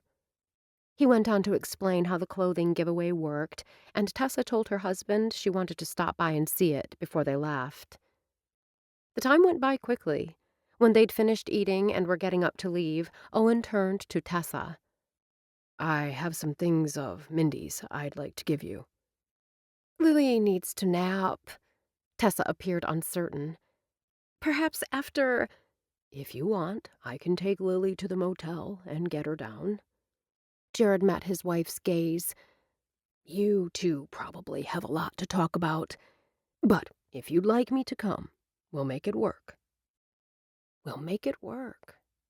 Tessa and Jared appeared to be a team in a way she and Owen never had been. You can ride with me over to the house, Owen offered. I can drop you off at the motel. Sure. That'll be fine. As she rose, Tessa gave her brother an even stronger punch to the shoulder. Quit staring at that girl. It's downright creepy. It was so reminiscent of their interactions in high school, her scolding, her brother ignoring, that Owen had to laugh. Some things never changed. Chapter 29. Owen kept the conversation light on the way to the house they'd once shared. They spoke of classmates and what they were doing now. He learned that Tessa and her husband had opened a family law practice in Des Moines. Jared had grown up in Iowa and had relatives in the area. More important, according to Tess, running their own practice gave them the ability to flex their schedules around Lily's needs. The house hasn't changed much. Seconds after stepping into the living room, Tessa moved to a ceramic sparrow that Mindy had painted when she'd been not more than 5 or 6. After setting it down, she picked up the deck of cards, turning them over in her hand. These are different. They're relationship cards. For a second, Owen couldn't recall what the cards were doing in his house, until he remembered Lindsay tossing them out of her bag when she'd been digging through her purse. Are you in a relationship, Owen? He hesitated a fraction of a second, then nodded. With Lindsay Lohmeyer. We're having a baby girl this spring. Congratulations. I'm happy for you. She sounded surprisingly sincere. You and I might not have been good together, but I believe separately we're both good people. Tessa's gaze turned assessing, and he found himself reminded of the way Gladys had looked at him that morning. I like Jared, he said to fill the silence. I like him too. Her lips curved. He makes me happy. Owen had seen the connection between them at lunch. Weren't you scared to commit? I mean, after the failure of our marriage, the ink was barely dry on our divorce papers when you married the guy. Her head jerked up, and she dropped the cards back to the table as if they'd turned red hot. If you're intimating that I was involved with him before we split, you're wrong. I wouldn't have done that to you. Owen had wondered. Knowing she'd remained faithful shouldn't have mattered, but it did. I made so many mistakes in our marriage, and with Mindy. The guilt and pain in her blue depths tore at his heart, but she wasn't the only one who'd made mistakes. I should never have told you to stay away. You were worried about her. I put my career before my child. I knew it hurt Mindy terribly when I had to cancel our times together at the last minute. But at the same time, I was a junior associate and had little control over my She stopped herself and held up a hand. No? No excuses. She remained silent for so long, he was tempted to jump in. But he waited, sensing that getting the words out was important to her. There is no excuse for a mother staying away from her daughter, especially when that child is fighting for her life. Tessa's voice trembled with emotion. I should have quit my job and been here for her. It wasn't anything he hadn't thought, hadn't said to her. Back then, she hadn't wanted to listen. I was wrong to insist you stay away, he repeated. That isn't on you, Owen. Tessa blew out a breath. Mindy was my daughter. My child needed me, and I wasn't there. I will regret that to my dying day. Tessa's eyes dropped to the hands she was twisting and untwisting. I'm sure she hated me. She never stopped loving you. Her gaze jerked up. Hope flared, but was extinguished almost immediately. She shook her head. I wasn't there when she needed me most. True, Owen thought, but he was done playing judge and jury. She missed you, but she always loved you. Tears slipped down Tessa's cheeks. You're just saying that to make me feel better. Why would I be that nice? The comment had her laughing and brushing away tears. He gestured down the hall. I want to show you something. Tessa stood for a long moment in Mindy's bedroom doorway and took in the explosion of pink. Her lips curved. It hasn't changed. It's the same as I remember. Her love for the color pink never wavered. Owen moved to the bed and picked up the octopus. Mindy died in her sleep, with Odessa in her arms. I believe the octopus was precious to her because it came from you. Tessa stood there, biting her lower lip. I want you to have it. He pressed the colorful stuffed animal into her hands. And something else. Owen lifted the box from the dresser. Tessa inclined her head. A jewelry box? It's a gratitude box. Mindy faithfully filled out slips of paper every night. I've only read 2, so I can't guarantee what she may have written. But these are all things she was grateful for. If you read them all, I bet you'll see we raised a happy child. I can't take this. It should be yours. You were the one who was here for her. Tessa lifted her hands. You raised her, not me. You were here for the first 7 years of her life, Tess. You were in her heart. She'd be happy to know a part of her is with you. If you're sure. Tessa's fingers shook as they closed around the box. I'll treasure this always. I'm sorry I wasn't a better husband. Owen blew out a breath. I wasn't as supportive as you needed me to be. I'm sorry. Well, for so many things, too. But I've come to see my mistakes led me to where I am now. I wouldn't be the wife I am to Jared if not for the hard lessons I learned about being honest about my feelings and my needs. I'd venture you wouldn't be the man you are for Lindsay if you hadn't learned from the mistakes in our marriage. Owen rocked back on his heels. I don't know about that. Think about it. If your mother hadn't left you in that fire station in Minnesota, your parents wouldn't have adopted you. You wouldn't have eventually moved to Door County with them. We wouldn't have met, and Mindy wouldn't have been born.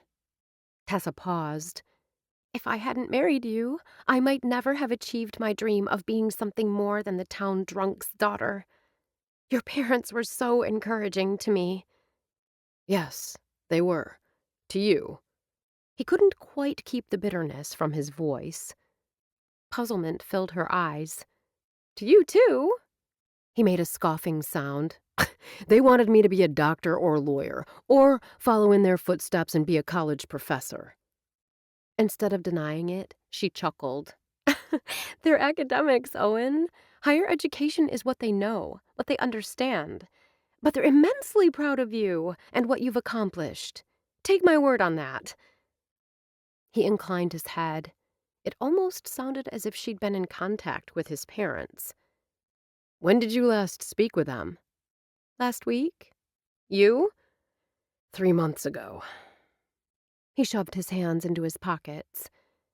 After she passed, they were checking in all the time. I finally told them I needed space, and they backed off. She touched his arm. I'd say 3 months is enough space. Call them, Owen. They love you. They're grieving, too.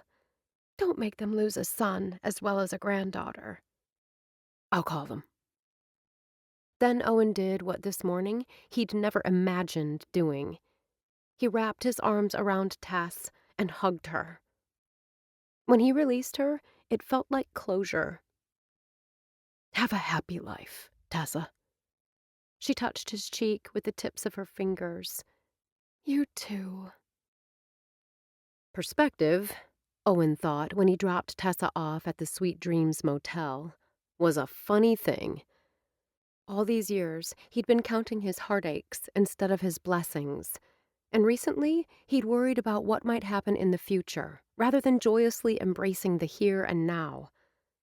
There was still time, he told himself, to make things right. He had to think positively. Once back in his truck, he pulled out his phone. Wade answered on the first ring. I won't be back in today, he informed his shop foreman. I've got some important shopping to do in Sturgeon Bay. That's right. The auction is this afternoon. Wade's voice boomed through the line. We could use another 4-post hoist with jacking beam. Wade obviously inferred Owen planned to attend the auction of an automotive shop that was going out of business. The truth was, he had a far more personal destination in mind, a certain prominent jewelry store on Madison Avenue. Lindsay arrived early for her morning shift at Mindy's Closet. She stopped by the church office to pick up the key and was relieved to find Dan alone. The minister looked up from where he was shuffling through some papers on his secretary's desk. A smile blossomed on his lips, and Lindsay was struck anew by what a nice guy he was, and how her life would have been so much easier if she'd just been able to love him. Lindsay, this is an unexpected pleasure. She returned his smile. I've got the first shift of the day at Mindy's closet. You need the key. Yes. Once I find it, it's yours. I'm sorry, Dan. The words that Lindsay had had no intention of saying popped out before she could stop them. Not that she didn't mean them. She just wasn't sure now was the best time. Not when his secretary could return any second. He glanced up, fingers holding the key he'd located in the center desk drawer. Puzzlement blanketed his handsome face. For what? For putting you through everything last spring. When he opened his mouth, Lindsay continued without giving him a chance to speak. She'd started this. She would see it through. I know we've spoken since our engagement ended, but I don't think I ever really said I'm sorry. And I am. I hurt you, and I embarrassed you by spending so much time with Owen while we were still engaged. Dan shook his head. Lindsay, this isn't necessary. Yes, it is. Her breath came in short puffs, and she tightened her grip on her purse. At the time, all I could think about was consoling Owen. I told myself, and I still believe, that it was only out of friendship. But I didn't consider the position I put you in. I'm sorry, and I hope you can find it in your heart to forgive me. Of course I forgive you. His warm smile, filled with such understanding, somehow made her feel worse. I had doubts about your feelings when I proposed. I put you on the spot that evening. Dan raked a hand through his hair. I'm sorry, too. Lindsay extended her hand. Friends? Friends. He took her hand briefly in his and gave it a shake. For a moment, they just stood there, smiling at each other. Lindsay wondered why she hadn't taken this step months ago. Clearing the air could be so freeing. You were in love with Owen. Dan paused, then corrected. You are in love with him. What was the use of denying it? Especially to a minister during a conversation that revolved around honesty. I am. The admission came reluctantly. That's good to hear. Lindsay whirled. Her heart slammed against her rib cage. Owen stood in the doorway, tousled by the wind, his hair stuck up on one side.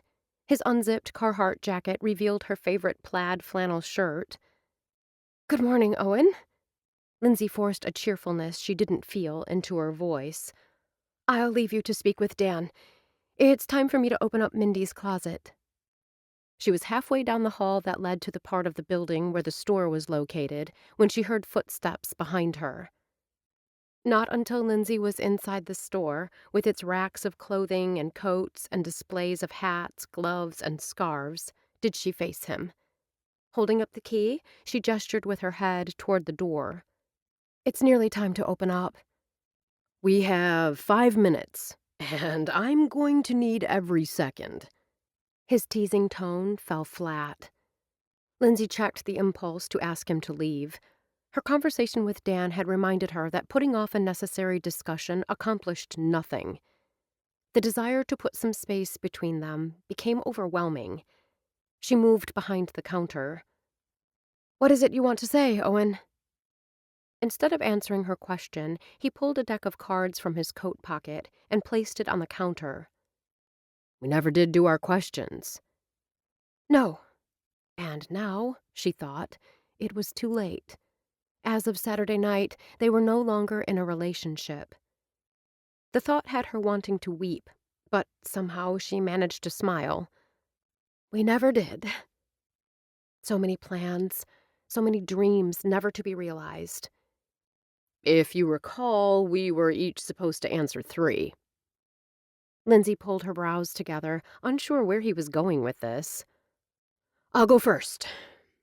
He took the top card from the deck and flipped it face up on the counter. Though she could clearly see the question, he read it aloud. What do you like about your partner? This doesn't take any thought at all. Although, full disclosure, I've spent a lot of time thinking about you the past couple of days. I like your kindness, your generosity, your sunny outlook on life. During those months after Mindy passed away, you were the bright light during the darkest period of my life. You, Lindsay Lohmeyer, are an amazing woman. I can't think of anyone better." Lindsay couldn't help it. A warm glow filled her at the sweet words. He flipped over another card. "What are the 3 most important things needed for a relationship to be successful?" Owen's face took on a thoughtful expression. "This one is more difficult, but I'll give it a stab. Learning to forgive without holding grudges, trusting your partner and your instincts, and finally, being a shoulder your partner can lean on, no matter what." "Lofty goals," Lindsay murmured. The alarm on her phone buzzed before more could be said. "I need to open up." She unlocked the door, then pushed it open to see if anyone was waiting. Lightning cracked, and a thick curtain of water made seeing any distance impossible. She quickly shut the door and turned back to Owen. "It's raining." Which meant it was unlikely they'd be disturbed. Lindsay didn't know whether to cry or cheer. Owen selected another card. "Where do you see you and your partner 10 years from now?" Tears stung the backs of Lindsay's eyes. She'd been avoiding looking too far into the future. One day to the next was all she could manage. He stepped close, and she caught the faint, tangy scent of his cologne. "I love you, Lindsay. It's taken me a while to accept that fact. I was scared of having my heart broken again. But being with you, well, it's worth the risk. I can't imagine going through life without you by my side." Lindsay had to steel herself against a nearly overwhelming urge to launch herself into his arms. "You're just saying that so we'll be together for the baby." "Trust your partner and your instincts," he repeated, his voice a soft murmur. "You know me. Do you honestly think I'd lie to you about something this important?" Lindsay wanted to believe him, but she also knew how much taking care of her and the baby meant to him. When she didn't respond, he repeated, "I love you. In answer to where I see us in 10 years, it's together, with our little girl and maybe a couple more kids. I think we'll have a dog, maybe a cat, perhaps both. We'll be working hard, but making family a priority." The picture he painted stirred up a longing so intense her entire body quivered by the time he finished. But she'd let herself hope once, and those dreams had been dashed. She needed to get him to admit his true feelings and his real priorities. Lindsay lifted her chin. "What about my career?" "I support it 150%. What if I discover I can't compete in Good Hope? What if I find next year or the year after that I need to move to grow my business?" Lindsay remembered him telling her that Tessa had been forced to commute to Milwaukee because he'd refused to sell his business and start over somewhere else.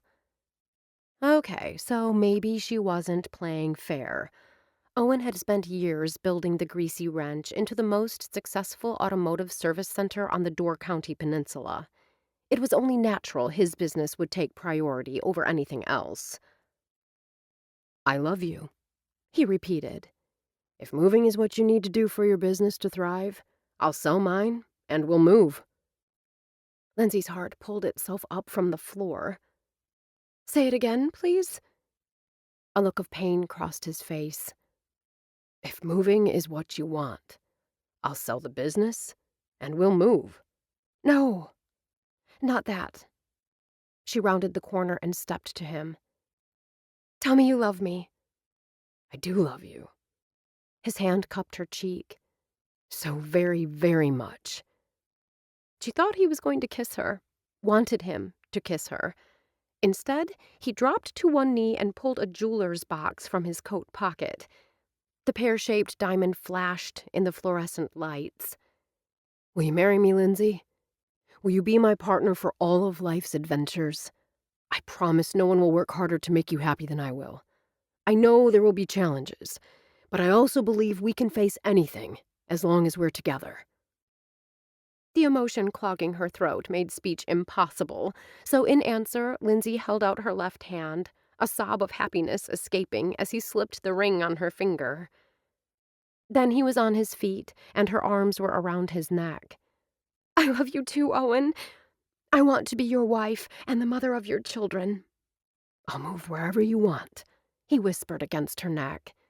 "As long as I'm with you, I'll be happy." She gave a little laugh and tilted her head back to look up at him. "I don't want to move. I want to build a life with you here in Good Hope, surrounded by our friends and family." When his mouth closed over hers, Lindsay kissed him with all the love in her heart. Lost in the moment, neither of them heard the door open. Neither of them saw Gladys peer inside, then step back, umbrella shielding her from the rain, as she grinned and gave her two friends the thumbs up. This has been Tie the Knot in Good Hope, a Good Hope novel, Book 7. Written by Cindy Kirk. Narrated by Amy McFadden, a member of SAG-AFTRA. Copyright 2018 by Cynthia R. Rutledge. Production copyright 2018 by Cynthia R. Rutledge.